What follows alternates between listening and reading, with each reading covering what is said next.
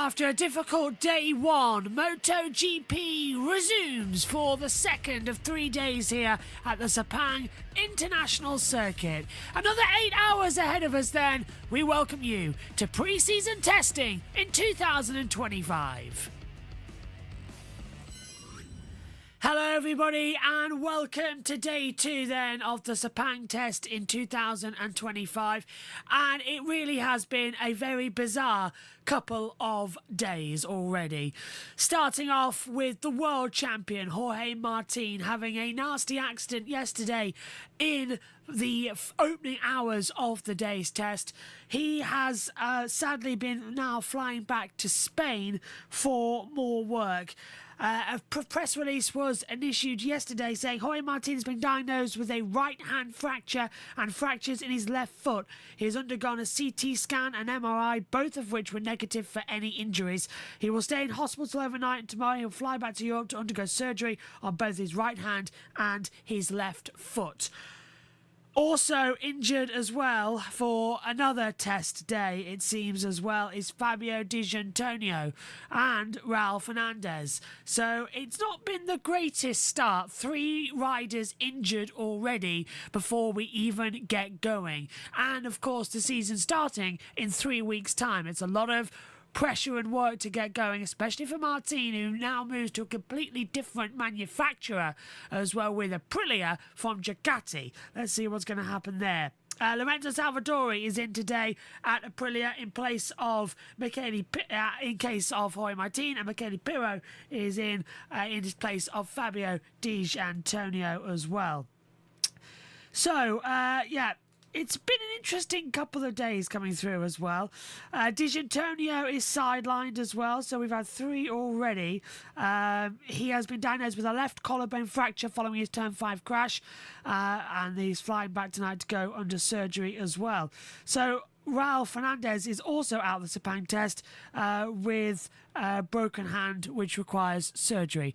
So a collarbone and 2 surgeries needed. It's not the best start to MotoGP in 2025. But the green light is on, and the riders are heading out onto the circuit now as well. You see Marc Marquez below. There's a line. It's really only Marc left at the bottom of the page, with only 23 of the 24 going out there on the circuit today.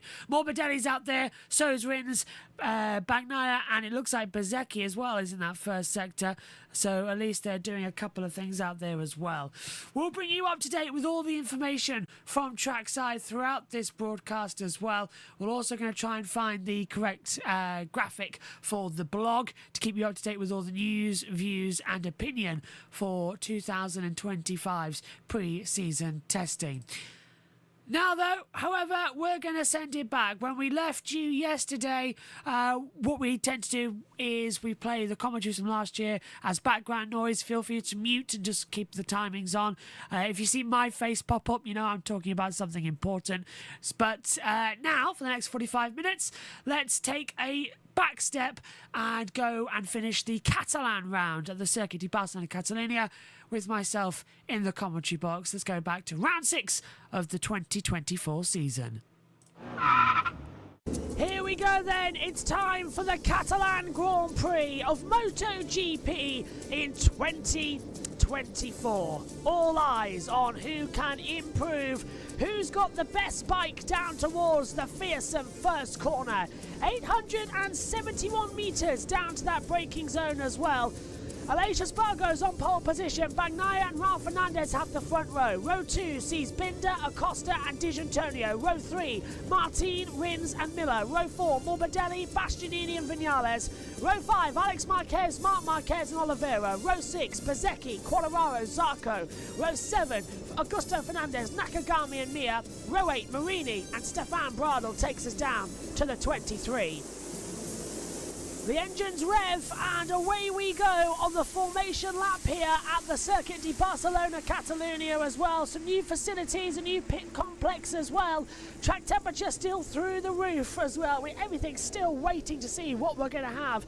It is a fearsome atmosphere here, and I can't wait to get started. Martin leads the championship as well, 135 points. Marc Marquez is on 98 points. Bastianini 94. Bagnaia is on 91.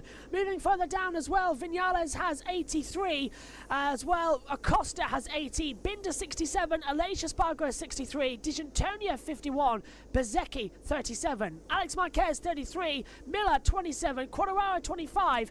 Oliveira 23. Raul Fernandez 18. 15 for Morbidelli. 13 for Augusto Fernandez. 12 for Mir. 9 for Zarco. 7 for Rins and Pedrosa. And 6 for Nakagami as well. They are the 22 who have scored points in this season so far.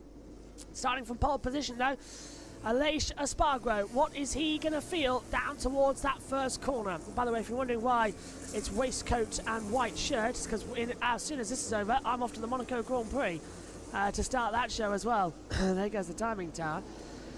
Don't do that during the race. It did it yesterday, if you remember, here as well. Raul Fernandez, his first ever MotoGP front row start. A reminder as well, he had that front row start at a time in the sprint yesterday and ended up dropping back and crashing out from the lead of the race. So did Pecco Bagnaia. 176,684 people across the weekend here. 16% increase on 2023 as they come out of the last corner of New Holland and take their grid positions on the track. So I saw someone diving into the pit lane there. Marc Marquez takes up his position. He lines up down in 14th. Similar, of course, where he started at the French Grand Prix. He ended up on the podium in both races. Yesterday in the sprint, he ended up in P2. What are we going to see here today? The Catalan Grand Prix has always had drama at the start in the last 2 seasons. Are we going to see something similar here today? It's all eyes to the 5 red lights. The Catalan Grand Prix of 2024 has 5 red lights. And pull the throttle back. We're racing in Catalonia. Great start from Bagnaia. Great start from Aleix Espargaro. Coming up as well is Johan Zarco for the middle of the track. Marc Marquez going left. Di Giannantonio's under attack as well. Down towards turn 1. It's going to be Pedro Acosta's in the middle. Late on the brakes as well. Coming through. Off as well goes Alex Rins onto the long lap loop. Bagnaia leads. This time though he's not going to flip up the exit of turn 2 like he did 7 months ago. Everyone getting through, and Acosta up into second position. It's a carbon copy of what happened in yesterday's start as we head up to Repsol for the first time. Are we going to see an opportunity for Acosta to dive bomb the inside line? He thinks about it. Bagnaia shuts the door, and Binder still in third position and crash at the back. I think it's Augusto. No, Zarco's gone down. Augusto Fernandez has taken off a position as well. They've dropped further back. There's people running around, so whether or not that's a crash, I don't know. Tumbling down the order is Johan Zarco down into 20th position. Haven't seen anything on the monitors so far. Raul passes Bastianini. Zarco has dropped down to 20th. Hasn't gone past Mir though, or anybody else, so it should be okay as they rise up towards Kamsa for the first time. Down towards turn 10. Acosta is so much on the back here as well. He's looking to have a go on Bagnaia down towards turn 10. Breaking zone. No, Martin in that special Prima Pramac livery though is going to send it up the inside of Binder for third place and takes him at turn 10 through 11 into 12 as well. The double apex. Aleix trying to find its way back from 5th position as well. He's got Jack Miller coming up there as well. Acosta is not letting go of that Ducati as well. Through New Holland we go. The last corner on the track. And they are pulled a 0.6 of a second advantage already. And what a start for Marc Marquez as well. Up into 10th position and maybe a little bit more as he comes across the line. Still speed 10. Alex passes Digi. And now the slipstream battle begins in towards the braking zone for turn number 1. Right, no jump start, says race control. Digi down 6, Vinales down 6, and that was Miller going wide at the first corner. Losing a position to Raul Fernandez as they swing back. Marini in 19th up 3. Zarco's lost a couple more places they come into it, so not completely done yet. And still, Pietro Acosta, he's finding that alternative, isn't he? He's trying to find the right line through as Zarco now drops to 23rd. So either he's coming into the pit lane or he's crashed out of the race. Either so, we'll get an information from the race control graphics soon. Nothing's flashed up. Acosta still closing in 4/10 at the moment at the end of lap 1. And up the inside, that's Marc Marquez. Not very successfully trying to get ahead of Franco Morbidelli there. And Acosta in the wheel arches of Bagnaia at the exit of Kamsa. down towards turn 10 on the braking zone. Go on, Acosta, late on the brakes. Can he do it? No, Bagnaya's got that one covered on entry. Double apex, remember. Acosta thinks about a look up the inside line. It'll become the switch back into 12. He thinks about the inside as well. Bagnaia is almost, you can feel him looking through the back of his visor as well to try and get a sense as to where they all are. Absolute insanity happening right now. They've got to be so careful as to not make a mistake, take each other out of the race, and then cause further problems. Wait to get the commentary tab open as well, but at least the timings are open. 140.094 for Acosta, 139.828 coming away for Martin in towards turn 1. They were a kilometre an hour different as Acosta gets a little bit of a lunge on the inside. He shakes a little bit of the bike under braking. There goes the timing tower. There it comes back again.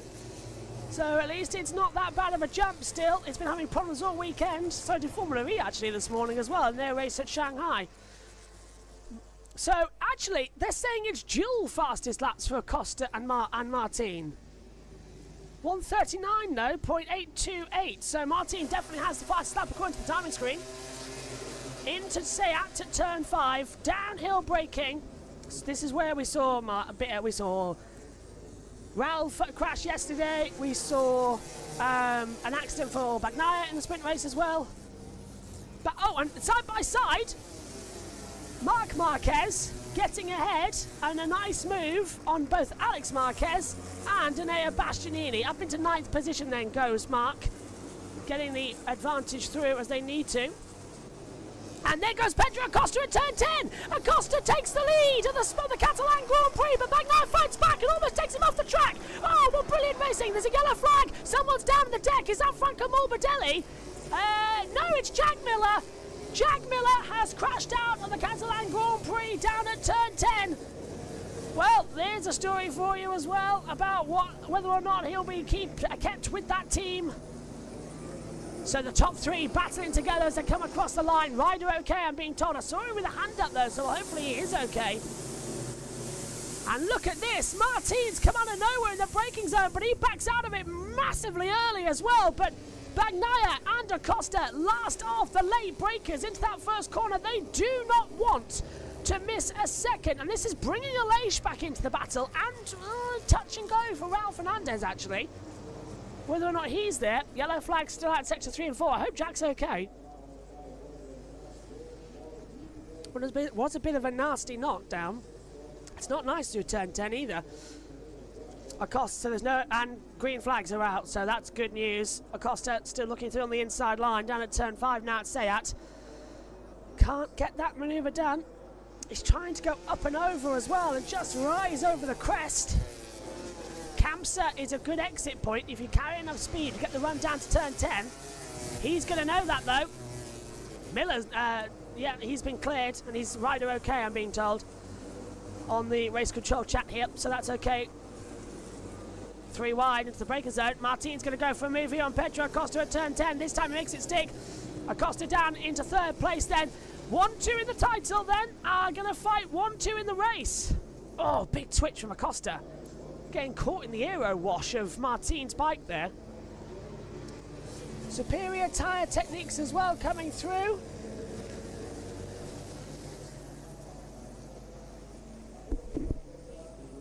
What? Take over. Megan's taking over. So, I continue not missing a single one of these. At least there's that in this equation. Oh, and it's not going crazy today. That's good. 20 laps to go. Bagnaia is in the lead. That's a pleasant surprise. Then again, I haven't really seen much of this weekend, so it's probably not a surprise to you lot. Right.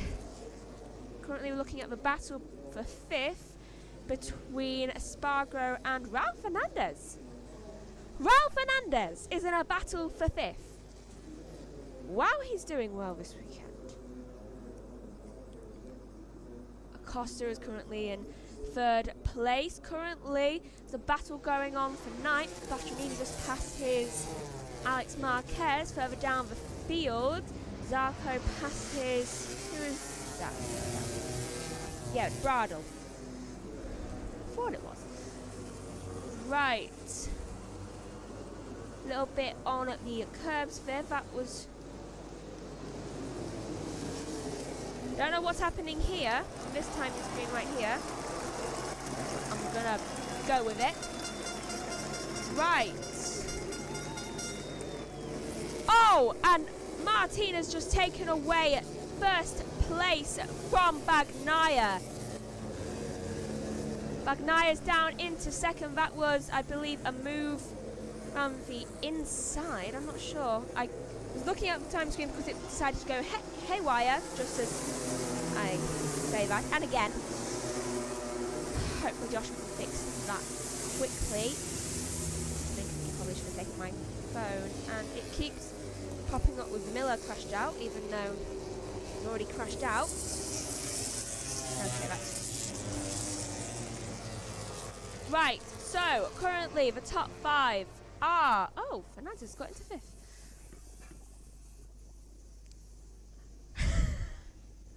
Currently the top 5 are: first is Martin, second is Bagnaia, third is Acosta, fourth is Binder, and fifth is Raul Fernandez. And it's... Please let Joshua come back in a minute. Please. Right, so from... If we're looking at where Marc Marquez is right now, there's a 3.1 second gap between him and Martin. Right now... Oh, I believe that's Joshua coming back in the box. He's going to be annoyed. Martin. I feel I'm not talking well enough. Right, the gap has increased from Marquez to the lead up to 3.2. Can't get an accurate thing when it's going on and on. Right, who's that dropping? Augusto Fernandez. Yellow sector 3 and 4. That's Augusto Fernandez. Dropped it around what corner? Hold on. He's okay. Turn 10, yeah. Turn 10, dropped it round turn 10. Can we get a replay of that, please? So, sectors 3 and 4 under yellow flag currently. Can we get a replay of that, or is it going to just turn up 5 minutes later? Because it sometimes does that. Right. Yellow is still out, so I'm guessing into the gravel. And it's... I don't know, I don't actually know what's happening. Yeah, why aren't we getting a replay? Yellow is still out at the minute.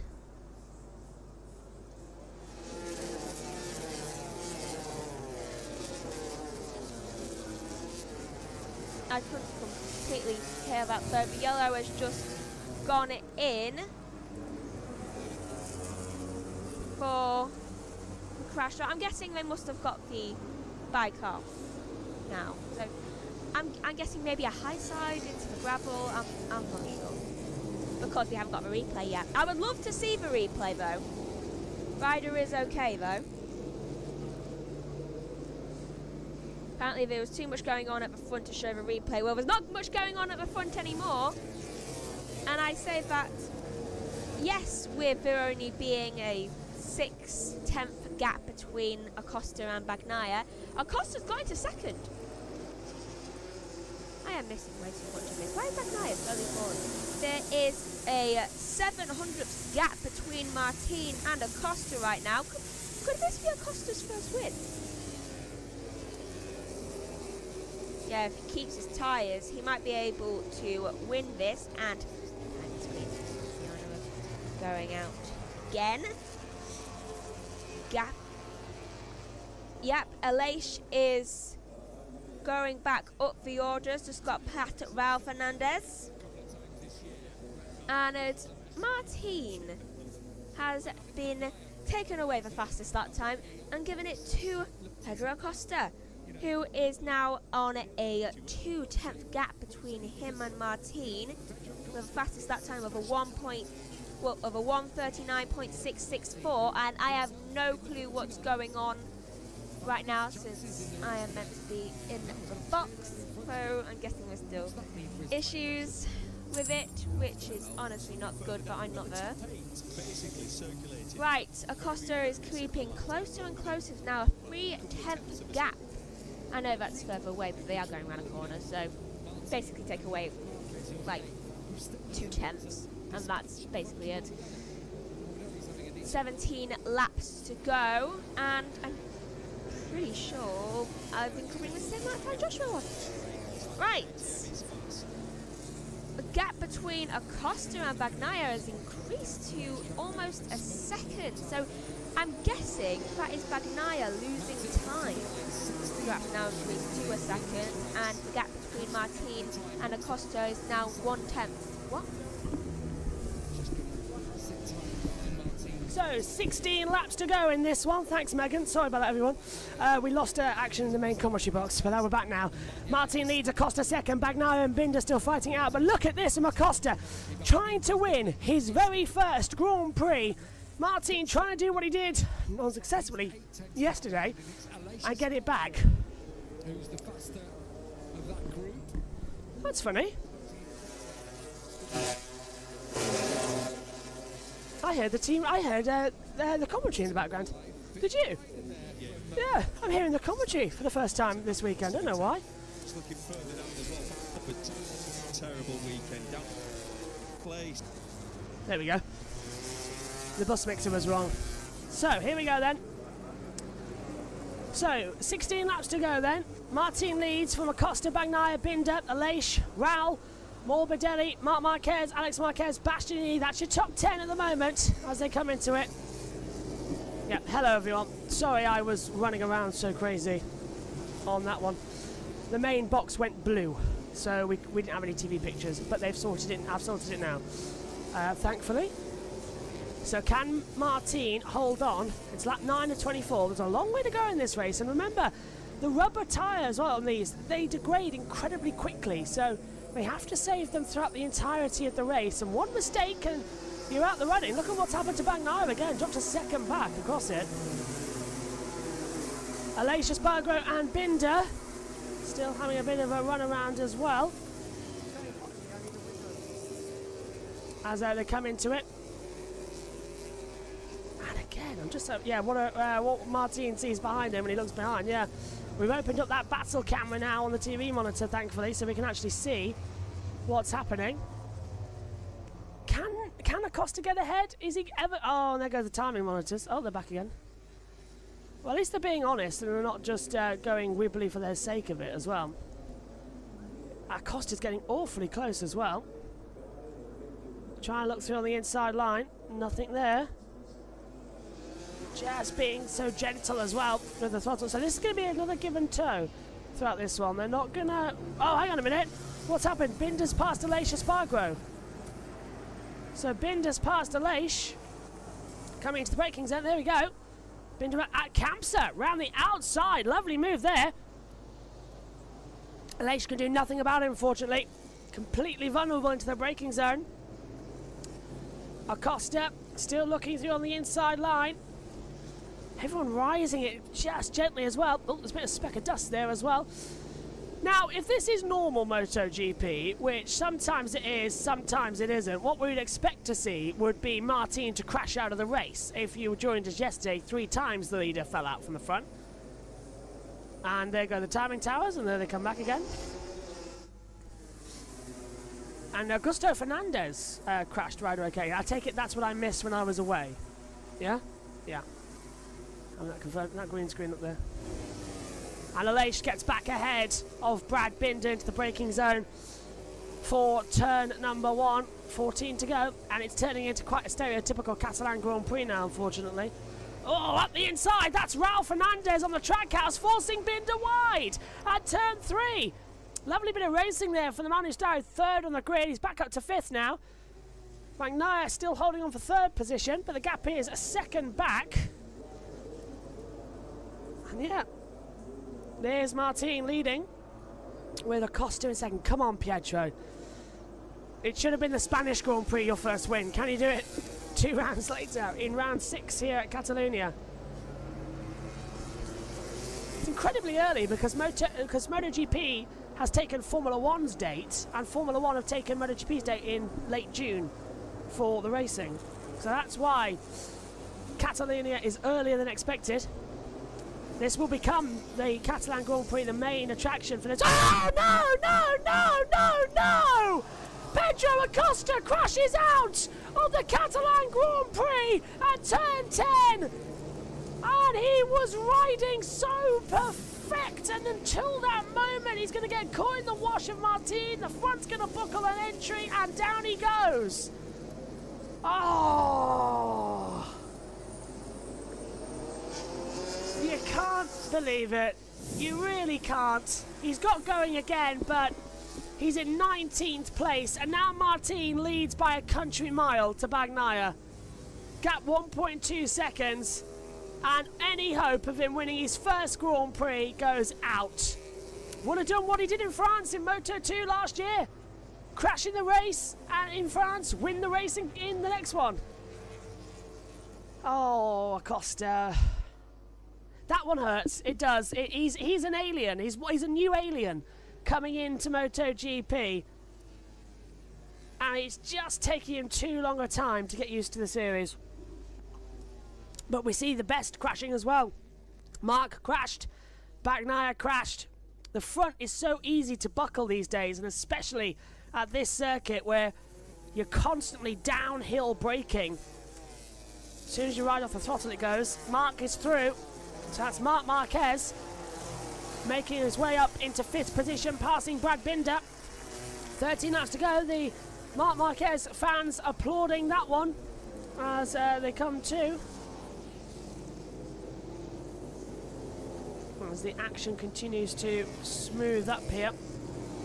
They've just got to take it with caution now, this remainder of this race. As I said, we're halfway. The tyres start to get a little bit chewed up here as well.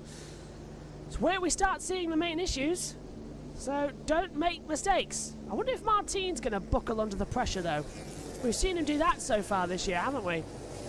Several times. Gas Pole Pecco as well.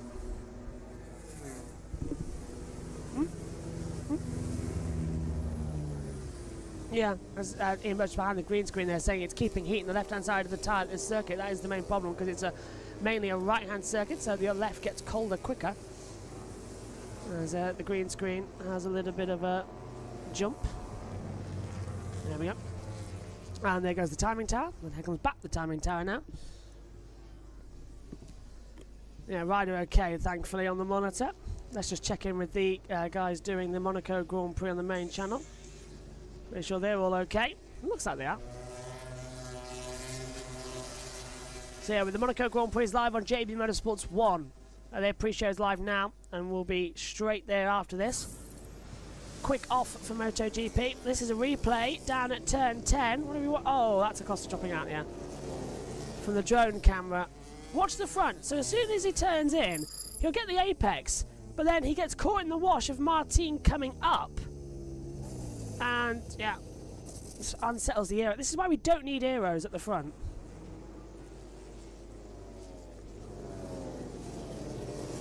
Philip Lindman as well, yeah. Everyone is enjoying the action right now on, it seems, Sky Sports. Time and screens go and come back again.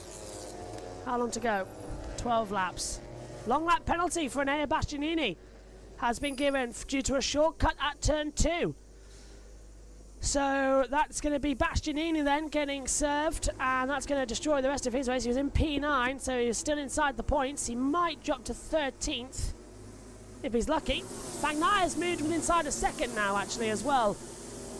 Go Pecco, everyone's saying. That's Pecco Bagnaia. Marc Marquez 93, everyone enjoying them there. Oh, it's starting to rain here in the UK. As they attack back through. 11 laps remain. And here's a replay. This is Bastianini at turn 2. Oh, he's going to get forced off by Alex Marquez. I don't think that's a shortcut. He had nowhere to go, and he complied with the rules by going on the long lap loop. That's very harsh from Freddie Spencer and the MotoGP stewards. But then again, there's one thing we've learned over the past 5 seasons is that Freddie Spencer's take to stewarding in MotoGP is about as good as, oh, I know, gambling your entire life fortune on a game of blackjack. It never, ever comes up on 21. And he just throws things at a board and sees what sticks. Riders are fed up of it. Teams are fed up with it. The rules are so inconsistent. And Freddie Spencer, Cal Crutchlow literally said at one point that Freddie Spencer, that if you ever saw him again, he'd punch him. That was back at when Cal said to have jumped the start back at Kota a couple of years ago. Oh, huge twitch for Maverick Vinales following Quadraro. Almost thought he was going to come off the bike. That's the exit of turn 5 at Seat and down towards 6 and 7. So just finding the limits here. 10 laps to go then here at Catalunya. Martin leads the championship now by 49 points in the standings. Try not to cry. Martin, no good in the races, superb in the sprints. That's how he's going. If the sprint racing wasn't a thing, the championship would be a hell of a lot closer than it is. As Bastianini tries to get through an Alex Marquez and goes for another shortcut at turn 2. Go by Freddie Spencer, that'll be another penalty coming his way for a shortcut at turn 2. Another long lap penalty will be derived. I'm getting interference, like a dial-up internet system. That indicates I'm either getting a text message or I'm getting a phone call. Interference signal that comes through. Nothing's flashed up on the monitor so far. Martin is slower on all laps by fractions. Apart from lap 13, when Bagnaia was ahead by a 10.5. Okay, so it's not over yet. Bagnaia could still get this one if he can just stay consistent. Martin, though, that lovely prima... Oh, he nearly dropped it there. His foot came off the peg. Oh, Martin, he knew it as well. Oh, he's got to be so careful, otherwise he's going to throw it away. He'll leave here championship leading no matter what, but Bagnaia is going to be hoping he throws it away because Bagnaia's lost out on so many points. Crashed in the last 3 sprint races. Doesn't want to do that again. Martin leads 8/10 of a second at the 7/10 of a second at the line to Bagnaia now. So it is changing frequency once more.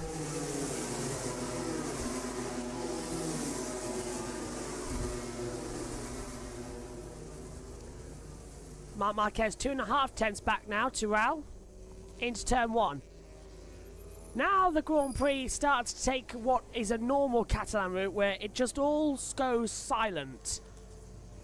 But you'll be sure it's the waiting game. The middle half of this Grand Prix always is. Gets so exciting towards the end though because everything just goes bang right at the end. And you get this unusual atmosphere shake-up where it comes in as well. I'm turning that over there because it's... IndyCar says cars won't roll out of pit lane at 9 AM as scheduled.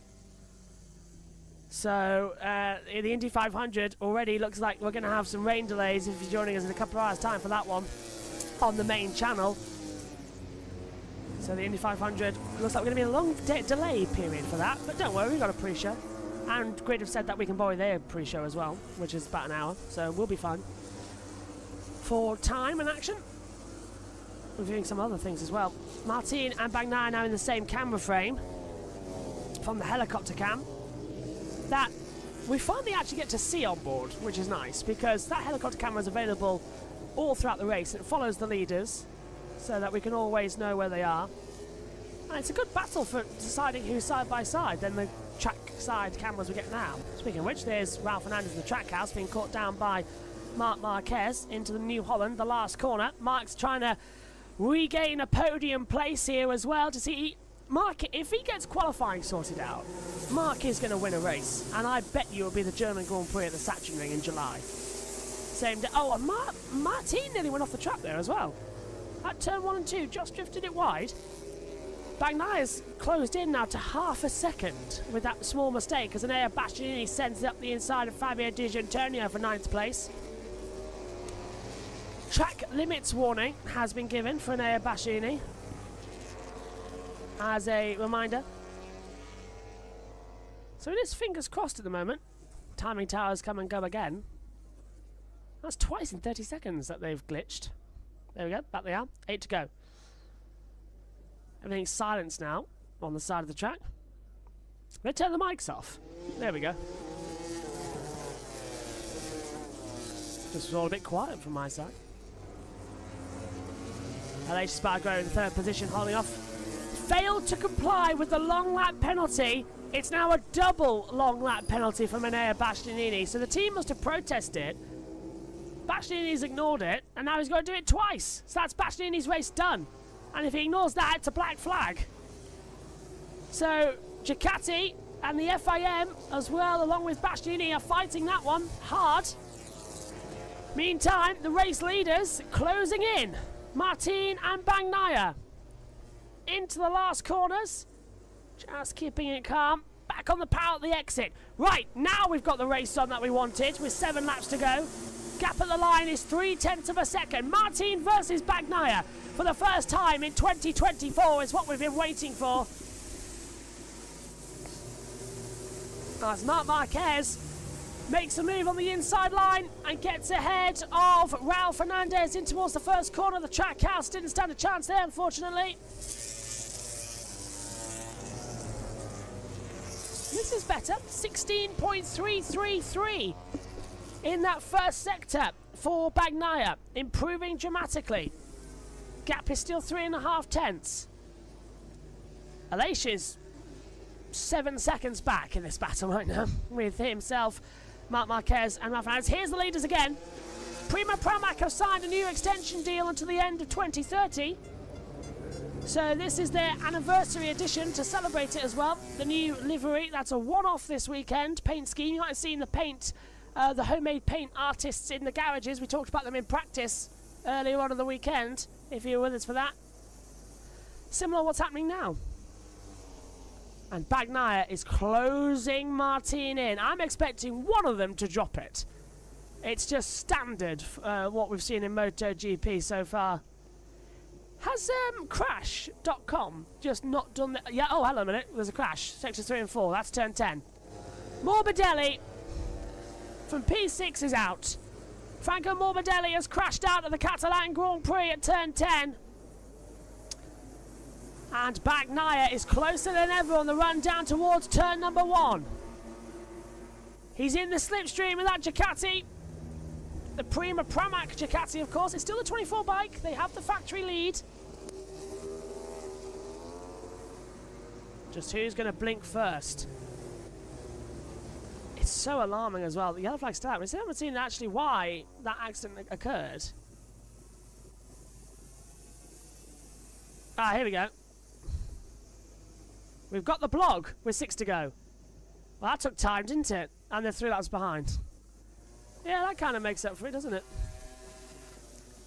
And on the inside, there we go. Bagnaia's found a way through at turn 5.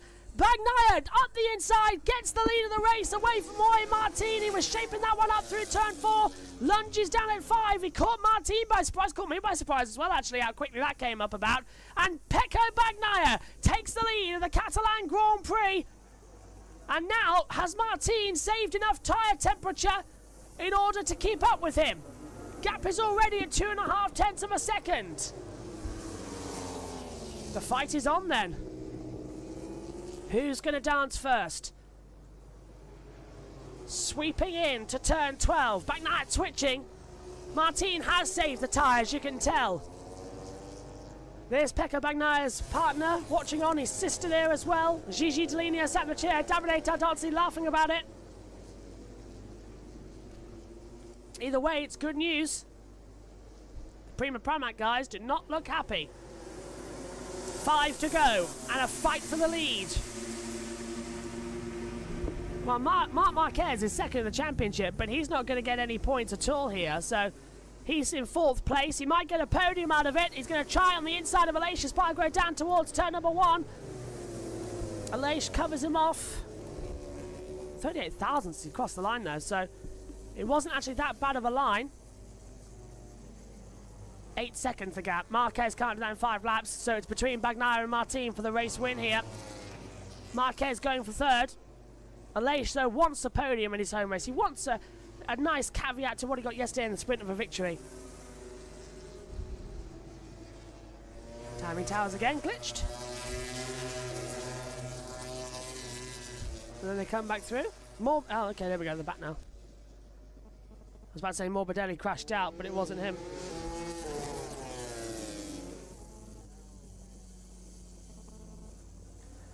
So apparently, it looks like we're going to have a delay to IndyCar by around about an hour. So instead of British summertime 5:45, the race time, it's going to start at 6:45. And then they're going to be chasing the rain for the rest of the evening. So we might do half the race today and half the race tomorrow. We've never had an Indy 500 that's been over 2 days. It's always been only done on one day. No matter if it's a Monday, Tuesday, Wednesday, Thursday. And of course, it used to be on Memorial Day itself. Now the race has been shifted to Memorial Day weekend. Mark is pushing here for third. And he's... But 4 laps to go. Bagnaia's pulled out a 7/10 advantage at the front of the field to Martin. So there's not going to be too much there as well. Down the straight, though. Is Marc Marquez going to find something? He's going to look to the inside line, down to turn 1. Marc's got the superior drag on that Ducati. And Marc Marquez moves up into third position here. And with Bagnaia leading, the championship now moves down to 39 points. Marc Marquez will be 41 points back. There's Marquez's partner. So it's all good so far for Marc. The 1, 2, 3 in the standings are 1, 2, 3 in the race. Bastianini as well. Hasn't taken that long lap penalty, by the way. So Bastianini is facing a black flag from this event. Not even kidding. Not even kidding. And he's just passed Oliveira as well for 9th place. So Bastianini is going to get a black flag for failing to follow the race director's instructions. Everyone loving Marc Marquez at the moment. So do we. An impressive race. An impressive weekend coming through. But now all eyes turn to the front. Can Bagnaia get through? This is Bagnaia making the move at turn 5. Lined it up the inside. Nobody expected that manoeuvre. And it just came through pitch perfect.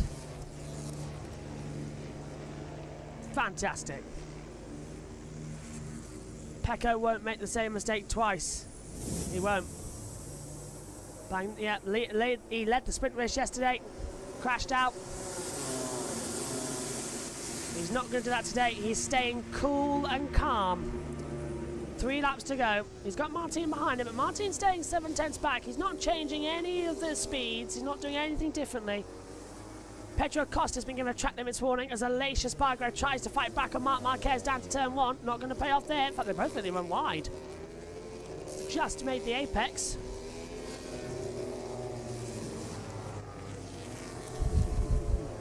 This race is turning into an amazing little psychological battle for the championship. May not be as close racing as Mia passes Nakagami, the 2 Hondas. Oh, hello. Oh, yeah, there we go. Nakagami nearly dropped it into 1, and then he has to help a hand from Mia, who nearly takes them all down through turn 2. Nakagami there, literally getting by with a little help from his friends. 8/10 the gap between Bagnaia and Martin. Is Mia? I thought he was going to make a move at the inside there. This is down in 15th place. This is the last points paying position watch now. So Costa's actually made his way up to 14th place. He'll still get points from this event. Rins, remember, went wide at the opening lap. He's down in 19th. 3 retirements. Morbidelli, Augusto Fernandez and Jack Miller. Hello everyone, what happened? Why is there a huge gap between position 2 and 3? Please someone tell me. Acosta was chasing Martin. Martin was in the race. Acosta second, Bagnaia third. They were all running together. Aleix dropped back. Then Acosta fell. Bagnaia closed the gap. And then Bagnaia and Martin were pushing each other while Aleix dropped back. Marquez couldn't get through until a few laps ago, so that's why there's a big gap.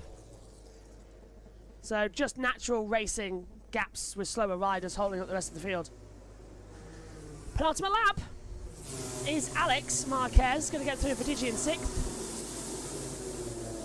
Aleix still having a go at Marquez though for 3rd.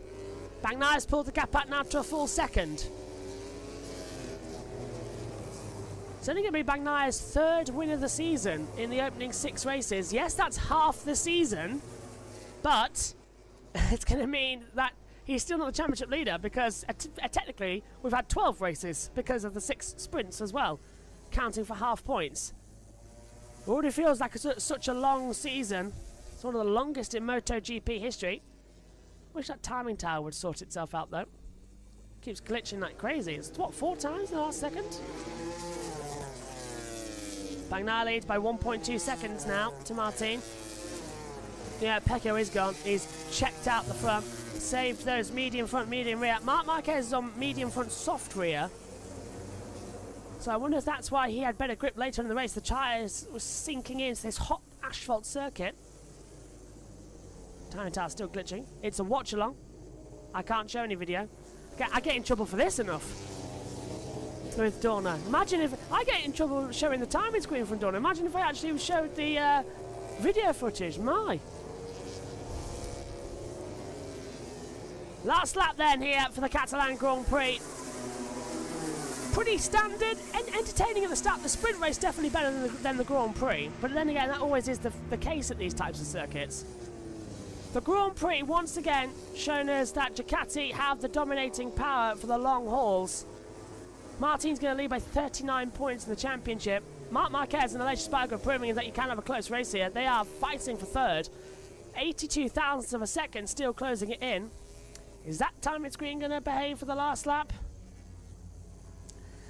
Can Aleix spoil Marquez's day? And yeah, there we go. It's a black flag that I've just seen on my screen for Bastianini. Whether or not that's going to be after the race disqualification or not, but it's come up with a ride-through penalty for failing to comply with a long lap penalty, and then it's come up with black flag. So we'll see what that is going to be from the stewards. So Bastianini just completely ignored the penalty system here. I didn't think it was fair to begin with. I'm on Bastianini's side here, but you don't risk disqualification for an 8-second loss. He's P9 anyway. 2 seconds clear. They're into the final sector. Aleix is getting cheered on, but so is Marc Marquez. The two Spaniards here in Catalonia are going to try and fight it together. But once again here in Spain, Enea Bastianini lost out as well with that penalty. He's now been told that he will see the stewards after this session. Pecco Bagnaia rights the wrongs of 2023. Here in Spain, it's only one thing that's red, and that is the Ducati. The Italian job succeeds here. Pecco Bagnaia wins the Catalan Grand Prix. Martin second. It's a drag race to the line for third. Marquez in third. A double podium after starting 14th for him in both the sprint and the feature.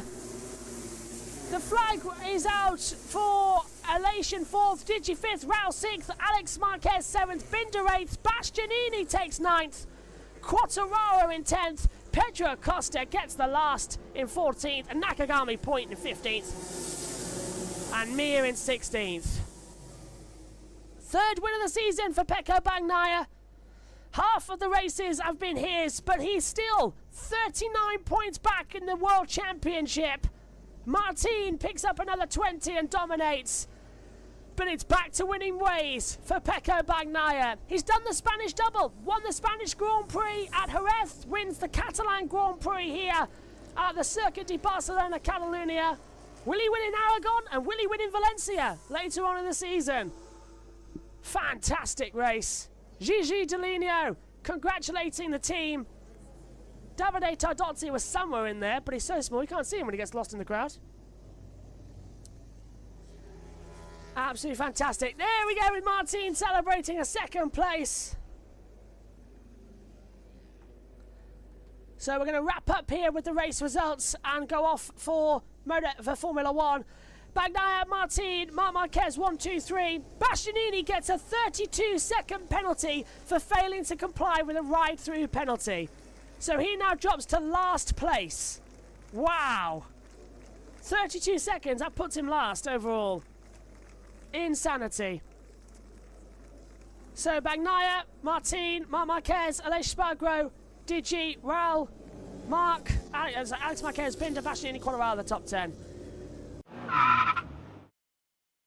Back with us live here then on JB Motorsports for the 2025 opening test week.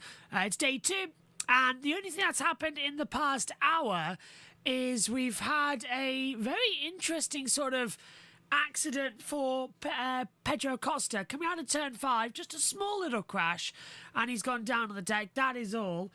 We've had times, and once again, just like yesterday, Fabio Quartararo is fastest. It's a 1:57.324. I'm going to put my glasses on, come to the other side of the screen, actually. Let's move the microphone a bit closer so you can hear me. So it's Quartararo, 1:57.324. Fermin Ardigeri is second for Grassini, 1:57.545. Then we get Morbidelli third, Marc Marquez fourth, Pecco Bagnaia fifth, Alex Marquez sixth, Juan Mir is seventh, Miguel Oliveira eighth, Jack Miller ninth, Brad Binder rounds out your top 10. Marco Bezzecchi's 11th with Luca Marini in 12th, Sonkat Chantra's 13th, Zygo 14th, 15th for Jan Zarco, 16th for Alex Rins, 17th Augusto Fernandez, 18th Nea Bastianini, 19th for Maverick Vinales. Still yet to go out on the circuit, actually, for Andrea Dovizioso, Lorenzo Salvadori, Pedro Acosta. He's just gone out now and is about to finish his first lap time of 50 minutes, so he hasn't been out there yet, but now he's on a lap, and Mikel Pirro has yet to head out there. Do you think the Ducatis have engines on full power?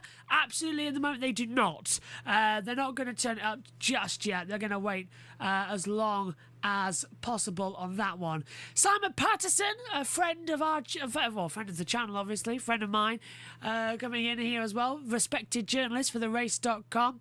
Of course, he's out there trackside, and this was what he posted. I hope KTM's new seat unit is fast, because it certainly isn't beautiful. Looks like they've also experimented with mass dampers based on the size of that. So that is the back of the KTM.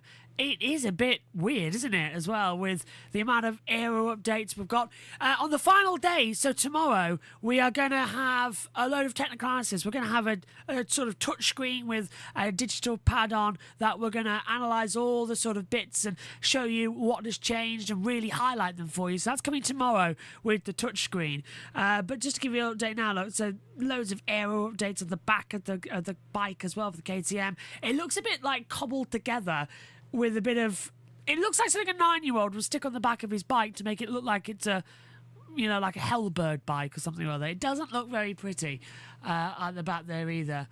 But still, that could be something to come through in the future. Oh, and there we see finally Augusto Fernandez jumping up then into 6th position on 1:58.960 as well.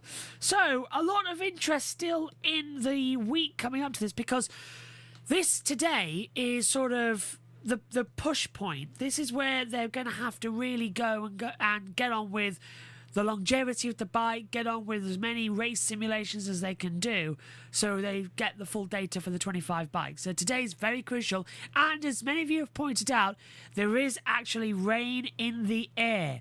So there's rain just sort of hanging up around. Track temperature at the moment, as you can see below me here, that's at 41 degrees Celsius. Air temperature is at 26. 15 km/h wind. That's enough to blow the bikes around and cause a few accidents. 73% humidity as well. We've only been going for 52 minutes with 7 hours to 7 hours and 6 minutes to go. Who's out there on the circuit at the moment? Morbidelli's coming up to the line. Let's see what lap time he's going to put in if he's on a longer race run. Hasn't been going good in sectors so far, and he's coming into the pit lane. 2:12 was his last lap time. Marc Marquez out there as well. There is no live video broadcast, but there is updates that MotoGP do at around about 3 o'clock local time. So in 5 hours time there'll be 4 hours time there'll be an update from trackside. We're planning on bringing that to you as well, so you can hear it, but sadly they don't do a lot of live testing. But one thing we do know, there's a new timing graphic. So the MotoGP graphics pack has changed. It's very much in line with Formula 1 now as well. So new graphics for MotoGP, if you saw after the flag yesterday. Okay, we're going to send it back to come through. Next up, we are going to go to Italy with the Mugello round from 2024 in our continuation of last year's commentaries. Now, we'll be back in around about an hour and 25 for all the updates for the rest of the day. So for now, sit back, relax, either listen to Italy or just watch the timings. Hope you all, though, having a very pleasant day. We're all set then for a showdown here in the Tuscan Hills. Rock and roll all night is on the back of the helmet of Pecco Bagnaia. He certainly would have been ruining what happened yesterday, though. A block for Alex Marquez means he carries a penalty in the Grand Prix tomorrow, which means it's damage limitation right here, right now for the sprint race. Jorge Martin's on pole position, Pecco Bagnaia is second, and Maverick Vinales takes third place.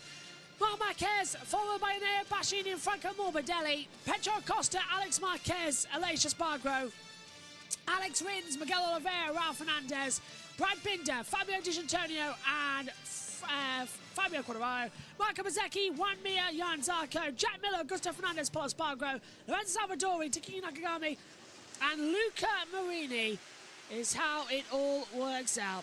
Let's just stop the automatic pre-roll, lads, because it is race time, and there's no ads on JB Motorsports during a Grand Prix.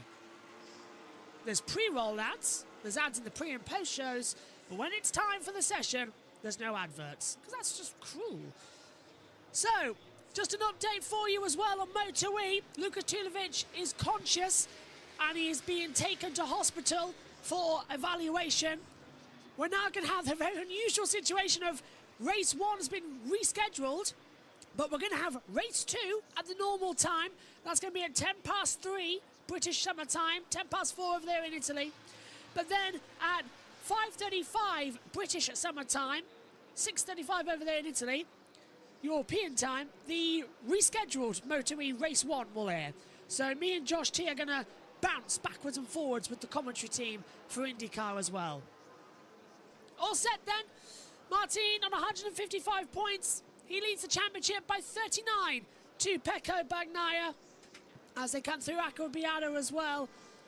I love how Megan said, don't worry, I'll be going in the bath, getting changed and showered in the gap. I thought you said that you were going in the shower in between the break between qualifying and practice. After this? Yes. Oh, I see. So basically, for anyone watching, you've kept the same clothes on for 2 days straight. No, these are the clothes I'm going to wear today after. What did you I'm wear just going to get ready for bed. What did you wear yesterday? I don't know. It was white top, I know that. You just look very familiar. Right, let's have a look. Oh, I remember. I wore a greenish blue top with a white shirt. Okay.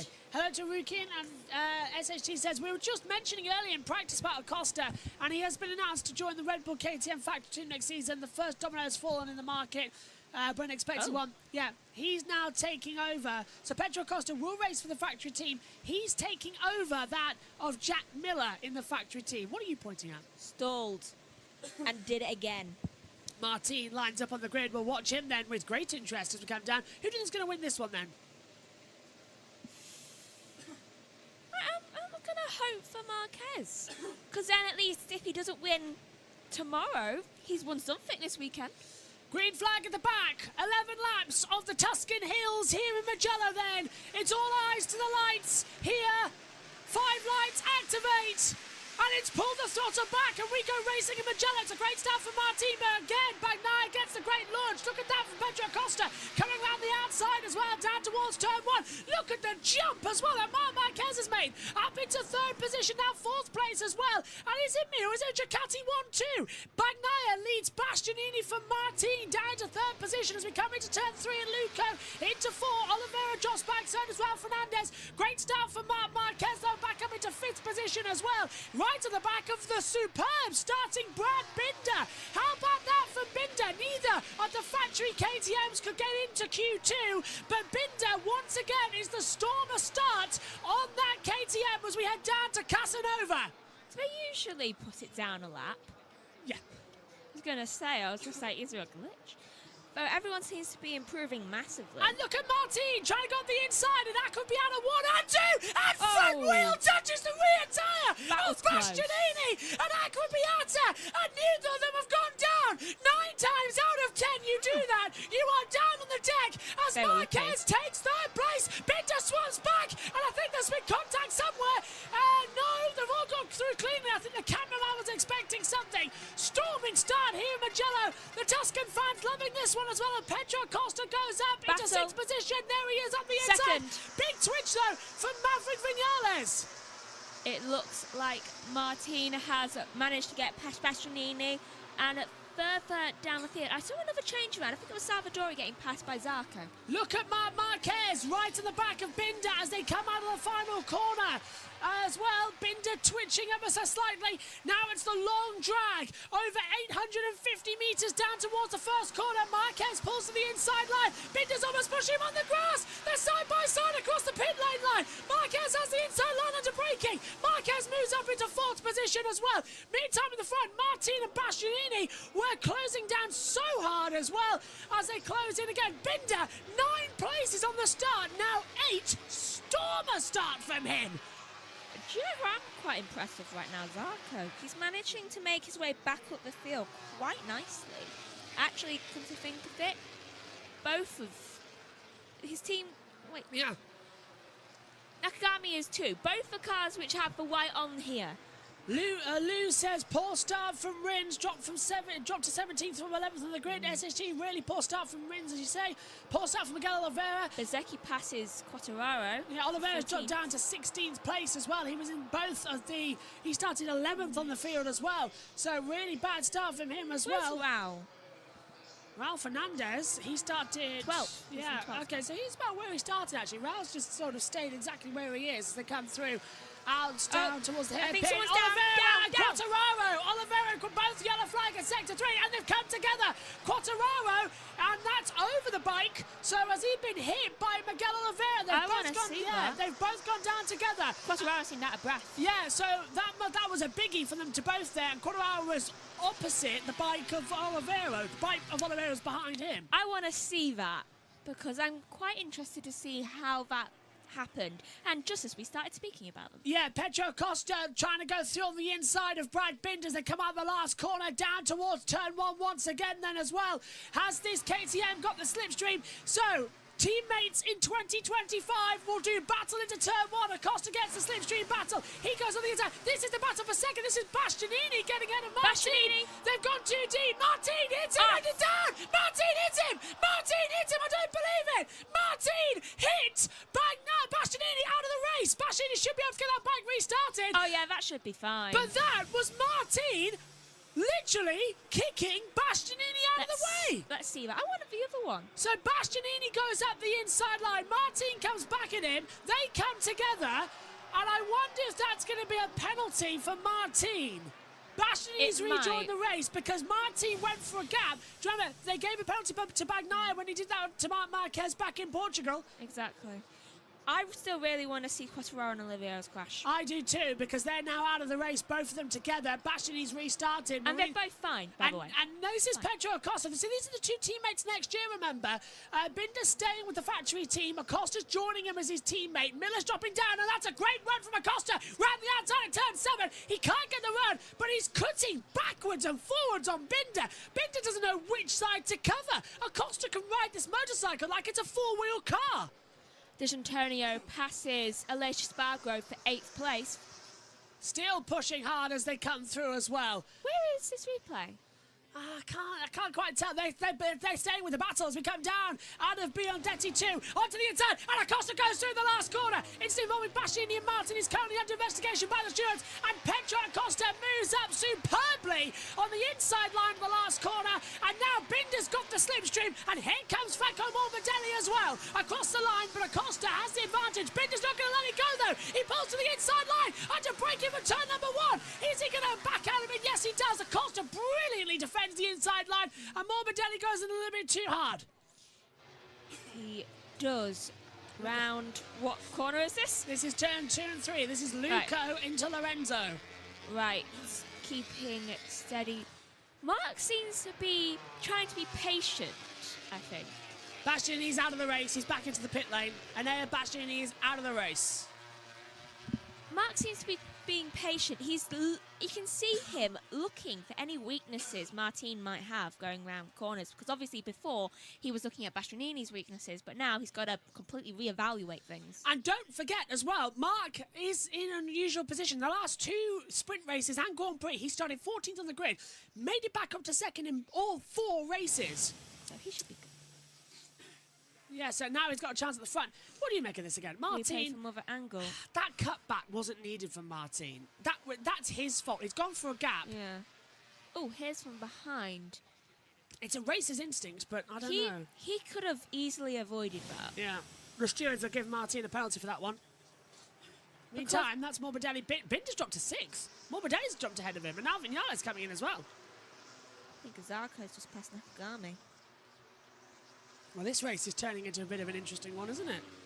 It is. It's lap 4 of 11. Binder sliding out wide. Top 3, like they have been for every race. And look at the gap that Marc Marquez has got out of that last corner. Such a great slipstream on Martin. Up towards turn 1, and he's got him. Round the outside. Is Marc going to take second position here? Late on the brakes. Martin's no stranger to kicking him off. Marquez isn't a stranger to being kicked off. Remember Valentino Rossi back at the Malaysia Grand Prix in 2016. 2015, I should say. Wait, who's that going down on the deck? Mia's gone down on the deck. He's crashed out, it seems. Sector 1, but that's turn 1. Yeah, there's no yellow. If he's gone far enough off, that might just avoid it. So we'll keep an eye out. Yeah.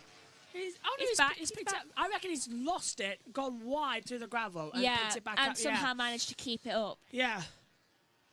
Shouldn't be too hard for Juan Mir as well. Former world champion, of course, back in 2020 when he took it with Suzuki into Acqua Beata 1 and 2. And they said Acqua Minerale. There's so many aquas in Italian motorsport as well. But Repsol Honda's not having a good Repsol day. Honda's not having a great season as well because Marini's down 20th position. Marini's always in 20th position. Honda.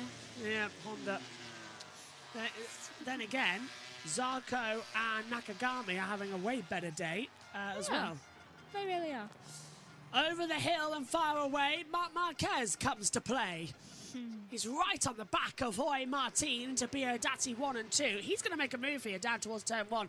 And he needs to, because he can't let Bagnaia get ahead. This is the thing. Bagnaia hasn't been good in the sprint races. He's turned it around. Marquez hadn't been good in qualifying. He's turned it around. And now Ducati are, 1, 2, 3 in their home race, and they are going hammer and tong. And here comes Marc Marquez again. No further action for the incident involving Martin and Bastianini. The steward's been very lenient there.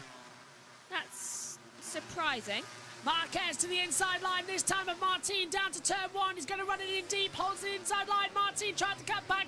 It's not going to work twice, my friend. Marc Marquez takes second position here at the sprint race, but he's a second, 1.1 behind Pecco Bagnaia. Can he have the attack as Alex Marquez passes Aleix? Bezecchi gets track limits warning, and Mir has entered the pit. Right, he must have had some problem there. Yeah, I reckon that he's got gravel stuck. Unbelievable from the steward, says SHT. Weird to watch. It's a watch along. And actually, with MotoGP, there isn't that many places to watch on it as well. Surprising. TNT Sports have it. MotoGP have it. Other than that, I really don't know because it's quite difficult for MotoGP. If you can find I think it's on NBC in the States. No, what's it on in the States now? TNT in the States as well. So if you find a website that has American channels and TNT, you'll have it. No further action for Quartararo and Olivier. Do you know, we would have an opinion on that, but we haven't seen it. Yeah, that's a weird one, hasn't it, that we haven't seen it? Yeah, the most dramatic crash of the sprint so far, and we just don't get to see it or know what happened. Probably on social media later, or someone will get hold of it as well. I'll check it. How did Martin get away with that? Well, Freddie Spencer doesn't penalise World Championship riders. Mir's out. Okay, Mir's retired. We knew that. Yeah. Again, the graphics are behind what we have. 4 retirements then. Mir, Bastianini, Quartararo and Oliveira. Oh, NASA's doing a flight test. I'll have to watch that after this. I love space, by the way. Halfway! As they start with lap 7 of 11. 7-11. I never get that. What does that mean, 7-11? It's a like a shop type thing. That's open, what, 7 days a week for 11 hours? I don't know. Because 24/7 would be better. I'm guessing that's what it is. If any Americans can clarify. Yeah. What does? I mean, it seems great. Mean? Yeah. Seems like a nice little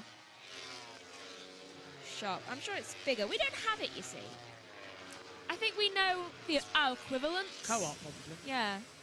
Ah, here we go. Here's the accident on board. Finally. So Oliveira sends it up the inside and takes out Quartararo. Well, that's Oliveira's that fault. explains why Quartararo was literally gasping for breath. Yeah, because the bike. Oh, so he's fallen on Oliveira. He jumped. Well, that explains why the two bikes came together. They got locked, and Quartararo's bike flies away. Probably a good thing that Quartararo got caught With on. yeah, so Oliveira literally dives up the inside. Quartararo falls onto him, and they go for a little bit of a roll around in the kissy litter. We're probably just like, do you know what? After this, we could be stuntmen. Did you see that Tom Cruise jumped off a cliff on a motorbike? Yeah. Like 6 times in a day. Miguel Oliveira has a different interpretation of sex on the beach. And that's a cocktail, which means we can say that. Yes, it is. And loved that cocktail. The looks that she used to get when she ordered it. She She was do proud. cheek it as well, She yeah. She did it purposely. Look at this this is Maverick Vinales trying to cut back on the inside line, coming out of the last corner to get the toe up on Brad Binder. And Binder's disappointing me here. He had such a great start, poor qualifying, up 9 places, and everything that's said has just been falling back. And Vinales is right there as well to capitalise. Martin's Martin's crashed at turn 1, and just again. It's opposite day in MotoGP. Martin, who was so good in the sprints, has crashed out. Bagnaia, who usually crashes out in the sprints, is leading the race. It's opposite day in Mugello, and Martin's front drops away from him in turn 1, and he is out of the sprint race. And boy, oh boy, does that really change the championship, because Bagnaia, if he wins, will bring it down to 27 points and 39. Jeez. Already, it's like... This is what we wanted, a closer championship. And he could lose the championship today. He needed Martin. Well, tomorrow he could do it, 25. He'll leave here championship leader no matter what. But if Martin crashes out tomorrow and wins, the gap will come down to 3 points. Oh, it's close, isn't it? So, that airbag, it seemed only half inflated. Yeah. Well, they have levels of accidents of how much air they get pumped into it as well. So, obviously, it's a minor accident because you can just see the where it's slightly inflated. Yeah. The front just dropped away from him. And then think what you're going to get there is a bit of burn on your hand. Yeah. From like the tarmac. So that's good news for Marquez and Acosta. Acosta onto the podium as well here in the sprint race. He get the bronze medal. 4 to go. It would be nice as well. Has he actually got a medal yet? Yeah, he's got a couple. He's been second in a couple of these sprint races, hasn't he? Good. And he's been on the podium. Portugal? Yeah, Portugal, yeah. So is he the youngest person to get on the podium? Yes, he is. Yeah. So at least he's got that going for him. He won't be the youngest ever pole sitter when he gets it though, because that was his last chance was today. He's got a chance to be the youngest winner, I think. Maybe eventually when he has kids, he can just be like, okay, now you do what I couldn't do. I got on the podium. It's your job to get the pole. Get him on a factory bike, and I tell you what, watch him fly. Now he's on a factory bike, but he's with the Gas team. Get him a good tail gunner with Brad Binder, and Acosta will be right up there. What a championship this is turning out to be. It's setting up, yes, it's a slow burn in 2024, but 2025 is being set up for an amazing championship. This is Martin again at turn 1. Presumably that front's just going to... Oh, well, he lost it mid-corner. Front didn't even dip away, just too much. He literally jumped off the bike too. I wonder if he lost braking, and that's why. Because he did jump off the bike before. It's like he let go mid-corner. Yeah, so it's like he tried for brakes and realised it wasn't going to stop, so he let go. Because it doesn't seem to be slowing down at all. No, he was off that bike mid-corner as well, so that wasn't him falling, that was him like he was going, like, oh, okay, this is not going to work out, I'm going to just leave it. Bailed. Didn't look like it, because the front didn't dip. Yeah, it didn't. It looked like he was going around a corner fine, and then he tried to brake. Mid-corner, which and then he was just like, this isn't working. Because you brake and turn, don't you? Then you release it and put contact with Bastianini. Broke the brake. Yeah. It must have gone it down so much, and it must have just snapped. Something's broken then. It must have been, because that front didn't dip the way it did. Because usually with a corner crash, it goes quite quickly. Either that or it just generally fell off. I don't know. But it seems unlikely. I know. From that angle, it does not look like it was that as well. Looked like he it looked like he conveniently just like manoeuvred it so that he could safely get up. Yeah, Giffen is asking how many seconds back is Marc Marquez to Bagnaia. The gap answer to that is 0.8 of a second. You can see it on your driver tracker alongside us here as well with the maps. It tells us exactly what it is. And we fixed the tracker, by the way, finally. I hope it's that Bagnaia crashes so that Mark can at least win something this weekend. Oh, you're cruel. Bagnaia can win the race all he wants, but I want Mark to win something this weekend at least, because then he's got the 93 and 93. Do you know, I think we should go back to the second channel.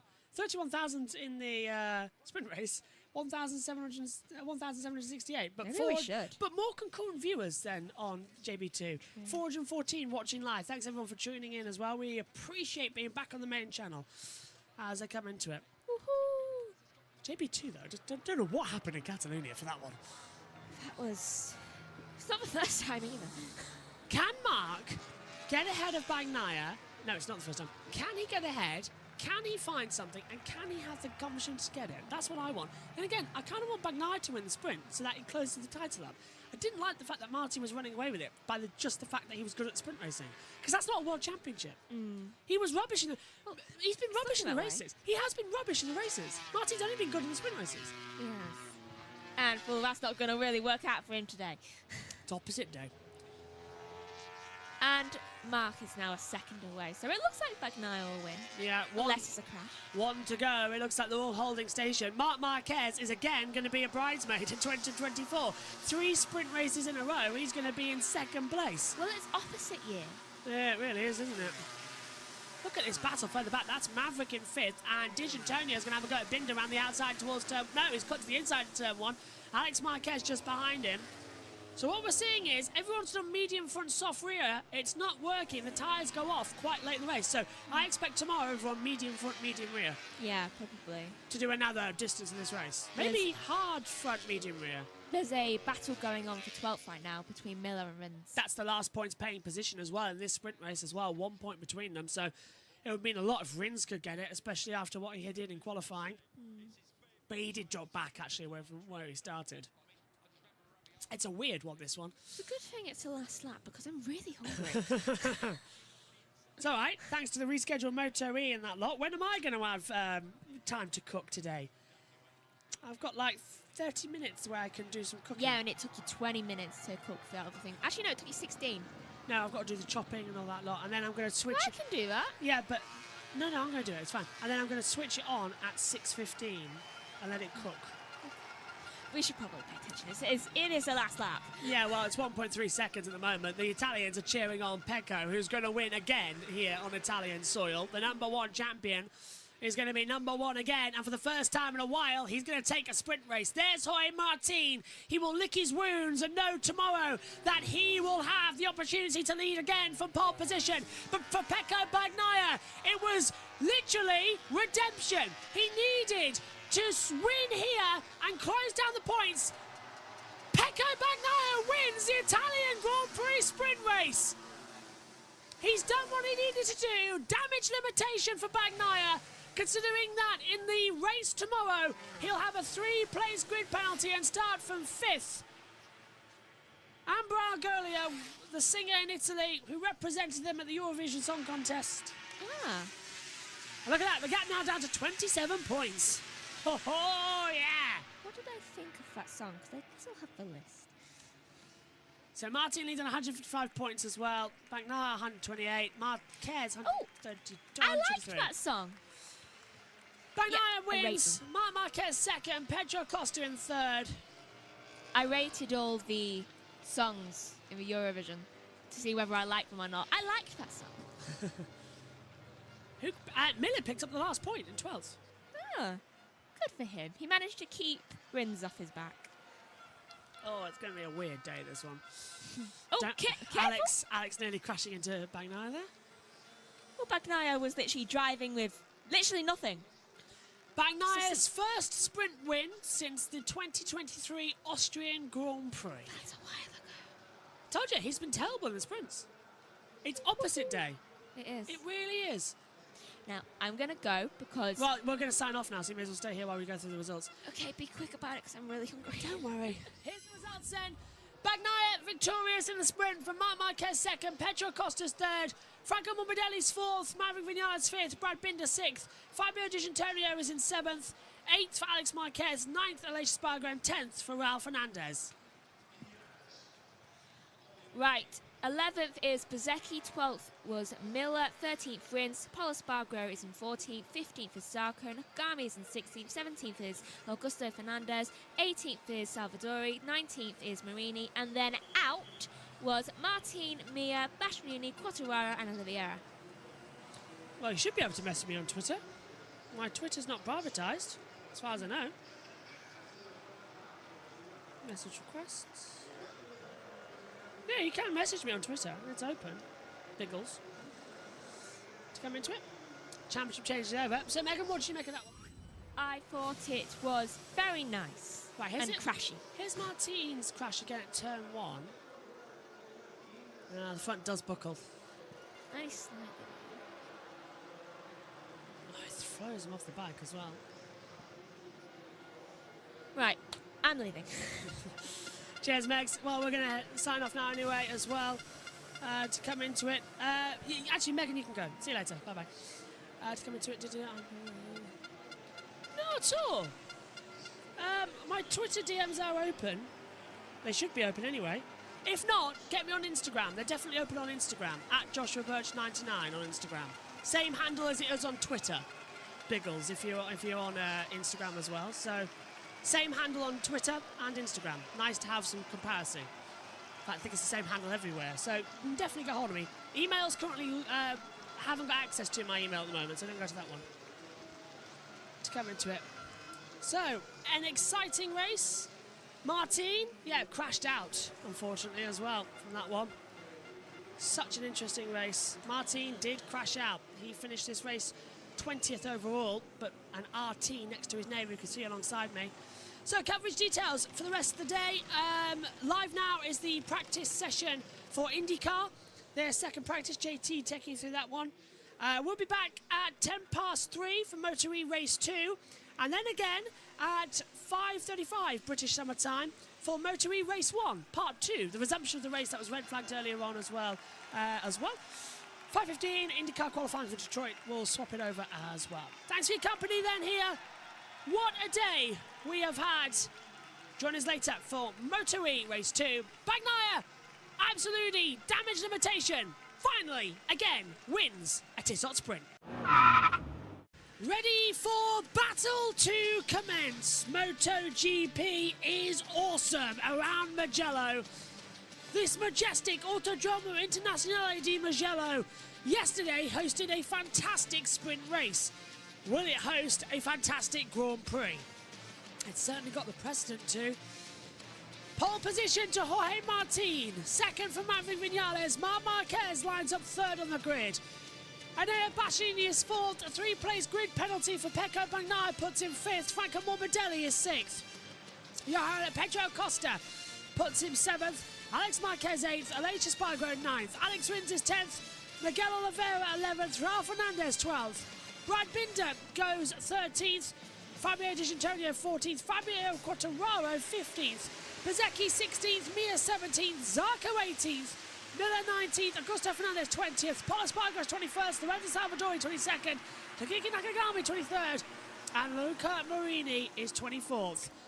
Track temperature is at 40 degrees Celsius, air temperature 22 degrees Celsius, 3 km/h wind speed blowing in from the south, 45% chance of rain as well, and it should be an awesome race here for MotoGP. Let's just get that right, shall we?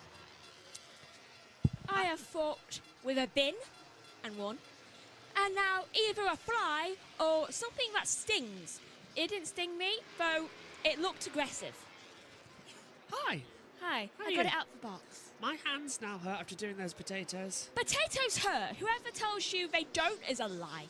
We need one of those potato cutters where you just shove them in and it's done. We do. Yeah. I'm going to look up how much those are. Martin leads the title at 155 points. Bagnaia is on 128. There's a 27-point difference. Martin starts from a pole position. Is today going to be that day for the change. The formation lap is underway. We've got our blog up now, Megan, here as well, so we can see what's going on. It should be a good race, Megs. 16.99.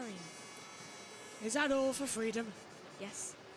You can use apples and pears on it too, which is useful.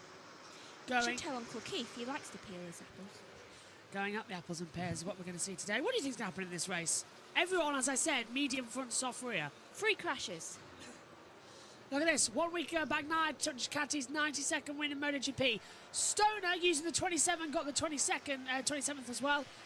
So on. Bsky, 72nd. Martin, 89th. Bagnaia, the 63rd. Is Marc Marquez the third going to take Ducati's 93rd win in MotoGP? He better. Also, I've just seen a child who looks quite like the Marquezes. Do they have another family member? Not as far as I know. Well, either way, he looks so much like them. All eyes then will turn to the lights here. It's a 23-lap Italian Grand Prix at Mugello. The run towards turn 1 at San Dante is fierce. Green flag at the back. Ducati in blue in honour of the Euros. Who's going to be first today? Lights on! Lights on! Race on in Mugello. Great start from Martin. Great start from Marc Marquez. Immediately over to second position goes Maverick Vinales. And here Bastianini comes down the inside line. Bastianini's going to lead into turn 1. It's 4 abreast. Look at Aleix Espargaro coming round the outside. He's almost tripped up with Franco Morbidelli and Alex Marquez. And into the lead goes Pecco Bagnaia. The Italians go nuts as 5th to 1st. It doesn't matter about his penalty. Brilliant start from the world champion, the sprint winner yesterday, and it shocks Martin. Bagnaia leads by the time we get to Maserati. Zarco had a terrible start, was making his way back up. This smoke is causing problems. Not the best as they come downhill in towards Casanova. Back through Savelle. Arrabbiata 1 and 2. Bagnaia leads. Martin second. Bastianini third. Marc Marquez down to 4th position. Then it's Pedro Acosta up to 5th. Vinales did run in the lead before turn 1. He's dropped to 6th place. Gives an example of how difficult this track is. Top 6 in a second of each other. Yeah, Morbidelli down in 7th position. Aleix Shades. Alex is 9th. Digi stays in 10th position as we come through. Scarpera down through Paglio towards Quarantina. And Bagnaia's put a 3/10 advantage as Marc Marquez has a go at Bastianini. Just listen to the crowd. Unbelievable. Yes, Kenny says, what penalty for Pecco? Straight up there to the lead. Marquez is trying to make a move now, and Bastianini is less than a 100th away from him now. And look at Petro. So don't forget, Ducati's in blue this weekend as well, just for this race for the European Championships. They're the reigning winners, so it's a nice honorary livery for them as well. So there's Bagnaia leading. There's Bastianini. There's Marc Marquez. There's Jorge Martin in P2 as well. Acosta's lining him up as well as we complete the opening lap then. A 151 lap. We're expecting that to come down to around about a 144 as well. Best race lap was a 146 last year. Whoa, that was, I saw that on the timing screen. Yeah, everyone's stripping places as Marquez goes down and Fernandez dropped down as well. Jack Miller up 6 places. Miller the best one, but for me, without a doubt, Pecco Bagnaia 5th to 1st before turn 3. It's a Senna performance. It's like, he literally he only needed 2 corners to take over 5 bikes. Amazing. Wow. Absolutely amazing from Pecco. Is it Mio as well, or is that Gas looking a bit too racy? And Mark's looking racy now as well behind Bastianini. Bastianini led the race into turn 1. Bagnaia came out of nowhere and said, I'll take that, thank you very much. Inside line worked. He got them all when they were on their least defensive. Yeah, brilliant start from the world champion. And Marquez now is going to be biding his time again. Yeah, but now we've got the championship protagonist 1-2. We've got Bagnaia second in the title, 27 points back with Martin second. Martin crashes, Bagnaia wins. The gap comes down to 3 points. Yeah, but that never works out well for either of them, does it? Yeah, well, it's opposite day, remember? So maybe Martin's good in the race and Bagnaia's bad in the race. If you remember yesterday when Martin crashed out of the sprint race and Bagnaia actually won it for the first time in 2. And in fact, that's the first sprint race that Bagnaia won since Austria last year. Maybe they'll both crash out. Yeah, that was September last year. That was how late it was as well as they come into the braking zone then. Back into the last corner of the Busch hairpin. Back up towards Sandonte we go. Lap 3 of the race. It goes quiet. Yeah. It feels so ominous, like something is about to happen, like a really big overtake. Or crash. Hopefully no crashing. Not yet. Marquez up the inside of an air. Bastianini runs it in too deep. Bastianini gets the cutback, and that's opened the door to Pedro Acosta. I bet Mark wasn't thinking about that. Side by side in towards Luco. Mark stays ahead. Hence the ominous attempt to overtake. Tenzin said, please no crashing. Yeah, we want a good race. Not for another 7 laps is my hope. You're ominous tonight, aren't you? Well, I've just fought with a bin. I've got a lot of ominous about me. Martin's done a 1:45.973, and that's in it. That's Alex Marquez getting ahead of Aleix Espargaro, so he's split the 2 ones now as well. Megan. Martin has done 2 red sector times. If he can keep that up, he'll catch up to Bagnaia in no time. Yeah, he has done the 2 red sector times. Let's try and see if we can open that up. He's the only one to do it. He has the current fastest lap of, I think, yeah, he has current fastest lap of a 1:45.975. So he's 0.6 of a second faster than the last lap time around as well. And that's Marc Marquez defending again from Pietro Acosta down at turn 12 at Corentina through Biodati 1 and 2. Bagnaia has the lead of this race by half a second. Martin in second place as well. Back up towards the last hairpin, and it does feel like there's something going on, doesn't it? It does. Oh, that's why Acosta's gone way too deep in the last corner. Oh, now he's in a battle with Morbidelli. That is not good. Just managed to stay ahead of him. So yeah, it feels like there's something in the air. Yeah. And it's not a good feeling when there's something in the air in a race. Also, the weather is kind of giving that impression too. Kenny says that Vinny didn't get a good start at all as well. No. Vinales did not. He's down to 7th after nearly into turn 1. Everyone but Maverick got a medium rear. Hang on a minute. Yeah, Maverick's got medium front, medium rear. So everyone's medium front soft rear, bar Maverick, who's got a medium rear tyre. So that's an interesting strategy. That explains why he didn't get the launch down to turn 1 in that braking zone. He didn't get the traction down, no grip. Look at that. New best race lap. Oh, I thought someone offered it to Marshall. It's a Marshall on the back. I thought I saw a yellow helmet. I thought, has one of the VRs gone down? But no, there they are. There's Digi, and there's Bezecchi down 17th position. Digi's just passed Aleix. Fastest ever lap time, then new fastest lap record, I believe. It was a 1:46.588 set by Bagnaia last year in 2022. It's now 1:45.937. So we have fastest ever lap time in the race now, as well as the actual fastest overall time here at Mugello in the records. Oh, the battle is brewing. It's a slow, isn't it? And actually, there's only 38,000s between Bagnaia and Martin in that first sector. And now it's grown to half a second. Mark and Binder passes Aleix for 10th. So that's 2 in 2 laps passing Aleix. Is there something wrong with him? Hold on.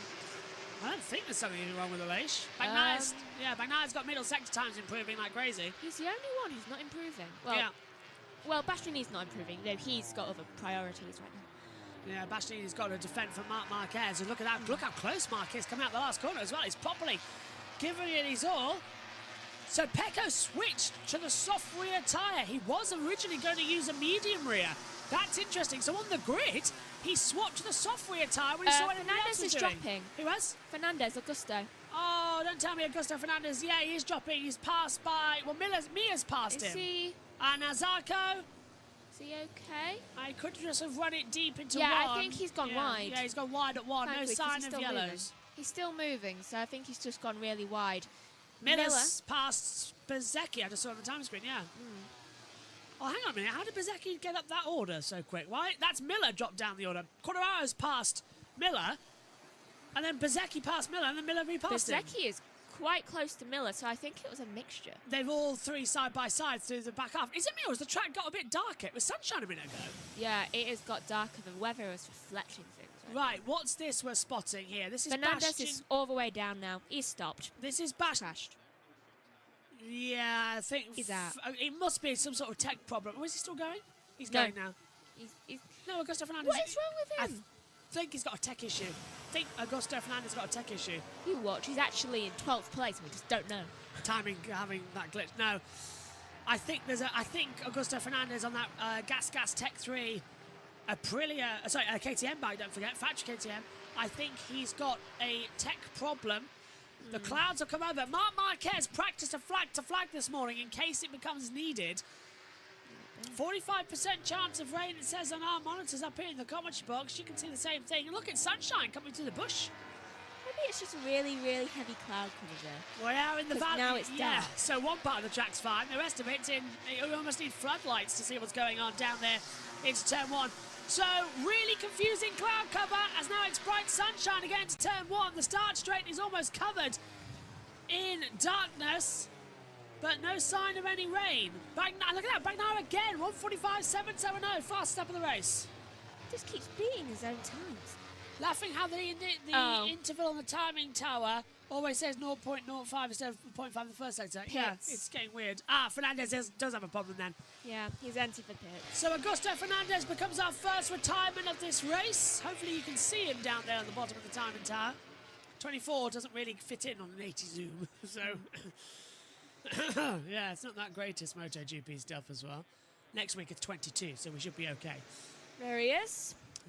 And he was wishing it'd be a flag to flag because he could swap to a bike that works, but no flag to flag, I'm afraid. It's just like, please tell me I can do that. They're just like, no. No. Yeah, This car's not in your favour. they'll try and change it once more. There's Bagnaia leading this race now by 0.6 of a second.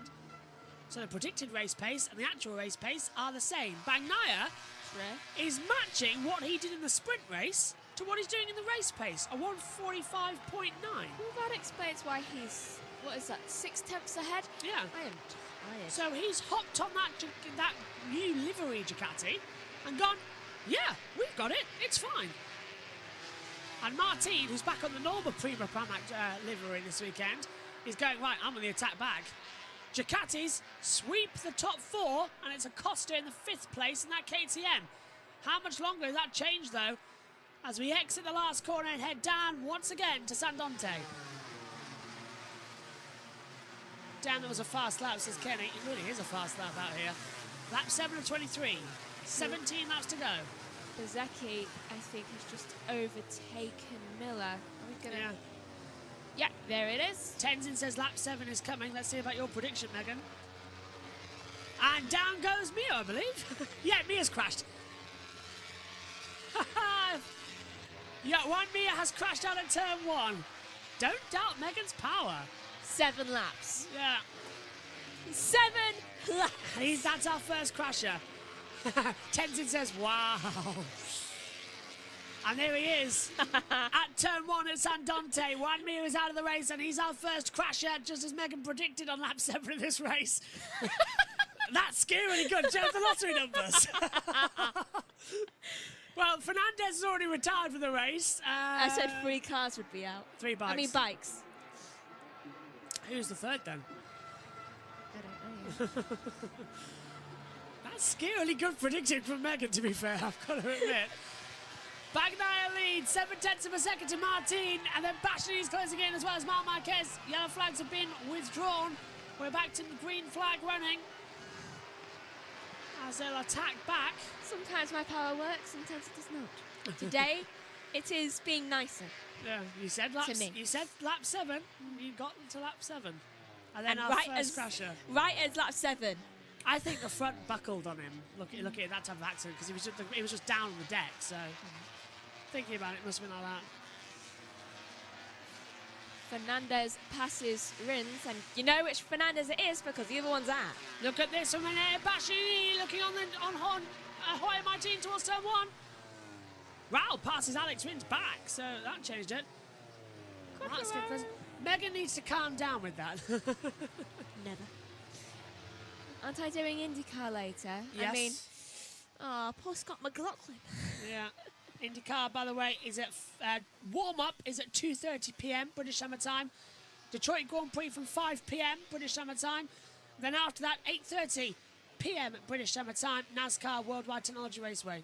They're all available on the live chat and the YouTube. It's still closing in again, Megan. I don't know what to say about it. Oh, hello. What's that? It's Martin in P2. Martin, let's watch how he goes round this corner. Is it me or they're all saving? Because they've got soft rear tyres. Are they all just desperately trying to save tyres in case something goes wrong? It seems that way, because look at the way that Martin Yeah. is taking those corners. He's doing it very delicately. Not putting a lot of power down at the rear, is he? He's just It's like he's keeping it calm. gliding. Yeah, keeping it calm. It's almost like he doesn't want anything to go wrong. It's like he knows he has to fight at the end. Brad saying the Ducati domination is boring. Any domination's boring. Brad, honest question, do you like any form of motorsport, really? Because you're always a negative. Even during the great races. Oh, Quartararo, again, going down. He's dropped down to 16th now, hasn't he, Fabio? Passed by Bezecchi. That's interesting. Brad says, I like F1. Good job. Yes. Tenzin says, don't want to jinx it, but surprised how well Morbidelli's doing. Good for him. Yeah, I'm on 2, up to 6th place. He was dominant at the start. Prince says, is Mark saving tyres? I think they're all saving tyres.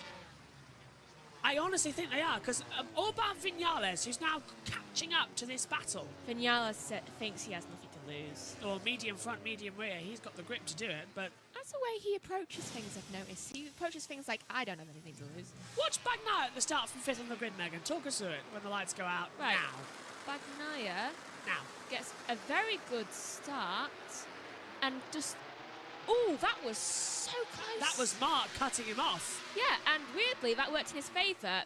Bagnaia just seemed to... While everyone else moved to the side to try and overtake, he just kept his position exactly and just kept going straight on. Ran the outside in the middle, and It then... was perfect. Yeah, perfect line. Ran the outside into 1, and then becomes the inside for 2, and by then he's jumped Martin. Exactly. That was... His penalty point was perfect positioning for him to take lead. Yeah.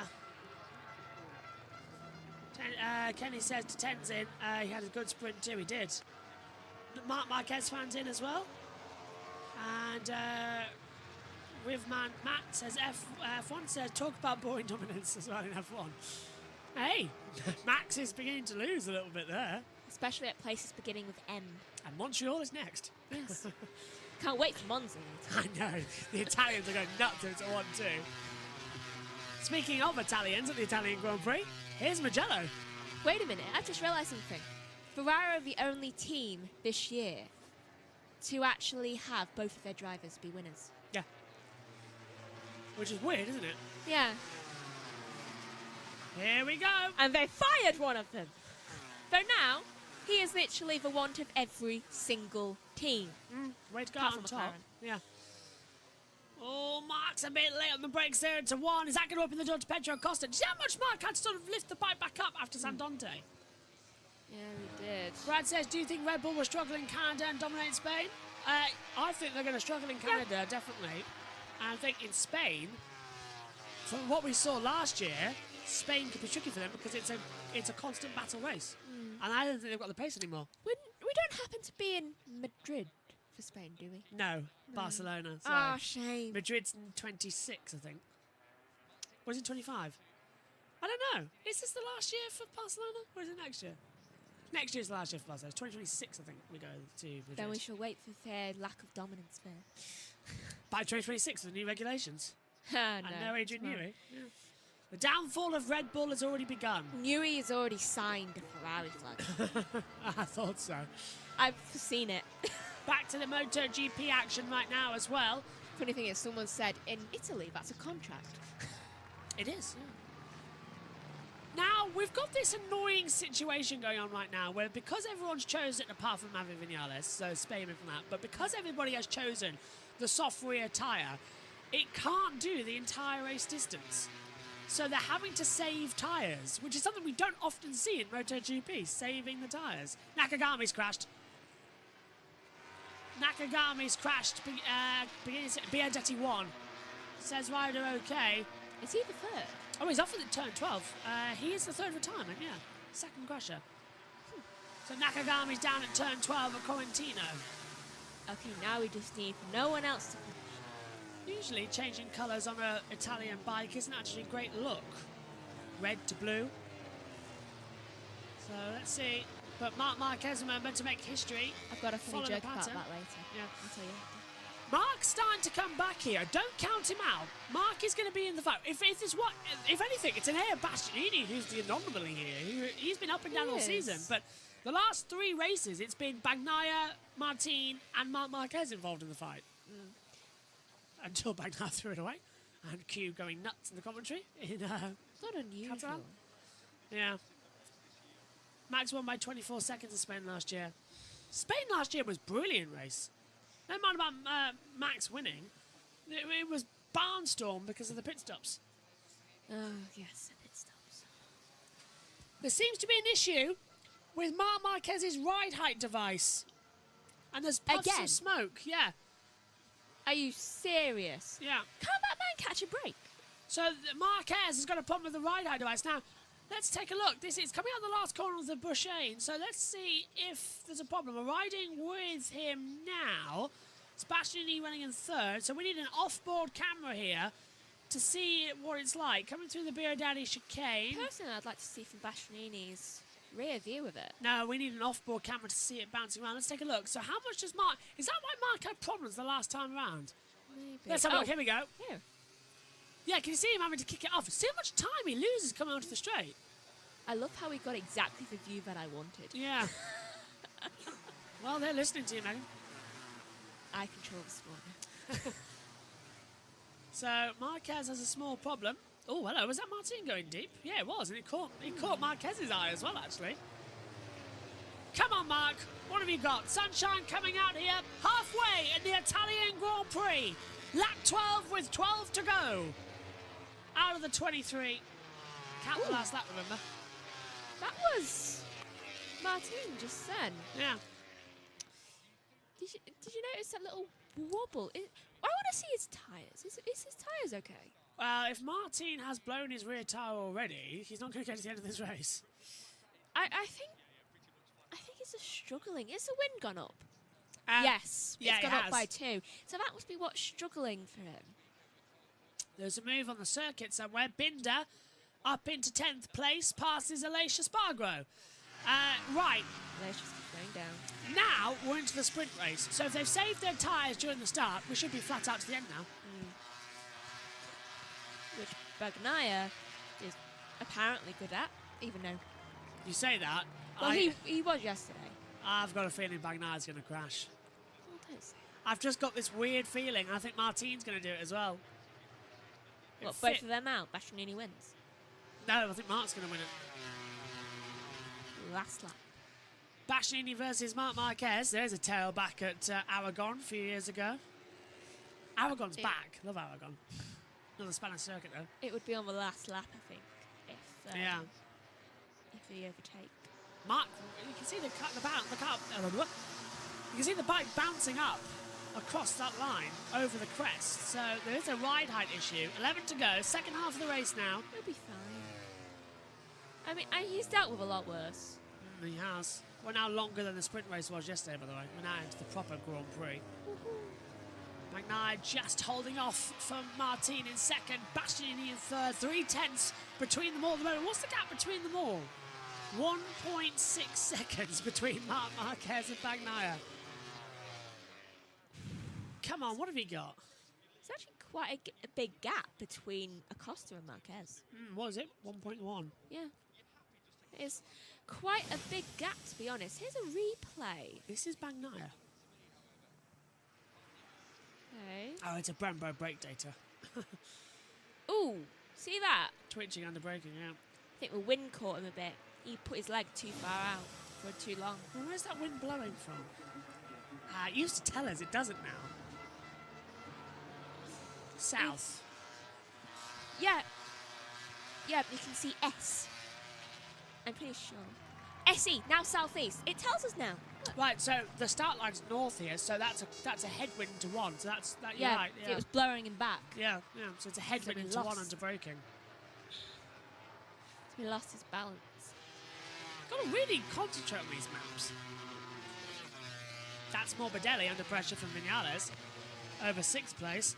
Martin has cut the gap to 0.5 to Bagnaia, but Bagnaia looks comfortably in control. It's 7/10 at the moment. Yeah, go on. That explains why Martin had that wobble a Yeah. lap or two ago, because he realised, oh, the wind's picked up. Mark's in the wheel tracks of Bastianini. He's not going to go for a move though, 9-1. No idea. I'm doing RT for 4:30. Dad's tea's at later. David's going to do it. So I'll do it. I'll dish it up because we're in IndyCar. Good, because I'll be hungry by then. Yes. I haven't actually had like the actual breakfast show. Well, I could always do Dad's dinner at the same time if he wants it then, and then we can eat later something snacky. I might. Oh, I just thought of something. I could have my like breakfast pancakes later on and have it as dessert. Yeah, you can have it as a dessert. Yeah, have it with the bondies. I really hope that strawberry ice cream is refreezing. Our freezer decided to. Hang on a minute, Maverick's thinking on the inside of a Macrobiado on Morbidelli. He hasn't done it there. Yeah, our freezer decided to defrost everything. So our really expensive strawberry ice cream, the Carte de Lure, has melted. Absolutely furious on that one. Yeah, for some reason the temperature went down from 5, which it has to be, otherwise it tends to mess itself up. To 4, and it messed itself up. I don't know why it was. It hasn't on got that. a switch on itself, unless it has, and we just didn't know that. I don't think it does. No, I don't think so either. Right, 10 laps to go then. What even? I don't know who switched it. No one would have. I'm just going to say this. When did Martin get that close to Bagnaia? He's right there. Look at Oh, Vinales. jeez. Vinales is going for a move. That's happened in the last 2 corners, I think. Yeah. So we were looking at, I think, Bastianini at that time. They're exactly the same coming across that line. Speaking of, And Marc Marquez going to have a go here down towards turn number 1. And it's about everyone's saving their time. Can someone just get a cattle prod and stick it in everybody to get this race livened up a bit? I think Rins is having a battle right now with Bsky. John says, here it comes. 93 supporters again. Oh, come on, Mark, 93. Says, Maney. SHG says, Mia's officially done with Honda. Yeah, he is. At least Marini's not last. Where is Marini? 20th. He's Second not to bottom. last. He's going to go and have a go at Lorenzo Salvadori. He's second to last. He's second to last, yes. Almost worse at being last, considering that Salvadori is a wild card rider. Yeah. He's not the full rider. He technically is last. Yeah. By the way, I'm going to need new e-cups next week. We say this every week, but really am. Because we've got Le Mans Well, coming. I need new earphones. Yeah, forgot that. Yeah, my earphones, my personal ones, decided to snap. There's some bows there you can buy. Yeah, and if you can just super glue it, when I get a bit more, I've got my eye on some bad, like 25 quid. So basically, that's what I'm paying for. No, I'm paying. With the money I owe you for Donny. Maybe. Vinales right in the back of Morbidelli. Yes, I was sent to Donington for the touring cars race won by her. Yes. Because it was a job opportunity. Yeah, I consider it a birthday gift. Though we're still owed. The opportunity is a birthday gift, not... I looked down going, really? Yeah, you can't. still have to pay for it. I paid for one of my books. You paid for, you brought Then me again, my I new bought that adapter that I know. enables us to do this commentary. I got the box and just wrote adapter on a piece of paper because he was already using it and put it inside. Because we desperately needed to use it, right? Everything would have blown up. And then I put a post-it note on the front and said, open to Joshua from Lego. In fairness, though, I don't owe you as much anymore because we got the money back for both the tripod adapter and that other one. Yeah. So, yeah, that was 25 quid back. That mean I still owe you everything from Donington? Yeah. Don't worry, I know exactly how much. It's about 60 quid, isn't it? 65? 65. I thought it was. That's pittance to what we got from...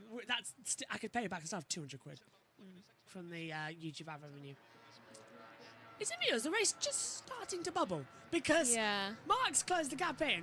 Bagnaia's now half a second back. We've had to really, really wait for this one. It's but like- now we can go. It's bubbling like the potatoes in the house. Don't, I forgot about those. I hope they're all right. I might have to actually turn them up. I'll put them on a very low boil. Oh, I thought I was going to crash You it. said that would take an hour, and an hour is the end of this. Yes. So, shall we do a quick off? No, I don't know. I'm only an hour. If we get to the end of it, we can do the podium. We haven't done the podium for a while in MotoGP. I'd like to actually get to one.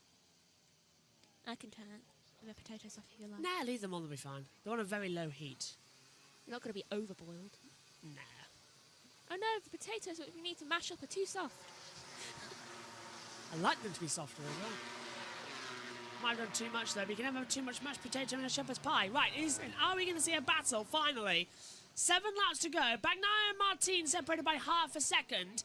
4/10 of a second now I will adjust myself to. Oh, now it's 5/10 of a second. And Bastianini and Marc Marquez separated by less than 2/10 of a second. So now we've got the going on. 89 and 23 not going to end well. So that's Martin and Bastianini. Yeah, that's what I'm thinking as well, John. I just want Mark getting up there. I know Bagnaia needs to win the race for the title and everything, but take Bagnaia and Martin out of the race. Just give Mark the win. We'd prefer him not win the race for the title. Make it more exciting. You sound like the Queen of Peladon when you said that. We would not. We would not. Yeah. Through Arabiata 1 and 2. Where's the uphill. crystal? With the great beast, Agador. Over the hill, down into the braking zone, into Scarpera. Mark, please, turn 3, says So Vandy. Is that an opportunity to overtake? Turn 3 is at Luco. Turn 3 is Secco. Poggio Secco. 8 attempts back. SHT says, for what it looks like, it's going to be a good weekend for Yamaha. It's really back once again for them. Yeah, Quadrara 16th and wins in 15th. So it's ebbing and flowing. It was a good practice, but the bike's still far away in quali and especially race pace. It's too far back. So, are we going to see any battles between it? It's a Ducati top 4 race, basically. It is. And Mark's on a year-old bike. Bastianini, Martin and Bagnaia are all on the 24 bike. Let's not forget that either. And Mark is doing this. What can he do if he puts him on an equal bike? Mark's going for it into turn 1 in San Dante, and he's through. Yes, well done. Marc Marquez, he takes 3rd place, and now he sets his sights on going for victory here at the Italian Grand Prix. Mark is pacing himself. If anybody knows how to do A, last lap wins here, and B, how to win overall in Mugello, it's Marc Marquez, who's done it 3 times. He's got 6 laps to gain 2 seconds. Easy. He's already 1.1 to... Yeah, he's 1.1 seconds now to Martin. He's 1.7 seconds to Bagnaia. 3/10 already, Megan, in the first sector. Ooh, look at that, just Fen. Big black line. He's already gaining a lot of time. Yeah, Martin drifting out that rear tyre, as you said earlier on. Bastianini is just sitting behind Marc Marquez. If I was Bastianini, I wouldn't go for the move. Just follow Mark. Trust in Mark's instincts, and then you can have an attack for 2nd or 3rd, yeah. So if I was Bastianini, I'd learn from Marc Marquez. But Bastianini knows as well, this is the other psychological game. Bastianini knows that if he's beaten by Marc Marquez and Jorge Martin, he won't have a contract next year at the factory team. He's had a contract with Bastianini at the end of the year for the factory team at Ducati, and Marc and Martin wants to take his place. So good. Yeah, it's all about, well, what's going on here? So what we're watching is Bagnaia out front and then a massive political game for everybody else behind. So yes, Mark coming to turn 1. So we need Bagnaia and Martin to get really close to each other. We do. And then crash. Kind of, Taking each other out, as championship leaders usually do. Especially in MotoGP, yeah. I remember yesterday, Martin kicked the side of Bastianini off. And then he said, yeah, after that there was something wrong. I didn't see him, and then there was something wrong. So when you said there was a problem with the bike yesterday when he crashed, you were right. We played Marc Marquez into 1. Right. So Marquez just went round the outside. Is that the inside? Inside or on. inside? Couldn't tell. Forced it wide as well. Bastianini nowhere to go on that dive bomb. Great move from Marc Marquez on the Completely inside cut line. him off. Yeah. It was like a hi, bye. Dijantonio's got the fastest 2nd sector, 22.442. Bagnaia, shade. Do you remember a couple of years ago when he was leading the Italian Grand Prix and he came into Acme Reactor 2 and the front dipped and he crashed? Yeah, it's 22, yeah. It's one of those races, isn't it? Martin and Bagnaia are getting closer to each other. SHT says Acosta needed the bounce back in the Grand Prix. He's up into 5th. Good points for him on today. Hopefully everyone is enjoying what's happening right now. Marc Marquez P3. Someone just ripped their visor. Mark's pulled a second. So Mark's pulled 2 seconds in a lap. That's good. We need Mr. Consistent. Look at that. 46.3 and 5, 4th, 4.3. We need Martin and Bagnaia to crash into each other if Mark's going to win. Bagnaia, 2-time MotoGP World Champion, 1-time Moto2 World Champion. This is getting quite tense now. Thank you for the compliment, Mandy. SHT says Bezzecchi's having a really rough season so far. Yeah, he is. Where is Bezzecchi right now in this one? 14th. He's inside the points still. Yeah, great shot, Dorna. We've got 4 to go. Let's have a super slow-mo shot of the race leader. Doing absolutely nothing at all. When their battle is so close. Oh, let's have 2 for the price of 1. This is him coming through Lorenzo. The Borg San Lorenzo, turn 5. After Maserati. Ah, there we go. And that really gives you a visual gap, doesn't it? Marquez has got a lot to pull up. It does. The gap is getting close to what the gap between Martin and Bagnaia is. Yeah, it's nearly a second. Okay, not the exciting end we were expecting, but a lot can happen in MotoGP, so... Like crashing. It's spontaneous. Yeah. Then again, I said there'd only be 3 crashes. I mean, well, retirements. 3 cars. I mean, bikes out. So... Trying to do the gap. Look in the championship now. It's slowly being ebbed down. If Martin goes down, then it gets a lot more entertaining. Morbidelli. Hang on a minute, what's happened there in the midfield? Who's swapped places? Digi's passed Vinales. Digi's up to 7th. He's passed Maverick Vinales. Huh. Good move there. Wish we could have seen it, but, you know, the Yeah. TV director wants to focus on the front here. We're stuck on people who are trying to gain time. Yes. With 3 laps to go here at Mugello. 9 miles left. Look at Bastianini. He's got a great run on Marc Marquez down towards turn 1, but in the braking zone, you can't stop Marc. But has he got it in the apex? Yes, he has. We've reached less than a second. Right, so Marc's now closing down on Martin.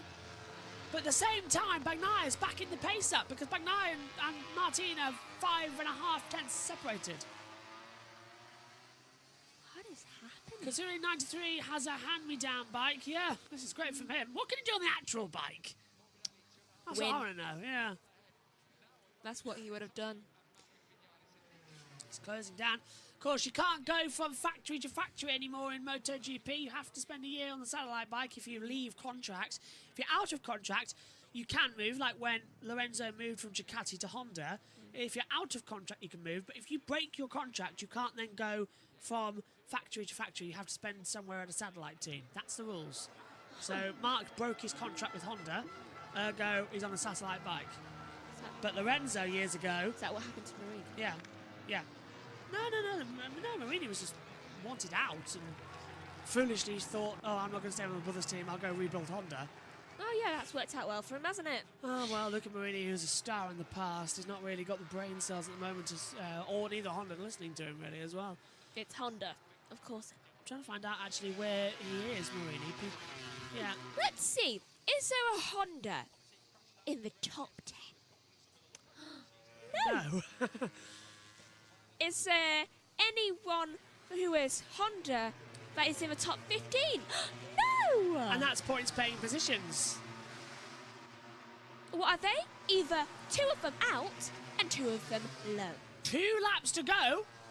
Martin just did a 3/10 a lap faster lap than Bagnaia. Martin has saved his tyres and has now brought the fight on. Marc, I think, is too far back unless these 2 fighting brings him into it on the last lap. But this is going to be a very interesting end to the Italian Grand Prix.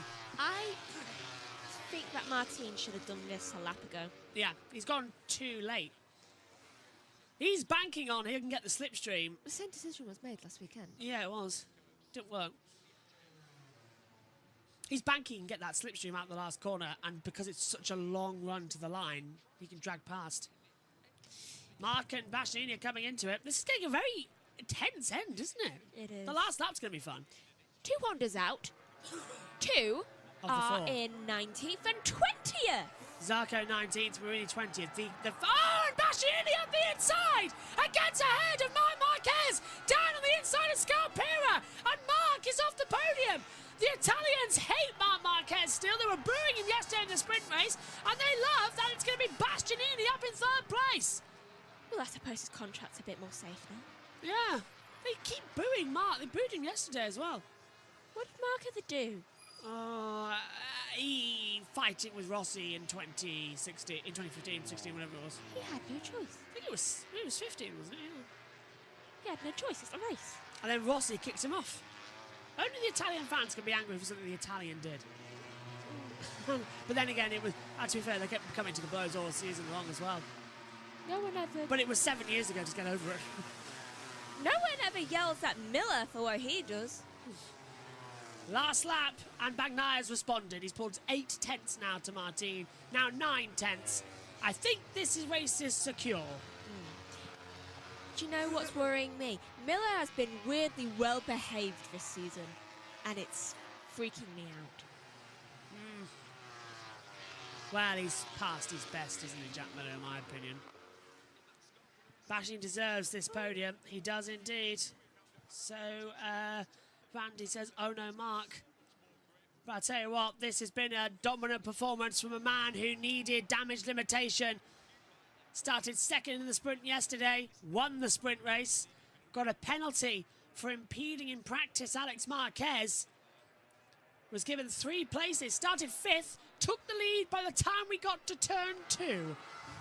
And has held it with calm and pace and dedication ever since. And now Bastianini's going for a Ducati 1-2 ahead of Martin here as well. Go on, Anea! Go on! Making a Ducati 1-2. We're into the last sector now as well. Martin has jumped off the pace. Bastianini is fighting for his future. If he can get ahead of Martin, it might just be worth re-signing him. That's what this weekend's all about. Who's going to be on the second bike? Bastianini's going for it on the inside. He's not going to get ahead. Oh, but he's close. He's going for it. He's on the inside. Martin went wide. It's a 1-2 for the Ducati Lenovo team. Oh, wow. That's brilliant. And they are Bastianini. I don't know about you, but he's 22. 22 career wins in MotoGP for Pecco Bagnaia. He does the double. 2 in a row. Catalonia and here at Italy. He wins the sprint and the Grand Prix. As Vanessa Nistri, the superfan, waves the flag. And not only that, in Ducati's backyard, it's a Ducati factory 1-2. Bagnaia and Bastianini. It's Italian domination at the Italian Grand Prix. And his contract's safe. Or safer. Needed to do what he needed to do. Bastianini gets ahead of Martin and Marquez. A, I told you last corner. And Yeah. B, how many bikes are out? 3. Well done, Megan. Megan's just dominated this one as well.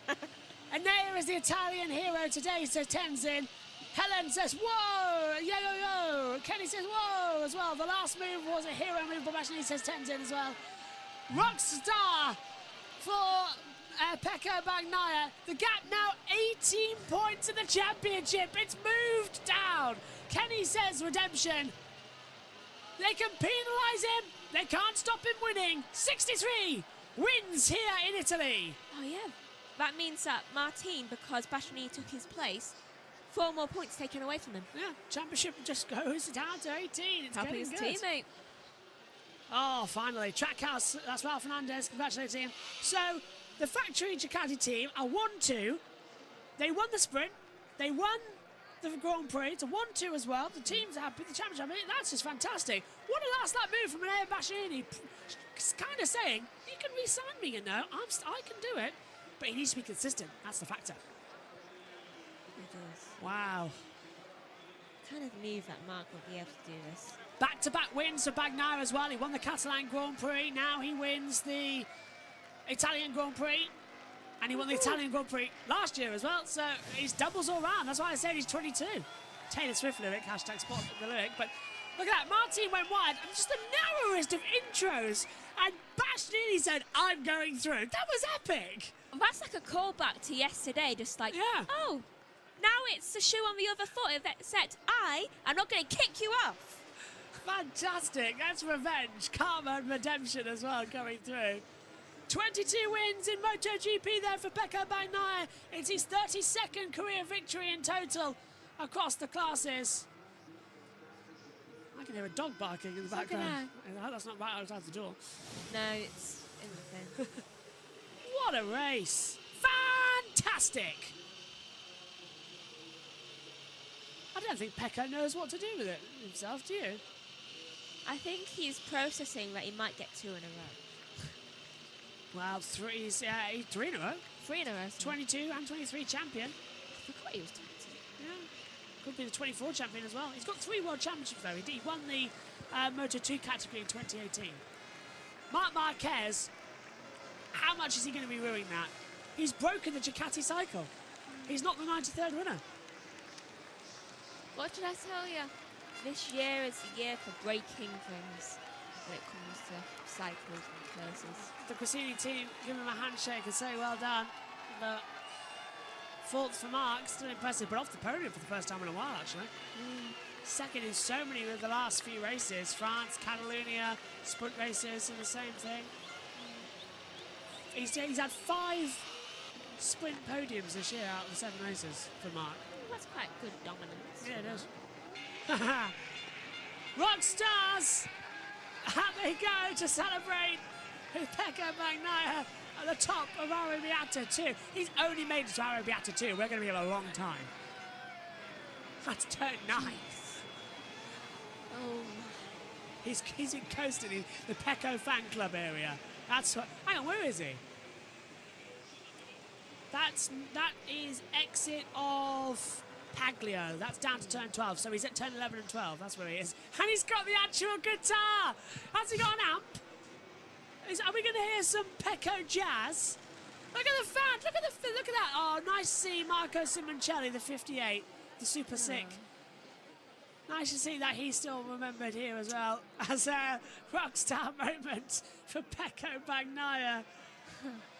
Hugs all round, taps on the bottoms.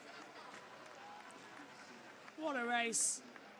Everyone getting involved. A home win as well. Another home win for Bagnaia. Won the sprint, won the Grand Prix, damaged limitation, gets himself back in the title hunt. Now we've got a fight on. And a 3-week break until we get to the next race. And he's wearing gloves. 3-week break. And he gives it to a fan. That's lovely. One in the crowd, one to a fan. In person. I love Pecco. He's so nice. Photos with the fans. Right, here we go then. Time to come in as well with it all. In you go. Rockstar moment. It's just a massive party. It's fantastic. Honestly, it's giving vibes of like with the Indy 500. Yeah. It's like just being with the fans. Yeah. Sponsored drink there, of course, for Jorge Martin. Martin, I think, is just looking more and more angry and depressed as the year goes on. He's leading the championship, but he knows that crucial areas keep going through. And they have Bastianini just looking so happy right now. Tell you what, party at Ducati later. Yeah, honestly, I think they might be the happiest team. I'm going to send Matty Patterson and Simon Patterson down as well to see. Just go get some drinks. Go get some drinks. See, that's what I can't wait to be involved in at World Superbikes, the after parties. Please don't buy another donkey. Yeah, don't buy another donkey.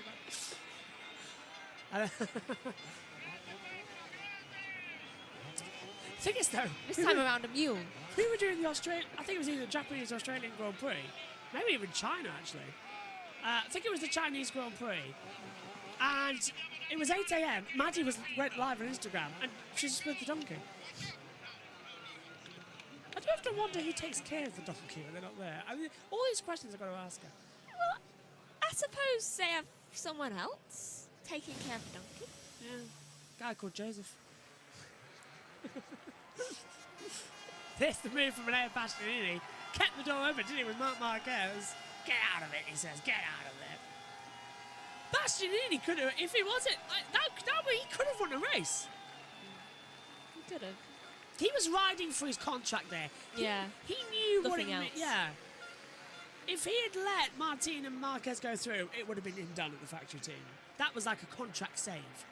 He was like, do you know what? I need to do this. He did both in a lap. Is it enough, though? I think it might be. He's got to keep showing it regularly. I think that's what he's just been told. You've done it now. Why the hell have you been doing that for the rest of the season? I didn't think it was that important the rest of the season. But I think Bastianini was certainly in the first 4 races. He was right up there in the championship hunt. He was in the polls. He just had as bad well. luck the other time. Yeah, he's had a bad couple of races. This is more of a return to form. Oh, now the marshals have got him. Oh, we'll never get on the podium at this rate. Wait, go. Don't the marshals fall down. Becca going, are you all right? I'm okay. Pekka Bagnaia hit a marshal. Is that the Irish flag or the Italian flag? I can't tell from that angle. I think it's the Italian. He's looking at it going, which way round? Is that the right one? Bagnaia, please look where you're going. Someone's got the fans horns out. An Italian winner at the Italian Grand Prix on an Italian bike. He's done the double with the sprint at the Grand Prix, and it's an Italian 1-2 He's got podium. the guitar on his back. He's what? Oh, he has got the guitar on his back. Is that his actual guitar? Oh, I think that's what tripped the marshal. It was the guitar. Oh, my. Those two are just going to look and see him come in, just like, what the? Martin is now giving his drink to Bastianini. Don't worry, it's not poisoned, I swear. Just like, And then yeah. he goes for the low shot. Below the belt. Not cool though for Martin. It's like, here's a drink. I promise it's safe. Bang, bang, bang, bang. 3 weeks we've got to wait now until Assen. A nice little break.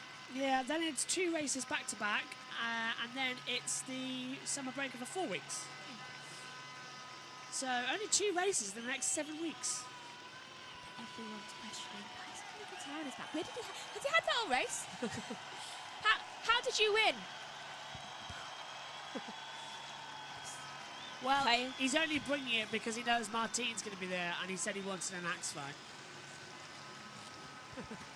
Martin's just like, it's not what I meant. Axe fight? The marshal's there with the red flag now. So, no, you can't block the marshal. Finally, 10 minutes later, after the race is finished, Pekka Bagnaia maybe longer actually, gets into Parc Fermé. Yeah, it's about 10 minutes.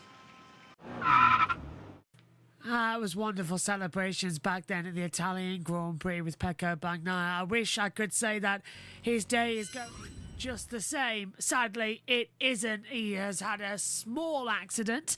Ryder is okay at the last corner, so that has disrupted his running so far. Welcome back up to live coverage here on JB Motorsports of the second day of the Sepang test. Franco Morbidelli has come out of nowhere and has gone fastest, 1:57.210. But as you can see on the blog just below us, the fact that the heat has now risen up. Track temperature 51 degrees Celsius. Air temperature 31 Celsius. I don't think we're going to see much improvement until that suspected rain comes in. It's just past midday here with 6 hours still running, 5:42 left on the clock. It's Morbidelli from Quartararo, then Alex Marquez, Aldeguer, Oliveira, Zarco, Miller, Rins, Mir and Ali Agura having the top 10. We have had a stop out there the circuit for Pedro Costa. He crashed at turn 5. Ryder is okay. And we have had a stoppage for Fabio Quartararo, but that is a technical issue, not a crash. But we've still yet to officially have any word on that coming through. So yeah, not really what we're going to have coming through, and hopefully we'll have some more information later when we get to the mid-morning debrief at 3 o'clock, which is coming up in 2 hours' time. So just give you a reminder of what's coming up then today. We've got Assen next up as our commentary, and then we'll have another update from the day. Then we'll go to Germany, followed then by the British Grand Prix Sprint. Then we'll have Midday Live, and then it'll be the race for the British Grand Prix, and then Austria, and then we'll have a 10-minute wrap-up at the end of the day for this one. Ducati are sandbagging at the moment as well. That's the thing you've got to remember with them. But Marc Marquez very much just needs to get used to the bike, and is spending a lot of time in race simulation data and race push data. So we'll expect to see that come through at some point later on. Don't know what's happened there with the system. Okay, well, let's cross back over then and join Assen. All set to go then for MotoGP and the Dutch TT Sprint Race. This has been on the calendar since 1949, missing only 1 year in 2020 due to COVID. This place is awesome. Beautiful blue skies, track temperature 48 degrees Celsius, air temperature 24 degrees Celsius. This is your starting grid then. Pecco Bagnaia, Paul from Jorge Martin and Maverick Vinales. Then it's Alex Marquez, Aleix Espargaro and Fabio Di Giannantonio. Then we get Marc Marquez, Franco Morbidelli and Brad Binder. Pedro Acosta, Anaya Bastianini, Ralph Fernandez, Fabio Quartararo, Jack Miller, Marco Bezzecchi, Alex Rins, Miguel Oliveira, Lorenzo Salvadori, Johan Zarco, Juan Mir, Luca Marini, Augusto Fernandez and Takiki Nakagami. Away we go then on the warm-up lap here for the Tissot Sprint. And it's a very welcome back to the commentary box for Megan Birch, who is here for the sprint race today.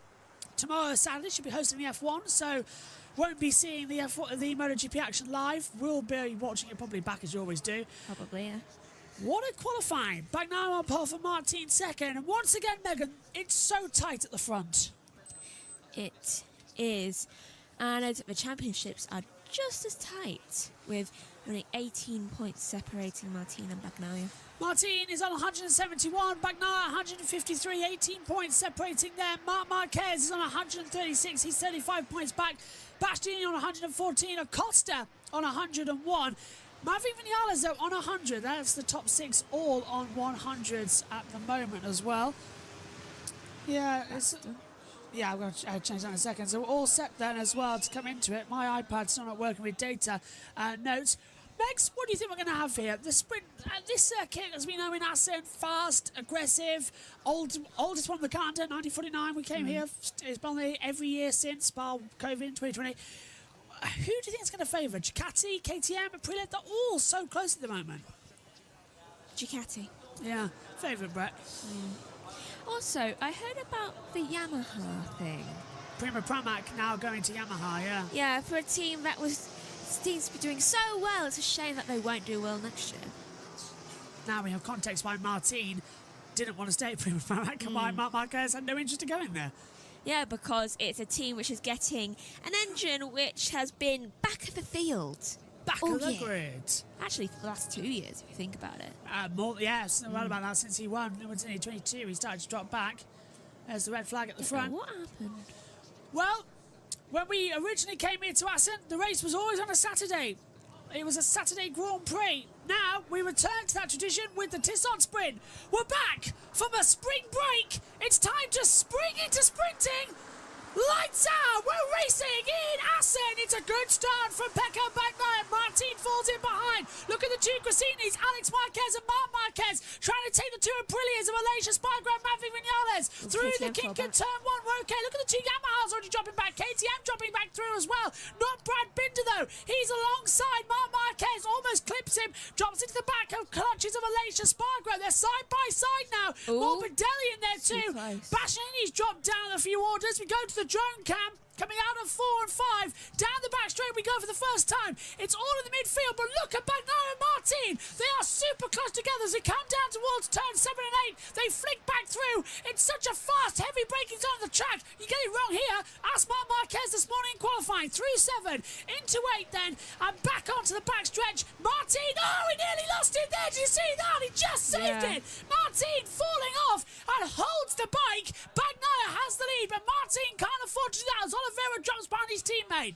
Acosta's doing well. He's going in a little bit of a battle now with Disantonio. And round the outside, Aleix Espargaro trying to have... No, that's Maverick Vinales trying to have a go at Alex Marquez. He's already dealt with Marc Marquez. Ralph Fernandez Oliveira changing places as well. But Bastianini holding off Quadraro for 10th position as we head down the back straight once again.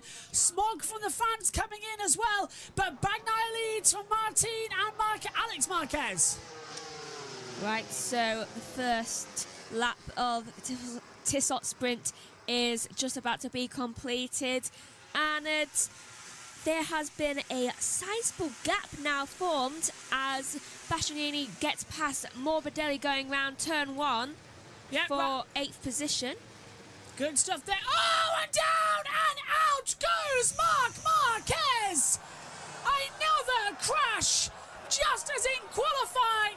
He tries to move at the inside, and Marc Marquez hits the deck in a sprint. Where's that? Turn 3? Coming out of 2 into 3, yeah. Now, this is where Martin nearly crashed last time out as well. So is he going to have another go this time on Pecco Bagnaia through 6 into 7? Then it's the kink at turn 8. Martin's looking a lot more racy this time as he comes down to the braking zone. Martin thinks about it, but Bagnaia's got such an advantage in the front. Alex Marquez doing the best in the moment, but Marc Marquez is out of the race. Fairness, Mark didn't get a lot of practice, I should think, in the session which I covered. Oh, and I think there's either someone about to go wide or go off again. I think it's just going... Maybe not. Hold on, Ralph Fernandez. It's going, it's just gone really wide. Mark looked like he got caught on the curb. It's the bump on the curb, isn't it? As soon as he hits it with his front left wheel, down it goes on the deck. Oh, that bump must be sorted. That's not Mark's fault, I don't think. Maverick Vinales gets ahead of Alex Marquez, though, dives up the inside line, coming into victory corner, and takes up to 3rd position. That's halfway through turn 2. Yeah. And between turn 3 as well. That's a horrible bump as well. We know what it's like. There's your lap time starting to fly through on who's doing what where. Bagnaia's got the fast lap of the race on a 1:31.698 as we come back through turn 2. Bagnaia leads from Martin Vinales, Alex Marquez, Brad Binder. That's your top 5 at the moment, and they are matched. Look at that. Bagnaia and Martin's last lap times are exactly the same. There's nothing separating the two championship protagonists on exactly the same bike in exactly the same conditions. Morbidelli has a track limits warning, and also the gap between Martin and Vinales is almost a second. Insane, isn't it, already, that those two Ducatis are pulling away. So they are evenly matched at the front of the field. I wonder which one will be the first one to make that critical error. We've already seen Martin have a little jump as well come through. Battle for 6 going on between Aleix Espargaro and Bastianini right now. Yeah, there we are. We're seeing it now. Aleix still ahead of Bastianini, but Bastianini has made his way up the field as well after a poor qualifying. He's up into 7th now as well. Morbidelli in P10, that shot him as well. So does Tadiki Nakagami as well. So they're all just keeping it through.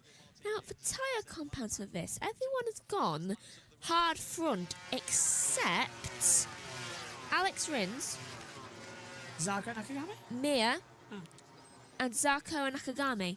They've all gone medium front soft rear. Interesting, interesting. That could be a factor for later on in the race then, depending on the tyre wear comes into it as well. Speaking of, Ralph Fernandez gets past Mia for 15. Looking ahead to Binder, he's P5. Alex Marquez just ahead of him. Zarko's got a track limits warning as well. Oliveira does pass him, so does Ral. He passes Alex Rins. We're looking with Bagnaia's on board with Martin just behind him. We're riding on board now on TV pictures with Brad Binder looking ahead to Alex Marquez as they come into it. So they're still charging through. 10 laps to go then in the Tissot Sprint. This is not what Marc Marquez needed. He's going to lose grounds to Martin and Bagnaia in the championship as well, says SHT. Mohammed says, go Pecco Bagnaia. Hello to John and to Josh T as well, as Aleix gets ahead of Enea Bastianini as well. That manoeuvre making nice, sweet changes over at the front. 10 laps to go then. And the field now starting to come back together. And look who is in third position, closing up on the leaders. Maverick Vinales, the recent king of the sprint races, are again holding it together nicely. The gap now is it's 0.8 of a second to Martin. So yeah, he's really pulled that in at the moment. So we've got a three-way fight at the front. Alex Marquez just drops back ever so slightly. Fernandez has now been given a track limits warning as well. Look at Linnea Bastianini right in the back of Alicia Spargo, not giving up 1 inch. He is pushing for all his might, and there's a change coming through as Binder looks to go for 4th position. Alex Marquez hasn't worked out. Meantime, Marc Marquez is now into the pit lane. So let's have a look. SSG says Mark is usually strong on this track. Today it hasn't been his day. It has not been his day, as we see as well. Binder in 3rd position, closing into Alex Marquez as well on the attack. So again, they're on the attack, they're on the charge, they're on the push, as Alex, well, I'm just saying Marquez now, can't we? He's defending hard as well. There's Mark, though. Bad day. Disappointed. I mean, this morning he did... I wonder if it was a problem with his kneecaps again, because this morning he did seem to have a problem in free practice too, where he had to adjust them after he came back into the pit lane. It's a bump in that mid-corner as well. If he's not completely settled and not completely on that bike, let's take a look. There's his kneecap, look. So, Joe, I reckon you're right. I think it was his kneecap that caught the curb. It kept...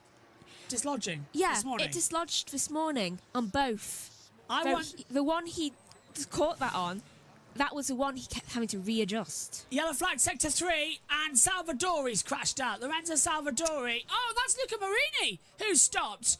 Luca Marini's pulled off the track as well.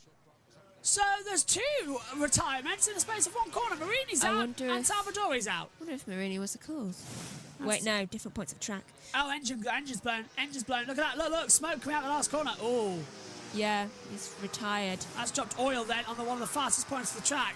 Yeah, he kept having to readjust it this morning, and I mentioned that in coach. I thought that was a bit weird. I wouldn't be surprised then if it is that kneecap coming loose on his overalls and it's just caught on the exit curb. And yeah, I reckon he needs to fix that before. Great spot, Megan. Tomorrow. See, this is why Megan's back with us as well for the sprint race as well. I wouldn't notice that because I didn't cover that part of the session. But tomorrow, Megan's covering warm-up for 10 minutes, and then I'm back for the race. Megan? 6th position Officer Oliviera, track limits warning. 6th position has been gained by Bastianini yet again. After the little battle he's got going on with Alicia Spargo, Bezecchi has a track limits warning as well. The yellow is still out. Yeah, I wonder if they're going to go red, you know. Because if there's oil down, then they would want to get that cleaned up, don't they? Well, we have got Megan's laptop on standby if we need to transfer coverage over to her. When's that next needed? Right, I'm going to have to Not do today. Yes, it is. Oh, 3:10, yeah. I'm going to have to do my Duolingo lesson before that then. I would do it directly after this session because I'll be setting up. Because if you look, we finish here, 1-0 there, and I've got to set it up in that time. So maybe do your Duolingo lesson after qualifying? Well, I don't need it again. No, I can do it within 2 minutes. All right. Fair dues. I'll just do the quick and easy one. SHG says Salvador is off while Honda again blows up, yeah. And Adam says Pete Hoy Martin to win, Josh. Yeah, I've picked him too. Honda. Not Honda. Good. Yeah. Don't forget who's... let's have a replay. And this is Salvadori's accident. Battle for... Oh, no, this is battle for 6th.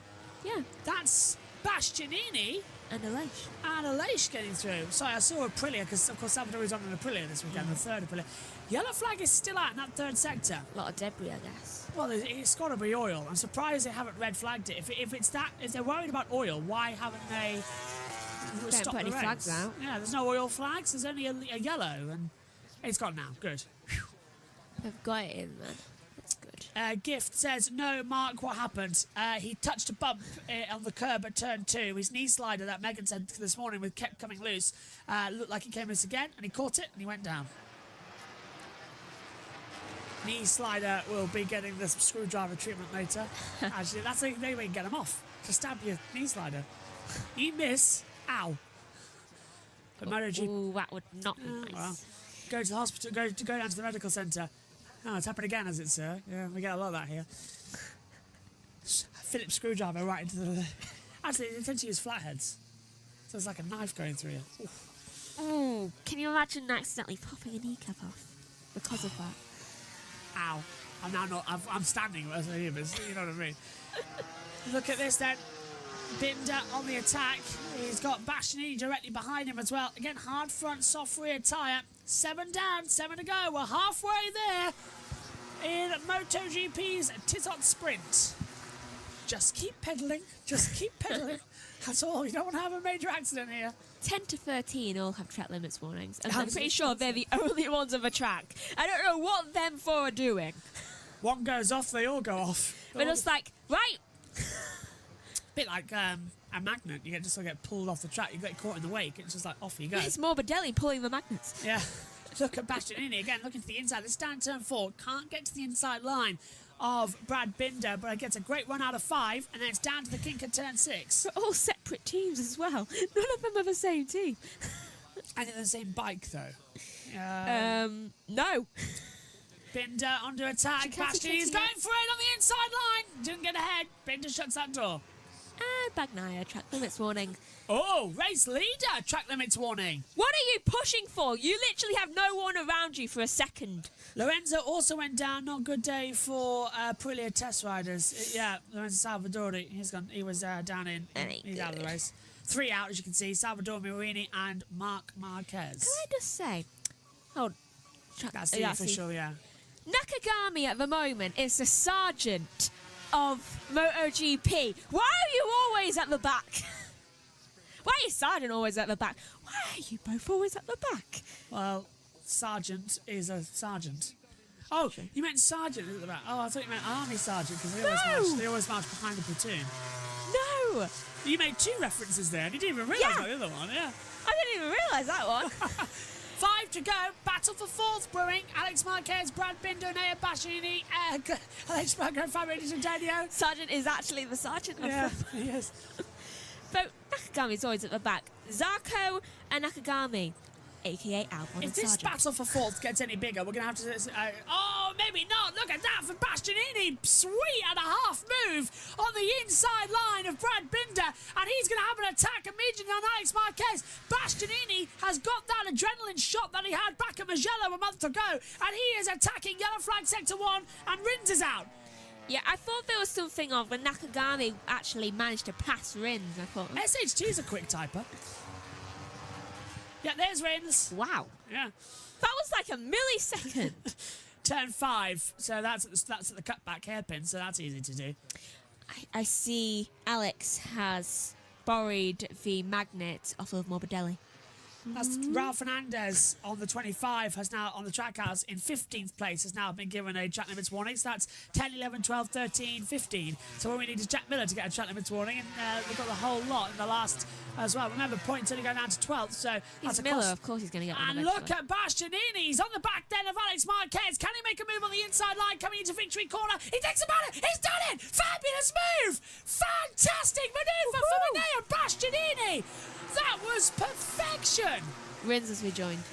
And Digi's passing Aleix, so that's happened further back as well, up in the top corner. No, that's what's happened. There it is.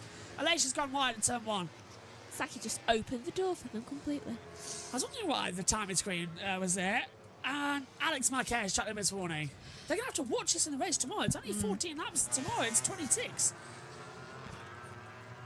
And we've already had 3 people out and 4 incidents. Oh, we're going to lose like 7 tomorrow. There it is again. Look, that was millimetre to an accident from Matteo Bastianini, but he saw the gap, saw the bike was big enough, and went through. It's just like a puzzle piece. Well, ever since Bastianini knows he's not going to be riding on the factory bike next year and he's going over to another team, another manufacturer, he's going to be on the Red Bull Gas Tech 3 team alongside Vinales. He's sort of switched and goes, all right, I'm going to KTM now. I'll just ride whatever I like. He's not playing a team game. He's become the Sainz of MotoGP. Yeah, he doesn't need to have any sort of problematic runs. He's just right like, there. Just going to give it my all.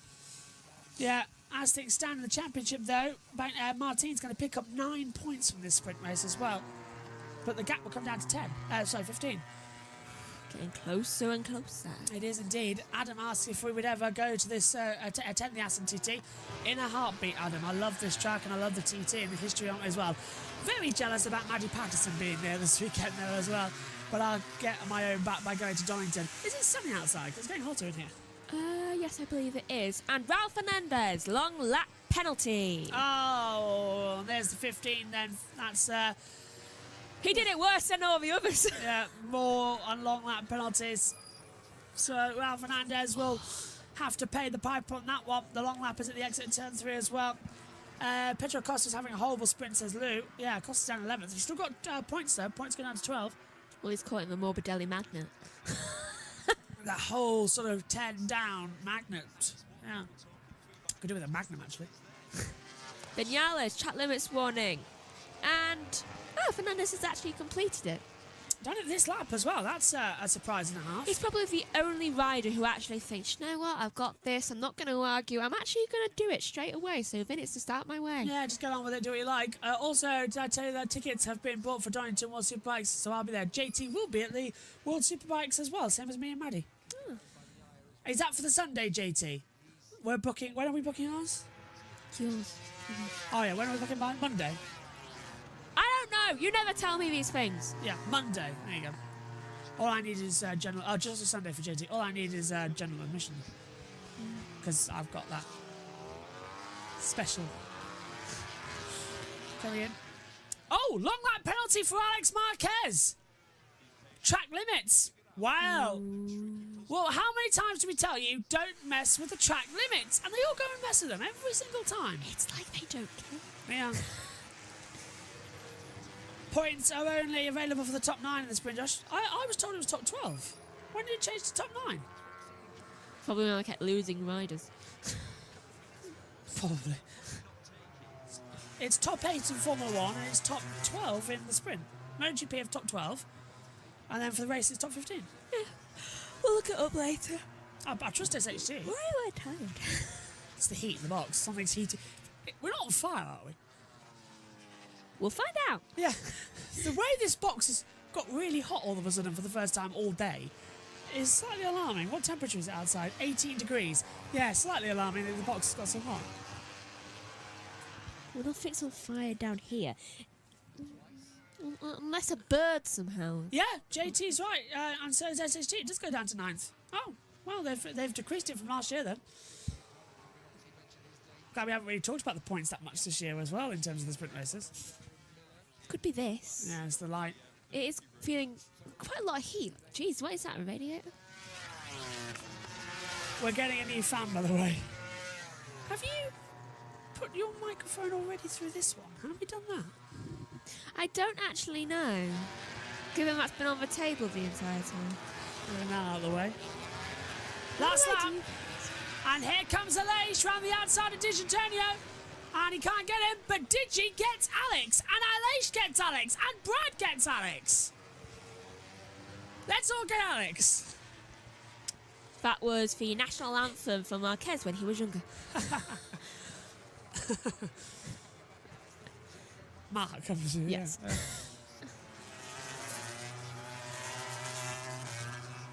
So they come into it. Now he thinks, what have I got to get Alex for Christmas? Leading group. Well, this will be an interesting race tomorrow, won't it? Will we actually have Bagnaya and Martin? Sorry you won't see it. Just tell me who crashes. I remember. You'll remember. I'll leave you the timing screen. Just see me in the box just saying, yeah, whoppa! You've got Sky Go and Discovery Plus. You can just watch it on your phone. Yes, I do. You forgot that, didn't you? Pretty sure I updated Sky Sports as well. Well, keep an eye out. Final sector, though. Well, it's been a spring break before 2 back-to-back races and then a summer break. Who's that? Quadraro's dropping down the order. No, it's Aleix. Aleix has crashed. Aleix has crashed out. Meantime, Pecco Bagnaia wins the Dutch TT sprint race. Huge accident. Ooh. Big one there for Aleix. Aerial accident, the bike rolling everywhere, but he looked to be okay. Yeah. But Winded. winded okay. for sure. Huge accident for Aleix there. He's breathing very heavily. You can see the airbag went off. Yeah. Bagnaia wins, but that was a huge one for Aleix. Big accident. That's coming into the braking zone for the last corner, so you're carrying max speed. Definitely winded. It's probably just like, give me a day. Roland Kirley, the MotoGP fan, waves the flag. That's such a good idea to get the young fans to wave the checker flags. Isn't that such a nice memory? Megan, look younger, and then you can wave the flag. I can't! We have family members who are younger. I'll call Zara. And Elliot. Right, this is what happened to Aleix then. So Digi's ahead of him.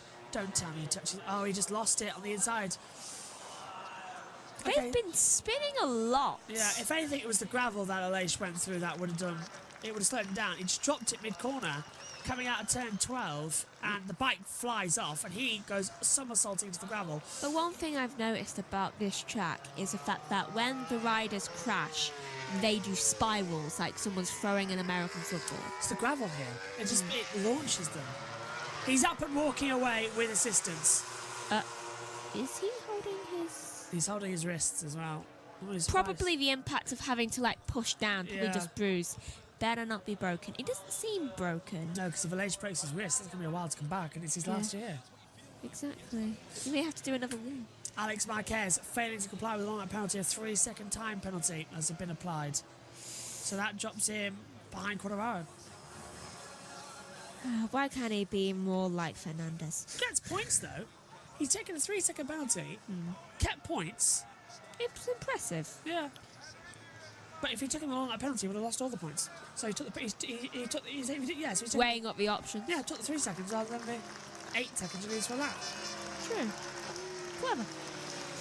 Marquez is very clever.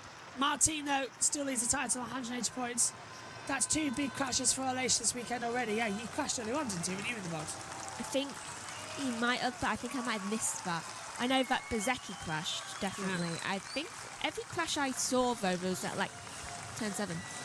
Well, let's go through your results, then. It's Pecco Bagnaia for Jorge Martin, Maverick Vinales, and Air Bascini, Fabio Di Giannantonio, Brad Binder, Fabio Quartararo, Alex Marquez, Franco Morbidelli getting the last point, Pedro Costas 10th, Marco Bezzecchi 11th, Miguel Oliveira 12th, Jack Miller 13th, 14th for Juan Mir, 15th Augusto Fernandez, 16th Johan Zarco, 17th Ralph Fernandez, 18th Tiki Nakagami, 19th Alex Rins, and out of the race was Aleix Espargaro, Lorenzo Salvadori, Luca Marini, and Marc Marquez as well. Megan, we're going to sign off because we've got to get over to Formula 1 as Bagnaia gets cheered in. What was your take on the sprint race? It was very entertaining and action. What do you think of the weekend so far, and any thoughts going into tomorrow? I think that you will lose a few riders on the circuit. So don't expect to have a full complement. Thank you, Megan. Thank you to everyone watching as well. A fantastic sprint race. We'll be back tomorrow morning for all the action as well. It's going to be 8:40 British Summer Time for the warm-up and the MotoGP race from 12:50 as well. Next up here on JB Motorsports, though, it's the F1 qualifying at 2:45 in about 20 minutes' time. Bagnaia wins, Martin second, Vinales in third. 3 different riders on the podium and the 3 different winners so far this year. We'll see you soon. Take care. Bye-bye. All set to go then after the spring break. MotoGP kicks back off here at the Motul TT Assen. 1949 we've been racing on variations of this circuit every single year bar one. I'll give you one guess as to what caused that delay. 2020 with the COVID pandemic put us off kilter. Now we are ready to go once more. Pecco Bagnaia lines up on pole position. Alongside him it's Maverick Vinales on the front row of the grid. Then it's Alex Marquez alongside them. Then it's Fabio Di Giannantonio in 4th with Jorge Martin 5th. Marc Marquez goes from 6th place. Franco Morbidelli takes 7th with Brad Binder in 8th. Pedro Acosta lines up 9th. And Air Bascini is 10th with Ralph Fernandez in 11th. 12th for Fabio Quartararo. Jack Miller is 13th with Marco Bezzecchi 14th. Alex Rins lines up 15th. Miguel Oliveira is 16th. Johan Zarco 17th. Johan Mir 18th. Marini 19th. 20th for Augusto Fernandez, and Nakagami is in 21st position as well. No race for Aleix Espargaro or Lorenzo Salvadori, both out with injury after their crashes in the race yesterday in the Tissot Sprint. So we have 26 laps ahead of us, plus the warm lap. That's what you're seeing on your monitor as well. All eyes are going to be locked on as to the championship battle. Track temperature 39 degrees Celsius, air temperature 22. It's 1 mile per hour wind blowing in from the northwest as we come down the back straight towards turns 7 and 8. And this is where we see a little bit more of a drop zone being started to lock back in. Watch out for several dramas. Several key moments in this race could still play a factor. Lee on the YouTube chat saying about MM93, Marc Marquez 93. Watch out what he could do starting 6th on the grid. Bagnaia won here the last 2 years, and he's won the last 2 sprint races. Quartararo in 21, Maverick Vinales won here in 2019, the race just before the pandemic as well. So it looks a bit cloudy out there as well, similar to what our conditions are here in our UK commentary box as well. Overcast conditions in the Netherlands. It rained overnight, I was told by Simon Patterson, and it dampened the track. This morning it's taken a lot to grip back up coming into the Moto3 and Moto2 races we've had. So we should be okay, but of course they run Pirelli rubber in the junior classes. We run the full-on Michelin brand. So let's see what happens in terms of the mixture of the two. If it is flag to flag, you can expect to see if it's raining as there's a flare on the circuit, that'll be taken back up. 192,554 people have made their way to the attendance, and there's flares on the circuit. I wouldn't be surprised if they are delaying the start. They were told not to throw flares, but then again, the Dutch never listen to people saying don't throw flares. Remember the F1 Dutch Grand Prix, 2 red flags in qualifying due to flares as well. So it's all quiet now on the grid. Gigi Dall'Igna watching on as well. Davide Tardozzi in the Ducati garage. There's Maverick Vinales. Green flag at the back. Time then for the TT here in the Assen. Lights on. And we're racing in Assen. It's a good start for Pecco Bagnaia. Vinales did not get the greatest getaway. Look at Martin though, coming up for 5th on the grid on the inside line. He'll take 2nd into turn 1. Vinales goes in late. Will he be able to keep it through? Yes, he does. Huge high side for Rins. That's a massive one in the first corner. The bike just he just ragdolled straight away up in the air, slammed down on his head. I hope he's okay. Rins, we'll wait to see if there's a red flag as Marc Marquez gets on the inside of Alex Rins down at turn 4. Rins is crashed at turn 1. Huge accident. No sign of the red flag at the moment. We'll tell you if it is as we're on to the first lap. Bagnaia leads from Vinales, Martin, Marc Marquez, Alex Marquez, Morbidelli, D'Antonio, Acosta, Binder, Miller in the top 10. Oliveira's past Quartararo. No sign of the red flag at the moment as we see that is Binder and Miller battling with Acosta. D'Antonio gets ahead of him now as well. Quartararo's up to 13th position. He's passed down the order to Miguel Oliveira. Martin takes 2nd place away from Vinales. Still a yellow flag at turn 1. The longer this goes on, the longer I think we're going to see that red flag come out. It's more the situation that we have back in Mugello, if you remember, in the Moto E class as well. They red flagged him when the riders got back round. If Rins needs medical attention, the red flag will come out when we're in the final sector. We're in that sector now, and I'm not sure we're going to see any red flags at the moment. Let's get the race graphics on because I've accidentally turned on the wrong timing screens. No jump starts at the moment as we come back through. Let's get the correct timing towers on for you. There you are, back at home. You are still set to the practice times. Thank you for Andrew for telling us that one. We've gone green. That's brilliant news. So I hope Rins is okay. We'll wait for news. He's not at turn 1. Trying to have a look. I'm almost leaning into the television to see if he's there. No, Rins has been moved away. That's good news. So a terrible accident there for Alex Rins. Hopefully he's okay. We've now got the correct timing tower operational up here in the comms box. As they come through, Marc Marquez makes a little bit of a nervous move there on the inside, but gets ahead of Vinales. So a clean move up the inside. So it's Bagnaia, Martin, and now Marc Marquez, Vinales, Morbidelli gets ahead. Yellow flags out at sector 1 again. Who's off this time? Well, it's gone in now. No sign of any problems. Marini is the last rider, but he's in. Well, has Marini gone down actually?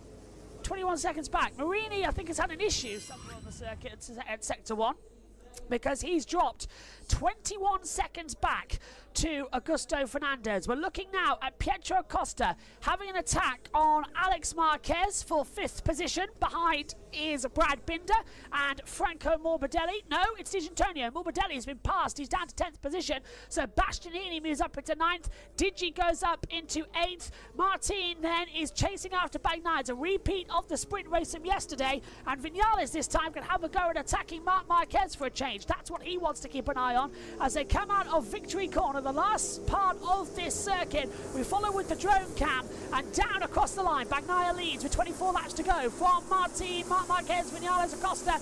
Then it's Alex Marquez again in 6th. Di Antonio, Binder, Bastianini and Raul Fernandez has the top 10. Morbidelli, Miller, Quartararo, Oliveira, Bezzecchi, Mia, Zarco, Nakagami, Augusto Fernandez and Marini. They're the 20 riders still in this race. Rins has been taken to the medical centre for a checkup, no doubt about that.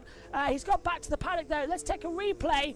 And this is Luca Marini going straight on in the gravel down at turn 4. That's what the yellow flag was for, and that's why he's dropped 24 seconds back to the rest of the field. We were wondering what the problem was as he comes into it as well. So I'm keeping an eye on Simon Patterson as well. He says nothing at the moment on his Twitter feed up here in the comments box. But Rins has been taken to the medical centre. He's obviously walked away from that okay. Scary, scary accident as well. The bike sort of just tripped mid-corner, the front buckled and the rear sent him over the back and he came down with a huge force on his head into turn 1.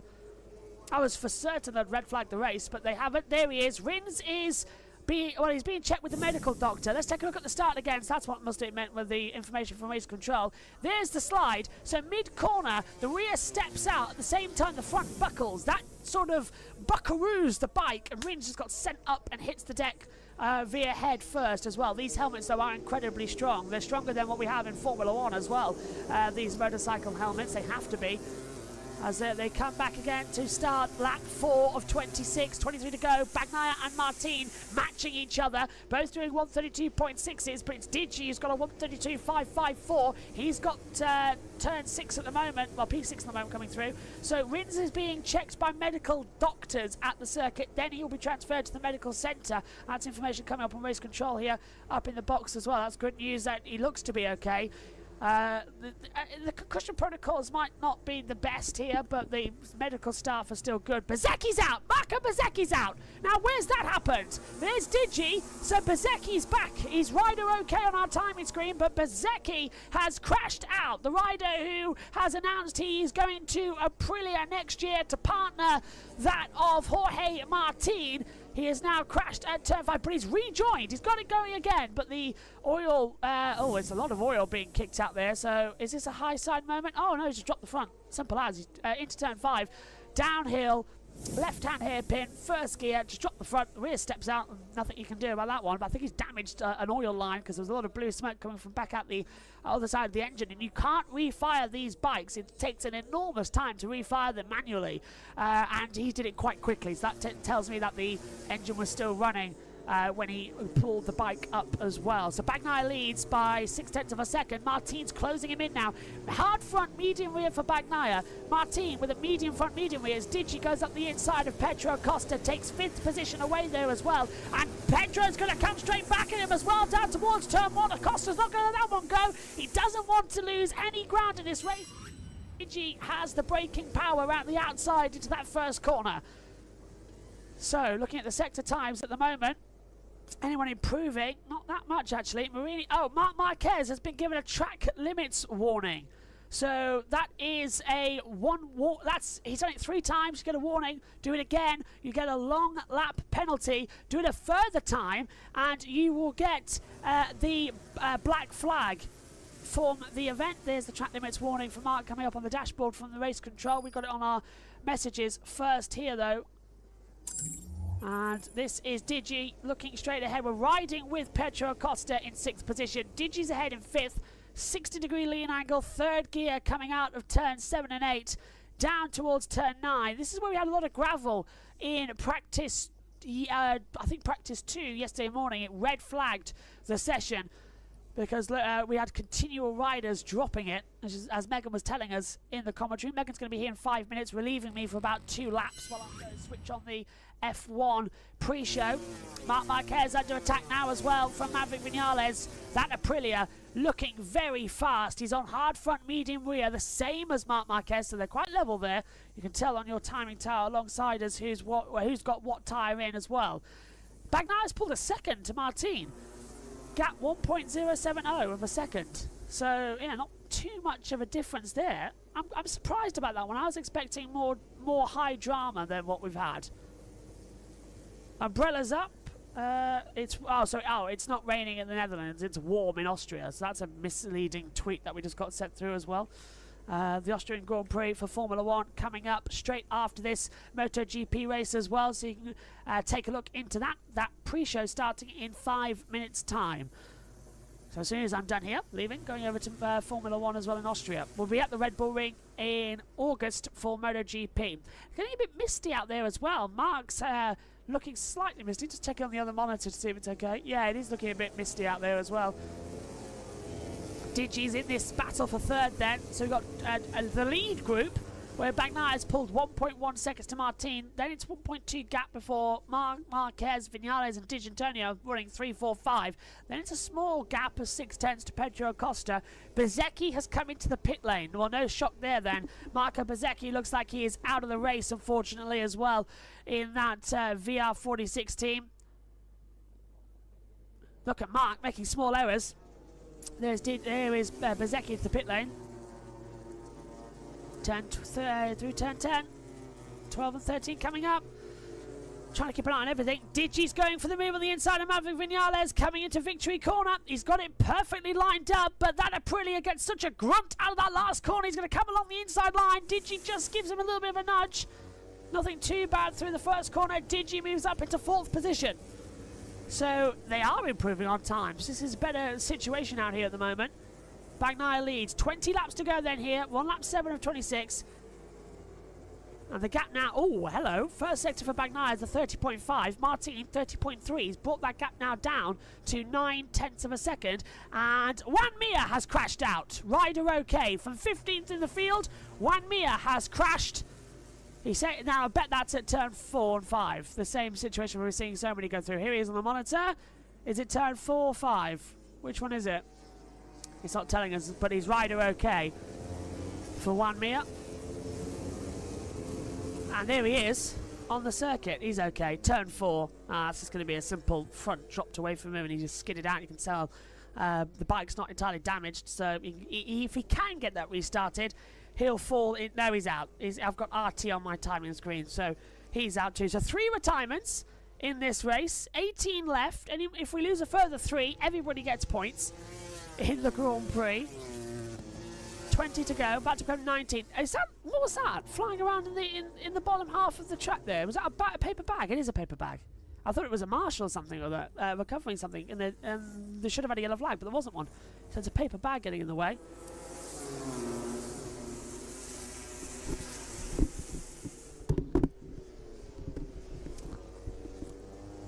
So let's go over to the world feed. In 13th at the moment. He says it'll work at other places better because it improves the stopping performance of the bike. But you feel like they're going the European way, just throwing things, trying things, bringing new parts, bringing new bits. We've seen new exhaust, aero, all these things. We've seen those on the test bikes at Honda. We might have seen the odd thing on Zarco's bike, but it's like we've still got the little bit of sucking of the teeth and thinking, yeah, well, we're going to need to run it through a few more tests. Yeah. We're going to need to get the Nagashima to test it at the traditional Japanese way. That's what we've seen. It's the way Japanese manufacturers have done it for years, and it's worked up until the point of, well, you'd have to say, what, 10, 15 years ago, the development, the way the European manufacturers have started to work, and then now that took a while, and now we're in the sweet spot of that, and the Japanese manufacturers are having to react. Also, what I'm hearing on the... Digi's through. Yeah, already.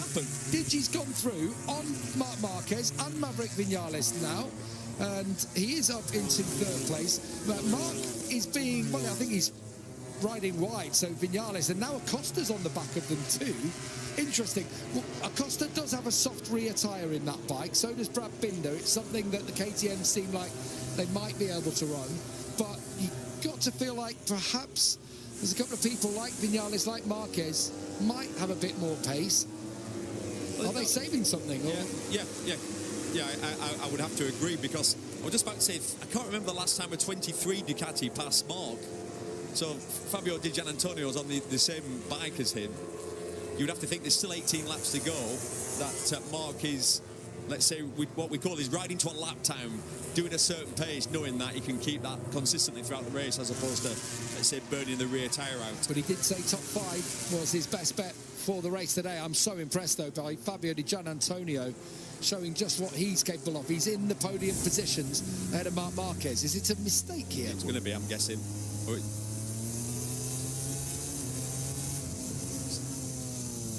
I'm assuming he's going to let him by. He just pointed, didn't he, as if to say, come on.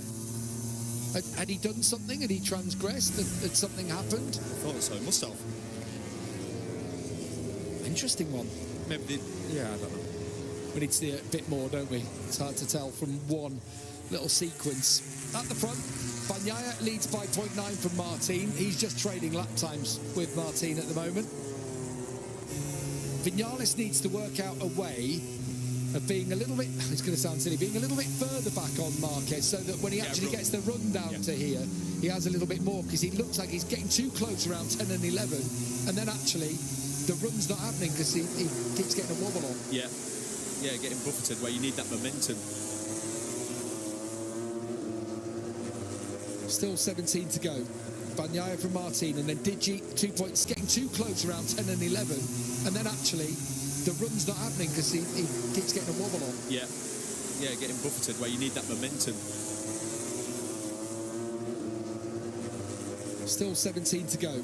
Bagnaia from Martin, and then Digi 2.6 back. This is the battle for third place with Martin, as I say, 2.6 up the road. Digi's third, Marquez is fourth, Vinales fifth, Acosta sixth, and then a slight gap back to Enea Bastianini, of course, is starting to charge after starting down in 11th place. Bastianini won't rule out a podium from here. No, I'm going to say, your favourite for the podium is Bastianini to nick third place at this point, because even though he's way back in 7th place and a couple of seconds off the back of this group, we know what his late race pace is like, and we know how good he is at saving his rear tyre. Yeah, as he showed in Mugello when he made it at 1-2 for the factory team. He, of course, is on his way out of factory red, replaced by Marc Marquez next year. He's going to the Tech 3 KTM team alongside Maverick Vinales, who in turn is being replaced by Jorge Martin. Noah Leisha Spargro, a reminder today, he broke his hand in that final corner crash on the final lap yesterday, and he hopes to be back in Germany, although Massimo Rivola told us on the grid that also could be unlikely as his hand has swollen up quite badly. No Lorenzo Savadori as well, who has cracked a couple of the transverse processes in his lumbar vertebra. So that's basically the sticky outy bits on his spine at the bottom. So we wish Lorenzo well as well. I've done that. Oh, it's awful. Yeah, that's not nice. And that's quite a long road to recovery. You can't set it, can you? No, exactly. So you've literally not to ride for it. That's like a month off a bike, at least. Fortunately for him. Pecco Bagnaia has just set a new fastest lap of the race, Neil, at 1:32.015, and that's clearly the mark he set himself. Jorge Martin's done the same, a 32.0 as well. Martin's keeping him honest, though, isn't he? I mean, the gap's up, it's up to a second, but he's still not comfortable with a second gap. That's where Bagnaia in the past, we see when he's in cruise control. I mean, I know I'm probably trying to make a story when there isn't one there, but we have seen Bagnaia, when everything's going smoothly, when everything's working for him and it seems easy. Oh, everything was okay with the helicopter there. That shocked me a little bit. But that's when there have been mistakes in the past. And Jorge Martin will know that. And that's why he'll be doing all he can at this point. He's not quit, he's keeping pushing, just hoping that he can force Francesco Bagnaia into a small mistake. Thankfully, I can tell you the helicopter is still flying, so it was just, I think, the camera operator there not able to follow the action. We're back with the shot from the Gert Zimmer tribune, the stand which overhangs this final chicane. And they've just watched Bagnaia come across the line from Jorge Martin with 15 laps to go in the Dutch TT in 2024. The roster of legends that Bagnaia is hoping to join today: Doohan, Agostini, Surtees and Duke. Do you get any more illustrious, really? As people who've taken a Premier Class treble 3 years on the bounce here. Yeah, they're some serious names there. You know, the thing, Pecco Bagnaia, I know when Susie spoke to him and he said, look, he's not thinking about next year.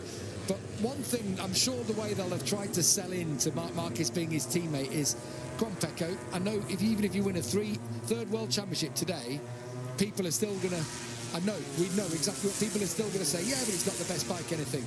You put, conceived by many to be the best rider out there on the bike alongside you and you beat him, you are cementing your legendary status. Absolutely. And then you can't argue with it. You can't throw it. You can't question it. Absolutely. And that's what, and I think Pecco Bagnaia's up for the challenge. Absolutely. He's still a relatively young man, isn't he? He's absolutely rock solid. And you know what? You see his calm demeanour. We spend a little bit of time. He's easy to chat to. He's quite a relaxed character around the paddock. Out with him, weren't you, on the track on Thursday? Yeah, exactly. Did my track guide with him, and genuinely there is no ego. It's not. But that super calm nature really means that he's not a stress head at all. 15. The elastic is about to be broken. Once you get over a second, then the rider is a little bit too far to, let's say, use as a reference on some of these long corners. And then you're one mistake away from thinking, all right, it's looking like we're going to finish second today. Even with 13 laps to go, sometimes that can be the case. Fabio Di Giannantonio is number 49. 93, of course, is Marc Marquez. A 12 of Viñales in 5th. Acosta is in 31 behind. And Enea Bastianini's just at a personal best lap. And he is quicker than all the riders in front of him, apart from Pecco Bagnaia. Yeah, we're just getting to that halfway point where Bastianini is... espresso starts to kick in, starts to feel it a little bit, and he thinks, oh, it's Sunday's race day. I'm just better get a move on here. There's a podium to be had here, and there is for him. Like I said, look, he's closing in on this group. Pedro Acosta then had a violent head shake into turn 6. Well, it was interesting hearing, wasn't it, from Jack Miller? She's a little bit heavy, was the line from Jack. Classic language style as always, but yeah, if you don't want a bike that's heavy, it's around here when you're trying to, through fast corners, fast changes of direction. It's so difficult. And we're at a point in MotoGP history where now, I don't know if there's a rider on the grid who hasn't had to have the arm pump surgery. These bikes are so physical now. They accelerate better, they stop better in a shorter distance. The G-force is on the riders, but it's this part of the track, that fast change of direction, that takes every ounce of stress and technique, just wears you out. This slower change of direction through here, through the little chicane, not a problem at all. But when you get on the straights and you go through the kinks, and it's like white line to curb to white line, honestly, the counter steering that you have to, the forces you have to put through the handlebar are absolutely incredible.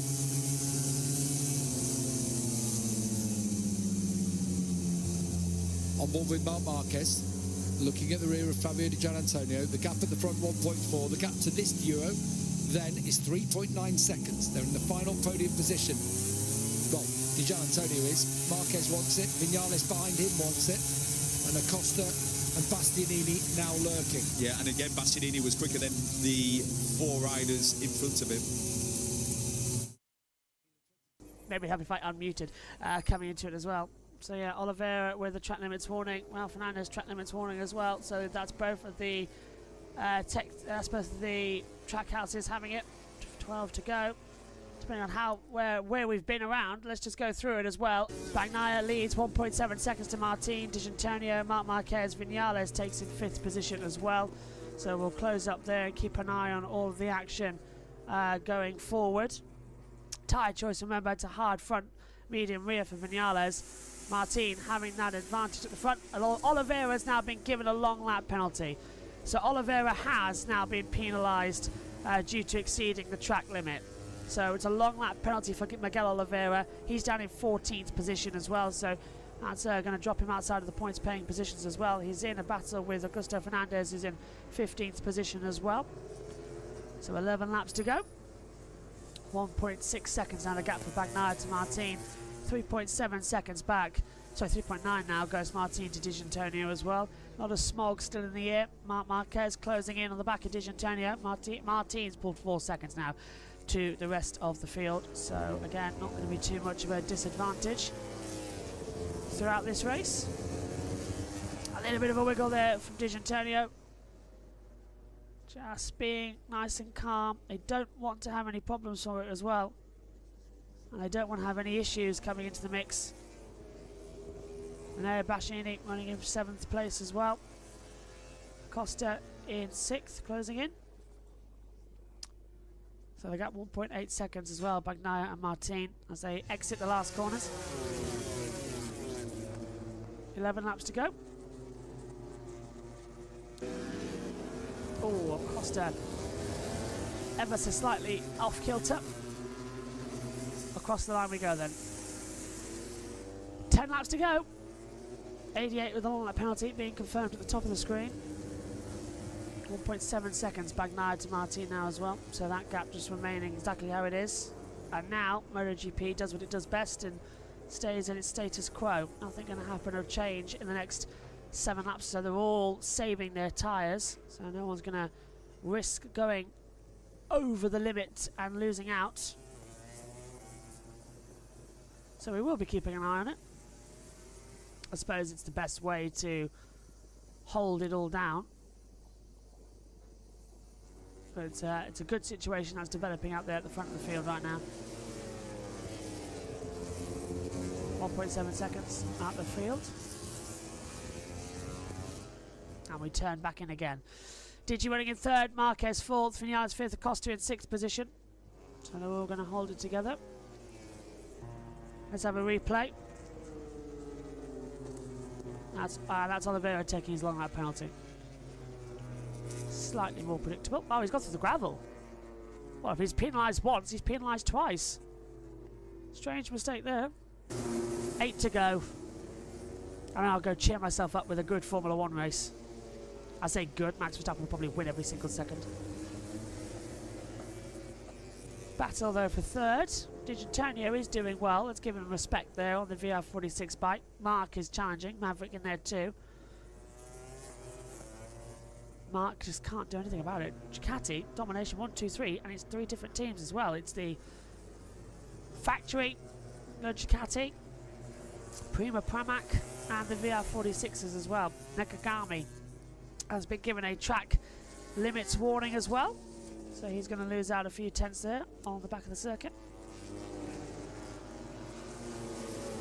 Always a worry. Digi still P3. Mark 4th, Vinales 5th. Yeah, I'm not even going to bother. A little bit wide there. Mark's going to get lost out there. Vinales does a brilliant splice and dice between the two of them. Vinales goes up to 3rd place. Right through the centre, the pair of them. Digi down 2 places. Mark just stays in 4th. Bastianini's coming in as well to try and have attack back through. Pedro Acosta slowly coming in behind.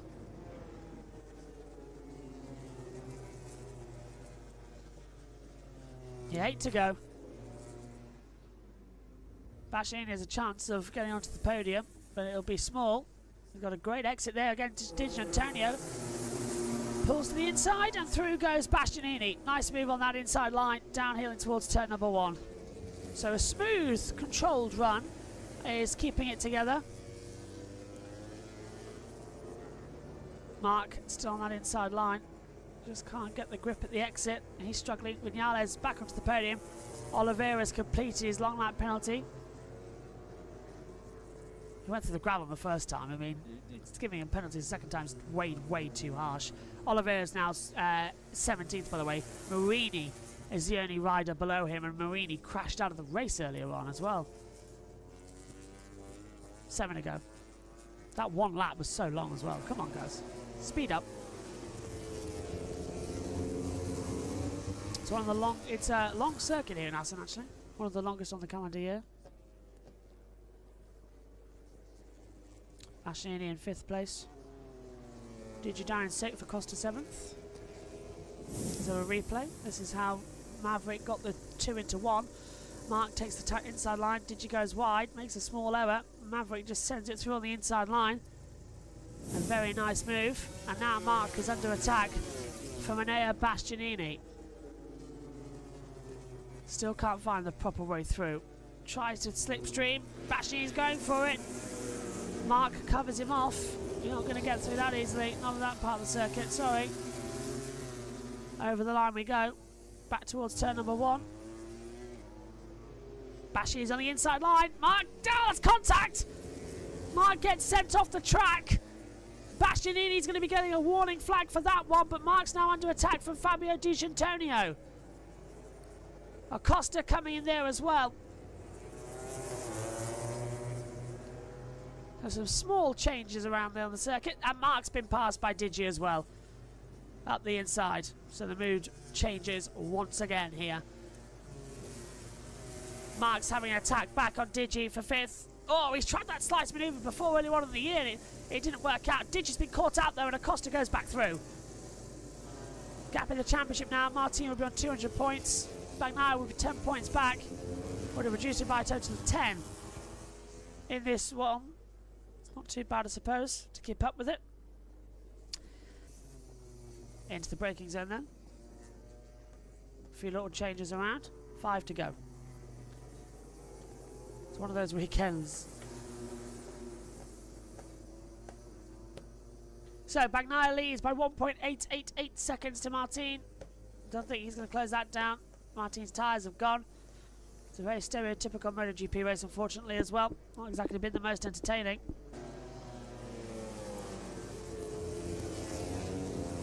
Digi getting through there on Pecco again. Pedro Acosta. Vinales still in 3rd position with Bastianini in 4th. So just a slight differential between the two as well.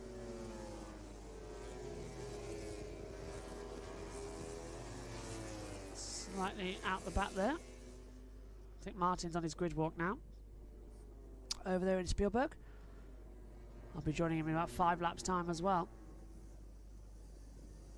Again, Bastianini getting so close to Vinales for 3rd place. Not sure he's going to have so much of an inside line. Oh, he's gone for it.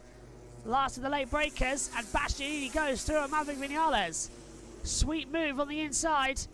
Jumps over, and Maverick gets done. Oh, well, difference of opinion there, I suppose, to come back through. Yeah, everyone put their hands up going like, well, what am I supposed to do about that? What am I going to do?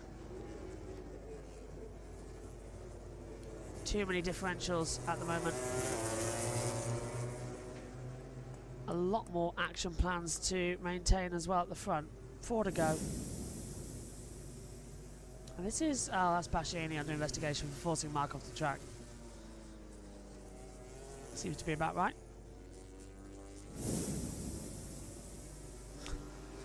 Crescini just watching on. Keeping their eyes focused at the front. Pecco Bagnaia leads this race. He's comfortably 2 seconds ahead now to Jorge Martin. So there's not going to be that much difference, unfortunately.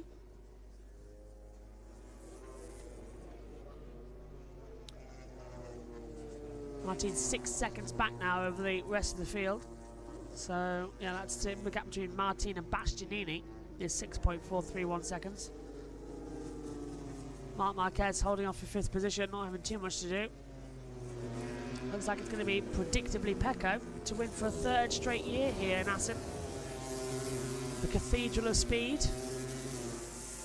Packed grandstands as well. A bit wide there for Vinales. Through turn 1. Doesn't lose too much ground though to Bastianini.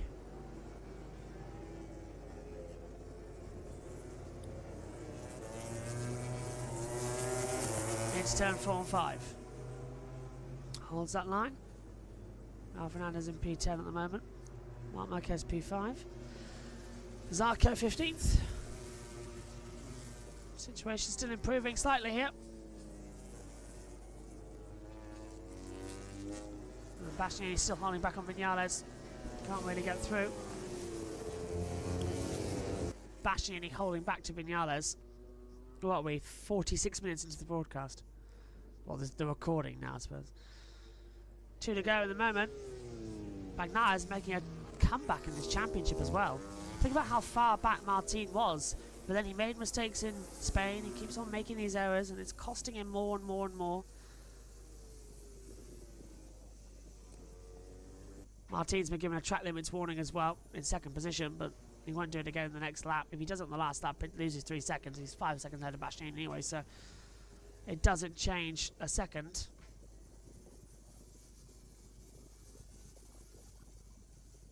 So coming up to the last lap then, where predictably Bagnaia is going to win it.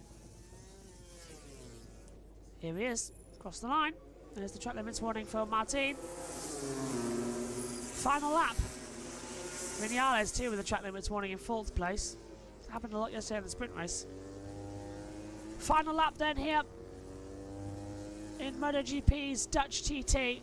What was being a great weekend has come to a crashing halt. Marc Marquez closing in again. Nothing going to happen this time around, I'm afraid. Bagnaia on course for another win in Assen. Binder via Costa still might be something. Oh, Acosta's down! That's why! Last lap and Acosta's crashed. Just dropped the front coming out of 7. Oh! He's okay, getting up. Well, that's, again, first year, of course, for Acosta. Give the kid time. Give him time. Just 20 years old in MotoGP.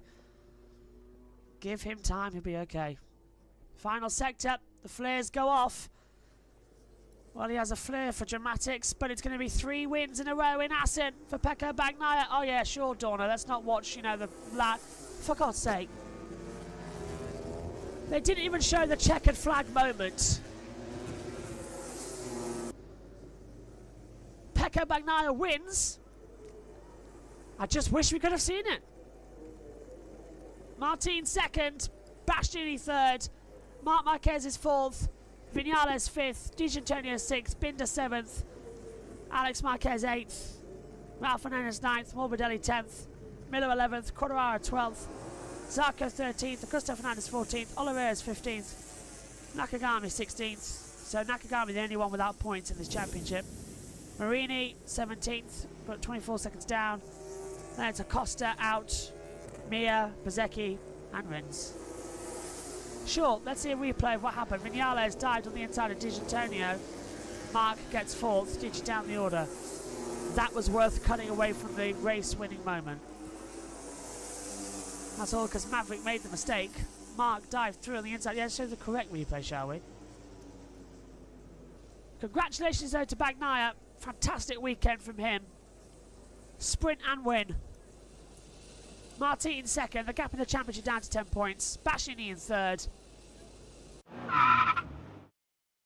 You're back with us live here on JB Motorsports. First of all, I want to say apologies for the timings breaking up about half an hour ago.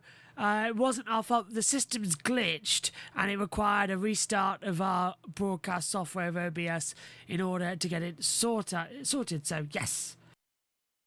Also, it's getting a bit chilly in the comms box, and my nose is going, so I apologise if I might sneeze. But we're going to go and take some updates. Hello, it's so nice to see you again. We're going to take some updates on the circuit and get some social media. This was this morning for VR46 coming in. For today? Happy second day. So that's when they asked what is Franco's mood today. A happy mood, he said as well. And then we had the Brad Binder heading out for the KTMs as well.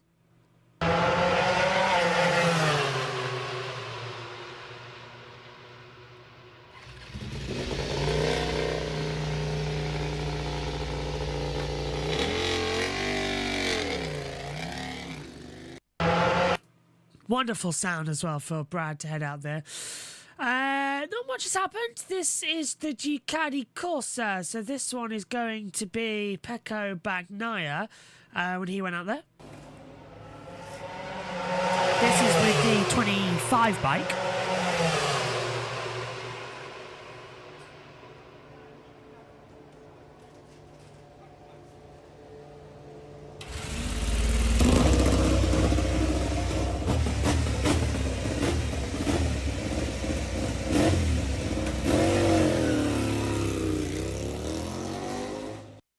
Anyone else hear the wheel spin from that as well at the end? That was fantastic.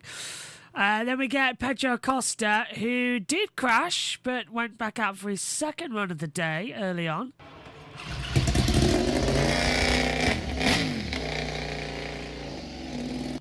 So just a few updates from the circuit, and then I believe that's just the latest on the timing screen side of things. So really been a calm session so far. Just want to pick up something here as well for the Yamaha integrated winglets from Simon Patterson. Aerodynamics on the Yamaha this year have taken a massive improvement. It looks absolutely fantastic. Beautiful air intakes, beautiful custom along the bike, and yeah, aero can still be pretty on the bike compared to what we saw earlier with the KTM, and the KTM not being awful. You know, the monkey seat on the KTM was terrible. If we take a look at Simon's Twitter, where is it from earlier on? When he was in the pit lane. There we go. So that's the KTM new seats, and it just looks like it's been cobbled together. It's not the best situation.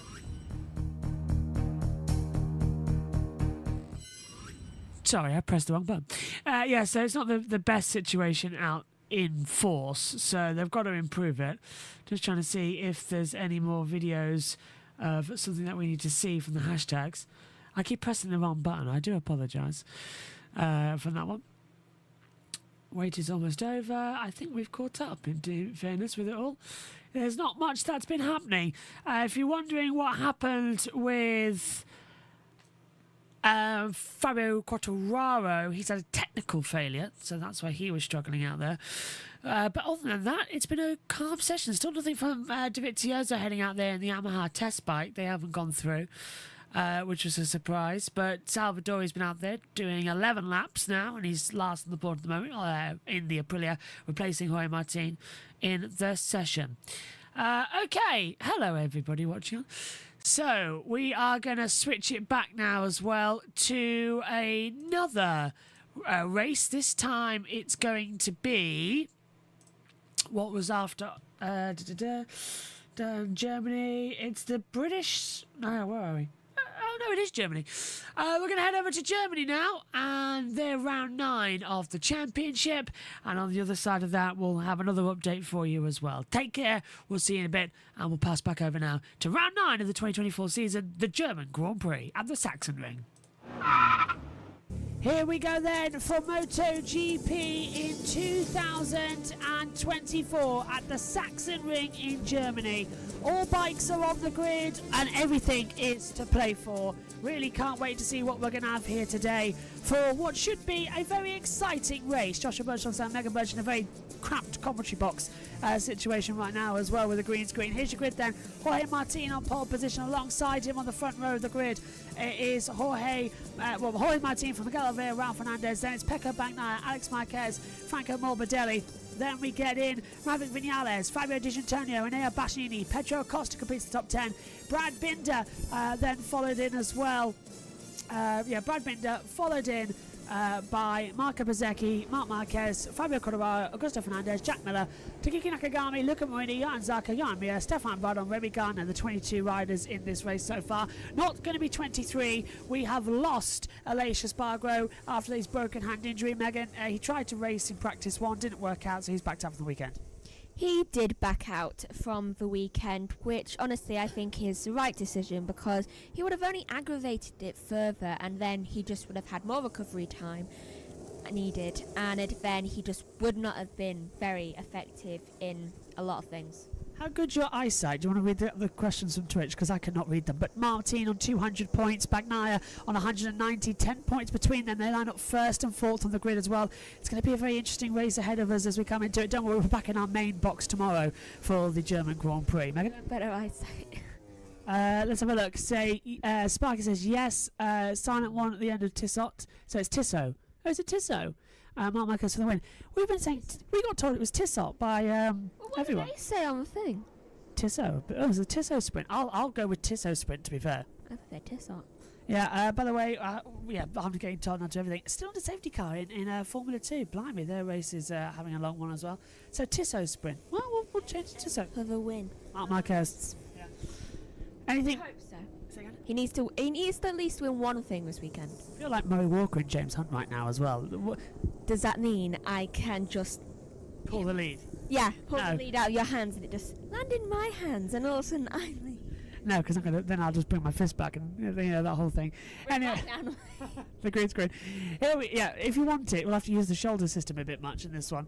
Here we go then. It's going to be 15 laps ahead of us for the MotoGP sprint race from the Saxon Ring. Green flag at the back. 10 points between them in the World Championship. How much will it be after today? It's all eyes to the lights. Lights out, we're underway in the Saxon Ring. It's a good start for Martin. It's a very good start for Miguel Oliveira. Great start from Pecco Bagnaia. He's up into third position. Into turn one. It's going to be Oliveira who's got the lead of the race. Martin trying to go around the outside. And no, it's Pecco Bagnaia. Fifth to third for Pecco Bagnaia. There is no stopping him in MotoGP. He leads this race. Martin second. No, Martin down to third. Oliveira to second. Ralph Fernandez in fourth position. Then it's Alex Marquez, Vinales, Morbidelli, Bastianini, Binder and Acosta in the top 10. I would like to know why I think it was Augusto Fernandez decided to do a wheelie at the start. I think it was completely accidental. So going downhill, just like wheelie. Really indeed, as we into the 9 left-hand corners, 3 to the right as well. As they come up, there's the leading orders. Bagnaia made a storming start though, up from 5th to 3rd. But look at this, we see Martin closing in again. He wants to take Miguel Oliveira as we come into turn 11. A lot of problems here throughout the weekend, you say? There have been a lot of problems. I'm surprised they got through turn 1 safe. I mean, that's been the main problem. So the problem areas are the left-hand corners of the turn 1, turn 3 and turn 11. So turn 8 has also been causing problems. Turn 8 has been causing problems as we come into it as well. So if we lost commentary for a split second and then got Gavin Emmett in the background, we've changed that now. Okay, over the list we go then, back across the line, and it's 14 laps to go with Bagnaia leading, Oliveira in second, Martin in third, Ralph Fernandez fourth, and there's just a little bit of a cutback coming through. Turn 1, 2 and 3 again. Not too much that's going to cause a problem, but with 14 laps to go, the one thing you've always, I think, got to keep an eye on, Megan, as well, is, as Martin does take second, how long are these tyres going to last? We always know they degrade. I think the tyres are going to last just about enough, though I reckon some might be really struggling. Also, Binder goes up into 8th place, passing Alex Marquez. No jump starts according to race control as well, with 14 laps to go, as well as our own systems having a bit of a meltdown up here in the commentary box. That's always going to be the way. So Bagnaia leads this race. Martin is second, Oliveira third, and Martin already looking at the back as we come down towards turn 10 and 11. So through 10, now into the right-hander at 11. Only 3 right-handers on this part of the track, and is Martin going to think about a little move? It's downhill around about 9 stories. It's a massive drop, and you can see the elevation change from that angle. But look at Oliveira. We may not have any factory Aprilias, but that Aprilia certainly is going to try and get his way through. He really is trying to get his way through. I mean, he's never front of the grid right now, so he is really gunning for it, thinking maybe I can get at least a win, even though it's just a sprint. But I could have sworn just then I saw further back someone else passed someone. I'm pretty sure it's Costa. Yeah, Pedro Costa up into, and there goes Martin up the inside into turn 1, gets ahead of Pecco Bagnaia, goes in too deep. Bagnaia gets the cut back and switches it back through. Very nicely done. Oliveira can't seem to find the way through he wants at that point in time, so it's already advantage going the way for Bagnaia.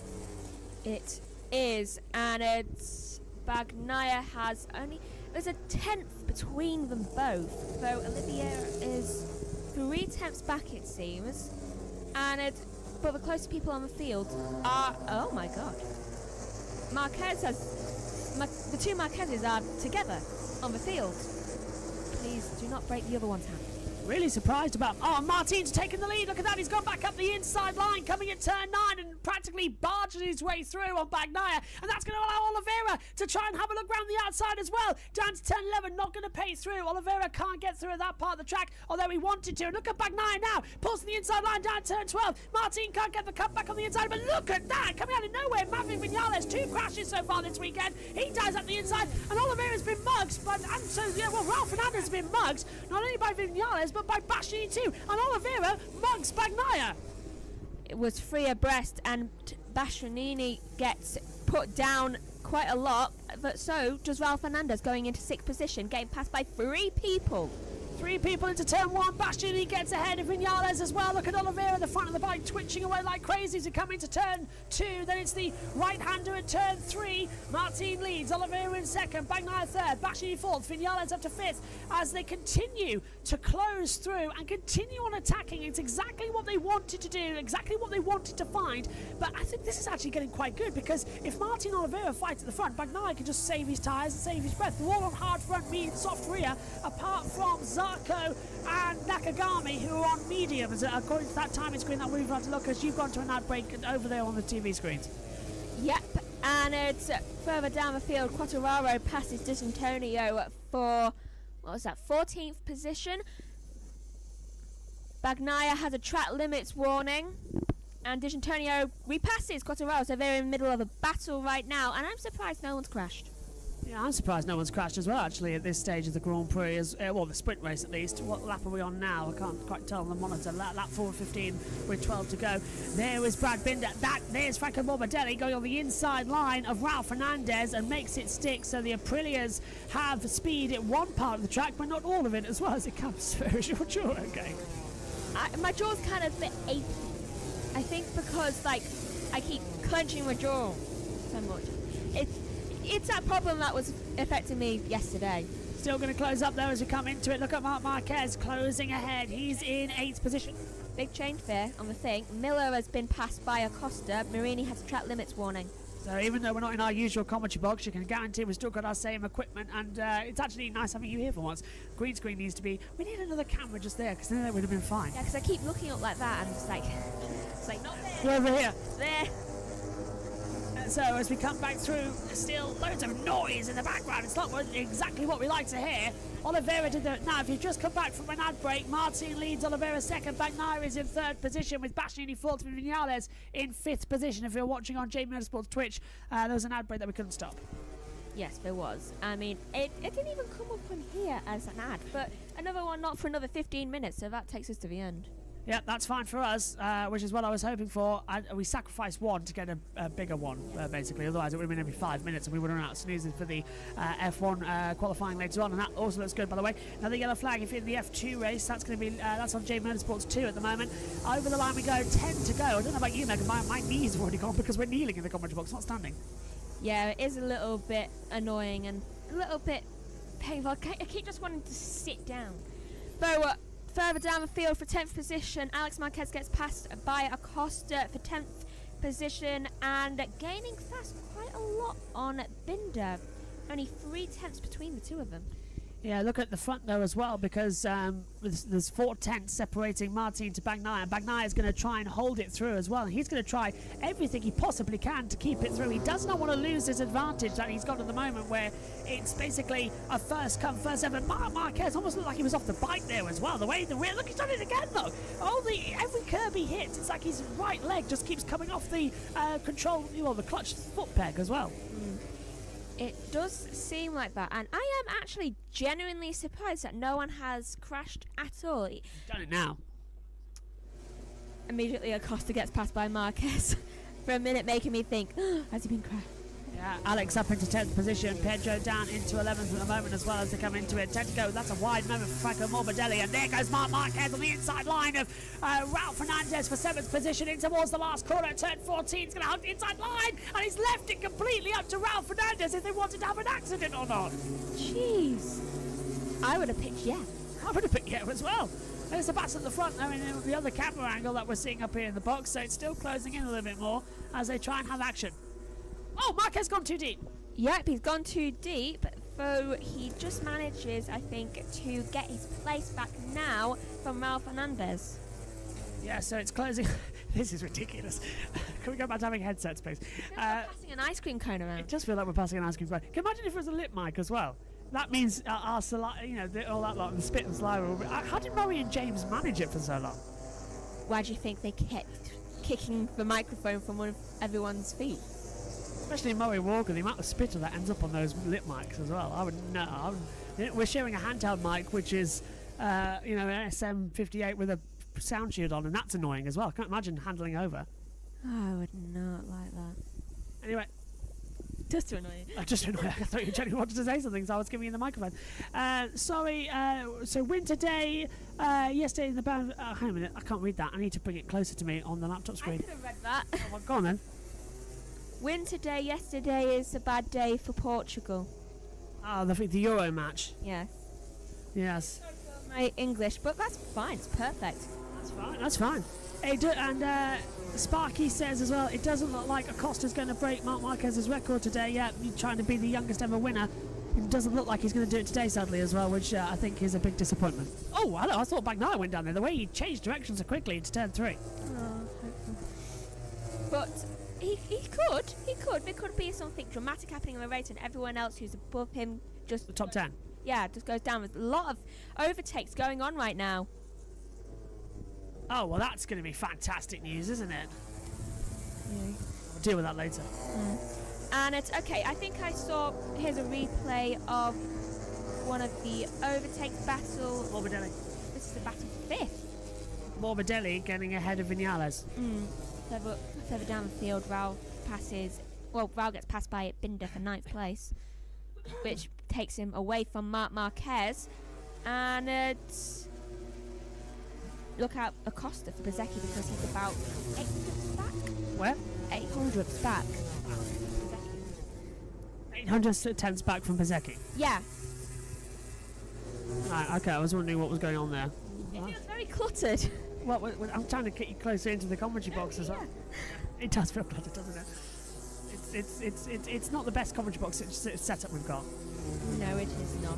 I keep stumbling over my words because of it. I'm just like, where am I looking? Timing tower, Twitch, ignore. Yeah, I'll do that. Help? Yeah, I can actually see 21st now. That's on back. It says 22. Remy Gardner's in last position, by the way, on that timing tower.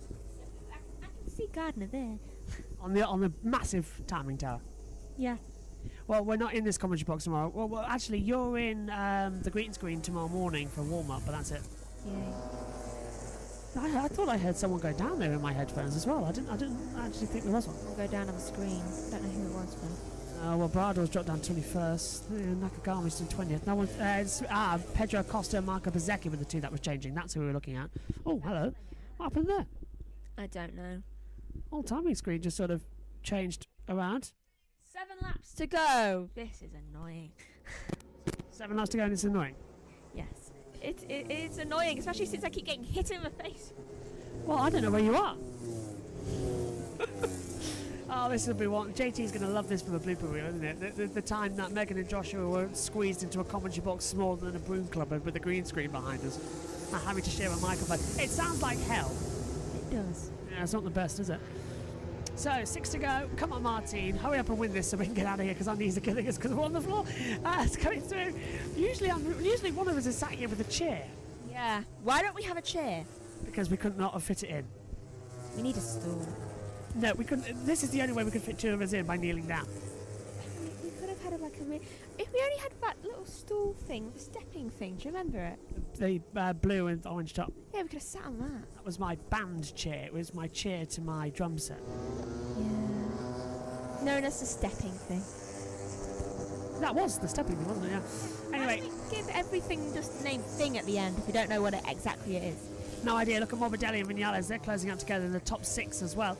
But it's really the top 4 in the battle for the lead of this race. 75th anniversary MotoGP. This is Marc Marquez. Watch his foot through turn 1. It's going to come off ever so slightly. And there you go. And he nearly dropped it for a second time. It's like he's stretching it. Do you think when he high-sided the other day that he must have pulled something? Well, he broke his finger, didn't he? His index finger. He broke that. Yeah. We know. Wedding ring finger. Ironic. It's unfortunate. Valentino Rossi, by the way, has announced that he and his partner is expecting a second baby. I saw that. Apparently it's a girl too. Another girl. Yeah. He's been busy. He's since retiring from racing. Well, motorcycle racing. He's doing four-wheel racing still. He's making a team now. He's got the two. Yeah. I think it comes through as well. I think Maddie Patterson must have already signed them as well for WCR. Semkit Racing as well. Ah, perfect. 2 additions.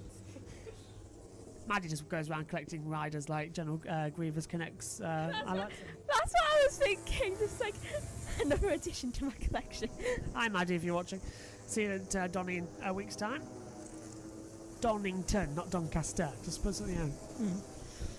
Look at Martin leading by 0.8 of a second now. He's pulled out nearly a second, but look at Oliveira and Bagnaia. Their gap is only 97 thousandths of a second, so they're really closing them in there as well to see if there's going to be a bit of a two-throw. We're riding with Bagnaia now, looking ahead to Miguel Oliveira out of turn 10, down towards 11 and into 12. Right, so 7/10 back, that's a lot. Massive gap. And why has no one crashed? Usually in a sprint race there's 1 or 2, isn't it? They've all been very well behaved. Quiet. Oh, look at Costa, he's up to 10th. Costa gets ahead of Ralph Fernandez. Ralph Fernandez is dropping back a lot right now. And why is his gap just completely blank? Not sure either. Rider on track. Shush. I heard Gavin Emmett. Look at you! Well, we can try and share a headphone, but it doesn't really work. Yeah, it doesn't work. I did think about getting his in-ears, but we haven't got any in-ears that fit you. Your tiny little head. No, they don't fit me. None of them do. Ideally, also, we could have had 2 microphones if I found the missing splitter. We could have had 2 handhelds like this and commentated. But we can't find the missing splitter. Right. 4 to go. That rhymes! Look at Marc Marquez, 8/10 the gap at the moment, and he's closing. Well, he's trying to close in, but it's not working out that much. He's stuck in behind. He's stuck behind Maverick Vinales. How, in a matter of 3 corners, has Martin managed to get that gap up to 9/10? He was 8/10 a couple ago, then he dropped it down, and now he's got it again. The real question is, why has Bagnaia dropped? What is it? 0.3 of a second. He was right on top of him. And look at Bastianini now in 4th place. He's closing in as well. I think he wants to save his energies. Save tyres, save energy. Look at Bastian. Oh, hang on. Acosta's down. Acosta must be down. Finally! Acosta is down and out. What? Come here. Yeah. There he is. There he is. There he is. He's gone off the gravel. It's annoying me. Like, the fabric of the microphone is annoying. I know what you mean. Do you want me to take it off? No, because then it creates feedback. It creates the p-p-p. Exactly. Yeah. For instance, p-p-p-p-p. P-p-p-p-p. Many people won't hear that difference, but there is a difference. Anyway, look at the 2 Ducatis battling together. Bagnaia versus Bastianini. Feels like we're doing that. Woo! I know, I can't certainly hear the difference. No headphones. Shut up.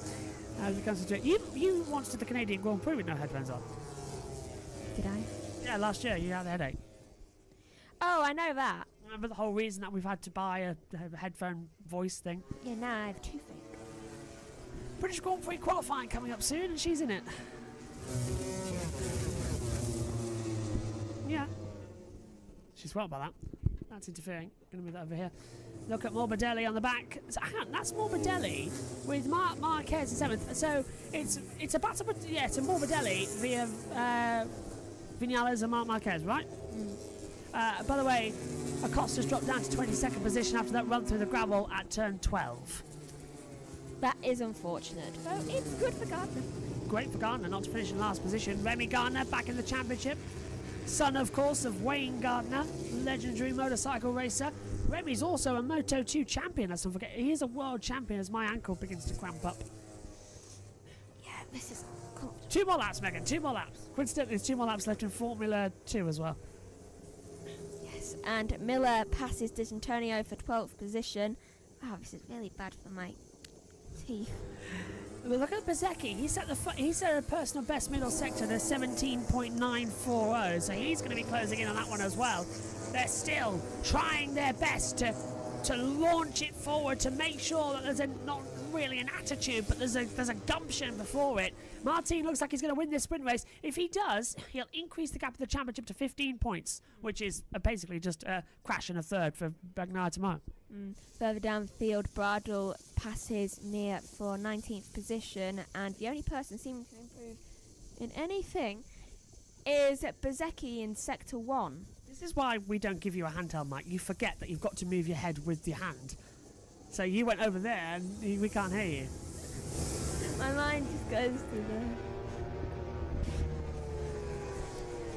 It's a long cord here, 6 meters, so I can... Oh, and now I've lost my headphones. There we go. Move on the inside. That's Marc Marquez getting ahead of Viñales. Viñales going to cut straight back at him through turn 1 as well. So all's well that ends well, not really. Rouse has been passed by both D'Antonio and Quartararo, 14th. Well, and putting him into 14th place. Bad shot from going into 12th. And Andrea Kimi Antonelli wins in Formula 2 for the first time. You could have just spoiled that for someone. No, everyone's watching twice. Omi's going to be massively happy that he's been able to call that. He's a massive Antonelli fan, and Omi's in the commentary box right now. Perfect.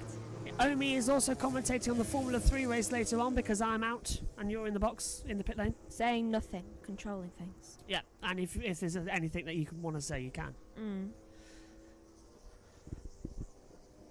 It's not that one. I think I have a wisdom tooth coming through. It's fine, but it's annoying. Let's take the microphone away because Marc Marquez is closing up on the back as well of Maverick Viñales again, coming to the last corner. He can't get through again. Marc is struggling every single time he tries to have a go through. He's only going to lunge it at the inside. That's a Hail Mary move for Marc, and he's through. Is Viñales going to try and fight back up towards the line? Yes! Hang on a minute. It's the checkered flag. When did that happen? It was the last lap in the checkered flag. We didn't even see Martin cross the line. That was poor TV direction from Dorna there. First time. Yeah, not for the first time at all. We completely lost Martin taking the checkered flag. Well, there you go.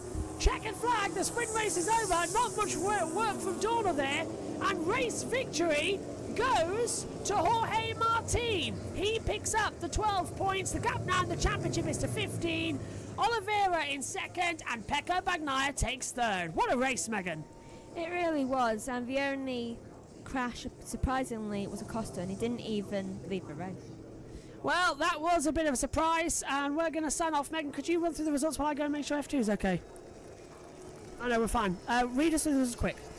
Okay, so the winner is Martin, second is Oliveira, Bagnaia in third, Bastianini is fourth, fifth is Morbidelli, Marquez, Marc that is in 6th, 7th is Viñales, 8th is Binder, 9th is Alex Marquez, 10th Bsky, 11th is Miller, D'Antonio is in 12th, Quartararo 13th, 4th is Ralph Fernandez, Marini 15th, Augusto Fernandez in 16th, Zarco 17th, 18th Nakagami, Bradl 19th, Gardner 20th, Mears in 21st, and Acosta finishes in 22nd.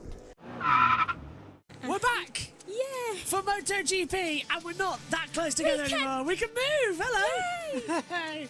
We're back in the main commentary box for the German Grand Prix after being literally... I can move my arm. We were knelt down like that yesterday with a handheld mic in the sprint. And now we're back, full in progress, all ready to go. My wisdom teeth are still coming through. Yeah, well, it's going to be like that. We're back live on JBMotorsports Twitch and delayed on YouTube. Welcome to the MotoGP German Grand Prix, the last race before the summer break. Martin on pole position, followed by Oliveira and Ralph Fernandez, the front row. Then it's Pecco Bagnaia, Alex Marquez, Franco Morbidelli, Maverick Viñales, Fabio Di Giannantonio, Enea Bastianini and Pietro Acosta the top 10. Brad Binder has 11th, follow that further down the order as well with Marco Bsky, Marc Marquez in 13th, Fabio Quartararo is 14th, Augusto Fernandez 15th, Jack Miller is 16th, Takaki Nakagami is in 17th, Luca Marini 18th, Johan Zarco is 19th, Juan Mir 20th, Remy Gardner 21st, and Stefan Bradl with a 3-place grid penalty lines up 22nd after dangerous riding yesterday in qualifying. Alongside me in the commentary box is Megan Birch, and Megan, round 9 of the season, summer break coming up. It's all down to Martin v. Bagnaia in the championship. That's a lot of smoke bombs going off. Yeah. That is not good, and it's proving to be quite a dramatic weekend so far, so let's hope it keeps up that. Though I hope it keeps in the actual time limits of what the race shall be, because just no, I can't deal with a red flag right now. We've got to get to Formula 1 as well. 15 points in the championship then. Martin leads to Bagnaia after winning the sprint race yesterday, gaining an extra 5 points. Smoke bombs everywhere, Megan. 9 right-hand corners, 3 left-hand corners. It's well, the other way around. No. 3 right, No, 10 you're to the right. left. 10 to the left, 3 to the right. No. Oh, yeah. Right, it's going to be a great race, though. It's left-hand corners which are really messing everything up, because they're turn 1, 3 and 11. It's right. Everything else left. It's right, left. We're getting them all left? confused. Yeah. They're the opposite ones. 3 right, 9 left. It's the right-handers causing the problems, apart from turn 8, which is still very tricky. Megan's getting ready. Left and right. Which way do they go? That way? That way? Well, we'll see down there. Green flag is up. I think they go that way. All set then for the race start. 30 laps ahead of us. 5 lights on. Action at the Saxon Ring. Good start for Martin. Better start from Oliveira than yesterday. Still a poor start though from Ralph Fernandez. He's going to drop down. Bagnaia doesn't lead into turn 1 this time. Martin's got in too deep, and Oliveira takes the lead of the race. Martin makes a mistake but gets back through. The smoke at turn 2 from the flares. Martin leads as we come into turn 3. Another right-hand hairpin downhill slow corner, and now begins the long left as we see a little bit of a raindrop at the top of the screen. But it's Martin leading. Oliveira in second, Bagnaia third, now Morbidelli up into 4th position ahead of Alex Marquez, and Marc Marquez still battling with Bastianini further back, and look at Oliveira, he's not letting anything stop him. Trackhouse won a race win on that Aprilia, the new race winning bike, and he's on the back of Martin. He is, and I think Disantonio's just passed Quartararo for 11th position. Good moves already. Just now. There you go. And through turn 11, Alex Marquez makes the move on Franco Morbidelli. Morbidelli's about to get mugged by Vinales and Bastianini. Bastianini sends round the outside. Thank you very much. 2 places in 1 corner there to try and take back Olivia through. and Bagnaia are battling out going round this corner. Bagnaia temporarily gets ahead, but then I think Oliveira's going to manage to hold it just a little bit, though no, he loses out. They're side by side coming across the line. Bagnaia's got that inside line. Look at Alex Marquez running behind. Bagnaia takes second, and Alex Marquez takes third. No, Marc Marquez having a go at Bastianini as well. Who was the biggest winner on that start then? Up 4 places for Marc Marquez. Biggest loser, Pedro Costa, down 4 places. Yeah, so is Ralph Fernandez, to be honest. Ah, right, yeah, down also 4 coming into that mix as well. Oh, God. They're all jumping around like crazy out there as well. Just keep it calm, boys. You don't need to throw it in. It's the last race for the summer break. Just make sure you're not injured so you can all rest up. Morbidelli passes Alex Marquez for 4th place.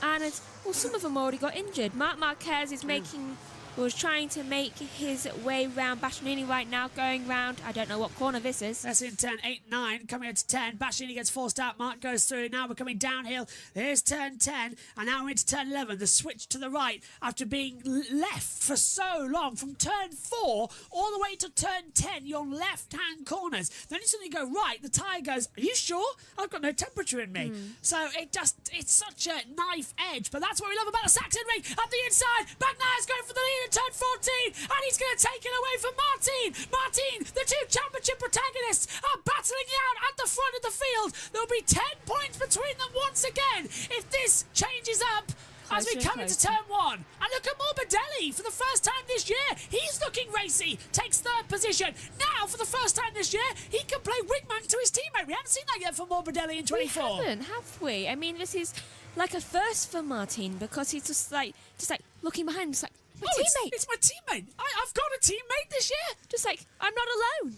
He has been playing the lone soldier out there as well, the lone cowboy, I should say, more likely for Jorge Martin. Now the wounded soldier of Franco Morbidelli is right there, and he looks like he's going to cry a bit more of a hassle for his teammate than a help, because he's going to look to the inside line. Martin begins to drop back. Morbidelli might try and win this race if he's got half a chance. His mindset is, you're not in this team next year.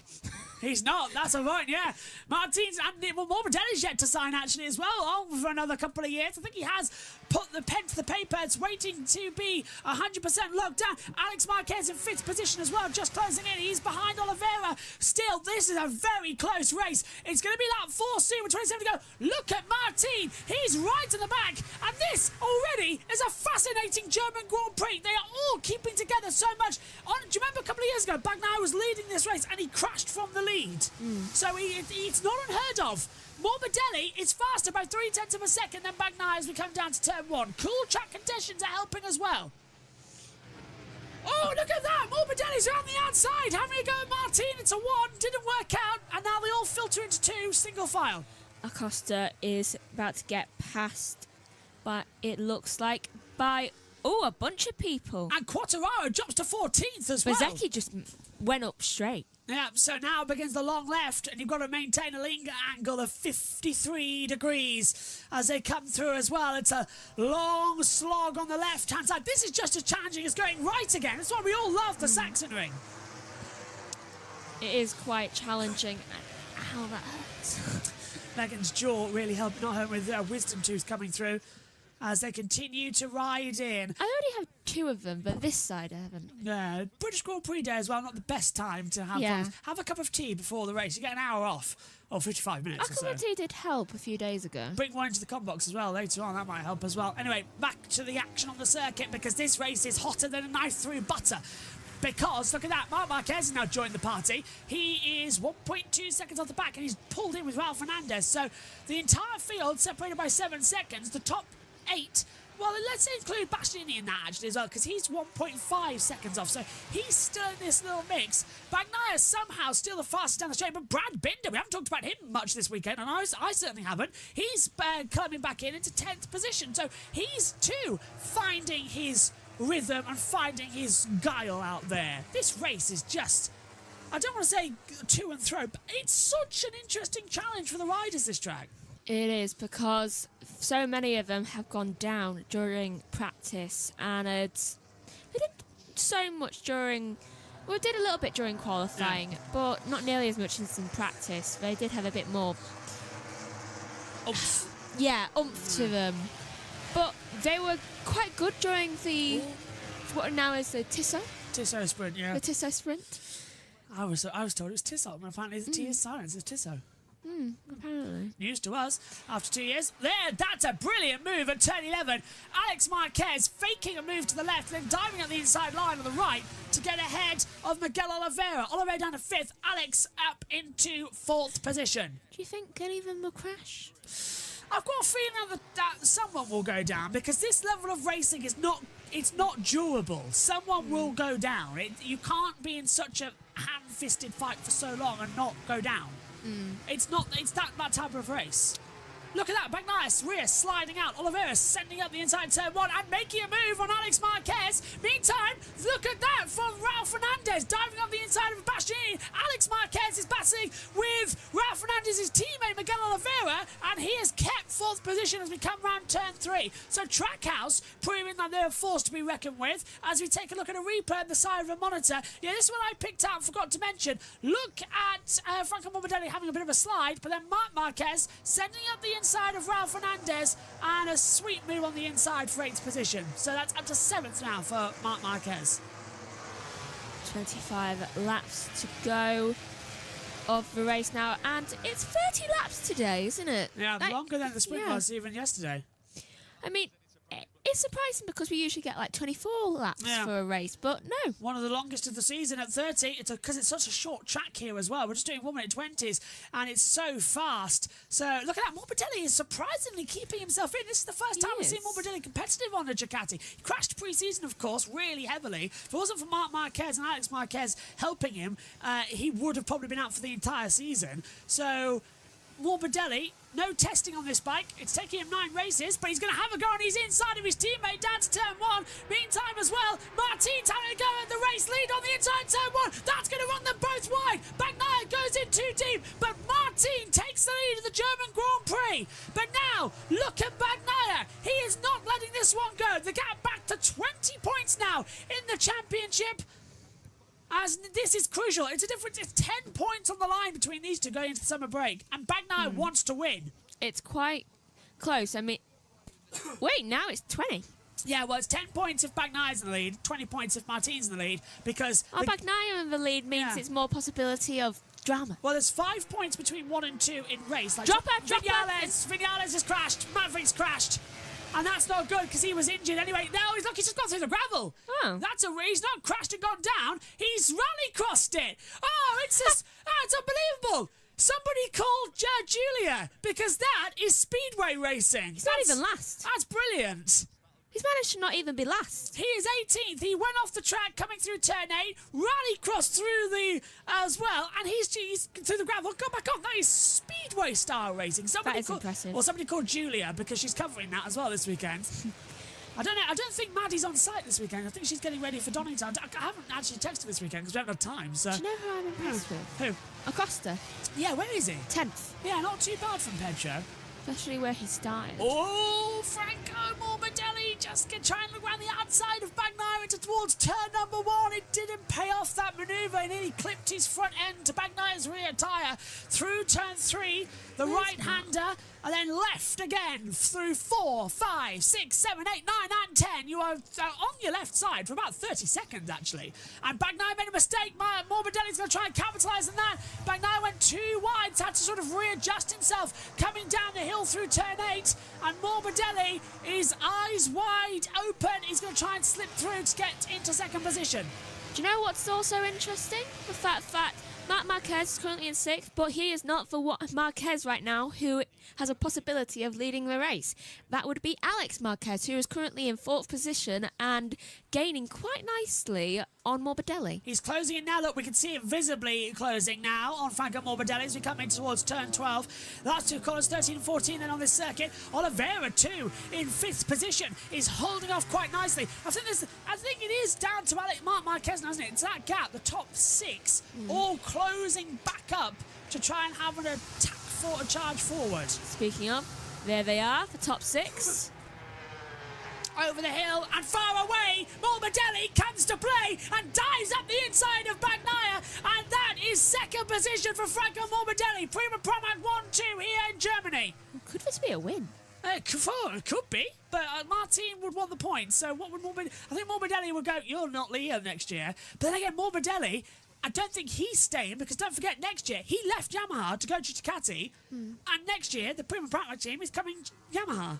So, would he really want to stay with the Yamaha bike that he left? No, he purposely left that so he could get away from it. If anything, I can see him going to VR46s, but that's looking quite lined up, isn't it, at the moment? Yeah. I can't quite remember if the contract's already been signed or not, but Morbidelli, I don't think he's going to stay there. So I don't think either of these two are going to be there, which means, is there a camaraderie that they're both teammates now, but not going to be next year? Or is it still like, right, well, that's it, we're both leaving the team, there's no reason to play fair, let's just have an all-out war? I'd choose the war. I'll choose the war as well, because you don't help yourself in your own career if you're paid to a teammate like Jorge Martin. Martin is a fast rider, but he is leaving the Ducati family, and if you want to stay with the Ducati family in any way, you attack and attack and attack. Okay, hasn't gone down. No, he has gone down, I think. Antonio. Digi's dropped back. So where's that? Entered pits. Oh, okay, that's a technical problem. Yeah, I noticed something was wrong when I saw Quartararo pass him, fine, but then Miller passed him, and Fernandez passed him, and Nagami, and then he just started dropping and went in the pits. Okay, so Digi pits, that's probably to end the race as well. How do I snooze for 5 minutes the adverts? There we go. I wonder if Antonio has problems with the bike from yesterday. Also, remember... Yeah? Don't snooze them too much. I know. You get one snooze, but I won't be able to, because I've only got 2 left. So that's 5, 10, 15. This race is not the last of the... Yeah, and we're going to have an ad break at some point on the Twitch stream. Yeah. Because I won't be able to do it all. Next time. Yeah. When the race is quiet down a bit. Yes. We're still in the infancy here, 10 of 30. Because we don't want to have no snoozes by the time it gets to the podium. Yeah, F1. Yeah. Well, we're not doing the podium for this. Well, either way, we just don't want to have no snoozes by next time. Yes. You only get 3 and it refreshes every hour. Hour? Or something like that. We kept having them in NASCAR, but I can't remember. It was such a long race when we did that race on Twitch only. Over the hill I go. Once again. Now the race is quieting down. The race will run the ads. Can you undo that? I can by clicking run 1 minute 30 ad. I don't like how it is that though. Someone needs to talk about these Twitch things. Anyway, here's the order. Martin, 17.769. Morbidelli, 17.836. So both fast, but Martin definitely faster. Oh, it's such a breakaway though, isn't it? Now they're all quietening down because now they're going to start saving tyres. 10 laps of pure racing, 10 laps of saving tyres, then 10 more laps of like fully go now. That's how it always works in these series. Let's see how many laps there are to go. Well, 20 left. Running at 2 minutes or 1 minute 20 a lap. That takes us to around about 45, 50 on the clock. 27 minutes left. Which takes us to around about a quarter to the hour, yeah. Pretty much normal standard distance. 43. SHT's in the Twitch chat saying Morbidelli is cooking here. He absolutely is. Nice to see you again, SHT. Oh, Alex Marquez thinking about a move on Bagnaia. It's getting awfully close. We still don't have our lives back on our main YouTube channel, by the way. So the British Grand Prix is here and on JBMotorsports 2. Well, it was during this hour. Yeah, so I think it might be back at 2, maybe 3. I think it's about, personally, I think it's going to be back at 3 just before the lights go on. So if it comes back on the formation lap, JT is going to activate streaming immediately, and I'm going to go and put the spinny on, and we'll go from there. Excuse me. 19 Your laps. mic picks that up. You've got it so loud because you're talking so quiet. Wasn't talking then either. There's no point in me even muting the mic because yours picks it up. Anyway, back to the action. Nothing is happening at the moment. Nope. They've all like they've gone to sleep. That's what happens in these. Now we just need one of them to mess up. It's the tyres. It's always the tyres. Well, they were going around this speed during a practice session, so they kept falling off. So maybe we'll do that now. Great stat here from SHT, who says, first DNF of the season in the Grand Prix for D'Antonio. He's retiring the sprints, but that's his first retirement of the season in the Grand Prix. Great stat there, SHT. First retirement, because Technical problem as well. Yeah, it's a technical issue that's caused D'Antonio's retirement from this race too. Oh, Marini just got passed by Vinales, but Vinales making his way back up the field from his Look little at turn tumble. 1. Everyone's getting it wrong. They're all going super deep on the brakes, using too much front end tyre, and just go like, okay, let's just see if I can slip through on the inside. See if I can get through it. That's because they're terrified of turn 1. Yeah, they really are. It caused so many accidents. Replay. Race start. Turn 3. Riders involved. Binder and Marquez. Did Binder clip? Oh, well, Mark turned into Binder there. Just robbing is racing. If you don't like that, get out of motorsport. Robbing is racing. I don't even think Mark felt that. He's got a tyre mark on it. He's got a, they've highlighted it as well. He's got a tyre mark on his side leg. Autograph. Yeah. Can I have your autograph from your from a Brembo brake, please? Thank you very much. I'm not even sure Mark felt that. No, he wouldn't have. Amount of padding he's got on his legs there. Just gets off a bike, just like, When did that happen? When did that happen? Got a mark on my trousers. is that from when I got on the bike, or did someone hit me? Look at that. Morbidelli is a 1/10 of a second faster a lap than Martin. We might just be on for a miracle here for Franco Morbidelli. His last race win came in Valencia 2020. He's only had over 3 Grand Prix victories, of course, all in the 2020 season, actually. Here, he's San Marino, Australia, I believe, and Valencia. Jeez. I think he took Australia. Miller passes. Well, Miller gets passed by Augusto Fernandez. There is going to be an ad break, and I can't snooze it. So, because it's locked me out of the snooze. Enjoy the ad. Yeah, so you'll have an advert coming in 30 seconds' time. I think it'll go picture in picture, so you should be okay. I think we set it up for picture in picture. If not, if anything happens, I promise to shut the house down when you come back. Wow. Martin leads for Morbidelli, Bagnaia, Alex Marquez, Oliveira 5th, Marc Marquez, Bastianini, and Raul Fernandez, Pedro Costa. Binder has the top 10 as well. Vinales passes Nakagami. Not much going on anywhere else. seems to be having a little battle. Look, one thing, look, it now says ads starting soon. One thing I don't want to do is be like The Sopranos when they cut me off mid-sentence. And they did that!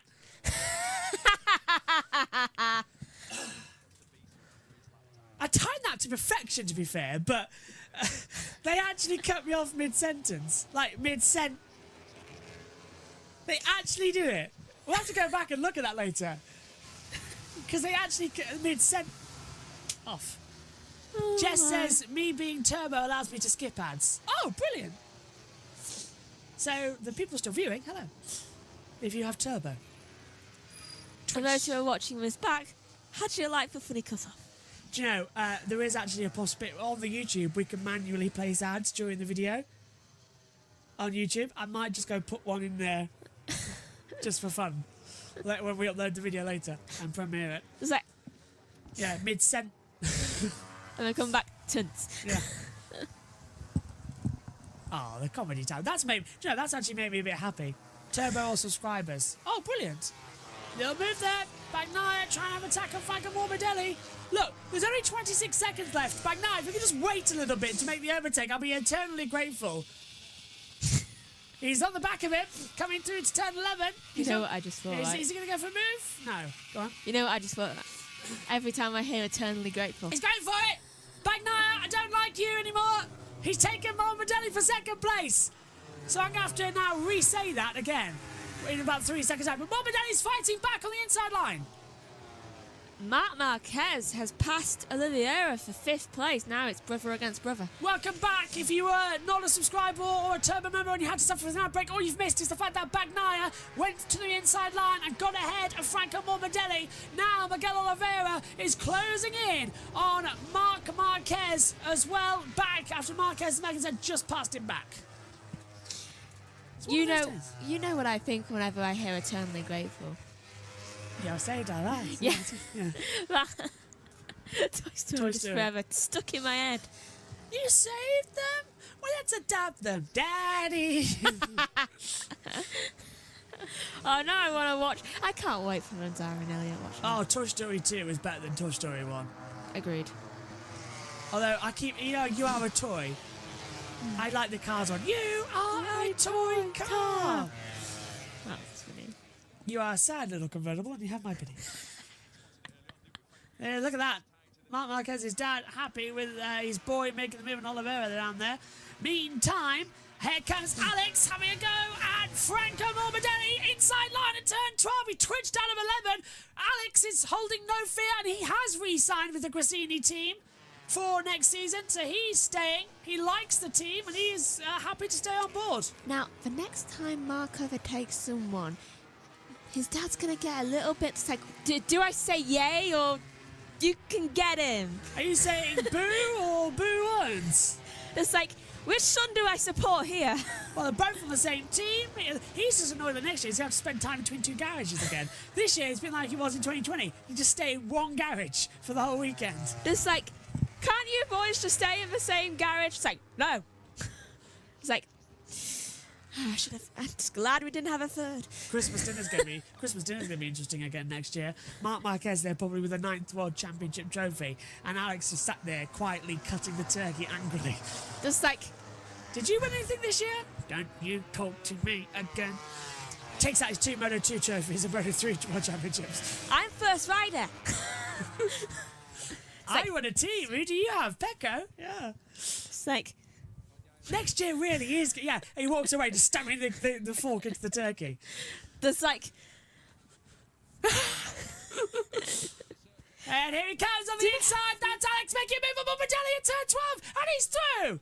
And Max, anything you can do, I can do better. He's right in the back now as well. Yes, it's a Ducati top 7. No, top 6, but it's not that bad, because there goes Bastianini ahead of Oliveira. A little bit of wheel banging between the two out of the last corner, and now it is a top 6 Ducati domination. just checking whether they have a third child. Joe, the only one laying the side down right now is the VR46 boys. Bezzecchi, of course, Digi's out. Yeah, they have not been good this weekend. So it's Prima Ducati, it's Prima Ducati Grassini, Prima Grassini Ducati. Sounds like divorce beheaded died, divorce beheaded survived. the 6 Ducatis of Gigi Dall'Igno and Davide Tardozzi. That's pretty much what's going on right now between the two of them. 13 laps to go. It's half distance past here. Jorge Martin leads the German Grand Prix at the Sachsenring. Second is Pecco Bagnaia. Third is Alex Marquez. Morbidelli, his early race pace, now looking like he's dropping back ever so slightly. So it's move along together, move along home. Do you remember that one? Have you got to that bit yet in Deep Space Nine? No. Alan Moraine? No, I have not got that far. I'm rewatching Voyager. You are going to have Alan Moraine stuck in your head for about, I don't know, decades. Lower decks already done. Do you know, Avery Brooks, who played Captain Sisko, still remembers that song. Really? He sings, yeah, because he sang it. He said, what was the worst part and the most memorable part? He said, Alan Moraine, count 2, 4, Alan Moraine, then 3 more, Alan Moraine, come with me, Alan Moraine, then you'll see. Well, at least he's getting out of the place. Yeah. You go to the hopscotch as well. That's what I was thinking when I was doing the hopscotch the other day when we went to Rhodes. I was like, Alan Moraine, count 2, 4. 12 to go. I've got it in... Oh. Nakagami gets passed by Marini. Yeah, a little bit of a mood change there. I already have it slightly stuck in my head simply because of Lower Decks. Oh, that was Alan Moraine too. Yeah. That was Alan. That was the same one. Because Mariner got it wrong, but Van Rutherford had to literally go through the entire thing. Okay, yeah. And he got through it so quick. Well, it's easy. Alan Moraine can't do it. Yeah, see, it gets stuck in your head, Alan Moraine. Blame Quark. Everyone does. Okay, so they only have 2 children. Yes. So he only has to worry about being between 2 garages. He doesn't have to worry about 3. Oh, about Alex Marquez's Yes. Mark's father, yeah. Yes. SHT said, for the one time this season, Marini is beating Mia on pure pace. Yeah, Marini's in 16th on the Repsol, just outside the points. Jack Miller down in 15th. Terrible weekend for the KTMs. They have not turned up at all this weekend. Usually, we're always on about the KTMs. They haven't turned up. Neither has the Aprilias. Ducati have run away with it this weekend. They haven't got above 9th position. Yeah, and I presume they were the same in the practice sessions as well that you were covering. Yes. Yeah, thought so. In fairness, Ducati have been the more dominant this weekend. Well, it's their type of circuit, isn't it? Yeah. High speed here at the Sachsenring in Germany. Continue to close through. It's the only German Grand Prix around the calendar. I would get the flag out, but we thought Silverstone, British and German flag might not be the best idea to put them side by side. Let's do it. Can't even get the Silverstone flag up as well. That's what I mean. It won't stick to that. Just start wearing it around your shoulders. If a British driver wins, I will put the Union flag around me like a cape. Do you know? There's a spider on it, that's why I'm not moving it. Can you see? Yeah. You can see the web and the spider there on the desk. That's why I'm not moving Oh, that. there is. Yeah, Yeah. there is. I'm slightly worried about the race-worn Lando hat that we've got on there. Can we freaking... But we kind of need that there. Yeah, it's fine. Have a look. It's going to move that down. Yeah, Lando's fine. Can we stop keeping Lando? Well, he keeps on doing well. Yeah, we know. 10 Maybe to- on weekdays. Right, 10 to go, which means we have gone through the boring part of the race with tyre saving. Now we can get back to some action. 21 of 30, 10 to go. Anyone saying, oh, well, that's 9. You count the lap we're on. Come on, we're all racing fans. Also, it says on the screen it's 10 to go, so it's 10 to go. Yeah, everybody who comes at me and says, why are you saying it's always like it's 9 to go? I said, you count the lap we're on. It's like 21 of 30, 10 to go. Motorsport people, can I say, that's probably why in mathematics everyone goes, well, that's really hard because it needs 9 to get to 30. But it's like, oh, you count the lap you're on. No wonder but everyone who's a motorsport fan is terrible at mathematics. Apart from me. Yeah, well. Look, we have to look at a timing screen to work out gaps and intervals as well. It's really hard. I generally think that's why I'm good at maths. The timing screens. Yeah. Yeah. That's why I think I'm good at it. I can work out the gaps. It's like, it's easy for us. I mean, come to think of it, it did take me a while to figure out tenths, hundredths and thousands. Why do we need don't know. Pythagoras or whatever the bloody hell it is? Pythagoras, that's the triangle one, right? Yeah, why do we need that? The universe is made up of triangles. Triangles are the most recognisable thing on the planet. That's why the Illuminati people say, For "Oh, building triangle." things. Yeah. We need triangles for building things and trying to figure out how to fold a piece of paper correctly. I know, I've never seen the point. That's the only thing. Do you know those triangle pieces of paper? Oh, see the point. I get it. Over the head. Breaking. Oh, contact! Marc Marquez running into the side of Enea Bastianini coming out of turn 1. They both got clipped up together. Somehow they stay on the bikes. Now, whose fault was that? Marc lets it back through and then cuts back. Bastianini's keeping on the inside line. But whose fault was that? Because we cut to that angle quite late, and all we saw was Marquez bouncing like a buckaroo. Do you know what's funny? At that same time, Raul Fernandez went down like 3 places. Oh, he's dropped down to 10th position as well, so he's losing out of it. Oh, and Vinales up to the 13th, passes Augusto Fernandez in 14th. Watch out for Marini to maybe get Honda's points this season as well. I would love a replay. I'm sorry, Honda points. Oh, right, yeah. I would love a replay on that because that was contact to the highest degree. How neither of them went down, don't know. I think Bastianini turned in. Marquez put his bike on the inside line at turn 2, and Bastianini just drove right into him and caused the contact. Here we go. So there's Marc Marquez on the inside line. That's the battle for 4th. Oh, it's Morbidelli. It's Morbidelli. It's Morbidelli he returns into. I think that's kind of a little bit of Mark's fault. So it's not. So it's not Bastianini. It's Morbidelli's fault. He just turned into it. We thought it was Bastianini from the way that angle was at. I think that's a little bit of Mark's fault. Yeah, but it's going to be Bastianini now because Marc has cut him off into turn 1 as we come back through. So it was Morbidelli. He's just reading into the side of Marc Marquez. I apologise to Enea Bastianini. But in fairness, it wouldn't be the first time. Yeah. I finally just got my Discord messages back. I've come through. Yay. Have we got the live streams back yet, though? We didn't have half an hour ago. That's one thing I'm looking at. Live. Well, I think that's about the same. No. Must be 2 o'clock then. Must be. Oh, it's going to get harder and harder, isn't it, to get this on? We'll wait until after 2. But if not, we'll just have to do the pre-show maybe twice. 8 to go here at Silverstone. Martin from Bagnaia. Alex Marquez, Franco Morbidelli. Marc Marquez is in P5. Bastianini is 6th. Oliveira in 7th place as well. But it's the top 6 that is just a Ducati domination here in Germany. And it's going to be Martin who's going to have advantage in this race. I don't know. I still like this race. It was an exciting start, but then after that 10, it's just died. It has. Every time. There's been nothing after lap 10. Let's see how long it takes for Gardner to finish the thingy-majig. No further action after looking at the Morbidelli and Marc Marquez incident. Let's look at it again. So Marc goes to the inside. Morbidelli's gone wide and just rides to the side of Marc. Oh, so it wasn't Mark's fault. It looked like it was from that angle. Also, Gardner is 2 sectors behind people. Look, the messages are working. Ooh. Not all of them, but into the pits and retired. Hey, that's good. I'll keep an eye on that.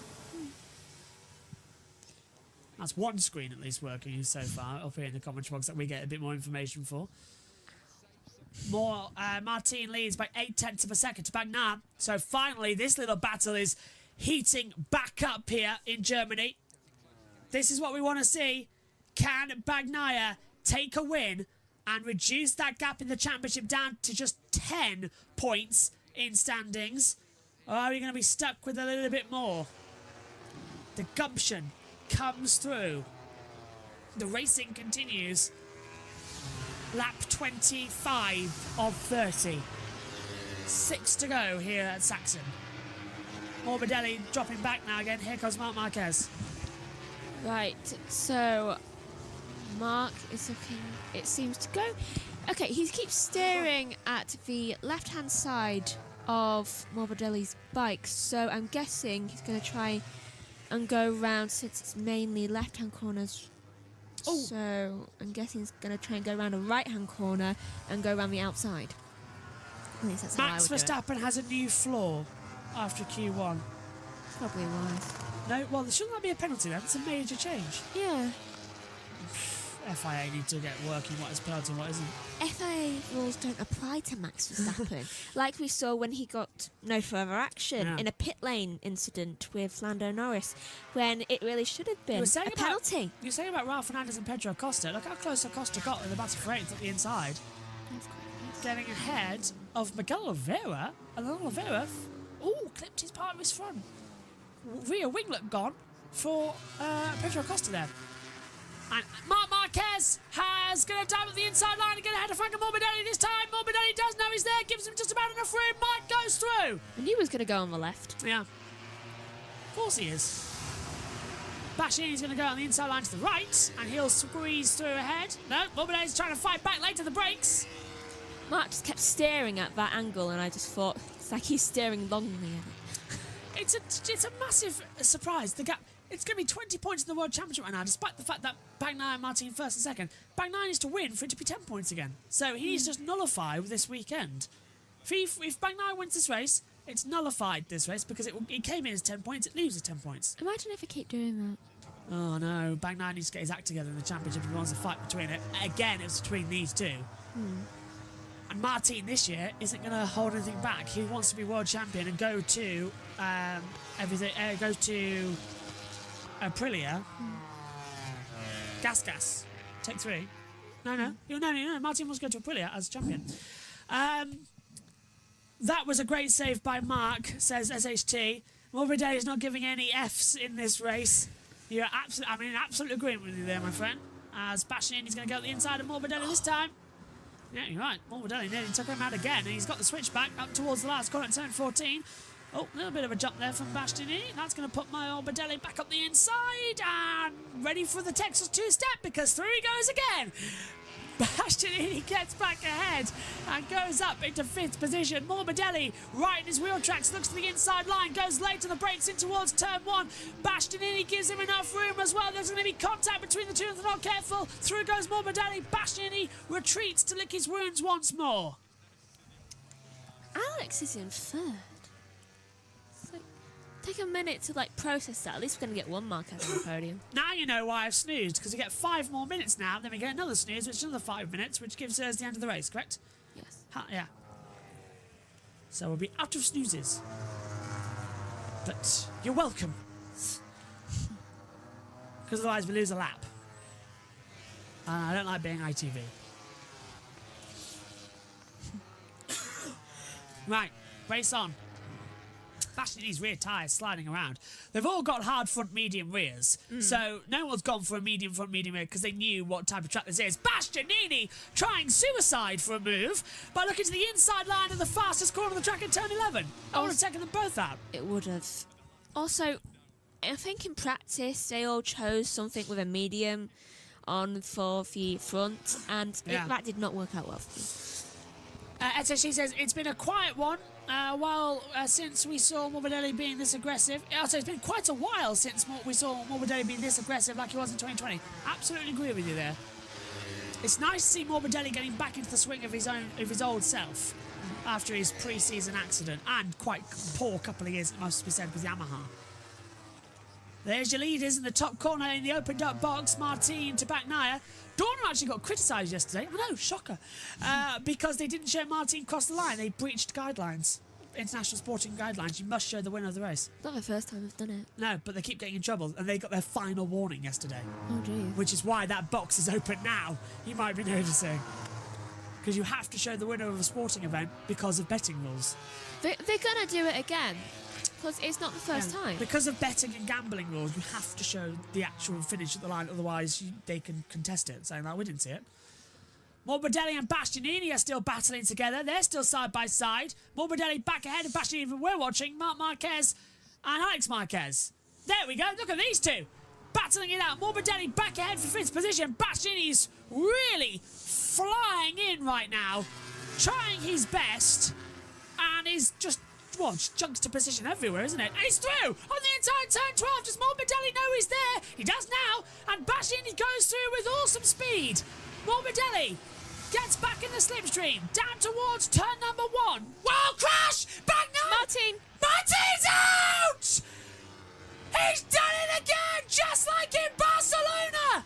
And just like in Gareth 10 points. at crucial stages in a World Championship battle with 2 laps to go. Jorge Martin crashes out of the German Grand Prix, and now it is Turn Pecco 1. Bagnaia leading this race. It was turn 1. Front's gonna buckle on entry. Exactly how we've been seeing all weekend. Turn 1 claims Martin. The status quo is enabled. Rider OK, our first crasher of the race, Pecco Bagnaia, and now it's Alex versus Mark for a podium. The 2 brothers can hash it out in the front. Well, And they Mark- both got a podium. And Mark goes through for second. Older brother against younger brother. Wait a minute. If Bagnaia does his usual, Yeah. that means that Mark can win. Well, with one more tour to go, I'm not sure Bagnaia would do his usual. Oh, please but do. now, Bagnaia will lead the title on 222 points. And instead of coming in with being 10 points behind of Martin, he leaves here 10 points ahead. It's advantage Pecco. Jeez. Wow!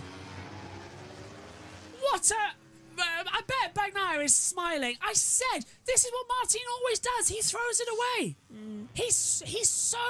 I don't want to say immature, but his riding style, it's fast, but it costs Impulsive? him. Yeah, it's impulsive. Bang on the word. He can't believe his luck. He's not at a World Championship level yet. He's fast, but he's not at that level. Give him another Whereas season. this man is. Yes, he makes mistakes, but only when tripped up. He is consistent. Bagnaia is going to clean up from 10 points down to 10 points up. The German gamble has worked for him. And may I just say, at least Mark remains being on the podium for each of the ones. Acosta gets ahead of Binder. It's into the last 2 corners here at the German Grand Prix. What bit of luck for Pecco Bagnaia. He comes into the last corner, and Pecco Bagnaia wins the German Grand Prix and is the new King of the Ring. Marc Marquez, for the first time, is defeated in a race he's finished here in the Saxon Ring. Him and Alex Marquez get a podium, and the brothers are delighted with themselves as well. It's a happy Ducati, and Martin drops to second in the standings. Bagnaia came into this weekend 10 points down. He leaves 10 points up. I can't believe that both Marquezes are on the podium. And we missed the podium. Also, the fact that Mark may not be able to say he's won every single race he's finished here. But he's been on the podium Yeah. every single time He's been on the finished here, podium. yeah. That's going to be, and that is such an important one as well for Bagnaia to win. And Martin, he will go into the summer break now on attack mode. He will. The British Grand Prix in a month's time in August is going to be electric. So has everyone now crossed the line? They have. Max, talk us through it. Oh, hang on, you've got a sort. You've got Yeah. I'll do it. I've got that. I need a drink. Right. It's Pecco Bagnaia victorious. Marc Marquez is second. Alex Marquez third. Enea Bastianini's fourth. Franco Morbidelli is in fifth position as well. Pecco Bagnaia is now the Ducati rider with the most wins in the Premier class. Bagnaia has now won a total of 24 races for the factory team. Impressive. After the top 5 as well, 6th for Miguel Oliveira, best result for Trackhouse in their debut season. Pedro Acosta in 7th, Marco Bezzecchi 8th, Brad Binder's 9th, Raul Fernandez 10th, Fabio Quartararo 11th, Maverick Vinales is 12th, Jack Miller 13th, and Gustavo Fernandez 14th. Takaki Nakagami picking up a point for Honda in the LCR squad as Yay, well. Well Honda. done for there. Luca good for Marini them. just missed out by 37 thousandths of a second at the line, so he really was pushing Marini. It was a photo finish there. Zarco is in 7th. Tyre pressure for Zarco, Bradl and Fernandez is under investigation by the stewards. So that could be a penalty coming. So, That's Augusto. yeah, Zarco, Bradl and Fernandez's tyre pressures are under investigation. That'd be Augusto Fernandez. And Jess says, got to pick a winner point for Pecco Bagnaia. Boom. Well done, Jess. Out of the race, though, Gardner. Well, no, Gardner finished, so it was just Martin and Antonio. Yeah. Megan, you've commentated on all the races this weekend. What did you make of that? I thought it was an extremely good race. Barring the little lull in the middle. Weekend-wise? Weekend-wise, I thought it was quite eventful. Yeah. I did too. You're back with us live here on JB Motorsports, where for the first time in the entire test in green flag running, there are no riders out on the circuit. Not one.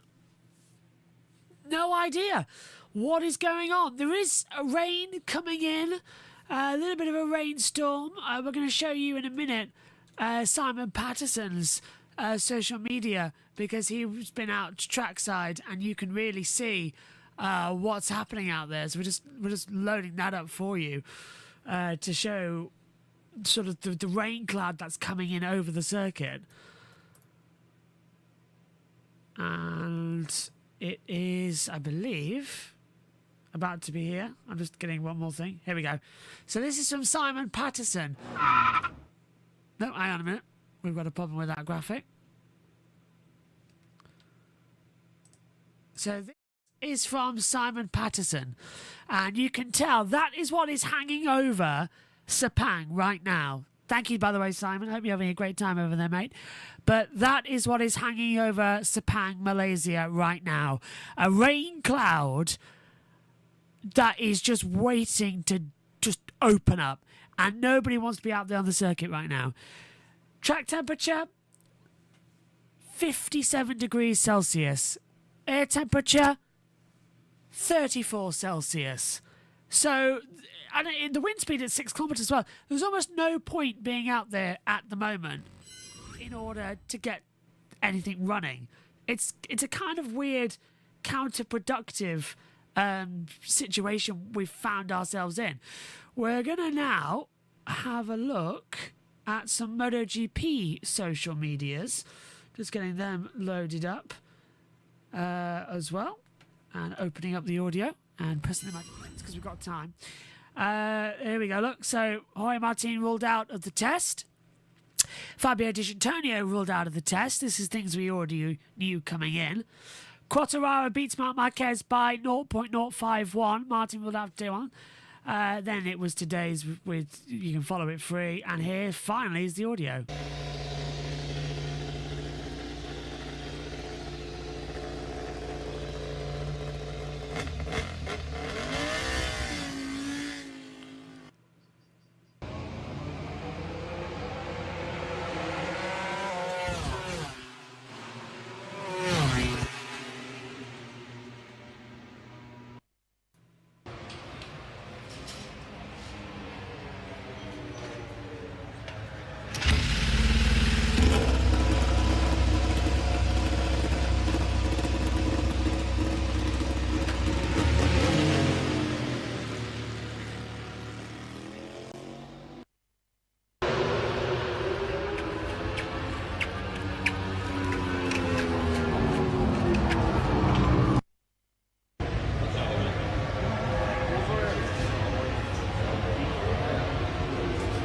Fernandez and Fabio Quartararo debriefing.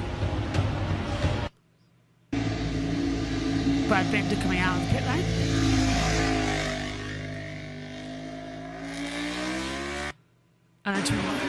And Song Cat Changer giving us a wave.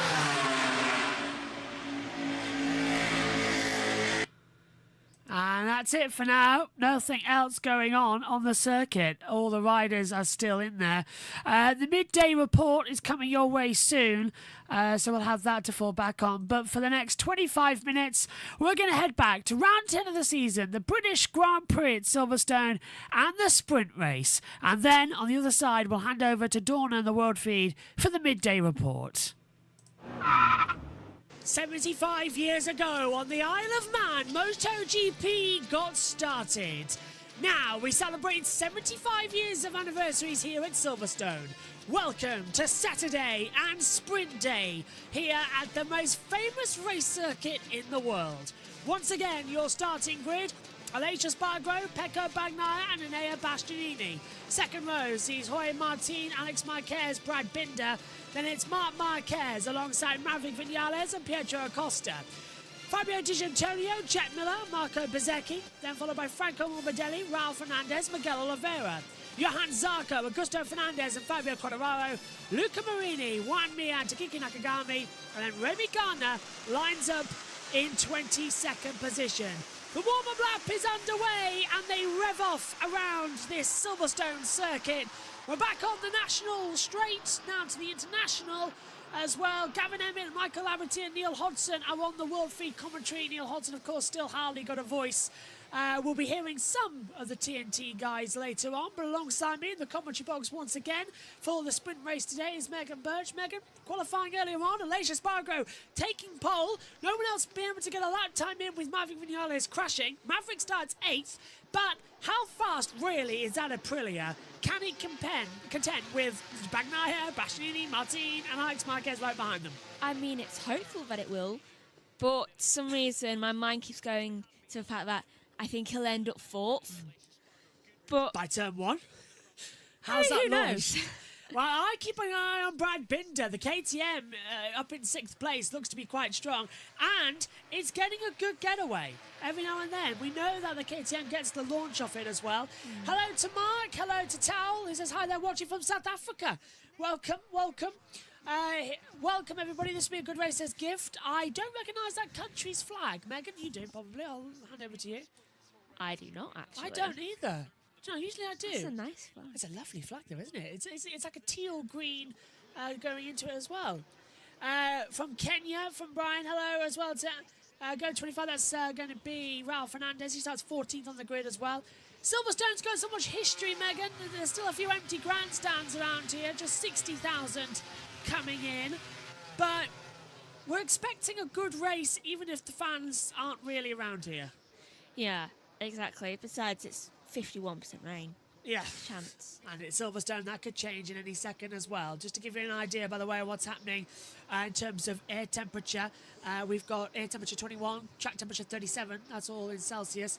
Wind 8 kilometres, as Megan said earlier. Now 7. It's dropping. Yeah, 51% chance of rain. Red flag at the front of the field. All eyes then. It's 10 laps of Silverstone.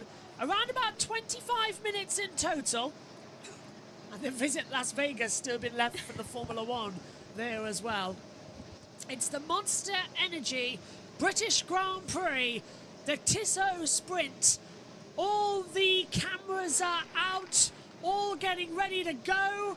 Green flag at the back. The summer break is over. It's time to begin for the sprint race. The second half of the MotoGP season is under starters' orders.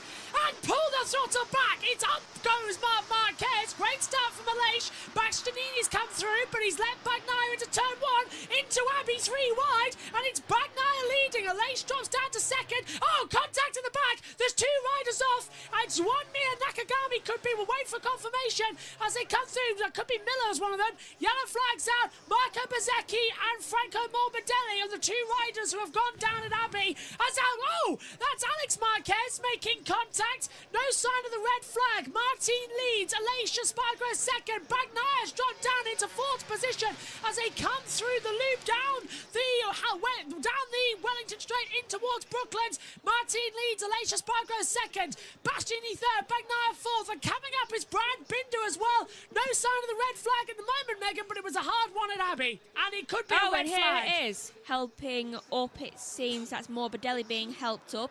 Seems to be a little bit winded from the crash, though both of them seem to be doing okay right now. It's under investigation by the stewards, but Bezzecchi and Morbidelli are being helped up. We're hearing applause behind us at the moment. At the moment, no sign of the red flag as we come in towards Maggett and Beckett. Aleix is up into 3rd. He's past Bagnaia. I'm keeping my eyes glued on the monitor for the timing screen to see if that is going to change to red or not as we come out of Chapel and down the hanger straight for the first time. Martin leads up from 4th into 1st. Bastianini 2nd and being helped away is Franco Morbidelli. He had a horrible crash at the start of the season, you might remember, in pre-season testing, which put him out of the opening 3 Grand Prix. Let's hope he's okay. Marco Bezzecchi too being helped away. Still no sign sound of the red flag, but the stewards are going to be keeping it, but we're coming towards Abbey, and it's a fast corner.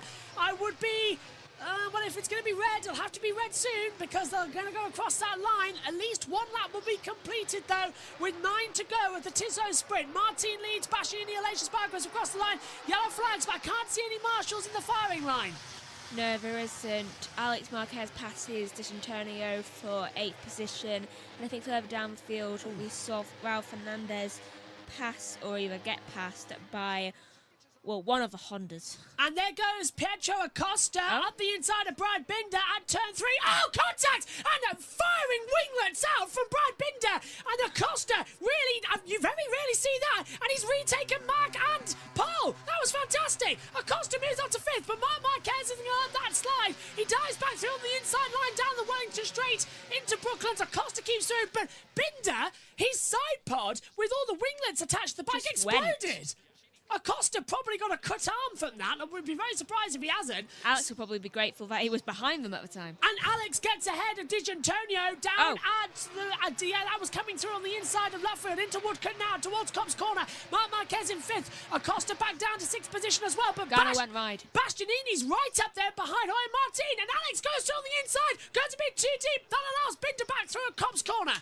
Raul Fernandez is making his headway up very much so. He's just passed Zarco, and Gardner was just passed by both Fernandez and Zarco at the same time, so I'm assuming he went wide. Oh boy, if we miss MotoGP action, I can tell you that right now, even if it's just a sprint race. Binder repasses Pedro Acosta. Here's the race start though, Megan.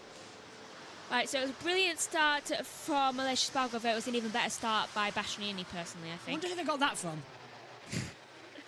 Right, further down you see, Morbidelli one. was the one who crashed into Bezzecchi. And Raul was involved. Raul had to sit up. That's why he went down so much. Yeah, so Morbidelli touches Bezzecchi, and that's So why close. Raul was very close to running over Bezzecchi. Let's see from this angle if there's anything different. He went so far Well, out there's to avoid. Franco loses it under braking, touches the back of Bezzecchi, and Bezzecchi just high sides down at turn 1. And then Raul Fernandez literally having to go extremely wide, which put him down so many positions just so that he didn't hit Bezzecchi. Yeah, and he nearly did anyway as well. The yellow flags have been retrieved. Brilliant work from the British Marshals here as well. Gift says, I need Mark to win this. Well, he's currently in 5th position at the moment. Martin has got the fast lap of the race, a 1:58.341. No jump starts from race control, according to the official messages chart, which I've just noticed have also opened up here on our chart. That wasn't supposed to happen. Apologies if you were seeing a slightly crumpled timing screen there, because the messages automatically open when the lights went out. Someone will have to remind me of that. Here's the explosion, though. Whose fault would that be? I'd say Binder's, because he didn't give Acosta any room. Yeah, I mean, Acosta really had nowhere to go. Here it is again for another angle. Yeah, Acosta had nowhere to go. Yeah. Mark was brave. That was the onboard of Mark, slipping through on the inside of the loop. He was just like, do you know what? I'm going to take the chance. Yeah. What am I going to do? Hurt my elbow again? Or shoulder? Yeah, of course, he crashed out earlier on in the weekend, didn't he, as well? He's still keeping going and still thumbs up for Mark so far. On board with Enea Bastianini is with 8 to go, coming into well, look at this in the championship now. If Martin wins this sprint race, the gap will be Bagnaia to 228 and Martin 224, a 4-point swing in the title. That would make a very entertaining race tomorrow, especially since we wouldn't know who was winning. Yeah, we wouldn't. It would be fantastic as well. And I think Aleix, as you said, Megan, you expected him to go down to 4th. He did go down to 4th, but he's repassed Pekka Bagnaia, who once again is struggling. Now, interesting enough, Aleix is on the hard front tyre, soft rear. Usually you see a medium medium approach in these strategies, so I'm quite surprised to see that flash up. surprising. Yeah. Not the only one who's taken that course of action either. It's Mark Marquez who's taken that, and also Oliveira. Yeah, weird that they've all taken that, and especially with the track temperature as it is, being at 37 degrees. Bagnaia track limits. Yeah, and so- Zarco. And had Zarco, something. yeah. So Zarco and Bagnaia have been warned for track limits from race control. Last lap time as... and D'Antonio. Okay. And they're starting to be warned on our timing screens now with flashing up on the monitors. Speaking of, D'Antonio is just about to pass Alex Marquez. That for must have been 8th. inside of the loop where we're coming through now. This is entry. That was a reason. Yeah, I can't find further back what the move's going to be, as Digi does go ahead to 8th Bagnaia with the track limits warning. Bastianini, though, once again, is showing exactly why he is a top talent in this field. He's latched on to the back of Jorge Martin and just won't let him go throughout the entire run. He is attacking. He couldn't hold it. attacking. Oh, who didn't? He is. Antonio couldn't hold it. And yeah, he's attacking. He's attacking now on the inside Yeah, line, see? coming into Cobb's corner. Is Bastianini going to take the lead? Oh, just under braking. Martin keeps it through. But this is the side-by-side action you get in determined. Silverstone. He really is, isn't he? And you're right, yeah, Digi's down to 9th. Alex Marquez has retaken 8th. I love the Dr. Dangle coming through into Maggots and then through Beckett's as well. They really are giving it hammer and toe. And look at this, because here comes Aleix Espargaro and Pecco Bagnaia closing up. Morbidelli and Bezzecchi are both conscious and will go to the medical centre. That's the latest medical director info that's flashed up just in front of our monitors here in the commentary box.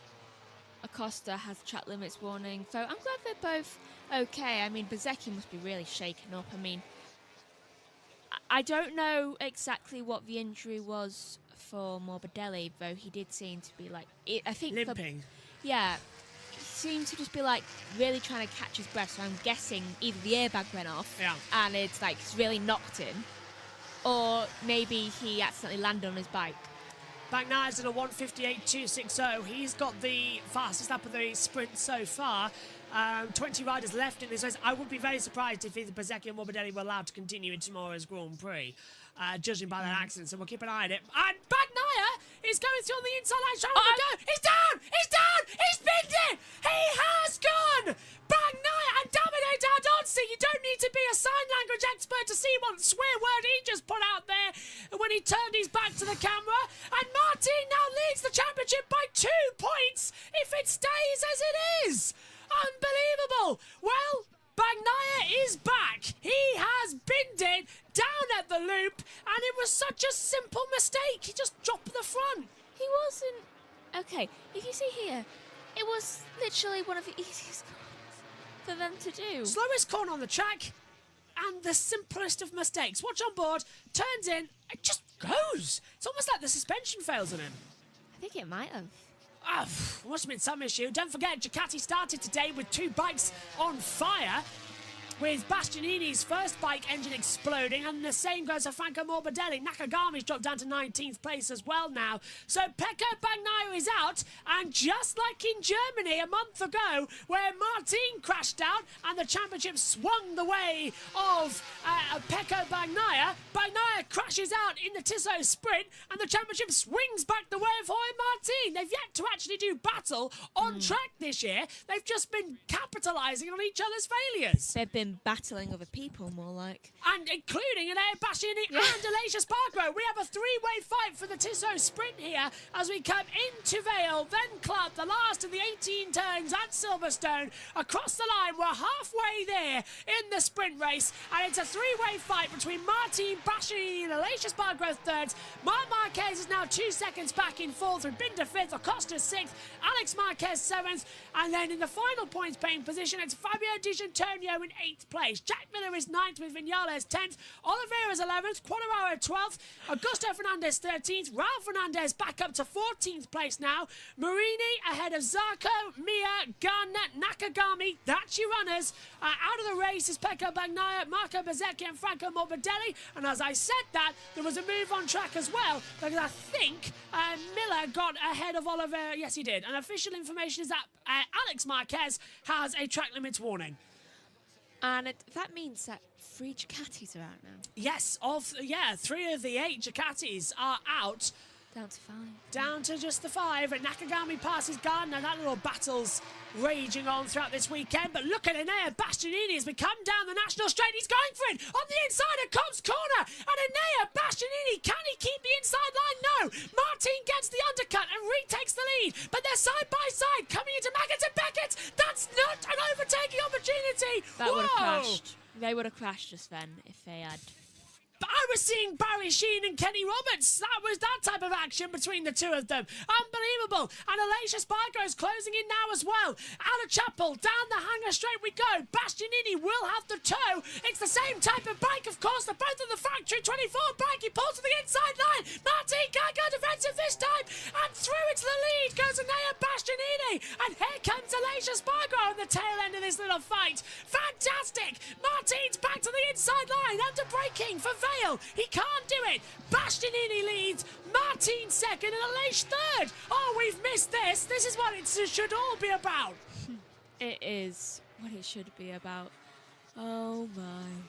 Bastianini's going to win a sprint race for the first time in his career. He's won 3 Grand Prix, never has managed to take a sprint. And now look, this is what Bastianini needs to do for his championship fellow, of his teammate even, of Pekka Bagnaia. If Bastianini wins, the gap in the championship will be 1 point, and it swings back to Bagnaia. 2-2-2 to Martin, 2-2-1.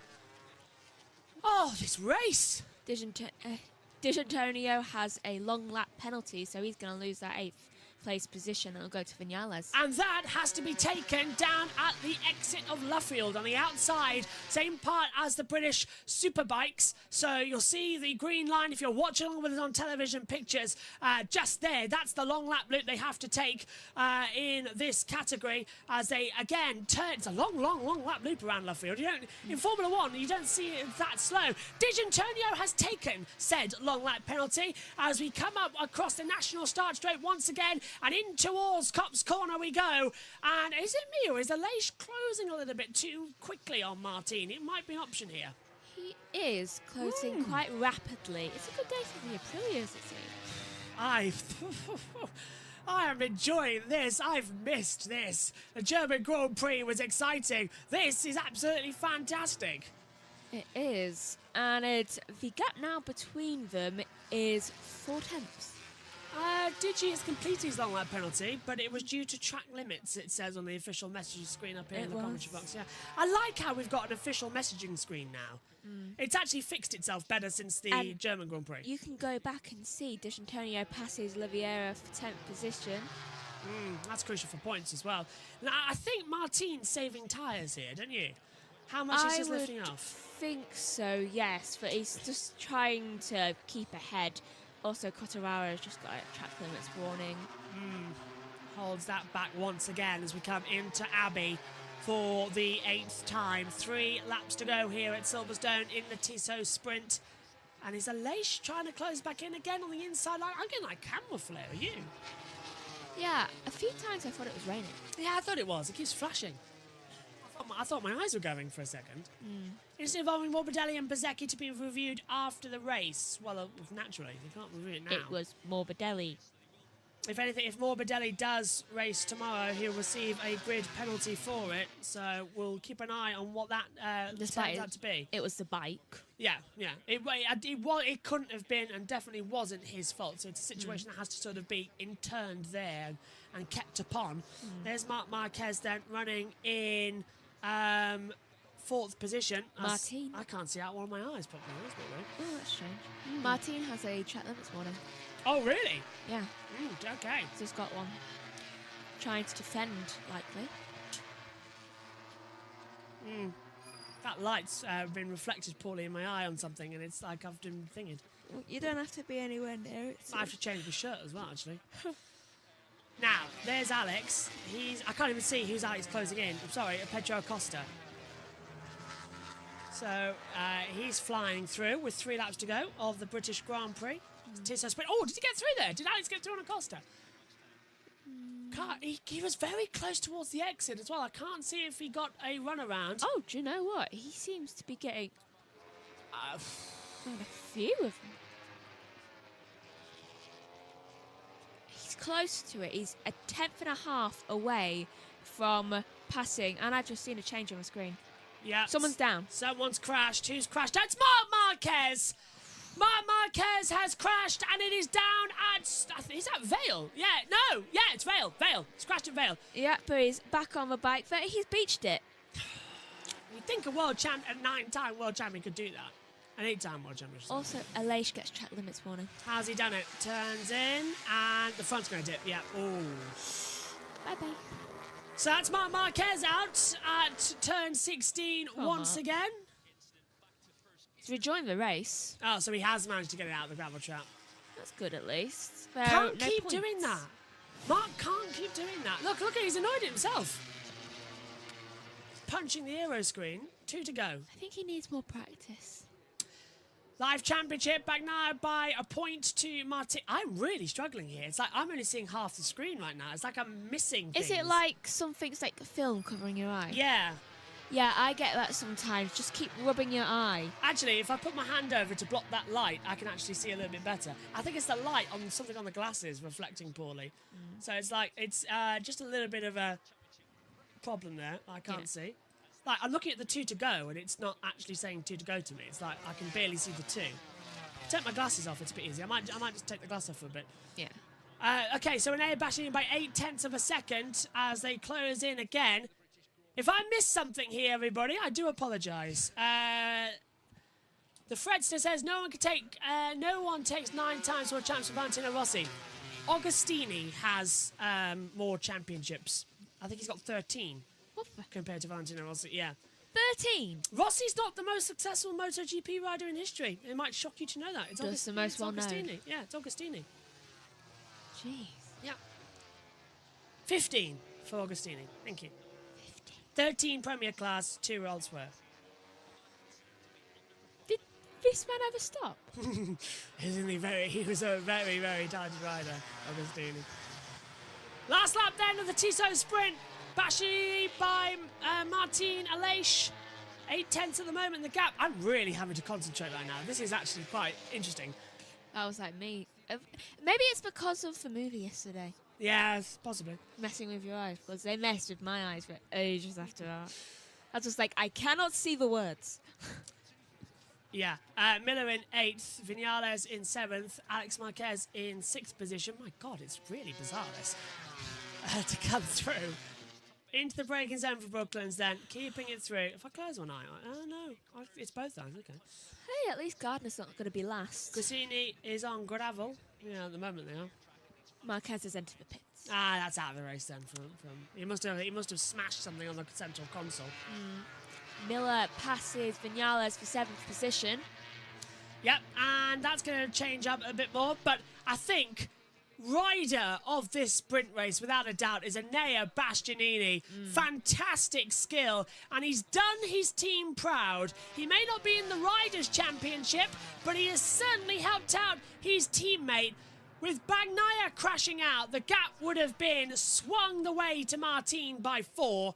But with Bastianini on course to take the Tissot sprint, it will be Bagnaia leading the title still, but now just to 1 point to Jorge Martin. It'll be 2-2-2 to 2-2-1, and I think a deserving sprint win. It's been fantastic, Megan. It has been. There's a bit of debris out on the track there, but it has been quite an amazing sprint.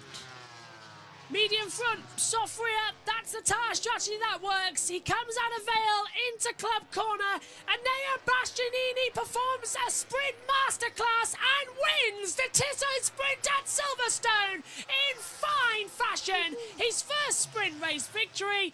Martin is 2nd, Aleix Espargaro comes home in 3rd, Brad Binder's 4th, Pietro Acosta 5th, Alex Marquez is in 6th, 7th for Jack Miller, and 8th for Maverick Vinales, the last points.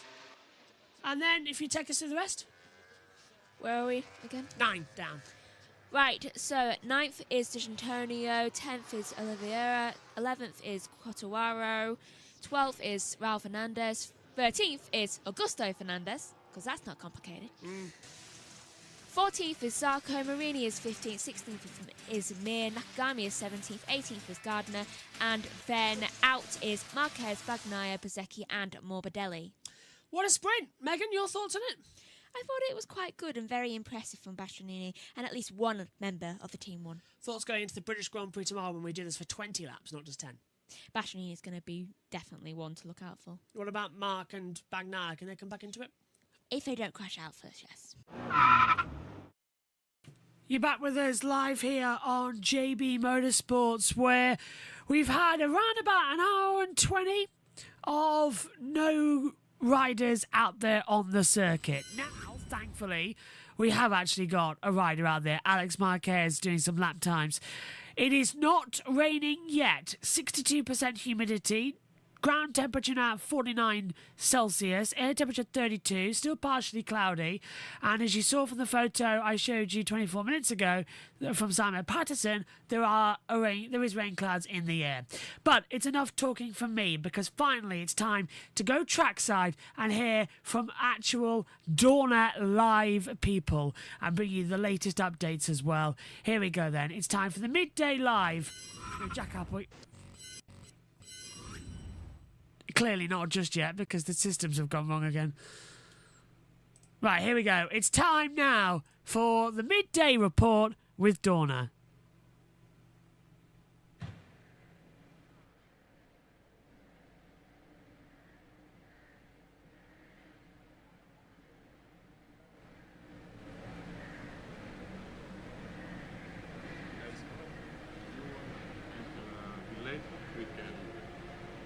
Do you want it or?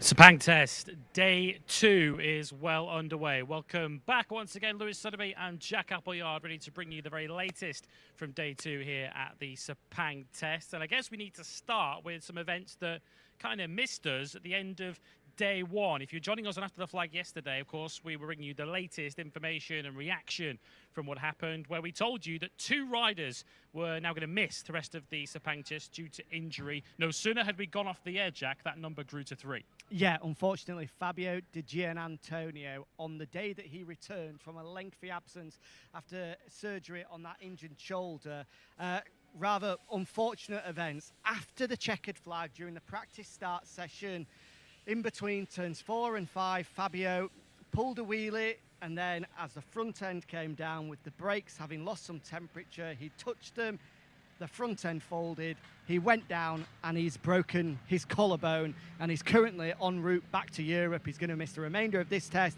He's going to miss the entirety of the Buriram test, but the Pertamina Enduro VR46 squad 90% confident that we will see him at the opening round of the year. But wow, nobody will be more frustrated than Fabio Di Gianantonio himself to have made a mistake like that after the checkered flag, after a very successful return to MotoGP action as well. I mean, there's not much that we can add to it. It's a mistake that you shouldn't make, but unfortunately, these things can happen in life. And for Digia, it just seems that that misfortune from the end of last year has carried through to the start of this year.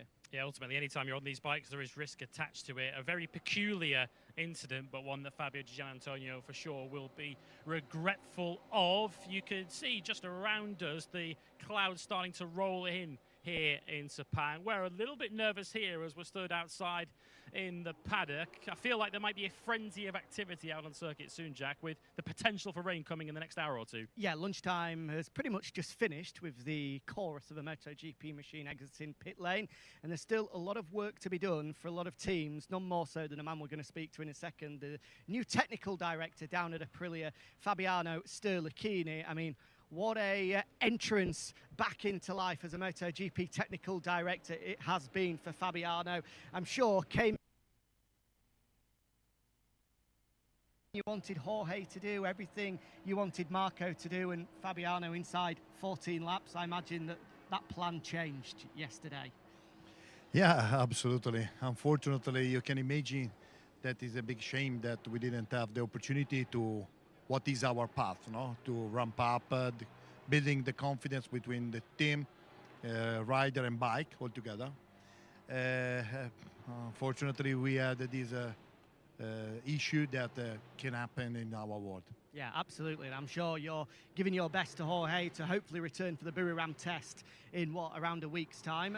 Welcome to Aprilia. Of course, this the first official activity on top of the Barcelona test. Yeah. You come from, your history was previously with Ducati, then most recently with KTM. So you come to Aprilia with a lot of knowledge of their MotoGP rivals. How have you found the Noali factory so far, and how close do you think they are to being there challenging at the front every weekend? You know, to reply the last question is always difficult, no? Because that's why I ask it. No, for sure we are absolutely in the good situation because the human asset of the company is a super high level. For sure, the experience in road racing competition come from long time, and that is something that you can perceive. To be honest, there is some work to be done. We are discovering also based on my experience that there is margin to improve some aspect, and this is something that in the next days, for sure, we will perform several tests. We did already something with Marco. Now we are carrying on the testing in a replacement of Jorge with Salvadori, exactly because we have a lot of material that is something that we are bringing from the company, but also we are building here, like the electronic evolution. Of course, a lot of talk has been around Jorge Martin, quite understandably, as the reigning world champion. But what has been the experience so far working with Marco? Of course, a factory rider for the first time himself, an Italian, of course, joining an Italian team. How is the atmosphere with Marco, and how has his work gone so far? Yeah, let me say that is really good. And to be honest, from outside, I had the impression that Marco was a kind of a super talent rider, but not so technical. It has been a sort of a good surprise, no? Because the job that we are doing, setting the bike in terms of hardware items, is quite interesting way to work because it's quite calm. Set the bike in the way that we can be repeatable, to test just the item and to have the data in the statistic way with a lot of consistency. And practically, how does the plan change? Having lost Jorge yesterday, of course, you brought Lorenzo Savadori in from today to pick up some of the slack, but you also lost Raul Fernandez yesterday, who was the only rider with prior Aprilia experience of the four that you've got racing this year. So how have you moved the program around to try and make up for the absence of two riders? Let me say that apart seeking the performance, this is one of the problem, the difficult part of our job that we have to readapt considering the boundary condition. Yeah, for sure now we are exploiting the presence of Salvadori here, but for sure we are adapting basically day by day based on the result of the test items and also the situation. For the moment it looks everything stable, so hopefully that the plan that we have in terms of the slot for the item, we will, let me say, respected. And how much are Aprilia's eyes on this that's up ahead of us? Is the program going to be accelerated somewhat now? No, you know, at the end of the day, you have to say that probably yesterday was not the typical Sepang. Now is the typical Sepang in terms of how much is warm and also the weather that probably some rain is coming. But we have to try to stay focused without resetting too much due to the boundary condition. Otherwise, you are making more mess than more clean, no? So we were just speaking to Marco Bezzecchi then up in the media centre, and he was giving us a nice debrief of his first day and a half with Aprilia. One of the key things he said with regards to the engine, which you guys have just been speaking about, is he feels that there is power there. The engine, he thought it was very impressive, the amount of power. The big issue with the electronics, something that you mentioned, is trying to fully maximise that power, trying to get that power on the ground. We know that that's where Ducati have potentially just got that little step on everyone else. Is that a key area that you're trying to unlock? yeah, let me say, for sure, the development and evolution of the bike is something that you have to touch basically all the point, no? To try, as we say, technically stretch the cover, no? But yeah, for sure, the stability of the bike is one of the crucial point because normally allow the riders to push the bike to the limit to exploit all the potential of the rear tire, especially. So for sure, we have to consider that the engine is like the black box, and the engine, it will deliver the power that the electronic requests. No? So this is an important point before to change any configuration of the engine. We've seen Marco doing practice start after practice start as well. I think it was clear to everyone over the past couple of years, one of the areas where the Aprilia can improve is off the line with that start device. Do you have a new one that you've introduced for this season? And do you feel it is a step to be able to match the Ducatis and the KTMs off the line? Yeah, for sure. We are focusing with the part of the company, obviously, delegating different job for different area, different tasks.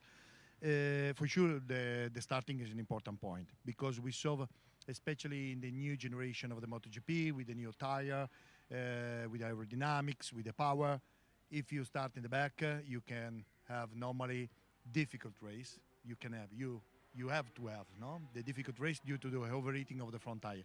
So starting in the front sometimes is the key point for good performance.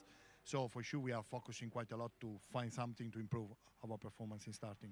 This is only day 3 officially of your tenure with Aprilia, but you started work, I imagine, a bit before that. How much of this 2025 RSGP has a Fabiano Sterlicchini fingerprint on it, can we say? Yeah, to be honest, is my approach that normally, for me, is haggling somehow to say that there is the footprint or the fingerprint, no? Because it's like that is personal.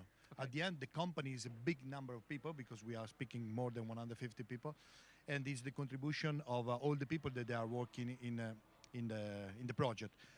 For sure, let me say, I jump immediately to try to understand from all the people, the analysis, the problem that we have, checking together. So, in somehow, I'm holding the steering wheel and I try to move in the direction that I believe is correct since the beginning, because you don't have, let me say, time to be wasted, no? Well, Fabiano, you've got a lot of work to do, so we'll let you get back to it. Thanks very much for joining us, and we'll wish you the best of luck for the rest of the test. Thank you very much. We need it. Yeah, good luck, good luck. Great to be able to be joined by Fabiano. We're going to head this way and talk about your rivals, so don't listen into this part, because we might be a bit more positive about, in particular, Ducati, who, Lewis, looking at the timesheets, it does seem as though we thought it was going to be the case coming into this opening test of the year, but unsurprisingly, they're still the people to beat. Yeah, as we came on air, Frankie Morbidelli leads the way, of course. He stayed on the same bike. Moved that bike into a different garage, of course, now from Pramac to VR46. Fabio Quartararo also continuing to set some eye-catching lap times, but certainly from a Ducati point of view, more interest, I guess, is in what's going on in that factory garage. We spoke yesterday about the fact that they were certainly looking at more black and white items before they go into slightly more subtle changes that they want to make to the bike. So how has their program moved on today? Yeah, well,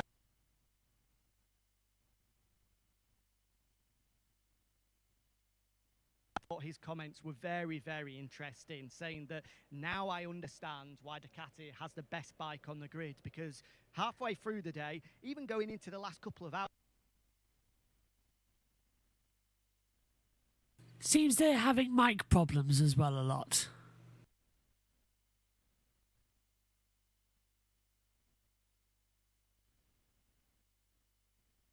Mark and Pecco and all of the team talking, working as one, and they were able to find a path, find a direction, which they're both settled with at the conclusion of day one. And as a result, there now looks as though they're going to be moving on to looking at the 2025 chassis, which they have debuted before, firstly at the Misano test, 3/4 of the way through last year, and then again in Barcelona. And on both occasions, Pecco Bagnaia was extremely positive about that. So you do feel that, as we normally see, right now, the 2024 bikes are up there, they're fast, they're competitive, they can put lap times in for fun because they've got the data. It's the most complete motorcycle there is out there at the moment. It's going to take these brand new bikes some time to be able to find that completion that the 24 bike has, but it looks as though that 25 is starting to be pieced together, and no surprise, I think they're going to go into the year as favourites. Yeah, it's not unheard of to go into a new season with the year-old bike having an advantage over the new bike. Think back to 2023. And of course, 2022, when Enea Bastianini was strong on the year-old bike. In 2023, Marco Bezzecchi did exactly the same thing. KTM, we were having a close look at them this morning. Of course, they told us before the test began that they had so many new parts to work through. Certainly in terms of the rear tail unit on the bike, look at the factory team, a clear direction has been found. Yeah, that brand new tail unit, a big chunky tail unit, potentially with a mass dampener in the back of it to try and adjust the balance, to try and, just as we're speaking about with Fabiano, try and make the more benefit of that rear tyre to be able to get better drive out of the corners. That is now on every single one of the factory machines, 2 for Pedro Acosta and 2 for Brad Binder. I'm sure as we go throughout the test, that'll potentially make its way across towards the Tech 2 squad as well. But it has been a complicated day, in particular for Pedro Acosta. On his first flying lap of the day, crashed out at turn 5. We haven't seen it, but I imagine it was a big one as well, because even now at lunchtime, the bike that he crashed on still hasn't reappeared back into his garage. So clearly it's either in a couple of pieces or in a bit of a mess in the back of the box. Then, as he wanted to go out on his number 2 bike, they had a technical issue there, which means that Pedro Acosta didn't set a single lap inside the opening 2 hours of today. That has obviously resulted in an adjusted plan for him for the remainder of the day. Could get worse if the rain is about to fall as well. Yeah, meanwhile, down at Tech 3, of course, Maverick Vinales, as he so often is, was beaming and buzzing with life after day one of the test yesterday. And Ea Bastianini we saw trying to experiment with different seating positions on the bike, trying to get himself as comfortable ergonomically as possible. Quite a common thing to see when a rider switches from one manufacturer to another. Yeah, absolutely. But I have to say, of all of the riders that have moved from one factory to another, right now, Ea Bastianini looks to be the most lost. He came to speak to us in the broadcaster set yesterday with a puzzled look on his face.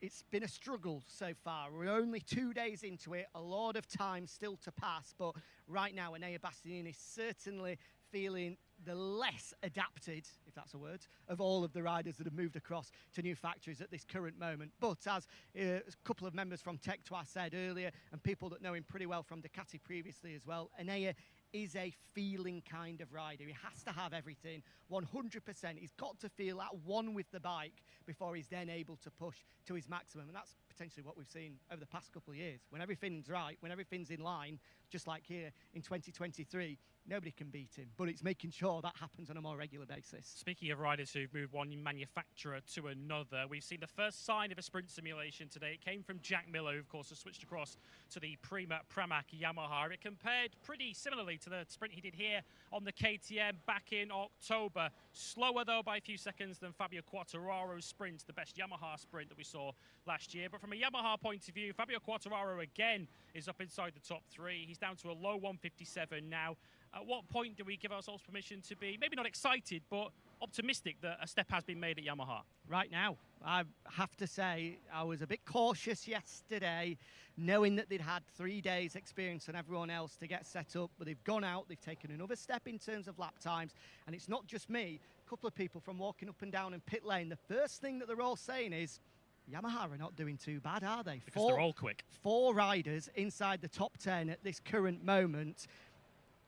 You know me, I like big statements, but I don't think it's too strong of a statement to say that potentially Yamaha have bridged that gap just to be on the tail of that battle with Aprilia and KTM. They're not at the level of Ducati. I don't think anyone is at the level of Ducati right now, but I think we can definitely say if further progress is to be made, which it can do throughout the year, of course, with concessions as well, I think Yamaha are just on the tail end of Aprilia and KTM now. They're breathing down their necks. They've made a step, a noticeable step as well. The Prima Pramac guys in particular, who had the opportunity to try the 24 bike in Barcelona and weren't particularly happy, are on the charge. Look out for them in 25. Perhaps an acid test might come for Yamaha tomorrow. We're expecting some very fast lap times to come in tomorrow morning. Generally, the morning of the final day in those cooler conditions is when you see some time attacks coming in. And of course, that was an area where Yamaha were weak last year, particularly Fabio Quartararo. When they put the new soft tyre in for qualifying, he just could not make that step forward in performance. And finally, Honda, we spoke to their riders yesterday. Definitely optimism there. Joan Mir said it was the best testing day he'd ever had with Honda. So positivity, but some of their old weaknesses do still persist. Yeah, they're trying a Honda. They are trying. There's 6 bikes across the factory box, 3 for Joan Mir, 3 for Luca Marini, and there's the new seat unit with the old aero, the new aero with the old seat unit, then it's matched together. I'm sure there's new chassis thrown in there, a new engine as well, which you say they were going to be testing. It is mix and match, but as we spoke about yesterday, someone that I was speaking to said it was obvious that Yamaha have a long-term plan, have a roadmap. They said doesn't look to be the same at Honda. It's a little bit throw everything at it and just hope that something comes together. We've been speaking about so often. Simon Crafar, when he was with us, was constantly saying the new engine. They need a new engine. They need a different character to be able to maximise and be closer to the guys. That still is yet to come, and until they get that, you just feel that they're going to be chasing their own tail. And with how many different bikes they've got and different configurations, looks to be same old story for Honda. I'm not as optimistic about them as I am for Yamaha. No, and of course, when I asked Joan Mir about the issues they've been having with rear grip in previous years, he said, yeah, rear grip is still our weakness. Jean Zarco said, hey, that is the DNA of the current Honda, and they also feel they are too slow on the straights. Those two facts are very much connected because they're slow out of corners and slow when they get to the next one, so it's not a good combination. Like a football team that can't score goals and concede too many goals. Not really a combination that you want. No, Honda's still very much on their way up, and of course, way too early at this stage for Romano Albiciano really to have had any kind of fingerprint on that Honda. Both he and Aleix Espargaro, are you sure, are coming up with a plan to try and lift them up the order. Well, make sure you're with us in a couple of hours' time, 5:30 local time, 30 minutes before the checkered flag comes out. For After the Flag, we will have live reaction from both pit lane and from up in the studio. And of course, Jack, you'll be providing me with your full undivided attention for that one. Yeah, as ever. For those of you that thought that I was switched off yesterday, don't worry, I'll be switched on today. We're not going to chat to Gino Borsoi, but Gino, just very quickly, thumbs up if you're having a good day, thumbs down if it's a bad day so far. Two thumbs up. Wow, there we go. That's all we need. A wonderful day, as always. Well, there we go. Getting the exclusives I've ever on MotoGP.com. Prima Pramac enjoying a wonderful day so far. Let's hope it continues like that. And on that note of Yamaha optimism, we'll bid you farewell. See you in a couple of hours for After the Flag. Thanks, boys. Nicely done as well. So, Alex Marquez has come back into the pit lane, but we've got actual riders heading back out there for the final 2.5 hours of this second day of testing. We're finally having some action. Right, let's turn it back then to the attention of going back in the 2024 season. And we're at round 10, the British Grand Prix. Before the midday report, we had the sprint race. Now it's time for the full-on Grand Prix, at the time celebrating the 75th anniversary of MotoGP. 75 years ago, MotoGP was born at the Isle of Man TT. Now we celebrate 75 glorious years of wheel-to-wheel action, and the grid is accustomed to liveries. Because anniversary means we have not got a clue what's happening. I have no idea who's who. All 22 riders sporting world-famous liveries as well. Interesting here for Michelin's Motorsports Mati wheel manager Piero Ciaramassa. The front hard compound will give more stability on the braking, but the medium front medium rear will suit the conditions. Only 2 riders have taken a hard front medium rear. That's Aleix Espargaro and Raul Fernandez. It's a vintage style modern spectacle. Liveries throughout 75 years of racing. And I think Megan Birchall. Who is that? I have no idea. I think it's Martin. That is your championship leader of, well, that's the Prima Pramac Ducati. That's Jorge Martin, you were correct. Okay. Second in the title now. The Prima gave it away. Bagnaia scored no points yesterday. He's on 222. Martin on 221. Bastianini won the sprint race yesterday. It's going to be absolutely insane to just try and predict what's going to happen. But Megan, we're going to have to rely on numbers. We're going to have to rely on the timing screens. Have they changed their helmets too? They have changed the helmets. They've changed liveries. They've changed everything. So if you're, if you're wondering if we're going to get a few things wrong today, it's a throwback livery. And if I say Barry Sheen at any point, that would be fantastic. We're seeing all coming through. Those are the VRs. Yeah, there's Luca Marini on the LCR Honda as well coming through. Aprilia still matches. There's Maverick Vinales on the old school Aprilia livery from the 1990s as well. I think that the VRs have gone for still the neon theme. A few drops of rain around here at Silverstone. Track temperature is at 30 degree, air temperature at 18. 57% chance of rain. The helicam sort of showing it off. Here's the grid just quickly while they're coming down the hanger straight. They are getting this backup bikes ready, so it might be a flag to flag. Aleix Espargaro from Pecco Bagnaia and Enea Bastianini. Then it's Jorge Martin as well on the grid, followed by Alex Marquez and Brad Binder. Row 3, Marc Marquez, Maverick Vinales, Fernandez, Pedro Costa. Row 4, Fabio Di Antonio, Jack Miller, Marco Bezzecchi. Row 5, Franco Morbidelli, Raul Fernandez, Miguel Oliveira. Row 6, Jan Zarco, Augusto Fernandez and Fabio Quartararo. Row 7, Luca Marini, Juan Mir, Takiki Nakagami, and row 8 sees Remy Gardner as well. And a double long lap penalty for Morbidelli, for instance, is back at the German Grand Prix. Megan. Just before the race starts, we've unintentionally matched. We have, yeah. Kind of works though, doesn't it? Yeah, especially given it's MotoGP. Who's going to win the 75th anniversary British Grand Prix? Bastianini. Interesting. Well, it all started with a TT on the Isle of Man. What are we going to see here today? The Battle of Britain is about to begin. We're under starters' orders. 75 years. It all comes down to this. Blast off! And Britain, great start from Bagnaia. Aleix just got swamped, and that is one of the... Well, who's that dropping further back? Is that Marc Marquez? I think Marc Marquez did not get a great launch. I think he's dropped right to the back. It's one of them who's dropped back. Right to the back, that would be Augusto Fernandez. So Fernandez drops back. The two Ducatis are now coming up there as well. Also coming into the mix is Pedro Acosta taking third position. Espargaro's there. Just took contact, I think. And his foot peg sparked on the track as well, and he's got side by side. It's a Ducati 1-2. Wait, is that Espargaro? Yeah. Yes, I think it is. Ducati 1-2, Marc Marquez up to third, so I think it was Raul Fernandez who dropped back down, because Raul started up and he dropped down to 21st position. And we've got two riders out already, the 25 and the 88. It's a big one as well. That's Augusto Fernandez. No, that's Raul Fernandez. And is that Miguel Oliveira? Just the two teammates. The two teammates have come together at Trackhouse. Well, at least one Fernandez had a good day. The two Trackhouse have come together down at Brooklands, and it's all pandemonium coming through. Bagnaia leads, Bastianini, Martin, Marc Marquez, and Aleix Espargaro in the top 5. And Marquez's. And Marc's coming through. He's passed Alex, and he's having a go now as well, and Aleix Espargaro. I'm learning. I'm learning. The white, Marquez's. Yeah. Neon helmet, that is... Well, at least one of them is in Aprilia. That's going to be Aleix, and are they both up okay? I can't see.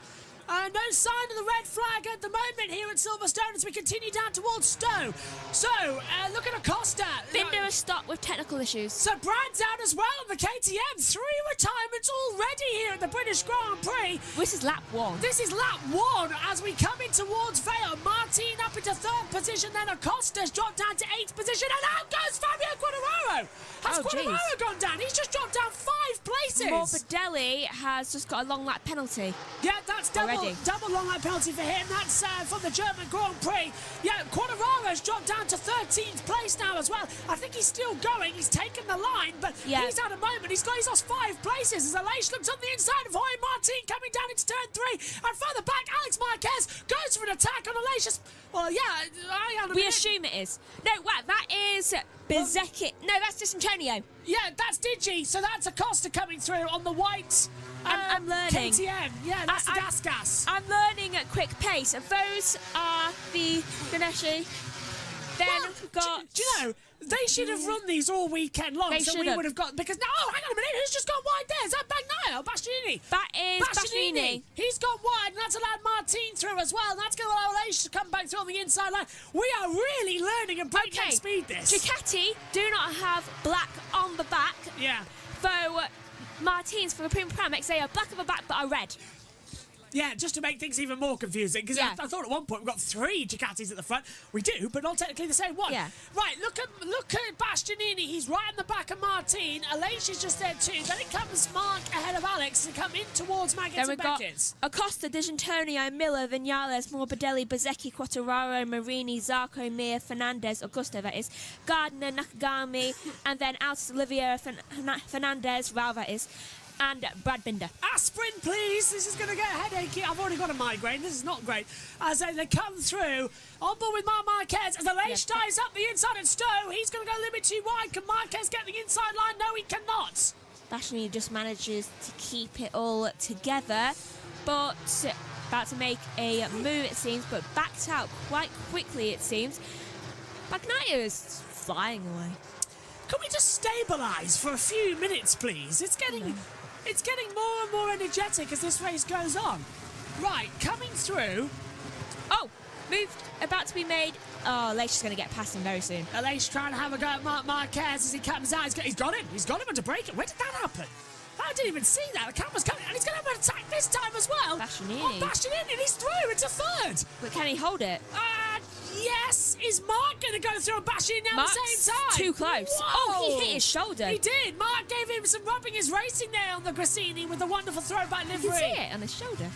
Down we go again then, towards Brooklands, on the way to straight. Mark's got the inside line. Alex is coming through as...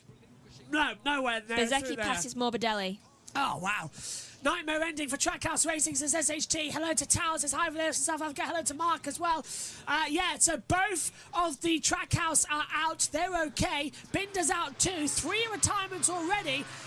Well, it must have been Raul who dropped back. Let's take a look at it. Acosta passes D'Antonio, sorry to interrupt, but also Morbidelli takes a long lap penalty. Okay, that's fine. That's contact between Aleix and Bastianini. Earlier on in the lap. Zarco gets passed by Augusto Fernandez. Really 16th. is. Just literally, it's throw you into the deep end here to try and work out what the hell's happening. Like quick learning. Yeah, it really is. Right, the only person left on the track currently with a hard front tyre and medium rear tyre is Aleix Espargaro. Yeah, because out went Raul Fernandez. I want to see a replay of that start. I wanted to know who dropped so far down the field. One of them didn't go. I thought it was Mark. I thought it was a white bike. Problem is, Augusta. 90% of the field have either a red or a white bike, so it's really hard to tell who is who in this You've one. got to tell who's who by the subtle differences. They can't. Of their backs. Yeah, just to say to Brad here, says that they really should move MotoGP to Donington. There's too many empty seats. Donington is no longer equipped to handle MotoGP racing. It's not big enough and it's not safe enough. That's why we're here at Silverstone. Donington's too small now. There would need to be a lot of work for Donington to take over to MotoGP again. It can't just go back. It's all right for World Superbikes, but it's not good enough for MotoGP. Acosta is in the white livery too. However, he's got a different stripe on his bike. Just saying this, I'd love it if MotoGP went to Donington because that means I could go Easy. very easily to go to. He's like, well, I've been there 3 times this year, so if MotoGP did go to Donington for the British Grand Prix, I'd be the first one there and you'd come too. Right, so Jack Miller's also got a white bike, it seems. Yeah, Miller, that's on the KTM as well, the factory KTM. So, Acosta White has... too. It's white, but he's got a stripe on it going down near his leg. So got to look out for that on board with Bagnaia currently. Vinales passes Jack Miller for 9th position. Train to Northampton, then bus. Is that for you? Yeah. Vinales. What's happened to him? Maverick's down He's to either 12th. gone too wide. It's gone too wide. He's just lost 3 positions. If you include the one he lost to Vinales. Well, I mean, not to himself, to Miller. He got ahead of Miller to 9th, and now he's dropped back down to Yeah. 12th position again. I don't know who's tied. Yeah, he's dropped 3 places. He's dropped down to 13th. Because he had just passed Miller, So Miller, Bezzecchi, and Quadraro get through. I'm not seeing anything further back at the shot. No, it's just gone wide. Is it me, or is they all just lifting and coasting a bit because they know that the rain could come? Yeah, they're kind of like saving. Yeah. It's like being patient. I tell you what, Binder would have loved for the rain to have come and a flag to flag because he got to swap bikes. Yeah, true. Sadly, that's not happened as we continue on. Lap 6 of 20 then for the British Grand Prix here at Silverstone. No, sorry, lap 5. Are you getting the same feeling? Yeah. Bagnaia and Martin. Here's Yeah. the start. Right, what do we need to look at here? Binder. It was Binder. Well, considering there's like 7 white bikes. Oh, there are so many who have to jump out of the way of him. Yeah. So that's his technical issue. He he launched off the line and the bikes didn't go anywhere. So Binder was out with that technical issue. So we didn't think really. It should have been Brad Binder, shouldn't it? Yeah. Problem is with the special livery bikes, you can't tell who's dropped from where. Yeah, I thought it was Augusto because he dropped so far. I thought he was. Yeah, Raul dropped so many places back, and Augusto dropped. Hang on a minute, Raul. Morbidelli's just dropped back. That's his second on that penalty. That's why. Yeah. Yeah, so Morbidelli's should have completed his long lap penalty by now. He got a double, of course, from the German Grand Prix antics. He's already completed one, so this must be a second. Yeah, so as things stand in the World Championship, Bagnaia will lead on 247 points to Martin on 241. It will increase from a 1-point gap to a 6-point gap. Jeez. It's quite energetic now, isn't it, really? Still very close. Yeah. So, here at the moment, Trackhouse day ended early. It has indeed. They've all gone back through. It's a 20-lap race. Reminder, we've got Moto 2 after this, and that will be on JBMotorsports 2. What time's that? Live coverage, 2:30. Morbidelli has completed his double long lap penalties. That's the information from the stewards. So he's good to go back into this event. So now the battling still goes that we're just waiting as the fans start cheering. Waiting for one of them to make a mistake. Yeah, you heard, if you're watching us in the pre-show, you heard Susie Perry talk about that the British Grand Prix has moved to the 23rd to the 25th of May next year. Same weekend as the Formula One Monaco Grand Prix. Oh, you've got to be joking. And the Indianapolis 500. So what was going through their brains? We are in for a really busy day at Silverstone that day. Yeah. What was going through their brains? Not got a clue. Something about money, cash, money. They want to be evil to me. Yeah, Pedro Costa and Digi Antonio in a battle at the moment. Digi is back up into 7th position. Pedro's down into 8th. Martin is having a go at Bagnaia. Now, they've got the same bike underneath them. They've both got the GP24 Ducati. They are in a championship battle with each other. And Martin, bless him, knows it's probably his last chance to go for a title for a while, because I doubt Aprilia are just there yet. Yeah, they're probably a couple years away from it. Though also, they've decided to move it to the same day as 2 iconic races. I know. So that means even worse. That means you've got to be jumping from one to the other to one to the other. Yeah, but also they're going to be losing ratings. I love the Monaco Grand Prix. Yeah, well, this will start at 1, or this will probably start at 1, and then F1 starts at 2 for Monaco, doesn't it? So yeah, so it'll be a quick-off that day. Yeah. And we'll probably have to commentate from a different commentary box. No. Unless somebody else takes the pre-show for F1, remember? And then we take over. So it's doable, but we'll cross that bridge in 2025. They might change it after all as well if things get cancelled. It's only 9 months already. Yeah, I know.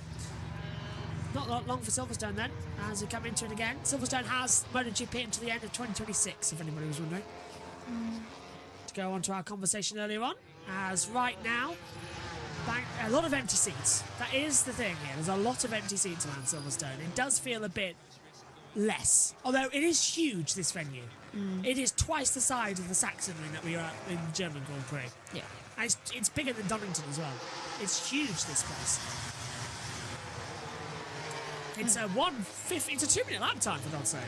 I want one of them to crash. Yeah. Now, SHG's pointed out that Gardner and Nakagami are continuing to battle. The battle that goes on for the best of the back runners at the moment, who's not going to be last. But they were in the battle in the sprint race yesterday, so that's still a count at 40 minutes, Megan. You need to work that out. As it comes through. Sure. Aleix is doing a 1:58.972. He's got the fastest lap of the race so far, if I'm not mistaken. 25 minutes to go. Yeah. Yeah, I told you, it's not that long at all. Oh, I've got a bit of a headache coming on as well. Now we've still got the other race to do as well. We're 15 minutes into this one, by the way, in 7 laps, so it kind of works out the same. Now, Aleix is playing the long game here. Remember what we said at the start of the World Feed broadcast here, is the fact that that hard tyre has an incredible durable front and should be able to slip through quite easily. So I'm sort of just keeping my fingers crossed that this is going to be very good. As they swing through again into Copse Corner. Continues on the attack. Bagnaia, Martin, Aleix, 1, 2, 3. Bastianini's 4th. Marc Marquez in 5th position. 6th for Alex Marquez. 7th is Digi Antonio as well. As the Wonder bad boy goes, go idle. Alex Marquez, 7th. Oh, nice to see you again. The one, nice to see you again. I remember you from last season, in fact, as well. I knew you were a fan. I remember you being a fan of Alex Marquez 73, actually. Nice to see you again. Nice to see you. Hope you're doing well. Bezzecchi passes. I think Japan was the last time we saw you here. Go on. Bezzecchi passes Miller for 9th position. On the inside. And yeah, Alex cannot defend that one at all. Digi slipped through perfectly in Vale. Alex is going to try and go around the outside, but the way Vale is shaped, it always gives you an advantage if you dive bomb, because then Club is such an acute corner. Going to get past him. Yeah. Been a great day here in the Philippines. Ah, nice to hear. Love to be in the Philippines right now, but Alex is caught back on the inside of Abby and he's gone ahead. Is Digi going to fight back? He's going side by side into Village at turn 3. The camera cuts out. Did he get ahead? Oh, this TV direction I could punch. Yes. Yes, he did. Digi's back. Alex going to sweep round the outside. Digi holds it. Alex and Digi in a battle over 6th position. That is the race so far. Alex should be careful. He's going a bit too low around some of the corners. Yeah, you see, and he's lifting the front up, so that's what happened yesterday with Mark at the start. This time he's on the inside line to Brooklyn's. Digi has to lift up ever so slightly, and they're both going to go a bit too deep. If they're not too careful, they'll let Pedro Acosta come back through. Digi back up the inside of the cutback in Luffield. Alex goes wide, and Digi taps to Alex Marquez and says, "You just follow me, son. You follow me." He taps his rear left butt cheek. Fantastic. So they're joking with, that is the equivalent to Kenny Roberts and Barry Sheen, when Barry Sheen stuck his 2 fingers up behind to Kenny Roberts at this part of the track coming out of Cop's Corner. Just like, I should be the one in front, not you. 75th anniversary, and they're doing all the old tribes that we've seen in the past. Literally tapping his rear bottom to Alex Marquez and says, "You follow me, Sonny, you follow me." 329 Grand Prix starts, by the way, for Alicia Spargo as well. Becomes 3rd in the all-time runners list in MotoGP in terms of Grand Prix. And he'll complete that with about 340 in total. Yeah, at the end of the season. Do you know what other Alex was thinking when Digi did that? I bet he was thinking, yeah, but who do you have to follow? Quite ironic, because I think Alex is attributing the Barry Sheen style livery as well. I think the LCR Hondas have got the great one, because they've got Steve Parish and Barry Sheen's livery. That famous one, so that looks great. And we've got all the Ducatis coming through. The Ducati livery, by the way, is their Marlboro livery. But of course, you can't have Marlboro because it's a cigarette brand, so they put the Nova on it as well in the front there. But that's their classic Ducati livery. But they only put it on for the race. They didn't have it on in warm this morning. Everyone else had it on for warm this morning, bar them. They're just like, we're just keeping ours. Yeah, it's like, after you. Pedro's closing in the back of Alex Marquez, by the way, but Bagnaia leads. The winner of the last 4 Grand Prix is leading the British Grand Prix. Can he make it 5 in a row for Pecco? Or will he drop it? Find out in Too Late to Look. Wouldn't be surprised, actually, overall, as they come into it. It would be a shocker, though, wouldn't it, if that happened? Like, if that's how you drop it and lose it on the front there. Like yesterday. Yeah, that was at the loop, wasn't it? Yeah. He still didn't know how that happened as well. He said it was a stupid manoeuvre to just drop it on the front and the inside. Looks like we've got a 5-way fight shaping up, though, as we approach half distance. Bagnaia, Martin, Leish Spargo, Bashini and Marc Marquez. That is the 20 of Fabio Quartararo on the Yamaha livery, running in 12th position with that fabulous classic livery, akin to John Surtees. In the John Surtees, of course, the only rider in history who is world champion on both 2 and 4 wheels. And you. Yeah. It is impressive. Wonderful. Miss John Surtees a lot. And his son, of course, Henry, who was killed in a Formula 2 crash at Brands in 2009. Part of the reason why the Halo exists now is because of that. Tyre came off and sadly struck him. Ooh. Well, that almost happened to Lewis once, didn't it? Max on the top. Of course, that was still attached to the tyre because for some reason Max's car decided to jump over. And then Max revs the engine to spin the wheel on him. It's like, that was a little bit stupid. If I was the steward that day in that race, I would have thrown the book at Max for that. Like, you do not rev your wheel on top of another. You could see Lewis doing like this, just like get the wheel away. Meantime, back in MotoGP, the championship battles are shaping up because we've got Martin looking to the inside of Bagnaia down at Brooklands. Nothing's going to happen there. Bagnaia a little bit wide at the exit as he shapes up for Luffield. Martin's taking such the aggressive racing line at the moment, isn't he? He is. And on board with Bagnaia right now, looking back at Martin, who is taking the racing line. He is going so low. Yeah, really is. And Bagnaia's all over the curb as well. That's going to be slowing him down, whereas Martin stays on terra firma and just keeps it through Copse Corner. SHT says the both Repsols are battling each other. Luca Marini and Juan Mia from 13th and 14th at the moment. That's Quadraro's. Three seconds ahead. Wow, he's just in no man's land at the moment. He's 2.5 seconds back to Vinales. Yeah, he's just on his own. He's just like, peace at last. Got a feeling Martin's going to go for it here as well, down the hanger straight. He's got such a great run. Bagnaia's going to have to go super defensive into Stowe. Martin lifts off. Bagnaia turns in. They're both going a bit too wide. Then they both huck up the same racing line. It's literally like racing on a pin here at Silverstone. The line on the racing line, it's just so rubbered in. Go slightly off it here. It does start to lose grip and you do start to fall a little bit. But Silverstone's a lot better now after the resurface than compared to 2018 where we had all the bumps and the race getting cancelled due to the rain. Now we're moving into the rainy season. May. Why May? The last time a British Grand Prix was held in May was Formula 1 in 2000. Would anyone like me to tell you what happened? It rained, it flooded, and it was never held again in May. May and April. Sometimes they are used for the other countries, but not England. Yeah, come here in the summer, not anywhere else, otherwise it just goes worse. Hello, Alex is having another go on Digi down into Brooklands. Did he make? Well, Digi went to the inside line to defend. Did Mark go through? No. Did Alex go through? Sorry, no. Mark's on the back of Bastianini and Alacia, so they're closing up for a little jaunt now as we come out of Woodcote up towards Copse Corner, as we're halfway, by the way, in the British Grand Prix. It feels like longer. Well, it's sprint distance. We've done the sprint distance, effectively what we've just done. Now we're into the extra half, and this is unknown territory.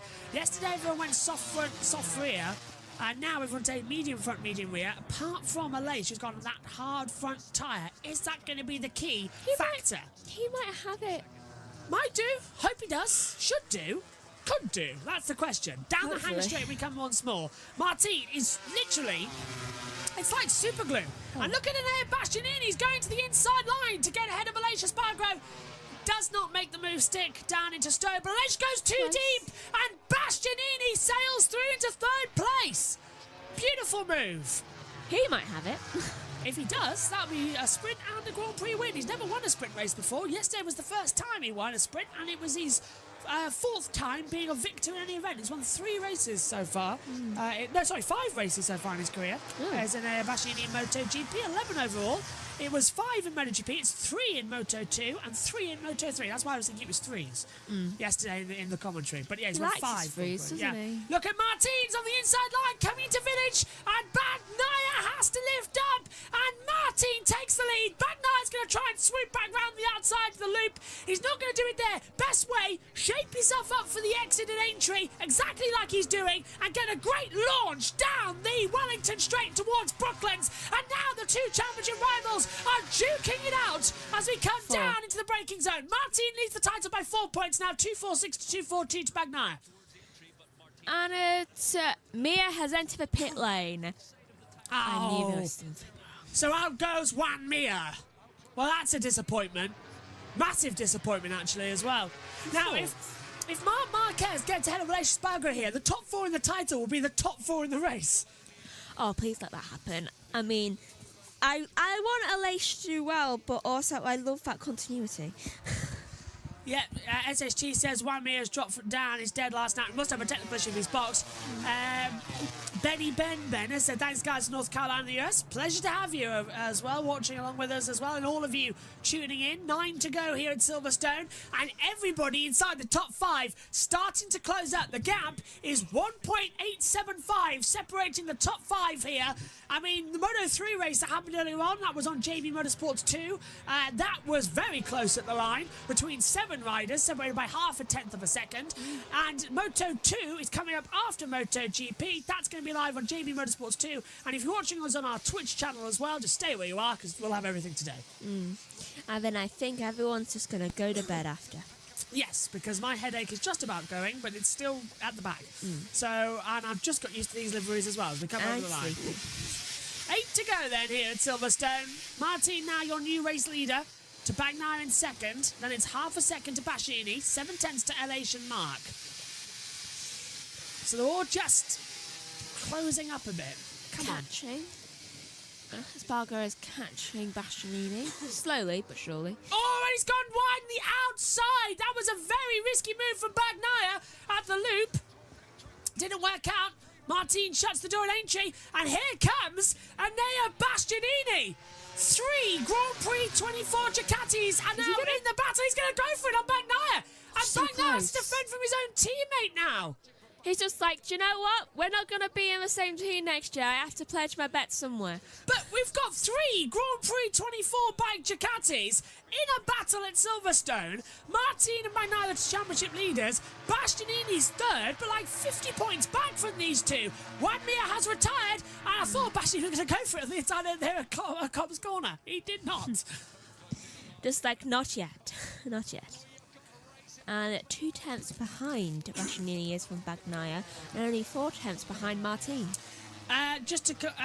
Tony says as well, sunshine in Portugal, go Honda side. No worries at all. Lovely in Portugal, sunshine. It's sunny it's just about sunny where we are. It'll be really sunny tomorrow. Yeah, it's sun but cool here where we are on our UK commentary box. Over in Silverstone, it's overcast at the moment as well. You can see the track conditions on your monitor now. Us tomorrow. 25 degrees for us tomorrow. Over at Silverstone, it's 18 degrees. Air temperature, track temperature's at 30. And we've got a 3-way battle between 3 Grand Prix 4 Ducatis. This is fantastic. Martin, I think, is going to bottle it. When does Martin not bottle it in races? That's the question. I mean, a lot. But also, Bastianini is getting very close to the back of Bagnaia. Yeah, here he is now. We're riding with him as they come through Cop's Corner. He's super, super close, isn't he, across the line? The gap is just a tenth of a second. He could whisper in his ear like that. Yeah. Just hold me, Pecco. Is he going to go for a little lunge? He's thinking about it. You've had 4 race wins. Let me have one. Yeah. Let's have a look. How many? Bagnaia has won 24 races so far this year. So far, not just this year. He's won 4 in a row, but yeah, 24 races in his career. A total of 34 across 8 in Moto 2 and 2 in Moto 3. As they come down the Wellington Straight once more, is Bastianini going to have a look to the inside line? He's thinking about it, under braking, and of course, while these two battle each other, Martin's getting half a second advantage at the front. 8 tenths now at the front. He is, and I think Bastianini is about to make a move from the inside. Yeah, Bagnaia's made that error. He's let him through, hasn't he? He's just like, do you know what? I've won 4 in a row. I mean, we'd still, as a team, we'd still win another one, but still, you go ahead. Well, that could be crucial because now Martin is 8 points ahead. But I think Bagnaia knows Bastianini's got the pace here this weekend. So he knows that if he releases it... He's encouraging. Did he make the mistake or did he let him through? I mean, he made no Oh, attempt. he dropped it. Bagnaia dropped it. His foot came off the peg. His left leg off the peg, so he made a mistake. Yeah, but then after, you see him no move. Yeah, no move come back to block. I'm not completely sure that wasn't a fake drop. Nah, you can't fake it like that. He properly... He's Bagnaia. He's had enough experience actually dropping it to realise how to fake it. But that was a Code Brown moment. His foot came off the peg, unless that was just a hide of team order. I don't think so. It's like, oh no, I've almost dropped it. That was a proper, Code Brown moment there, though, for him.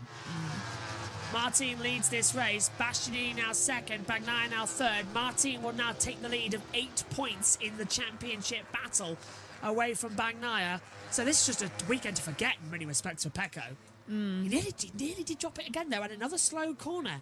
He dropped it at the loop yesterday, and then he dropped it at left field today. Not having a great day. No, he's not, is he? 24 hours. It's less than 24 hours, actually, in these races. It's 22 hours that go over, because, of course, it was 3 o'clock for the sprint, 1 o'clock for the Grand Prix, so it's 22 hours in total. 1 day. Yeah, 2 races inside a day. That's how the sprint usually works. There's the Triumphant as well, with their liveries on the side. Of course, many in Moto 2. Sponsored by them. Their race coming up last in the day. If you're wondering why, it's because MotoGP always has to be the same time across the world in Europe, despite the fact in Europe the race started at 2 and they should have just started this one at 2 rather than at 1 anyway. So, they just confuse everybody. But it's like, do you know what? It has to be the same time. Just like, it's not the same time for everyone. Same time for Britain, though, with European races at 1 o'clock. Everyone else is doing it too. So why they've gone 2 hours earlier, nobody actually knows 100%. If you look at F1, they always start at 2. Even when F1 start in the UK, they make it 3 o'clock because then it's 3 o'clock all the way around Europe. Yeah. It gets confusing anyway, the British Grand Prix racing.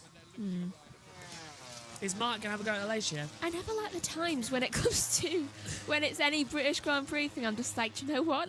Let's just go back to Europe, like the rest of Europe. It gets confusing because it's like, are we on here now? Are we not on here now? It's like I woke up earlier on and thought, have I missed something? Have I missed the Moto3 race? But it starts at 11:15, the same time that Moto2 race would normally start in the UK. Do you know what I saw? Mark's making a move on the inside of Alacia's Spargo, but he can't get it under braking. Alacia brakes super late, coming into Stowe, and he's kept the apex. Do you know what I saw? It was a prediction of if the continents moved again, like they did back into a Pangaea thing. England's still separate from the rest of the world. So is Ireland.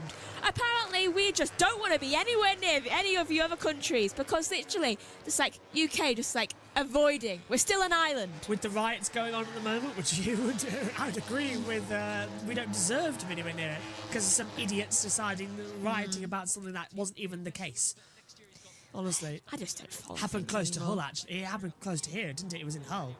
First, I was like, a bit much. It's like a bit too close. Bit too close for home, yeah. Anyway, back to the action. Oh, finally! Mark's made a move on the inside of Alacia down at the loop. We cut to that angle from the helicopter quite early, and he slipped through nicely. Good move. Nice one. Watch Mark looking up. He is. Mark's got ahead now, but he's up into 4th place. So the top 4 in the race. Never mind, because Bastianini's overtaken Bagnaia. He just drops back. It all sort of leveled out. Yeah, but they're the same people, just Yeah. in a different order. Yes, they are same people, different order.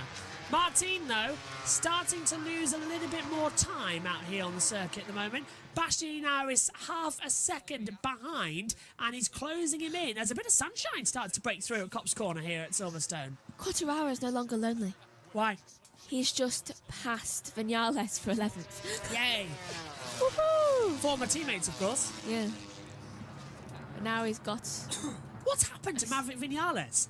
I don't know. Second on Friday in both sessions. He's crashed out yesterday. Yeah, and it was just all of a sudden he's just in 12th place. So what's happened to Maverick?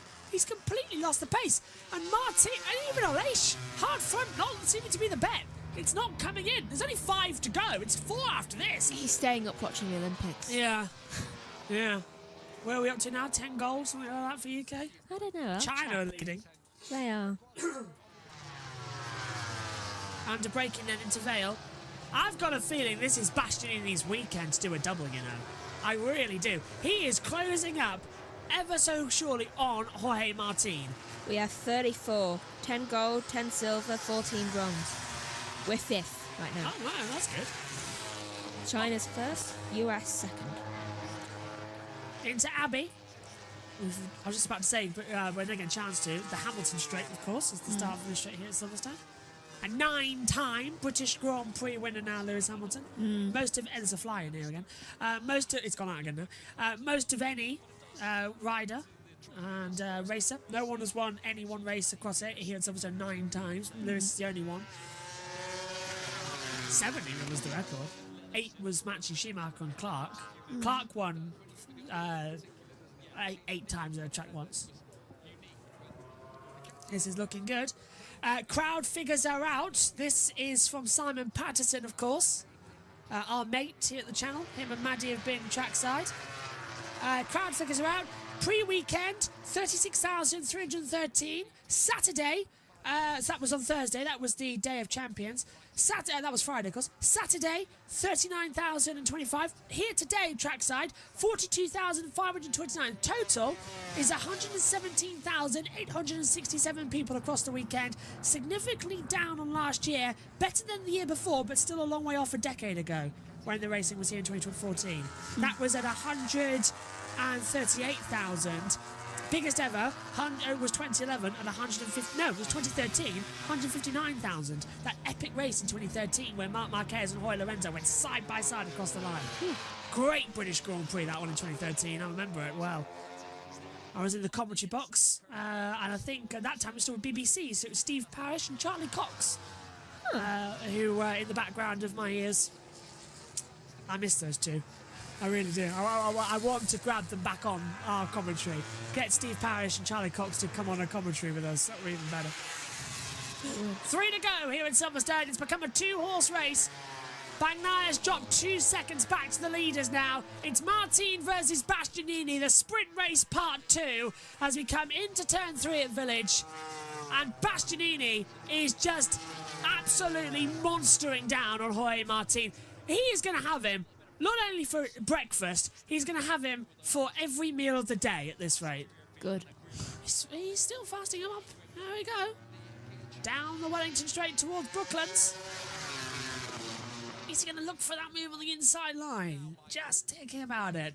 I think it'll be a last lap manoeuvre.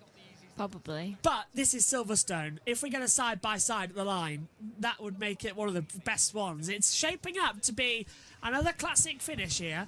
Maybe with moving the race to May, it's going to be before Formula 1, so hopefully many people will come to the race. Or do both. Hopefully.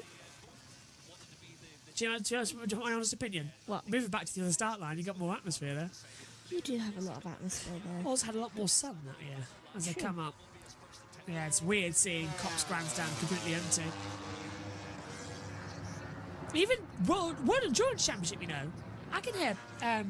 Do you hear the planes at the top behind us? Yeah, in our commentary. Literally, even when World Endurance Championship were here, they sold out. MotoGP haven't sold out. Bastianini he's pulled that gap to 3 seconds. He is faster by a second in that middle sector. He's going to have it here, and Nea Bastianini is going to have an attack, and he's shaking the bike coming out of Stowe into Vale. Now this will be a practice run. This will be practice for when he has to come in. Mark's been told about Aleix for 4th. Is Anea? Yeah, you can't get the run out of the last corner to have a side-by-side here. Hamilton and Massa can, but in MotoGP it's very hard. 2 to go. They might be able to make it work. I've got a feeling this is the lap. This is the lap. On the inside, Martin just takes it in. Oh, he's got too deep! Martin throws it away! And then Bastianini takes the lead of the British Grand Prix! He threw it away! Martin, the front end just dipped too deep into Village. And now the championship is down to just 3 points. 2-4-1 for Martin Bagnaia. 2-3-9. Who knew that they could get down further and be closer in the championship with knee ribbon winning? I know. Fantastic, isn't it? And Anea Bastianini's done his teammate a solid. What was that move from Martin? It looked like he was in the wrong place of the track completely. Unless it was clever by Martin, because now he's got the inside to run the last lap. So is that like after you, but I'm going to knife you in the back and any first chance I get? I'm not sure. He's already managed to make up 4 tenths. Yeah, he's looking quite. And the front did not look stable for Martin. That wasn't deliberate. That was a mistake for Martin to run wide. Quadraro's passed Morbidelli. He's up to 10th. He's sick of being alone. He's also passed all his teammates so far in this one. Viñales, Morbidelli. So all the old teammates have been dispatched. Now it's looking out for Acosta. Just like, do you want to be my teammate? No, I'm good. I'm planning to be like way ahead in the championship. SHT's points out that Bezzecchi's made a move on Acosta, so he's up to 8th from 9th. It's going to be one more lap then of the British Grand Prix here at Silverstone, where it's going to be Anea Bastianini who has the attempt. Bagnaia running in 3rd. Yeah, and 8 tenths as we start the last lap. Onto the Hamilton Straight, down to Abbey at turn 1. Bastianini has the lead. Martin does not look comfortable with that bike. The front is dipping on him. He's uncomfortable with the red. He's got to get used to it, though. Back to, he's got to get used to green. Green, red. He prefers purple, doesn't he? Yeah. So, It's been a good day for the VR46s. It has been a very, very good day for them. Going to be closing in down the Wellington Straight. Well, looks like we're going to be in for a repeat. I think that's good. This is a good news story for Enea Bastianini. It is. Yeah, 1.4 seconds. He has been a man on a mission the last 2 races, in the sprint and the Grand Prix. He's just like, do you know what? I want to do the double. Oh, Morbidelli 3 past Quadraro. That's an interesting little battle. Morbidelli's just like, do you know what? You got all the glory when we were teammates. Time for me to get the glory. Alex might have a go on a Leish here, so we'll keep an eye on those as they come through. Down again into Maggots and Beckett's for the last time. 1.5. Bastianini has blown them all away here in Silverstone. Do you know what I reckon Morbidelli's curse is? To always be the teammate of the one who's going up to be the champion rival. It makes sense, doesn't it? Well, it's going to be 6 wins here as they come down. Augusto Fernandez passes Nakagami, by the way. Remy Gardner's dropped so far back into club. What can you say about this charming 26th Italian from Rimini? He has blown us all away. The Battle of Britain has been an Italian Ducati affair, but it's not any of the ones you would have expected. Enea Bastianini sprinted into glory yesterday, and he celebrates with victory here at Silverstone. Enea Bastianini wins the British Grand Prix. Jorge Martin is second. Enea Bastianini is third. As the Weasley twins wave the checkered flag. It's a comedy of errors today, but it's from the other two, not Bastianini. The twins didn't make it. The younger brother did. Fantastic. The gap in the championship now just 3 points. It's his 6th victory in MotoGP, and the 75th anniversary race is won by Enea Bastianini by doing the double. What a fantastic race. More next. You're back with us live on JB Motorsports. The British Grand Prix really was an exciting weekend. So rain has hit the Sepang International Circuit. Few droplets at the moment. The riders are heading out there onto the circuit though to still get some lap time data in, because even in wet weather it is good to have information. So we are getting some on-track action, which is great news. Now, one more race before the end of the day. Let's go over to the Austrian Grand Prix weekend and join the Tissot Sprint and the Grand Prix. The Tissot Sprint for MotoGP is under starters orders. Round 11 of the 2024 season takes us to the mountains of Austria. KTM own these parts with Red Bull, but there's a different red bike at the front. Ducati have dominated here so many times in the past. They're going to be wanting to do the same. Jorge Martin's on pole position with Pecco Bagnaia alongside on the front row, followed by Marc Marquez. Aleix Espargaro, Jack Miller, Maverick Vinales, the second row. That's Enea Bastianini, Franco Morbidelli and Marco Bezzecchi. Paul Espargaro, Alex Marquez and Brad Binder. Miguel Oliveira, Pedro Costa, Fabio Quartararo, Augusto Fernandez, Juan Zarco and Luca Marini at the head of Juan Mir, Ralph Fernandez and Alex Rins, Nakagami, Bradle and Lorenzo Salvadori. Away we go, the formation up. You've got news. Do you know this is the first front row to feature Martin Bagnaia and Marc Marquez this year? Considering they've been the top 3 for quite the majority of the races this season, that is a mighty surprise, I must admit, to be told, but it's not too much of an unexpected one to keep on. Martin leads the title, 241 points to Bagnaia, 238, just 3 points separate them. Dual winner last time out with Sprint and Grand Prix. Enea Bastianini is third in the championship, Marc Marquez is fourth.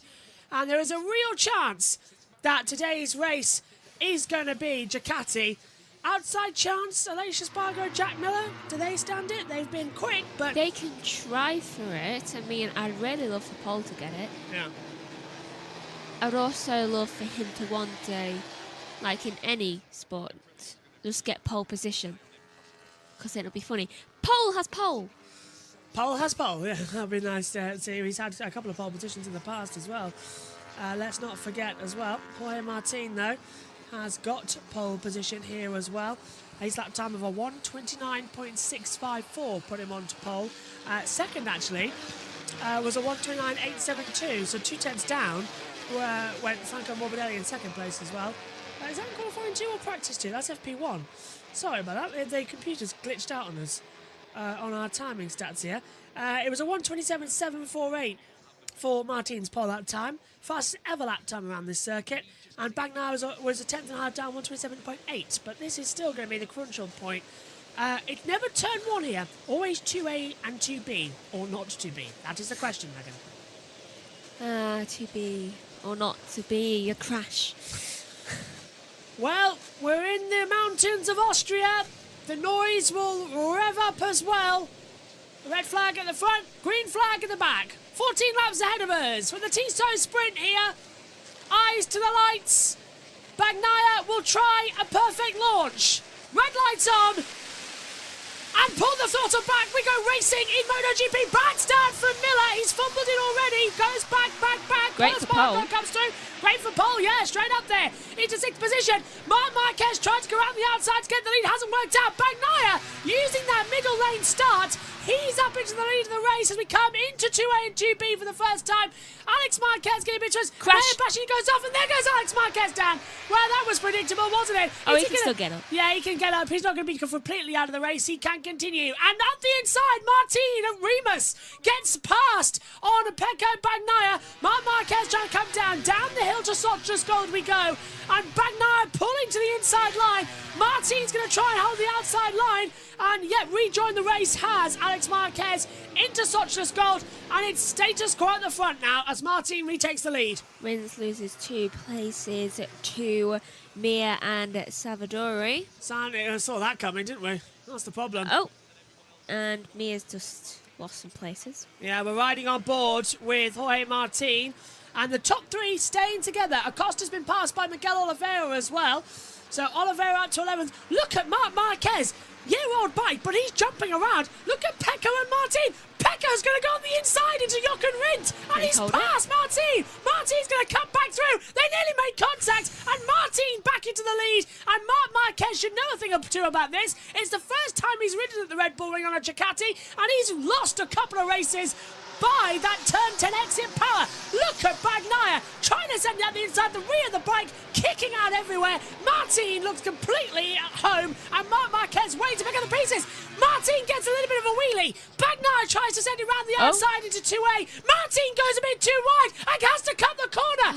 Martin's going to have to get the place back, and that's going to put Bagnaia into the lead of the race. Too late, he's lost the place. Yeah, down already. Now is he going to have to give it back to Marc Marquez? That's another question as well. Bagnaia leads, and Martin looks a bit wobbly. For the first time this year, the championship leader's properly punching it out. He is. Also, why is it getting so dark out there? No chance of rain at the moment from what I can see on the computer monitors. I see 49%. Well, partially cloudy out there too, according to it, as Oliveira's been given a track limits warning from race control. So is Mir.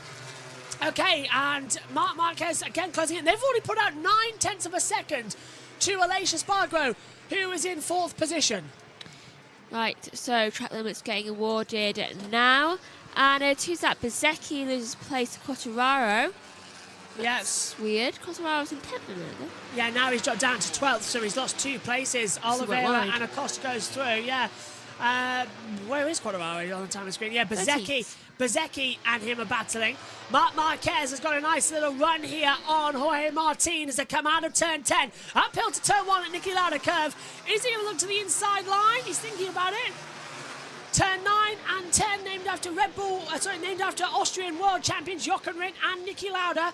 Augusto Fernandez and someone else. Marini, that was it. Both have track limits. Oh, yeah, it's right there. Yeah, got the messages now. Ralph Fernandez drops down 2 places. Incident involving Martin is currently under investigation. Well, he cut the track. Was that gaining an advantage? Because he should have given the place back to Marc Marquez. I mean, he did lose a place, so I don't think so. Bastianini has got ahead of Paul Espargaro and Brad Binder. Jack Miller's got a... Well, he's regained from his poor start, back up to 5th position. That KTM usually has an awesome start, but today it just came up on him doing anything like a bouncing buckaroo. Oh no. What? Vinales just lost a lot of places.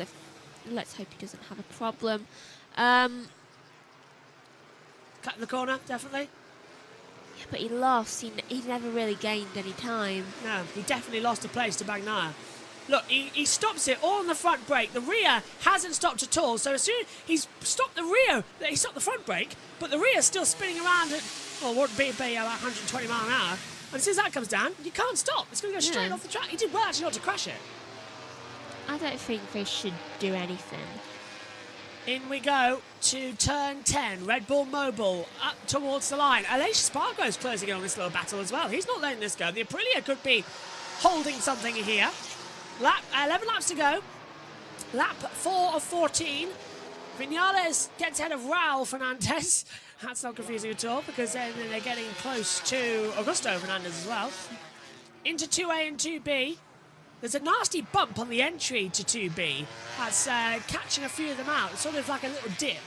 And we had 5 crashes there in yesterday's practice sessions. Not so many today, but Ayagur in Moto 2 did crash there in practice this morning. He's out with a broken wrist. Ooh. The championship leader in Moto 2. That is not good. Yeah, so Sergio Garcia has a chance to get through. Alex Marquez has been giving a track limits warning. And Pedro Costa confirms his move on Marco Bezzecchi. Didn't let that one stick. Now the race settling in again. So remember, medium front, soft rear for the majority of the field, bar the 5 KTMs and Alex Rins, who've got medium rear. And Bezzecchi passes Acosta. Acosta is kind of suffering in this weekend so far. Interesting enough, Bezzecchi's got medium rear tyre as well. Hmm. So, yeah, that's a surprise. The battle we have been waiting for, says SHT in the YouTube chat. You're damn right it is. And now, Vinales. well, here's the other one, because look, this is Paul Espargaro in 8th position, the last points-paying position. He's holding off Brad Binder. Now, if Binder doesn't score any points, that's going to be a thing, but he's going to go on the inside into turn 10. Paul knows he's there and doesn't let it affect him. Oliveira's just alongside. And this is a battle of who's who, isn't it? Paul. I can't tell. Yeah, well, Paul, previous rider on that bike. Binder, his old teammate. Oliveira, their old teammate. It is so confusing. Zarco track limits warning. Vinales track limits warning. Binder allowing the brakes into 2A. Can he get it stuck into 2B? Yes, he can. To be or not to be? It turns out it was to be. He's not Binder either. Binder is the answer to the question we've all been asking. He's up to 8th position. Bagnaia leads now by 2.5 tenths of a second to Martin after Martin went off the track at 2B. Matt Marquez is losing time to Martin right now. 1.1 seconds back now as well, considering that they were all inside 8 tenths of a second a few laps ago. It's changed again. He's dropped quite a few tenths. What's the gap between Marquez and Aleix? Marquez and Aleix have a 1.2 second gap. Okay, so he's sort of just now in the middle of the zone, isn't he? Yeah, so he's kind of good if he has like a little bit of a fumble, but he would lose time to Martin. Yeah, so basically with 10 to go, it's a 2-horse race between Bagnaia and Martin. How many times this year have we seen this playoff? And how many times this year have we seen one of them drop it when they're battling? Every single time. And speaking of Martin, he's just been given a track limits warning. Oh, okay, has he now? 9 to go. Remember the Spanish Grand Prix? Martin crashed. Remember, Martin crashed in the Grand Prix, Bagnaia crashed in the sprint race. Whose turn is it? Martin crashed in Germany, neither crashed in Silverstone, so it's Bagnaia's turn to crash in the sprint. Martin has been given a long lap penalty for gaining the advantage. Jorge Martin has been given a long lap penalty due to the shortcut at turn 2. He did not get away with it. So is Mia. Oh, Mia long lap too. Penalty, and Bradl's entered the pit lane. Shortcut at turn 2 and not losing 1 second in that sector. A long lap penalty. Now, make it make sense, because he lost a place there. I don't think I agree with that. He went off the track and lost a place. Mia's been given one for exceeding track limits, and Bradl's entered the pit lane. So Bradl is out of the race on the LCR Honda. Typical Honda? Yeah, we'll have to keep an eye on that. So The long lap penalty is up at turn 1. It's at Nicky Lauda coast. You've got to go straight on and around. He's going to lose out to Marc Marquez here. You said if there was a fumble, and he's fumbled it. So it's Bagnaia advantage. Yeah. He's just got to stay calm now. Look at that. If they stay as they are, they're level in the championship. 250 points each. Please stay as you are. Please stay as you are. Please stay as you are. Please Yeah, stay it as you kicks are. in tomorrow's race, doesn't it? With finally, we get a 2 and 3 for the rest of the season. We've got a proper championship battle here. Both go in the same. Only one returns The thing victorious. is, though, I don't know why Bagnaia's ahead because Martin's won more sprints than him. 13 as well. Aleix track limits. Martin didn't do the long lap penalty there. Didn't do it. Maybe he's doing it last lap. Did you say Aleix track limits? Yeah. Yeah, right, okay. There's Gigi Delineo. Looks like he's tearing up, doesn't he? Yeah, he often has since all the things happened. What a surprise that the factory rider is doing good, okay, apart from the rider who's got the factory bike on the customer team and is leaving them at the end of the year. Ducati really don't want Martin to win. No, they don't. I don't think they care who wins, but they don't want it to be the customer team. Ducati have one thing in mind. They want domination. They don't care which one of them. Yeah. Well, they're getting it now. Ducati occupy the top 3 in this race. Hello. Bezecchi and Fernandez. Track limits warnings for the pair of them. Okay. Just wondering what that was all about. 8 laps to go. SHT says Marc Marquez will love hearing that. He will indeed. And go, go, go, Fabi20 says Ian as well. Marc Marquez has just been given a track limits warning. And that's like half the field. I said it'll be track limits that are a problem here, wasn't I? I said it in practice, I said it in qualifying. Track limits are problematic here at the Red Bull Ring, no matter what series you are. We need one more person to make half. Well, we're halfway in the race. 7 down, 7 to go. And there's Martin taking the long lap penalty. Now he loses out to Marc Marquez. But is he going to lose out to Aleix Espargaro as well? That's the question. Aleix coming up much, much faster. Martin shuts him off. Well, I think because of 2A and 2B, it's going to reflect that Aleix isn't going to have a go. So it is Jorge Martin down to 3rd position. Marc Marquez retakes 2nd. And now they swap around from what they were at the start of the race. Don't mind me, he's taking his long lap penalty. Yeah, that's why he's dropped down to 22nd position as well, so not too bad. What an amazing race this is turning out to be. Right, it proper is energetic, isn't it, this sprint race? It is. And what was that? Can't see Bagnaia having penalty. Rider behind gap is 1.7, so that's Bagnaia being told about Marc Marquez, who's in 2nd position. Marquez wins his first race on a Ducati in a sprint race. Not going to be great there. Sprint races are different, by the way, as to how they are classified now in the official rule book. So they have changed it over. I thought they might, to be fair. I had it saved somewhere, and I can't remember where it is. Here it is. No, that's the wrong one. Not again. What's wrong with you? There's a fly. And a big one too. Megan's flying around the commentary box now. Keep your eyes on the monitor so I can do this. But then I wouldn't know where the fly is. Just keep your... Here we go. So Bagnaia's won 6 sprint races. He's got 2nd 5 times and 3rd 5 times as well. But it is Martin who's won 13 sprint races in the 2 years. Rings is dropping down. So, right, Binder's won 2, Vinales won 2, Aleix has won 2, Alex Marquez has won 2, Bezecchi and Bastianini have won 1. Mark's been 2nd 5 times and 3rd 3 times. But look at this in the championship now. Bagnaia will lead by just 2 points in the standings at the moment, if it is how it will stand. We have half the field. With penalties. Paul has just got one. And we've got a double the distance race tomorrow. Oh my god, they're all going to get... Oh! Martin, long lap penalty completed. So I thought you went down then. I looked down at the monitor and I looked back up and saw Martin into the corner. I thought he'd gone down. For a minute I thought he had long lap penalty completed for Mia. Computer's catching up with the data software, isn't it, as well? I'm sleepy. It's not been the usual full force sprint race, is it? It's been kind of like relaxed. The Martin penalty sort of stopped it. This is why I don't think Freddie Spencer should be in the job and interfering. In my opinion, Martin went off the track, lost a position. It's fair. It's done. Yeah, I mean, he already lost that position. He doesn't need to be punished anymore. This is They why say he this- did not lose a second, but he lost a position. That's why half the field wants to punch Freddie Spencer. And that's why Freddie Spencer's retiring and Simon Crafar is taking over at the end of the head of next season. So next year, MotoGP should be very different as an Air Bastianini clips the side of Franco Morbidelli at turn 1. Now, Bastianini deserves a penalty there because he forced Morbidelli into a mistake. Yeah, he went off the track. And what's that? Marc Marquez has crashed out. That's out!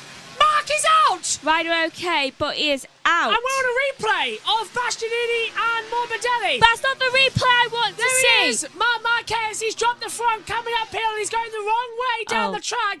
Marc Marquez drops the front, he's got the bike restarted. Don't go into the gravel. Well, he's trying to restart the bike and he'll get going, but he's gonna try and rejoin, but he's right on the apex. That's not the greatest rejoin. Let's take a look at how it happened. Augusto Fernandez, by the way. It's uphill into turn 3 at Remus. The front just dips away from him. Another silly mistake from Marc Marquez and somehow he deserves the top Ducati ride. Apparently. He's got a damaged bike. He's out. He's got a damaged bike. The bike's not working. Mark's out. Mark is out. Long lap penalty for Augusto Fernandez, and Nakagami's just got track limits. In some sort of twisted, goodness, they are now level on the championship points again. Bagnaia and Martin will go into tomorrow's race on 250 each. It's like it wants it to happen. No matter which way around they go, they will be level on points. So Bagnaia will have leveled the playing field going into tomorrow. 5 points is the difference between first and second. 20. Oh well, yeah, round about that. 3 points actually difference between first and second in a sprint race, but 5 going into tomorrow. Can't believe Mark crashed out. Mark again from a good position. Where does he drop down to actually as well? Bottom. 23rd, completely 23rd. He's with Alex Rins actually at the moment on our timing screen. And is that into the pits? Yep, he's entered the pits and Acosta has track limits. No, hang on. Rins has entered the pit lane. Alex Rins is out of the race. That's why he's down there. And Marc Marquez entered the pits as well. So both of them are out of the race. So 3 retirements back to the pits. Stefan Bradl, Alex Rins and Marc Marquez. 3 of the 5. No, 3. No, wait, 3 of the 5 manufacturers is the one for. Ducati, Aprilia, KTM, Honda, Yamaha. Augusto Fernandez has completed his long lap penalty. Fabio for go. Yeah, that's how it's all working. So basically, Bagnaia now has 4.5 seconds to Martin. So that's it, pretty much. All done and dusted. Guess we'll have a nap. Yeah. I'd like a nap, actually. Yeah, it's all going through. I'd also like more food. Quick off. Back to dinner. There's Mark out of the race. Come back tomorrow. See what you can do. With the big. Let's just have a look at it from his onboard angle. So it's a drop at the front. Let's see. Wheel angle. Yeah. Just dropped the front. Just fell. And he brought the bike with him. Such an easy mistake to see the front dip away, but it's the fact that Marc Marquez keeps making these simple mistakes. That's the problem. I think Augusto's crashed. Has he? He's not moving. What am I saying? He's in sector. He's in for pits. Another retirement. This time KTM. 4 of the 5 manufacturers have retired at least one bike. It's only Yamaha who have got all their donkeys out there running. No, they haven't. Rins No, is you're in. right. Rins is out too. So who is it? Aprilia. Aprilia. Oh, okay. Aprilia are the only ones. Aprilia are the only ones with all their donkeys running. That is a surprise. Okay. Aprilia are going to be gloating about this. They really are. Rins. So Augusto Fernandez out. Rins out. Marc Marquez out. Bradl out. 2.5 laps to go now. Brad Binder is in P7. See what he can do. He's just closing him back, isn't he? Aleix Espargaro. Hang on. Jack Miller has been passed by Enea Bastianini. There he is on the inside line at turn 9. And Miller can't fight back. Great move there from Bastianini. Great move. They're all in a train here for 4th, aren't they? Aleix secures in 3rd. So it's Bastianini, Miller, Morbidelli, Binder all sort of closed up in A little bit. Morbidelli gets a second tap into turn 1. And Almost got kicked. that's going to allow Binder back through on the inside line as well. So Morbidelli gets mugged at every opportunity. Binder doesn't go for it. Morbidelli pushing in towards the green. Binder forces his way through on the inside at 2A. And by 2B, he's got it. Morbidelli tries to cut the underside. Hasn't worked. So, yeah. He almost got kicked. Hang on, Morbidelli's gone right around the outside of Binder, coming into turn 3 Rebus. Binder could not get that bike controlled. The KTM looks very hard to ride. Morbidelli really wants to get up there. Yeah, well, he was second fastest in practice yesterday as well. We all thought it would be on for a good weekend. Qualifying, as you know, it didn't go his way. No, it did not. Earlier on this morning. Back we go. Binder P7. What's that saying? Slowly, slowly, catchy monkey. Slowly, slowly, take the checkered. Coming up to the last lap of the Tissot sprint. Into the Volts curve. Power slightly back on. Bashley looks like he's kept third position as well. I lost my pen. I dropped it. There's Bashley. There's Bagnar, sorry. Someone's down. Oh my god. Vinales dropped down 2 places. Oliveira and Acosta go through. Last lap of the Tissot sprint. Keep an eye on. Okay, just transponder issue. Yeah, Vinales gone back up. For him and I thought, not all 3. Not all 5 of me. It is transponders. Half the field have got. Hang on, Mia's got another long lap penalty. He hasn't completed.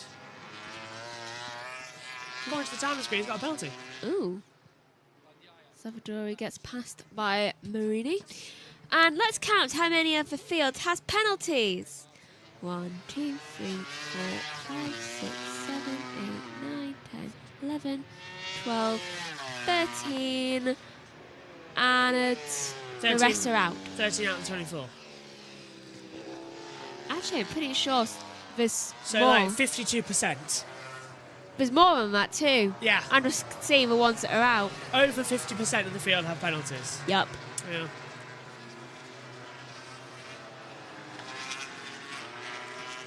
The last lap. So we're seeing how it's going to be 7th heaven for a sprint race for Pecco Bagnaia. Left the British Grand Prix, losing the championship lead after he got it in Germany. Wanted revenge here at a track he knows well.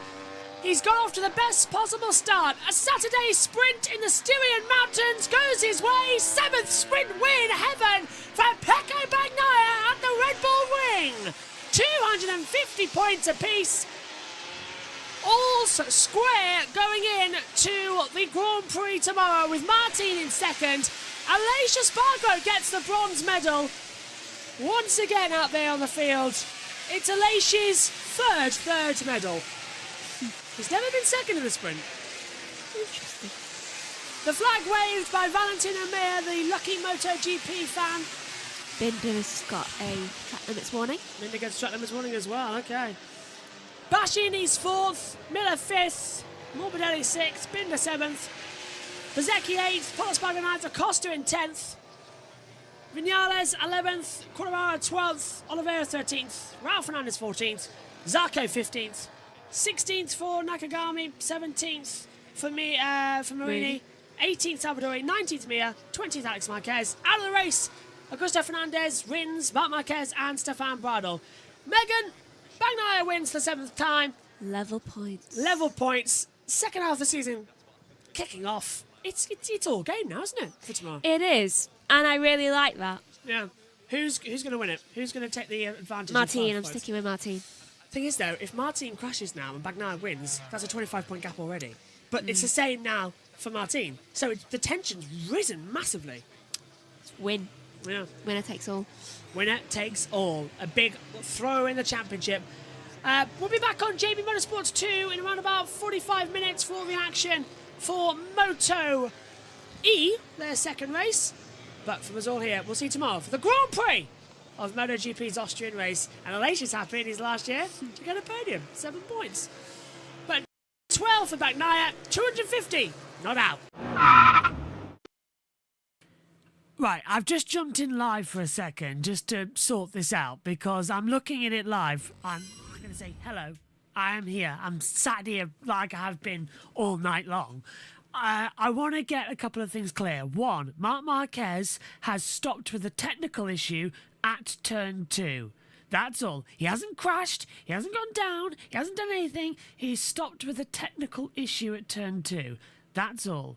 So it's perfectly normal in these situations that he's probably running on low fuel, doing an end of run because the track is a bit damp. So they just want to see how long the bike can go. It's nothing. So Marc has not crashed for the billionth time. Also, for those of you who are new here, we have got the live timing from the circuit with the live blog that we're updating, and any social media posts that we see, we put up on the screen and we update you about everything. So it's all live. I'm in communication with people at the track. Very much been up, how long now? 7 hours, God knows what. Getting everything sorted. So believe me when I say I am not lying, because I am too tired and sleep deprived to even attempt to do anything stupid like that. I do what I do because I love it, and I love what you here are watching doing the same thing. So that comment from Christopher Cool as well, that's like a verbal warning. This is all completely true. It's the live timing. So we'll throw back now and resume the Grand Prix from Austria as Pecco Bagnaia goes on a 158.005 up to 6th place. So we'll head back. For those of you who don't know, the commentary is background filler because 8 hours of just silence isn't the best. So we try and put a program together. So right now let's go down to backwards to 2024. So yeah, let's go back to 2024. Now I've actually lost my place on it. I don't know how far away we need to go. And jump back to the Austrian Grand Prix. Track temperature, that's it. 33 degrees, air temperature 26. Partially cloudy, few rain clouds around. That could give us a flag to flag ahead of 28 laps. Won the warm-up lap after 2 o'clock. And Megan Burch alongside me in the commentary box. All's fair in love and war in MotoGP. 250. Bagnaia's won here the last 2 races. It's anybody's game, really, isn't it? It is, though I think Martin might win, but something tells me Bagnaia will get a really good start into turn 1. It's going to be that type of day, isn't it? Just to see who's going to launch up from somewhere on the grid and who's going to have it. Everyone on medium front, medium tyres. No one going for a soft alternative. It's a level playing field, so really all this race is going to be about is just get to the end. Yeah, I mean, both of them are just going to be like, okay, whoever wins this race wins the championship. Be hilarious though if they, well, not win the championship, but get ahead. Lead, yeah. If one of them crash and one of them wins, both of them do. If both of them do, then we go into Mazzano with it. And imagine taking each other out. Yeah. Oh, don't. Marc Marquez will be on course for a win. But this is the home of KTM. 150,000 across the weekend. 150,187 people. Pin their hopes on Miller. Yeah, Miller starts 5th. Paul Espargaro starts 10th. Brad Binder starts in 11th position as well. It's all sort of closing up between them all. I don't know. Sometimes it's good. Sometimes it worries me just who's going to be where. But Marc Marquez still looking for his first win on a Ducati bike.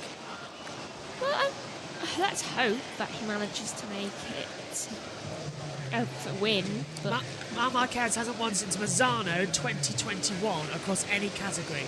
Winless in 22 and 23, yeah. Same time as Lewis Hamilton, if you think about it as well. Due for a win. Eyes to the lights. Red flag is there. Order, starters orders then. Stand well back and turn your colours up because MotoGP always delivers a great race. Lights on. Action in Austria. Great start from the middle from Pecco Bagnaia, but looking down from Jack Miller. Much better start than yesterday. As they come in. Oh, and that's wide for Franco Morbidelli. And is that Alex Marquez forced in wide? No, is that Marc? How bad of a start did Marc get? He's down to 14th position. Marc Marquez gets a terrible start. He just didn't move. And then forces off Franco Morbidelli in turn 1. Martin leads the race then with Bagnaia in 2nd. Bastianini is back up to 3rd. And Brad Binder, a storming start, up into 5th position as he passes Aleix as they come over down to Sochas Gold. Oliveira just has gone really far down the order. He's just gone down into 18th position. I think that's from 13th. Yeah, poles now under attack from Alex Marquez. They come through Sochi's goal. Look at Marc Marquez from 3rd on the grid to 13th. A terrible start from him. We were just praising him before the lights went out. Now I wish we didn't bother. He's on the back of Pedro Acosta coming through Pirelli into the Vaught's curve. I don't know why, but this commentary box has got a weirdly orange hue right now. It does, doesn't it? It's all the orange diaries on the ball. The sun. That's good news for KTM, though. It is good news for KTM as well. Maybe some of the smoke that is off on the formation laps coming through our way. Alex Marquez passing Pol Espargaro, Nakagami getting ahead of Zarco. The battle at the front, though, is between the two championship protagonists, Martin and Bagnaia, level on points as they come into this one. Lap 1 complete then, and it's Martin leading Bagnaia. Bagnaia launches up the inside line and takes the lead of the race. And Martin can do nothing about it. He tries to get the cut through down to 2A and 2B, but Bagnaia leads. It's going to be to and fro the entire race. It will be. Further down the order, we see Marc Marquez overtake Quartararo and Alex Marquez overtake Pol Espargaro. So both Marquezes are slowly making their way up the grid. Morbidelli's just passed Mir for 16th. Changing again. That's everything now beginning to settle down in this race. That's what we were hoping for. Martin by half a second to Bastianini as they went down. Here's the race start there, Megan. Watch. This is between Morbidelli and Marquez under investigation. Was Marquez looking at the lights? What was wrong with him? Lights on. He keeps hitting his chain, by the way. It comes up at the start, doesn't it? It gets shot by Miller. But Marquez just falls back. Oh, Morbidelli hits Marc Marquez. It unstables Marc Marquez, and that's why he runs Morbidelli wide. So Morbidelli just runs completely into the side of him. Wasn't the greatest of starts of Marc anyway. He was very distracted. I think it was very crowded around their area too, so yeah. Marc had nowhere to go after that. He couldn't turn, couldn't brake. Morbidelli. Oh, Martin on the inside of turn 9, and Bagnaia comes back through to turn 10. They both touch the green though. That's going to be a warning from the stewards. You're not allowed to do that. 9 times out of 10 you get the penalty come through. So Bagnaia keeps the lead. Martin tried it. So they're saying the fastest lap times 1:29.989. Morbidelli passes Augusto Fernandez for 15th position. Yeah, Morbidelli got way worse. I know, I'm just a floating head right now. Yeah. We have a secondary camera set up, but that cuts off my head. That's in case there's a red flag at any point. Basically, one of us has to be either headless or floating head. Yes, effectively.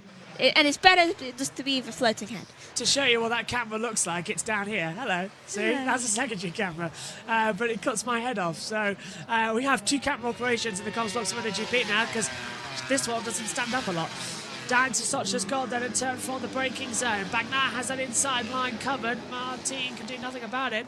No sign of any warnings from the stewards for track limits though for Martin and Bagnaia. Which is very surprising, to be honest.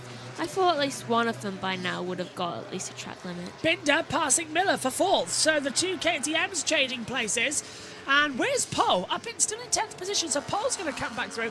Miller being sandwiched by Marquez. Yeah, Miller's back ahead of Binder, so they swapped and then they swapped back again. I'd like to see that in good camera angle, please. Marc Marquez still in 11th position behind Pol. Lap across again. Let's see what we get this time around on the control decks. Yeah, they're okay on the timings, aren't they? They're not exactly 100% perfection as we were expecting. Over the line and far away, Bezzecchi. 1:29.869, fast up of the race so far for Marco. Yeah, and it looks like he's about to start making the move on Vinales. And he manages to make that move and goes into 7th position. On board, yeah, and Marc Marquez making it through Pol Espargaro 2A as well. Pol's going to try and cut back at 2B. Nothing there, up the hill towards Remus. Do you know what I've noticed today? Oh, big snap from the rear of Binder's bike. It's stepped up massively under braking uphill. A lot of people are being sandwiched by teams. Yeah, it very just seemed like today. It's not like yesterday in the sprint race where it was a pretty much more open field. Today it's like get your elbows out and see what you can do. Ralph Fernandez passing Morbidelli. There's at least 2 to 3 people who are in a sandwich right now. It's making sense, doesn't it? What a fantastic time this is turning out to be in this one. Morbidelli makes his way up into 13th position now, having passed Ralph Fernandez. Just thought if I do that, then maybe I can stand up in the corner. Then it works, but Yeah. Let's try it for a lap and see if that does work a little bit for you. already not a fan. Bagnaia leading the way at the moment. Martin still in second position, but they're closing in again as they come over the start line once more. Starting lap 5 of the 28. Bagnaia's a 1:29.712 as well, so they're having a little bit of adjustment between them as they exit down to 2B. Looks like, I think Bagnaia's just going to try and hold this advantage throughout the majority of the race. He doesn't want to have Martin ahead of him and then the tyres go late on. He will try that, yeah.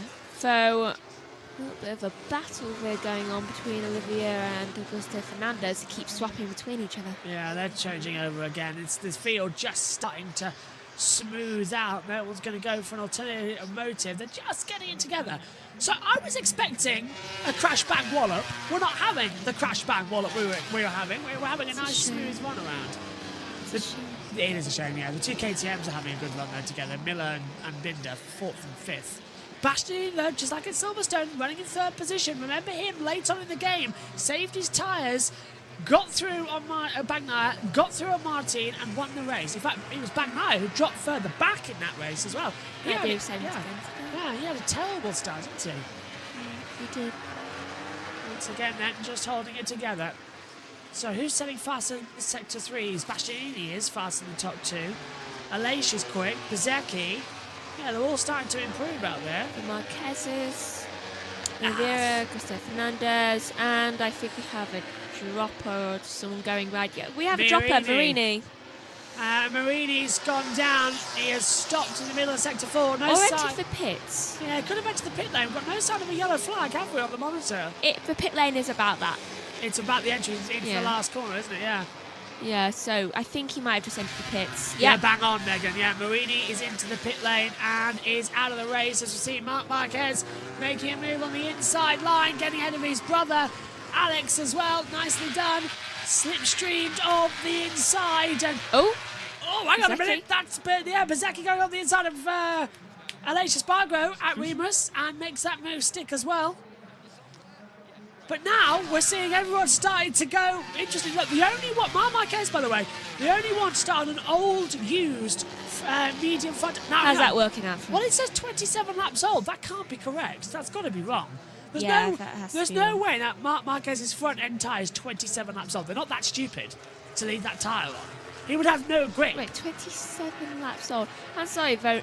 If he had that on the entire sprint yesterday and to qualify it. Yeah, that can't be right. Miller holding off from Brad Binder in this battle as well, as we're watching the two KTMs. We've got an eye open on the leaders, and here comes Brad at the inside down at turn 9. Late on the brakes, Miller just defending, and he nearly takes his teammate out as well. So Red Bull KTM factory team playing normal. Marco Bezecchi is just holding back behind as we accelerate across the control line then. Up to turn 1 at Niki Lauda curve. Binder throws it. Martin was faster, look at that. A 1:29.621. Jeez. Gap is a 10th of a second. I might be right then. You might be. I really love it. Of course, they're both on the GP24 bike. We know the GP24 bike has the best run around on this track. So even Bastianini, who's on the factory bike, should be going well here. And he is inside 4/10 of a second. Viñales goes in too deep to get ahead of Aleix. And Mark's going to say, thank you very much. I'll slip through on the inside line and take your thumbs up for that one as well. It just changes over, doesn't it, again? Oh, there we go. Miller's still back on the inside of Binder. Down at turn 4. Further down the field, Rins has just been passed by Nakagami for 19th position. Nakagami's always near the back, which... That's a Honda. It's a Honda, so I can't be too surprised. I'm surprised that they still haven't got it fixed, that Honda, as well. They're having numerous problems with it, time and time again.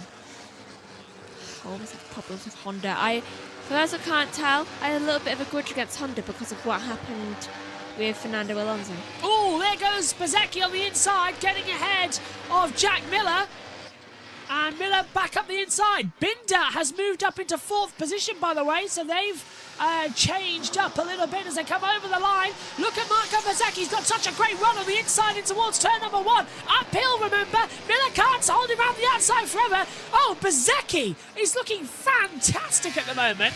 But here comes Miller. Oh, he touched the green. Miller touched the green. That'll be first track limits then. Marini entered the pits and retired. That's confirmed. As we ride on board with Marc Marquez. Looking now... Oh, hang on a minute. Here we are. We're looking behind now. So Marquez on the... Well, that was confusing. Thank you very much, Dorna, for those camera angles. Passes the Leish. Yep, so Mark up into 7th position. Track limits. Quartararo. Knew that was coming, didn't we? Yeah. So... First of the day. More changes, more action. Into the braking zone at turn 4 at Sochta-Skald. How are we only 21 laps to go? How has it only been... Lap 8. How? In 13 minutes, we've done 8 laps, averaging at a 129 per distance. It's pretty much normal. They've been running long today. If you wanted to watch all the action, by the way, from Moto 3, Moto 2 and Moto E, that's on JBMotorsports 2 on their YouTube channel. We'll upload them later on today to the main JBMotorsports channel as well. Which one are you on? We're on that camera at the moment. We swap every now and then. Just trying out a new feature. 129.519 for Bagnaia. On board then. And that's Miller just ahead. So this is going to be Marc Marquez attacking back through. We're now back on the top camera. The one I prefer. Yeah, but it cuts your head off. I don't care. I care. The amount of headless jokes we get. SHT says that's definitely Mark's worst race of the season. Red Bull KTM crews are just clenching their teeth. They don't want more crashes on their riders. Marini has been finishing so far about this season, but it's his first retirement in a Grand Prix this season. Yeah, sprints have been a few times, but that's the first time Marini's been out of a Grand Prix all year long. So and guess who he's with?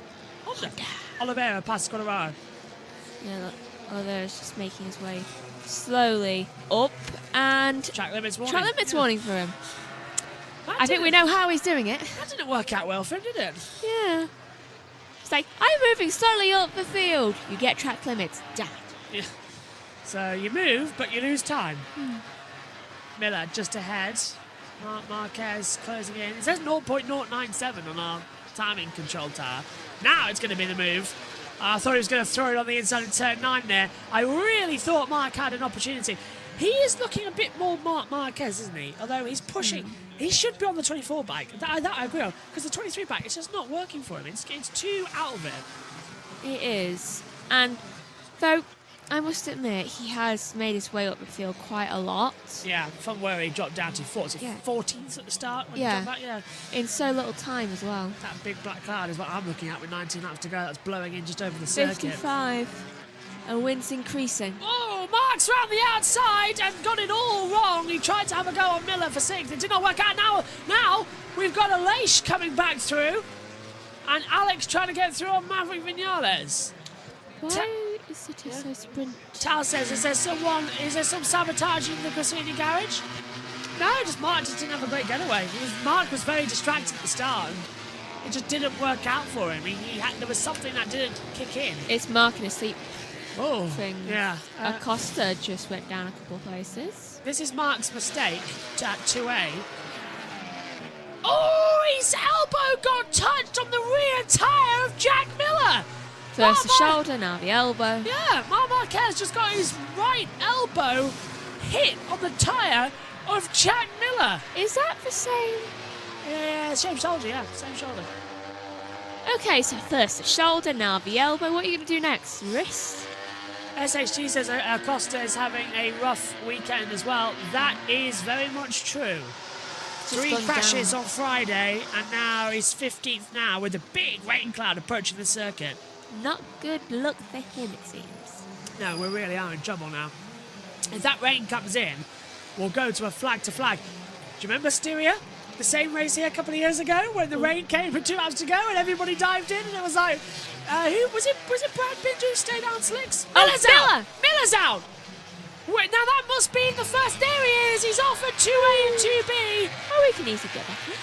The bike shouldn't have stalled, so Miller's okay, but he should be able to get back in the race. Oh, hang on, he's gone down again. Picks the bike up. He's just struggling picking it up. He's back, yeah. Oh, don't tell me. Oh, he's dropped it at 2A. Mark's following in behind. Yeah, the front just dips away on the right side. He gets it back up, though. He just skids across the gravel, so Mark will be able to...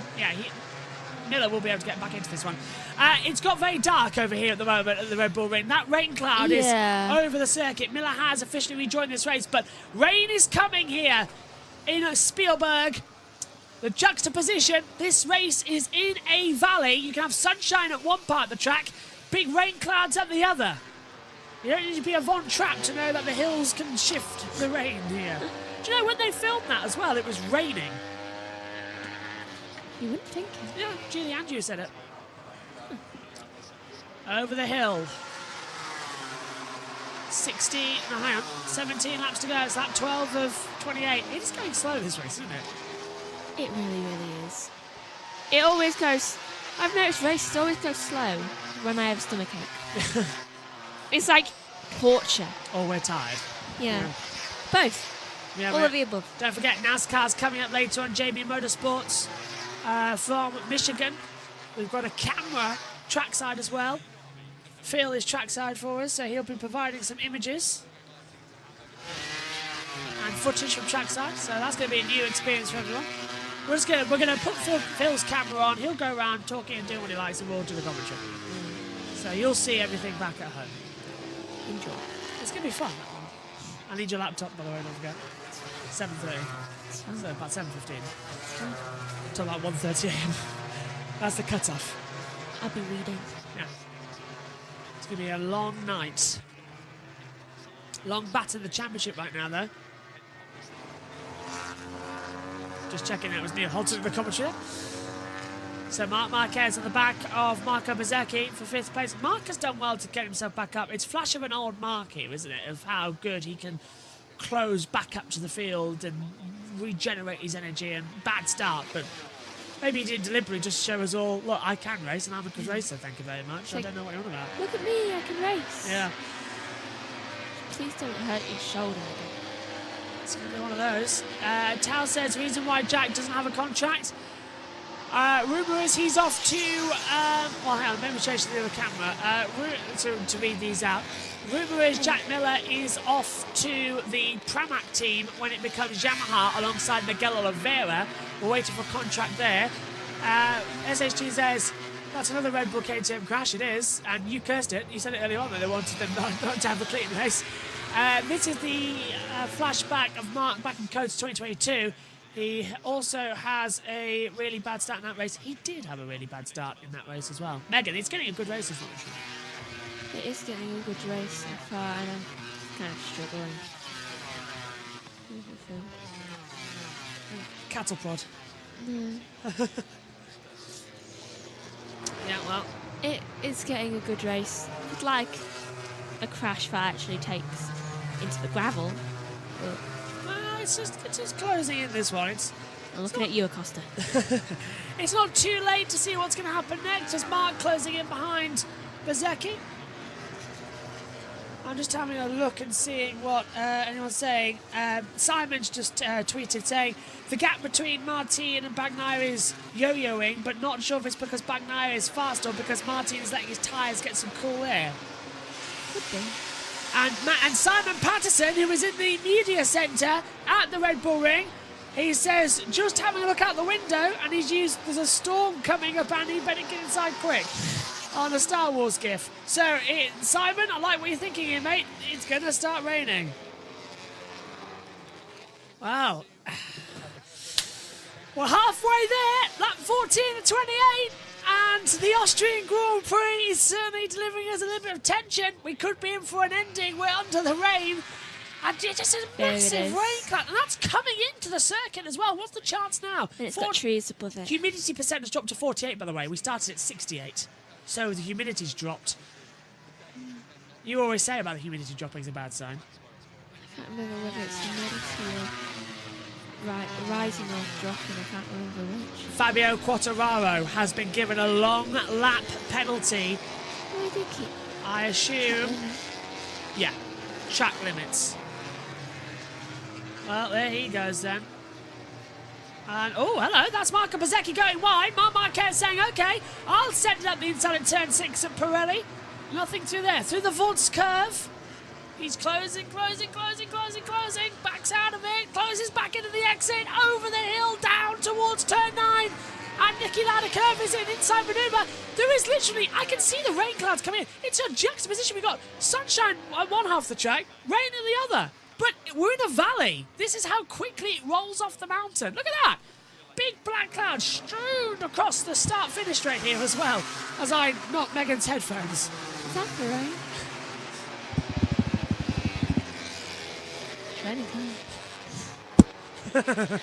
Hail! Anyway, over the line we go. Into turn 2A and 2B. Yellow flag set to 4. Someone's down. Is it a cast? Oh, it's gone green. Do you reckon someone let on the button? Why do they tease us like that? I'm sorry? Why do they tease us like that? Well, the yellow flag graphic came up and then it disappeared. I reckon someone let on the button, personally. Probably. Unless there's lightning in the area and that plays up with the systems. If we lose TV pictures, not our fault. Oh, it could be. It could have been Quartararo taking his long lap penalty. Ah, yeah. And It's Salvadori track limits. So it's like it's registered it. Yeah, it's just like it assumed. But it was really the long lap. Yeah. So, yeah, Quartararo took it. Look at that. That is menacing now as Marc Marquez hunts down the back of Marco Bezzecchi. Happy. Menacing. Happy. Yes, like sunshine. It's literally like, it's not that cloud. A cartoon cloud just with rain hanging over you. Or that character in Mario Kart that flies around on the clouds and rains. You know, with the lightning one. Yeah. It's that, whatever that thing's called. Or like in Doctor Who. The Jejune. Yeah. Yeah. Over the line then. This is Augusto Fernandez has just overtook Quartararo because Quartararo took his long lap penalty. When they were using the H2O scoop. I know. Stop showing off because you've watched it recently. I haven't actually. I did. I really should. I love watching season 3. Megan is showing off as they come through. Look at that. Okay, forget what we were worried about. That is a full-on black cloud. That is so black, that cloud, that if you had it on as a chalkboard in school, you could be able to write on it and be able to see perfectly. That is... It's as dark as my phone screen is locked, as Zara comes on. It's as dark as my phone screen is locked. I knew that would happen, because it's got a raise to wake feature. I turned mine off. I turned mine on, because otherwise, you know... That cloud reminds me of the Death Eaters in the 6th Harry Potter. Fine, I'll change what I said then. The clouds look as black as the Harry Potter opening crawls to the last 4 movies. They were very, very dark. That worked better for everyone?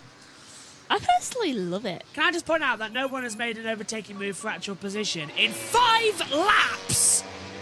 Alright, I've got another one. For anyone who's ever watched House of the Dragon. No further action taken after revealing incident between Morbidelli and Marc Marquez. Sure, I mean, Morbidelli was just a complete and utter idiot, but yeah, sure thing, Freddie. Well done, Freddie. Freddie Spencer's an absolute moron half the time. As soon as he retires at the end of the year and Simon Quayfar takes over, that's when this series will stop being a joke in stewarding. That rain, by the way, is starting to come in. It's covered the track. We might have some rain soon, as finally Marc Marquez sees sense, goes up the inside at 2A, but makes it stick into 2B, ahead of Marco Bezzecchi. He nudged him a little bit. For anyone who's ever watched House of the Dragon, it looks as dark as Season 1, Episode 7 was filmed. There was no lighting to that episode whatsoever! Also the last season of Game of Thrones. That was very well done from Marc Marquez to set it up the inside. It looked like Bezzecchi just sort of twitched out the way. Wasn't too much of a forceful manoeuvre. I watched that episode with my brightness full up and I still looked like it was night time. It was the middle of the day!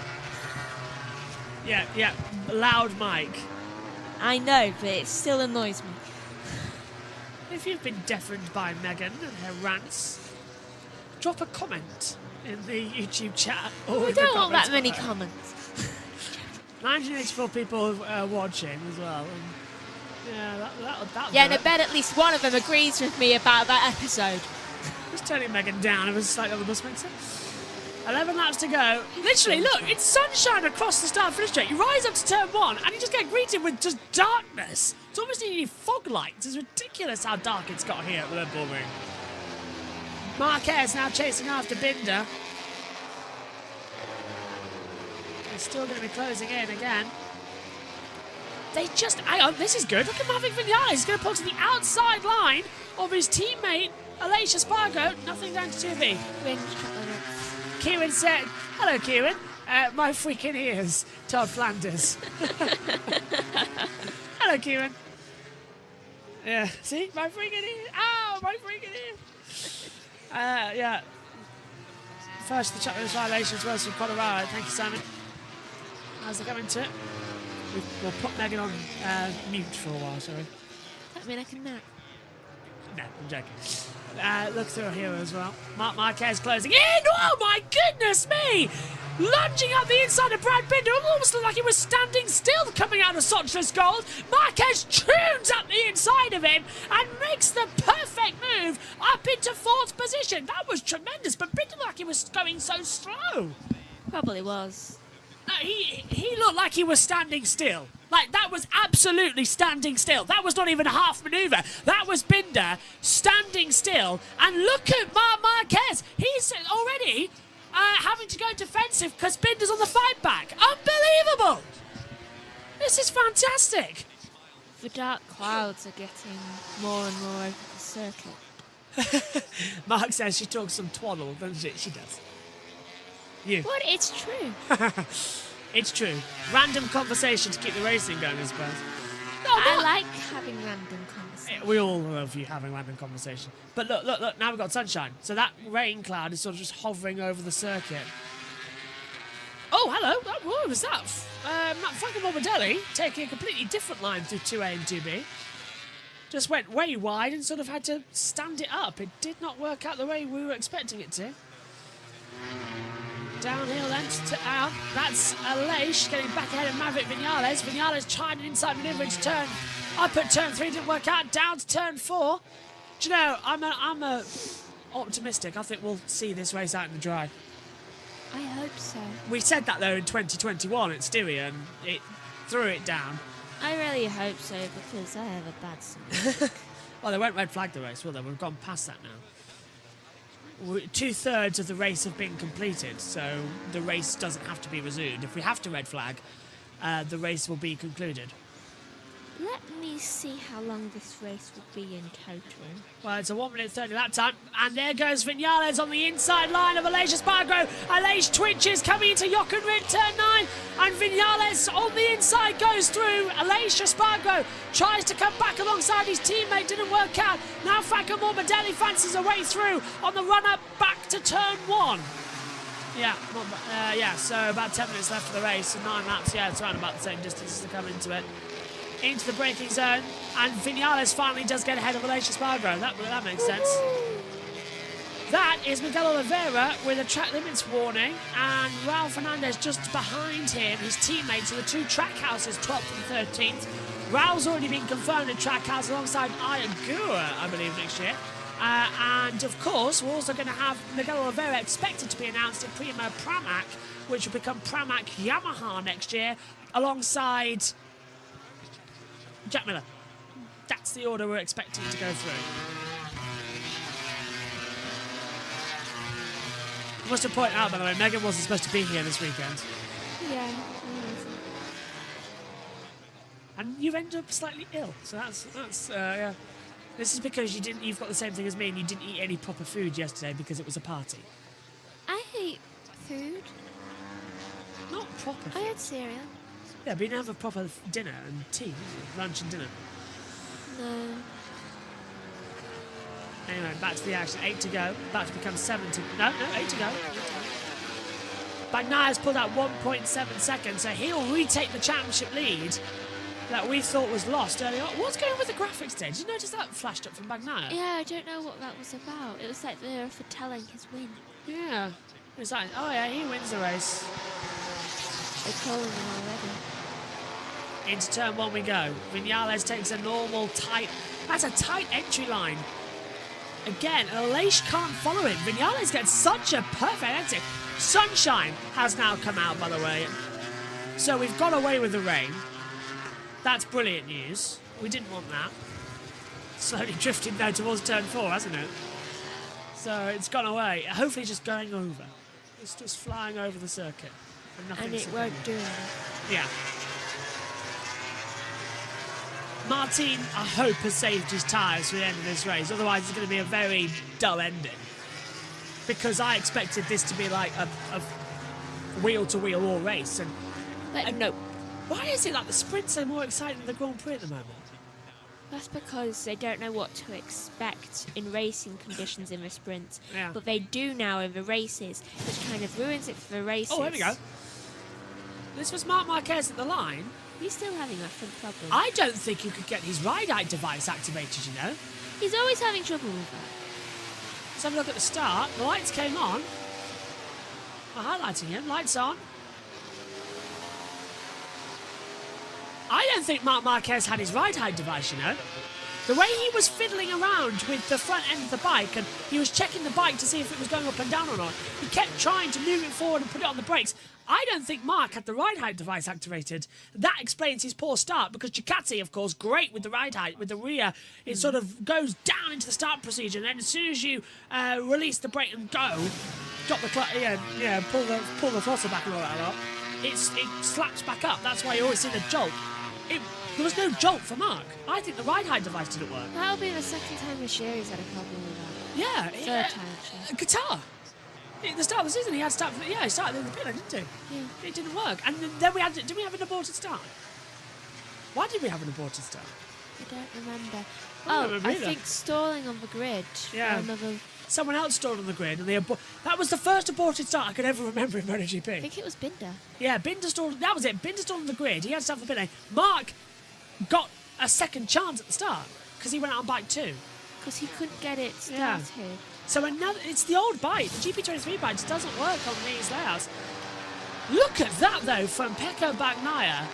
Knee down and elbow down coming out turn 9. Same for Jorge Martin Very just tight. behind him. Yeah. How tight are the chains meant to be, by the way? Super tight. There's a little bit of flexibility, but you can see now. Are they flexible enough that if one of the riders accidentally hits it, are they meant to move? Yes, so that it doesn't snap, because if the chain... They're How meant to much? They're meant to have a little bit of wobble between them, because if the chain snaps in contact, it could whip. Because I noticed Marquez accidentally hit his chain. Yeah. And it, moved a lot. They're designed to be flexible. They can come off, of course. The chains on the bikes can come off. I was a bit worried that it might be a bit loose. Still don't know how we've got it's like a fan belt on the car, I suppose, but the chain is there. So, yeah. It's ironic, actually, that Formula One's intro on the BBC for so many years was the chain. Never break the chain or that lot for Fleetwood Mac. It would be better as a motorcycle. It would. Yeah. But yeah, that's how it works. I never understood kind of why they did that. I mean, it's a good song, but MotoGP wasn't covered by the BBC in those days. Well, it was and it wasn't. Formula One was sort of like, and then Fleetwood Mac came in with a great intro song. Bagnaia now 2 seconds ahead here with 6 to go in the Austrian Grand Prix. It's turning into a day of Bagnaia. Another double for Ducati as well. Last time out in Silverstone, got the sprint with and the feature with Bastianini. Now here it looks like it's going to be Bagnaia in both the sprint and the feature. So it changes again. It won't be consistent. It won't stay consistent as well. Those rain clouds are still looming at the top of the circuit. maybe Bagnaia will spin it. Yeah. Because sometimes he does that. We'll have a weather graphic up later, by the way, as well for NASCAR, if you're going to be joining us for that. The Michigan Motor Speedway race, as we get ready for the playoffs, of course. Oh! Jorge, okay, that's set. That's Jorge Martin then, with track limits warnings. Don't want to be making mistakes there. Come on, Jorge, just be careful. Be careful. He's not going to be careful. No, he's going to push it all he can, isn't he? And then he's going to be like, I still have another chance. And that's it. There's Davide Tardozzi watching on. Gigi Dell'Inio's always sat at the back in one of the chairs. Hiding. I was looking at you there. You do it. Gigi to Megan. Megan Dell'Inio or something. Yeah, I've got a feeling that this is the end of the race, you know. Probably. It's disappointing. A little. I mean, it was good, but it wasn't whipping. It's the fact that they all put it on as well with medium front and medium rear tyres. No variety. Marc Marquez, though, regaining to 4th place, I think is absolutely fantastic. What's the gap? He's 6 seconds to an air Bastianini. Mark's comeback was great. Yes, it was. Yeah. And yesterday, Yeah. with the sprint, they used different tyres, a lot of them. Soft front, medium rear. So it was different compounds they were fighting against. Today. And now they're all just identical. And so many people on old bikes from last year, not the new bikes. It doesn't work out the way you want it to. It doesn't even think the same way it wants to. So it's that annoying changeover between the two. And just again, you don't know where we're going to go. We're on second camera. I know. Yeah. Never know where we're going to go next. However, might have a saving grace as Bagnaia is slowing. Martin is ever so slightly closing him on this lap. Well, I did say Martin would win, so I hope. Yeah, 10th in the first sector, 10th in the second sector. What's the third sector gap?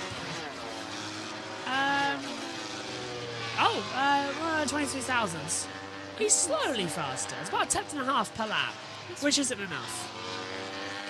Yeah? It just wasn't appearing on there. Is what the gap across the line with 3 laps to go is 1.718 seconds on our control monitor up here in the comms box. Glitching on the monitor there. Nakagami passes Ralph Hernandez for 15th place. Nakagami's getting slowly more up the field. Where is Nakagami? 15th. Hey, points for Honda. Which is very surprising.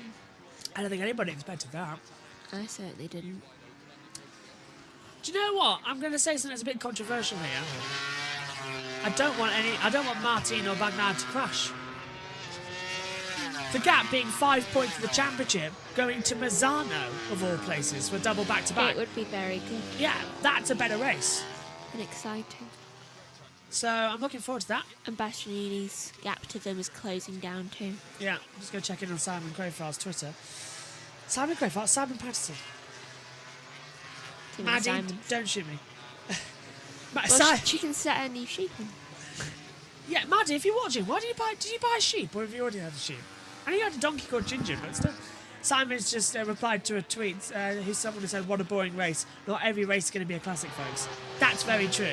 But what this race has done is shown us Marc Marquez has still got it with an amazing comeback, and it's kept the title fight alive enough going into the next 2 races. Yeah. It's given us an interesting Grand Prix. Sometimes races like this are needed. Yeah. Just a boring status quo. That means we have excitement running into the last few races of the year. So I'd rather take the boring race. If every race is exciting, that would be the average. 100%. Then we'd be saying, "Oh, we're bored." Yeah. I'm wrong, actually. The next race is not in Mazzano. That is going to be for Moto E, Mazzano. Our next race is back to Aragon. 30th of August to the 1st of September. So I believe the same weekend as the Italian Grand Prix. So, hang on a minute. That's Paul Espargaro going through the gravel because he's been forced off the track by Alex Marquez over 10th position. Now, Alex should really get the place back there because he forced him off the track. But Christian Oliveira's got through as well. So what does Alex do there? That's a bit of a... best. Yeah. The stewards might take a look at that one. I personally hope that the Italian Grand Prix is won by Carlos Sainz in F1. Yeah, I do. Because it'll be his birthday that day. So. Oh, yeah. 1 o'clock is the MotoGP race. So looks like you won't be in Aragon. But knowing us, we'll probably do the switch over at some point. So that means I've got 2 weeks to set up the new iMac for live streaming. Fingers crossed it works. If not, I'm sure it will. It has if not, support. yeah. If not, I've got your laptop and Combox 2 for the remainder. Yeah. Thing is though, it does fine recording, but I don't know how it is streaming, so I'll have to set it up for that. Recording was fine. Streaming could be different. Try it out with private. Yeah, I'm going to try it out, don't I? See how it goes. Get it all set up, ready to go. I might have to do like FP1 on your... If you could cover FP1, because then I can set up... We'll talk about this at Yeah, the time. yeah. I don't have the mental capacity to think about more than what I'm going to have for dinner. I've just realised this has said Moto 2 the entire race. Did nobody correct me? I can't see it from here. This is the problem when the system just doesn't know what it wants to do. Raul Fernandez sent for pits. This is the last lap of the MotoGP race. That's embarrassing. It said Moto 2 the entire time. Anyway, last lap. 25th career win coming for Pecco Bagnaia. Not a bad day and race. I don't know why it said Moto 2 the entirety of the race. I apologise. The graphics have been glitching all day. Into the last corner. It may not have been a thriller, but it gives us a more entertaining championship going to Aragon. Pecco Bagnaia, for the 25th time in MotoGP and for the 3rd straight year running, wins the Austrian Grand Prix of the Red Bull Ring. Jorge Martin is 2nd. Enea Bastianini goes 3rd. 4th for Marc Marquez. 5th for Brad Binder. And I think a round of applause for Marc Marquez there. Fantastic comeback from him. 6th, Marco Bezzecchi. 7th, Maverick Vinales. 8th, Franco Morbidelli. 9th for Aleix Espargaro. 10th, Alex Marquez. Paulo Espargaro is 11th. Miguel Oliveira 12th. Pedro Costas 13th. Nakagami 14th. Augusto Fernandez 15th. Rins, that's the last point for Augusto, by the way. Rins 16th for Mir, Quadraro, Miller, Salvadori, Zarco and Bradle. Fernandez and Marini out. Nakagami got points. Nakagami did in 14th, 2 points as well.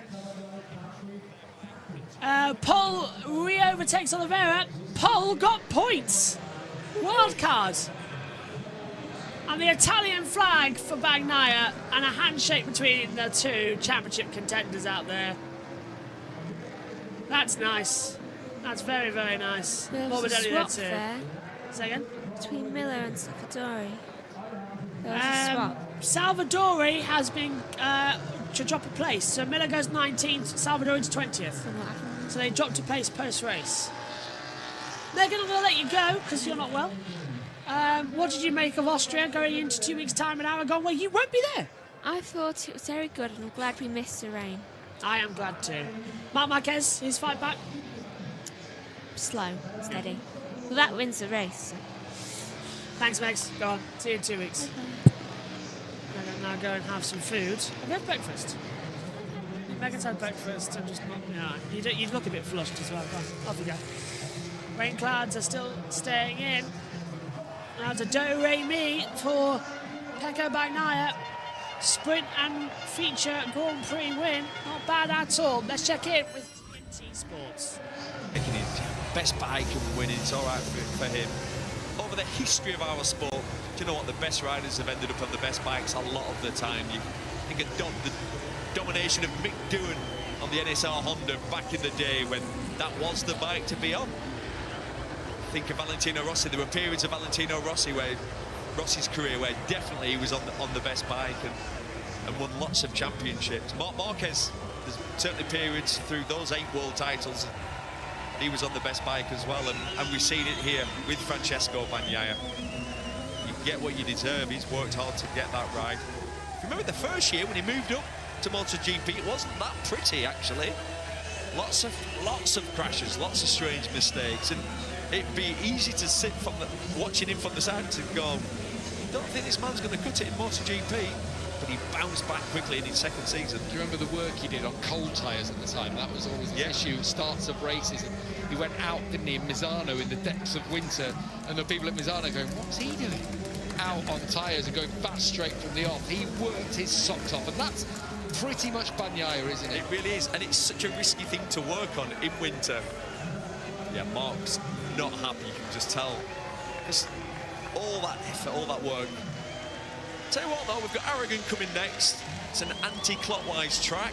It's his home race. Yeah, and do you remember Bagnaia's first MotoGP win, where it came and how it came about? With a massive battle with Mark when Mark was on the Honda. Not sure there'll be a heat-treated tyre though. No. At Aragon.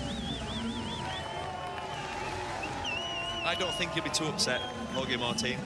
No, I think you said it right. His one thing for him was going to be the start. He said his thumb that he cut in the shower. I'm not quite sure what's going on there, but it's happening. It actually looked really messy. You see the pictures of it? No. He said actually that the clutch wasn't feeling right off the start because it was on the inside of his thumb, and so on the handlebar it was a little bit of a problem for him. But he's done a good job today, Martin. As has Enea Bastianini, 1-2-3 in the championship, 1-2-3 in the race. Yeah, the solid ride from the Beast.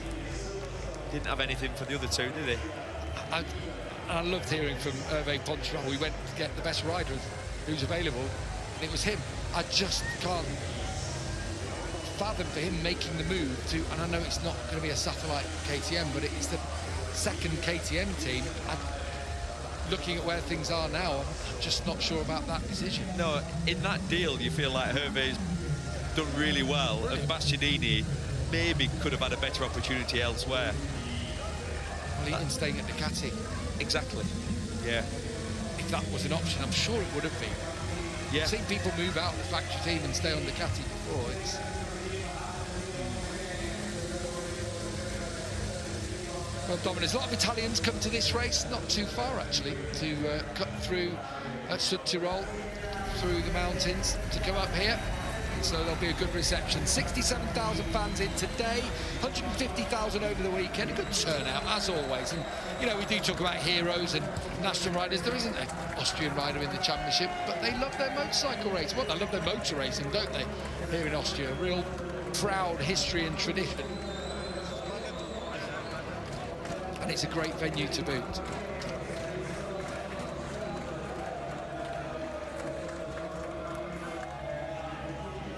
Lucky number 7 in terms of Grand Prix wins this year for Pecco Bagnaia, and he jumps into the arms of his team and family. Wife Demissia there now. Of course, so proud. Inch perfect today. Sister Carola, who looks after all his affairs on a race weekend. Like his shadow, isn't she? Yeah. Around there.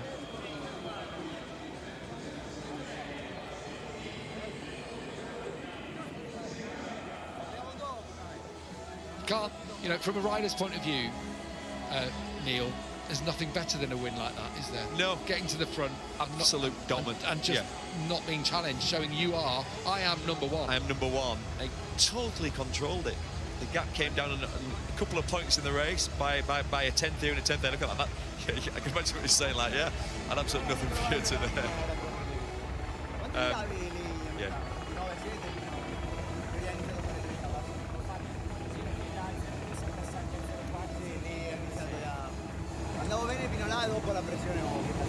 Yeah, he said that pressure, yeah. Then the pressure got to the front tyre. I couldn't hear it because it has been a theme of the weekend.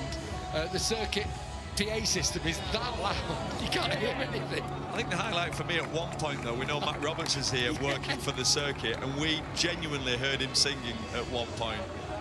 Unbelievable. It was a highlight, I have to say. We'll be back with BSB very soon. Well, Espargaro debriefing with what we're told is a lab bike. And look, Brad Binder was 5th today, but he said actually, let's hear from Enea Bastianini first, down in Parc Fermé with Simon Crayford. Enea, you got the start and the podium. Tell us what happened in the race. Yes, I think this podium is much my expectation, no? Because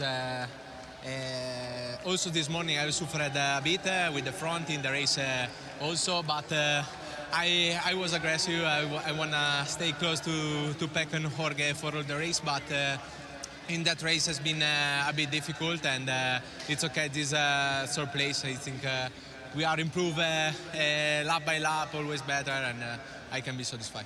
Congratulations. Thank you. Congratulations for that. Nothing he could do today, but brought home good, solid podium points. I was just going to say on the KTM that encouraging signs said Binder, riding behind Pol Espargaro with the lab bike, that there's things in there that hopefully in the future will bear fruit. Yeah, absolutely. Just feel like it needs to be even bigger, obviously, but there are never any big steps. You never find half a second a lap here with something. It's always literally it's a 10th here and a 10th. If you can find a 10th with something you add on to the bike, if you try a new swinging arm or a new piece of aero, you are doing cartwheels. You're that pleased. Pedro Costa 13th. Yeah, equals his worst result across the line from Barcelona, which we know, was an ice rink. So it felt like a rookie weekend for him, but he will learn from it. This man's done some learning, and he learned to take second today. Oh, hey, that looked like a long, hard race. You kept the pressure on, though, Pecco, right to the end. Tell us all about it. Yeah, well, there's no excuse. For sure, we improved a bit the start, but yeah, overall a bit frustrated. Today, at least, I thought I could finish with Pecco till the end, trying to fight with him. But yeah, as the laps were going through, I saw that the front temperature was coming super hot. There was some point of the race that I was super close, and then he pulled a gap of 6 or 7 tenths, and from that point I started to feel a bit worse.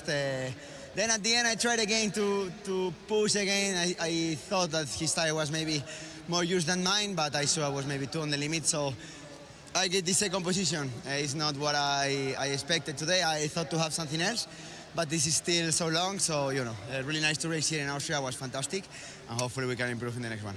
Congratulations. Thank you. Tried his best, didn't have anything to match Pecco Bagnaia today. Tried to give it a second go as we suggested he might, and he did this early on. Yeah. As we asked, he did everything we asked of him. Yeah. That shot really shows you the story of the race. He came to shot there with both wheels sliding. Was it really committed into the corners? He missed a lot in those opening laps, but it just wasn't to be. Today was all about one man. Francesco Bagnaia. Perfect Pecco, class act. When you're not coming here, he's so good on the brakes. He used that to his advantage. 7th win of the year. He's speaking to Simon Crowfoot. Pecco, we all know how good you are on the brakes and how important that is at this circuit, but you handled that amazing. Tell us all about it. Was incredible, the pace. I think me and Jorge, we did something unbelievable in terms of speed and consistency. I was trying to do just a little better to compare him every laps to open the gap, because I was knowing that in the last laps in here could happen anything for the rear tire. But very happy 3 times in a row that we are winning here, so it's fantastic. I want to say thanks to all my team and to the academy for their training, for their working we are doing every day, so it's a special day for us. Awesome job, congratulations. Down to you, Susie. Well, untouchable this weekend, and for anybody saying... It cuts it back and manages to stay in front from that point. So, yeah, they had strong points on different parts of the track. Pecco's braking there was another level and allowed him to stay in front, and then he's got control of the tyre pressure situation, which we spoke why Martin was struggling with a little bit. Yeah. And Pecco mentioned in his interview there just how fast they were and how controlled the race pace was. I mean, controlled, it was metronomic for Pecco, wasn't it? Yeah, when he says control, it's using every ounce of rubber, using every... Well, I'm going to cut that off early and say hello, because Dorna's systems have crashed, typically, with 18 minutes to go. Oh, really? The After the Flag broadcast has gone off as well. Oh, and now look, the crash thing's gone off as well.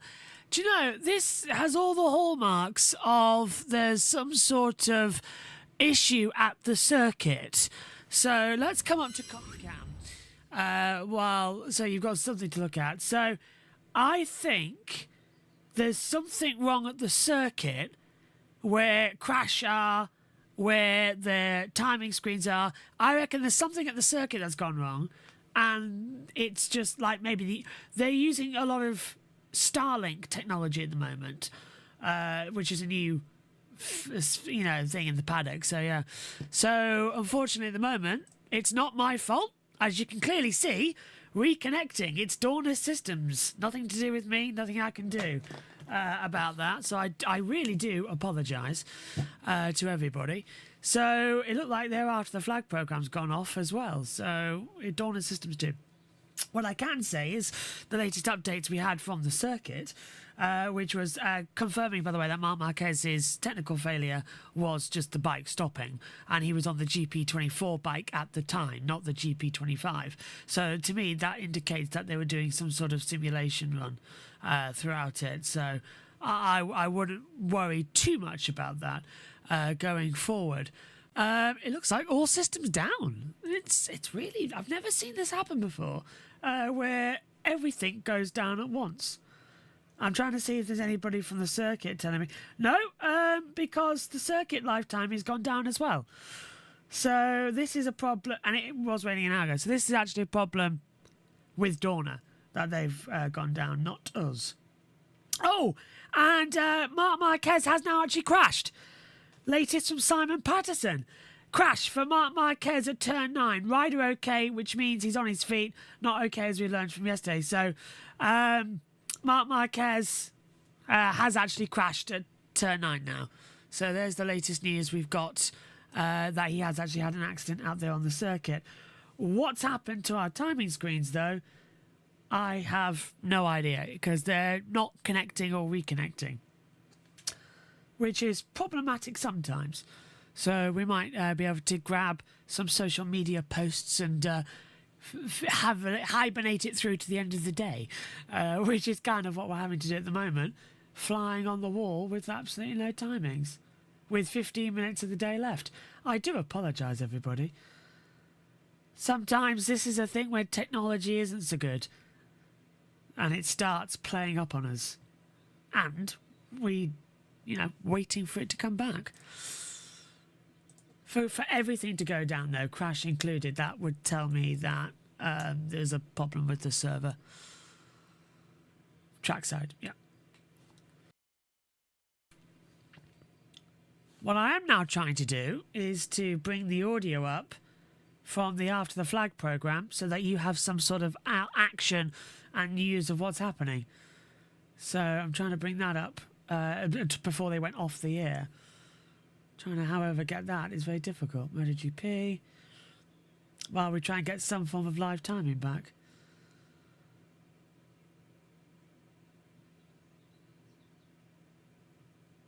It was on air for 10 minutes. Okay, we've got a basic. I would love to say how the rookies are doing, but it's not working at the moment. So we've got basic stuff on at the moment. We'll go to the orbit screen so you can listen to After the Flag. One day down, and by the time we're done this evening, one more day to go of testing in Malaysia. Who's in good shape and who has work to do as we begin the countdown to 2025? Welcome along to After the Flag, day 2 at the Sepang test in Malaysia. My name's Lewis Sutterby. Alongside me with his full undivided attention, as always, is Jack Appleyard. We'll be trying to analyse who's looking good, who's not so strong at this stage, who has work to do, and who is ready for the first race of 2025. And after the drama of the first day, Jack, where of course we lost 2 riders, so we thought, that since became 3, as we'll update you on in a moment. Some calm feels like it's descended over Sepang today. Well, it couldn't have got more hectic than yesterday, as you rightly say. Unfortunately, if you weren't with us yesterday and somehow you managed to miss it, the world champion Jorge Martin, after a crash just 14 laps into yesterday's opening day of the Sepang test, has ruled him out for the entirety of it. Ralph Fernandez joined him on the sick list, more than an hour later, and then right at the end of the day, a unfortunate, cruel accident that really shouldn't happen to Fabio Di Gianantonio during the practice start session. pulling a wheelie, so happy with his day's work, and he had every right to be. We were singing his praises in the show. And then after that wheelie, as the front wheel landed, he touched the front brake, folded, collarbone broken, and he's en route back to Europe to get it plated. He's going to miss the remainder of this and the Buriram test. Hopefully we'll see him back in Thailand for the opening round of the year. But it was a bruising start to the Sepang test. Fortunately, less so today. Yeah, less so today. No riders that we're aware of at this stage have joined the injured list today, although we will have more on those injury stories as we go through the show. Massimo Rivola will be speaking to us, and Jack will also be heading down to pit lane to speak to Pablo Nieto to get the full story on Fabio Di Gianantonio. Once again, Kiko Giles and Elliot York will be joining us live from Barcelona to bring us expert analysis and some of your comments too. Kiko, over to you. Always good to be by your side, guys. Hello and welcome to MotoGP HQ over here in Barcelona. What a day it was yesterday. I mean, it doesn't get much more dramatic than that. 3 riders out. Let's hope today is just a little bit more peaceful. Elliot York alongside me. El, where do we start with yesterday? I mean, it was a huge day in terms of the championship story, but today's a new day and new times and fast times of that coming in. Yeah, interesting analysis to get stuck into today. We've got Morbidelli at the top of the time sheets, of course. Aldeguer going great guns again, improving his time lap by lap, minute by minute in the session. The Prima Pramac Yamaha boys getting used to a new team. Miller and Oliveira, they're going well as well. All 4 Yamahas inside the top 10. So interesting stuff to get stuck into between now and the end of the show. So I'm looking forward to it, mate.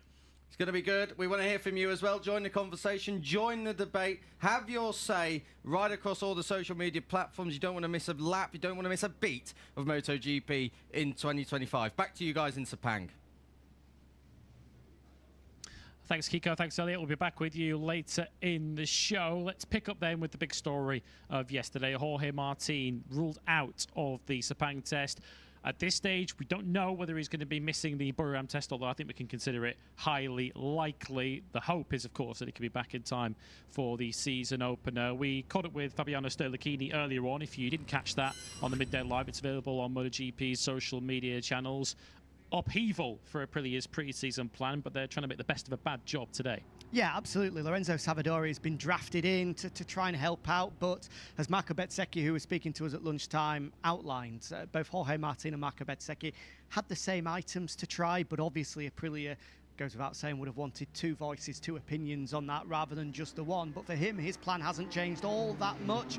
You're going to hear from Massimo Rivola in a second, and not when speaking to us, but with the journalists that have made the trip across. A lot has been made on social media of him basically putting the blame on those round black things on the back of the machine. He came out and said it wasn't rider error, it wasn't a machine error. We've checked all the data. Of course, we must remember he had 2 separate crashes in the space of 3 laps, basically. First on entry into the opening corner, off throttle on the right hand side when it flipped him over the top, and then the more severe one on his next exit with those exact same tyres, this time on the left hand side. But to try and put some balance into the debate, from not only speaking to Michelin but more so to a couple of members of other teams as well, a lot of made was yesterday on the medium rear tyre. Now yesterday was considerably cooler than I can ever remember it being at Sepang, and that medium tyre is around 3.5 seconds a lap slower than what the soft can do. It is rock hard, rock solid,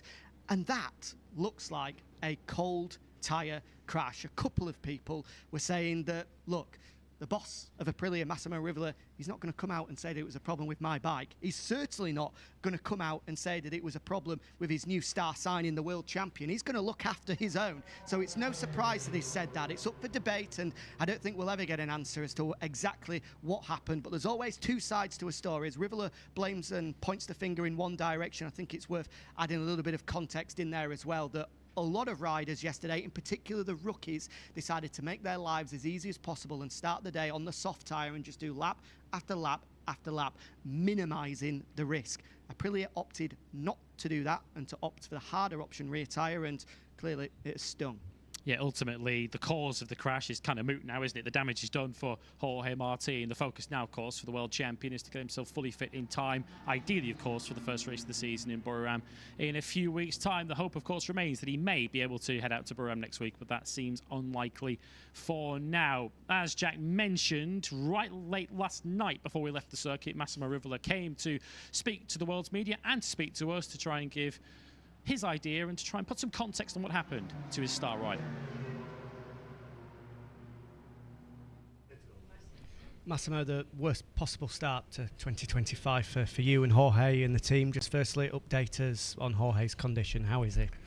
Jorge, after the concussion, let's say the protocol keep him for 24 hours on the hospital, and when he will be released tomorrow afternoon, he will fly as soon as possible, actually in the evening, in Europe, in Barcelona, to get surgeries on the hand, on the right hand and on the left foot, so a bit of everywhere.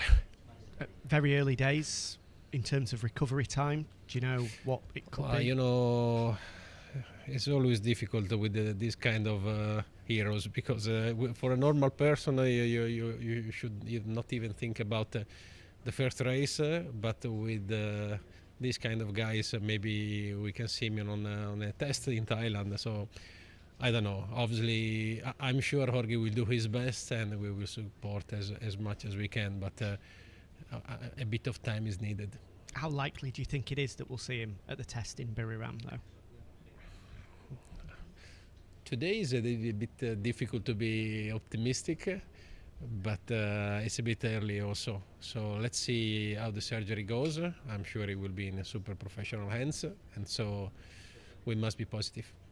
This pre-season was billed as the most important in Aprilia's history. How has today affected that? Yeah, we said also that the team launch that the phase one was the most important to know each other, the bike, and having maybe zero time to do it, it makes the challenge even more tricky and interesting, but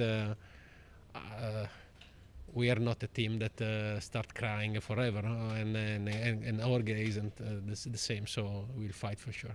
The ultimate goal, of course, is to be world champion at the end of the year. Just how difficult is that going to be if we don't see Jorge at all in pre-season?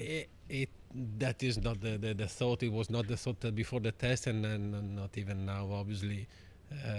Still the goal is to know, let's say, to know each other as quick as possible. I know now this is a problem for sure. It's also a problem that even Raul, again in Sepang, was so unlucky. And he will also, I know that he is going to fly soon to get the surgery. So a lot of work on the shoulders of Marco on our side and of I on track outside. You mentioned Marco, just finally looking at the upcoming final days here. How much importance, how much pressure is now on his shoulders to steer this project forward? Yeah, but to be honest, I'm really happy about the job he did today. We are quite impressed about his method and his feeling is quite sensible. And it was fast. Obviously, we did a different program from many others, but we are quite happy. Now we need to continue. These 2 more days are very, very important because Jorge need to get the benefit of Marco's job. Thanks, Massimo. Thank you. Massimo Ravoli there as well, and the beginning of the After the Flag. So we finally have some timings to show you as well. Admittedly, they're not what we wanted, but they'll do for now. Lap time cancelled for Alex Rins as well on the board. Yeah, not the easiest day.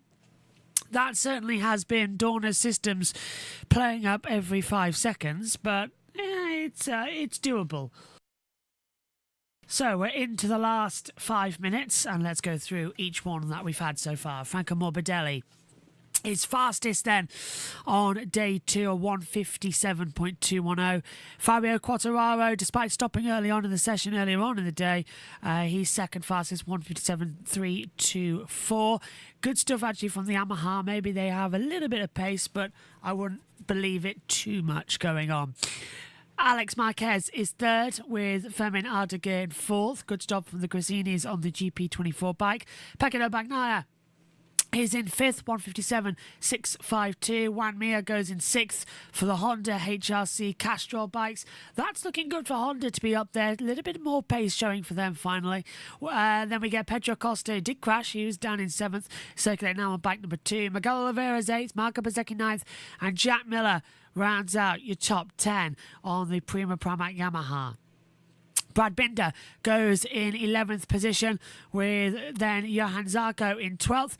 Alex Rins is 13th. Marc Marquez in 14th. Has crashed at turn 9. Ryder is okay, which means he's up and walking back. Luca Marini goes in 15th as well. 16th from Maverick Vinales. His teammate Inea Bastianini goes in 17th. Ayagura 18th for Trackhouse, alongside Augusto Fernandez 19th. Songkat Chantra in 20th. Mikel Pirro in 21st. Lorenzo Salvadori 22nd. And still nothing from Andrea Dovizioso for the Yamaha factory team. He'll probably go out on testing tomorrow because he has been entered into this test. So, minute 17 to go. Everyone out there just doing long runs in what is interesting weather conditions. Ground temperature is at 38 degrees Celsius, air temperature 29 degrees Celsius, 78 kilometers an hour wind speed as well. And we're into the final minute. I hope everybody's enjoyed today. It's been a bit more chaotic. We'll be back tomorrow for the third and final day of the Sepang test, and then we'll be back going in for the 2 days in Buriram, and then round 1, the Thailand Grand Prix, with live coverage of Moto3, Moto2 and MotoGP as well. And then, of course, in a few weeks, we've also got the World Superbikes. Our coverage of that starting this season as well, with the opening round from Phillip Island. And then we've got the Daytona 500 as well for NASCAR coming up. We're very busy in 2025. So, as things stand, checkered flag is coming out. Last few riders will take it. I think everybody is going to meet the flag. We've got Zarco and Vinales very close up there. 7 seconds left. Vinales does complete a lap time, so does Zarco. So the first one to take the flag will be Lorenzo Salvadori as the checkered flag comes out on day 2. And Salvadori crosses the line now. He's our first driver to take the flag. Next across, it's going to be a mix. I think it might be Rins who's just ahead on that data screen. No, it's Franco Morbidelli who ends day 2 fastest. With a 1:57.210. Then it's then Quartararo's already in the pit lane, says Alex Marquez. So everybody, as soon as they will cross the line, the lap times will be complete. So here comes Rins, Binder and Bastianini. Rins first. Got a good sector. Stays in 13th. Binder crosses the line and stays 11th in the pit lane. So is Bastianini. And of course, Salvadori's taking the flag. Acosta isn't going to take that because he is. He's going to wait. So a few more still to take the flag.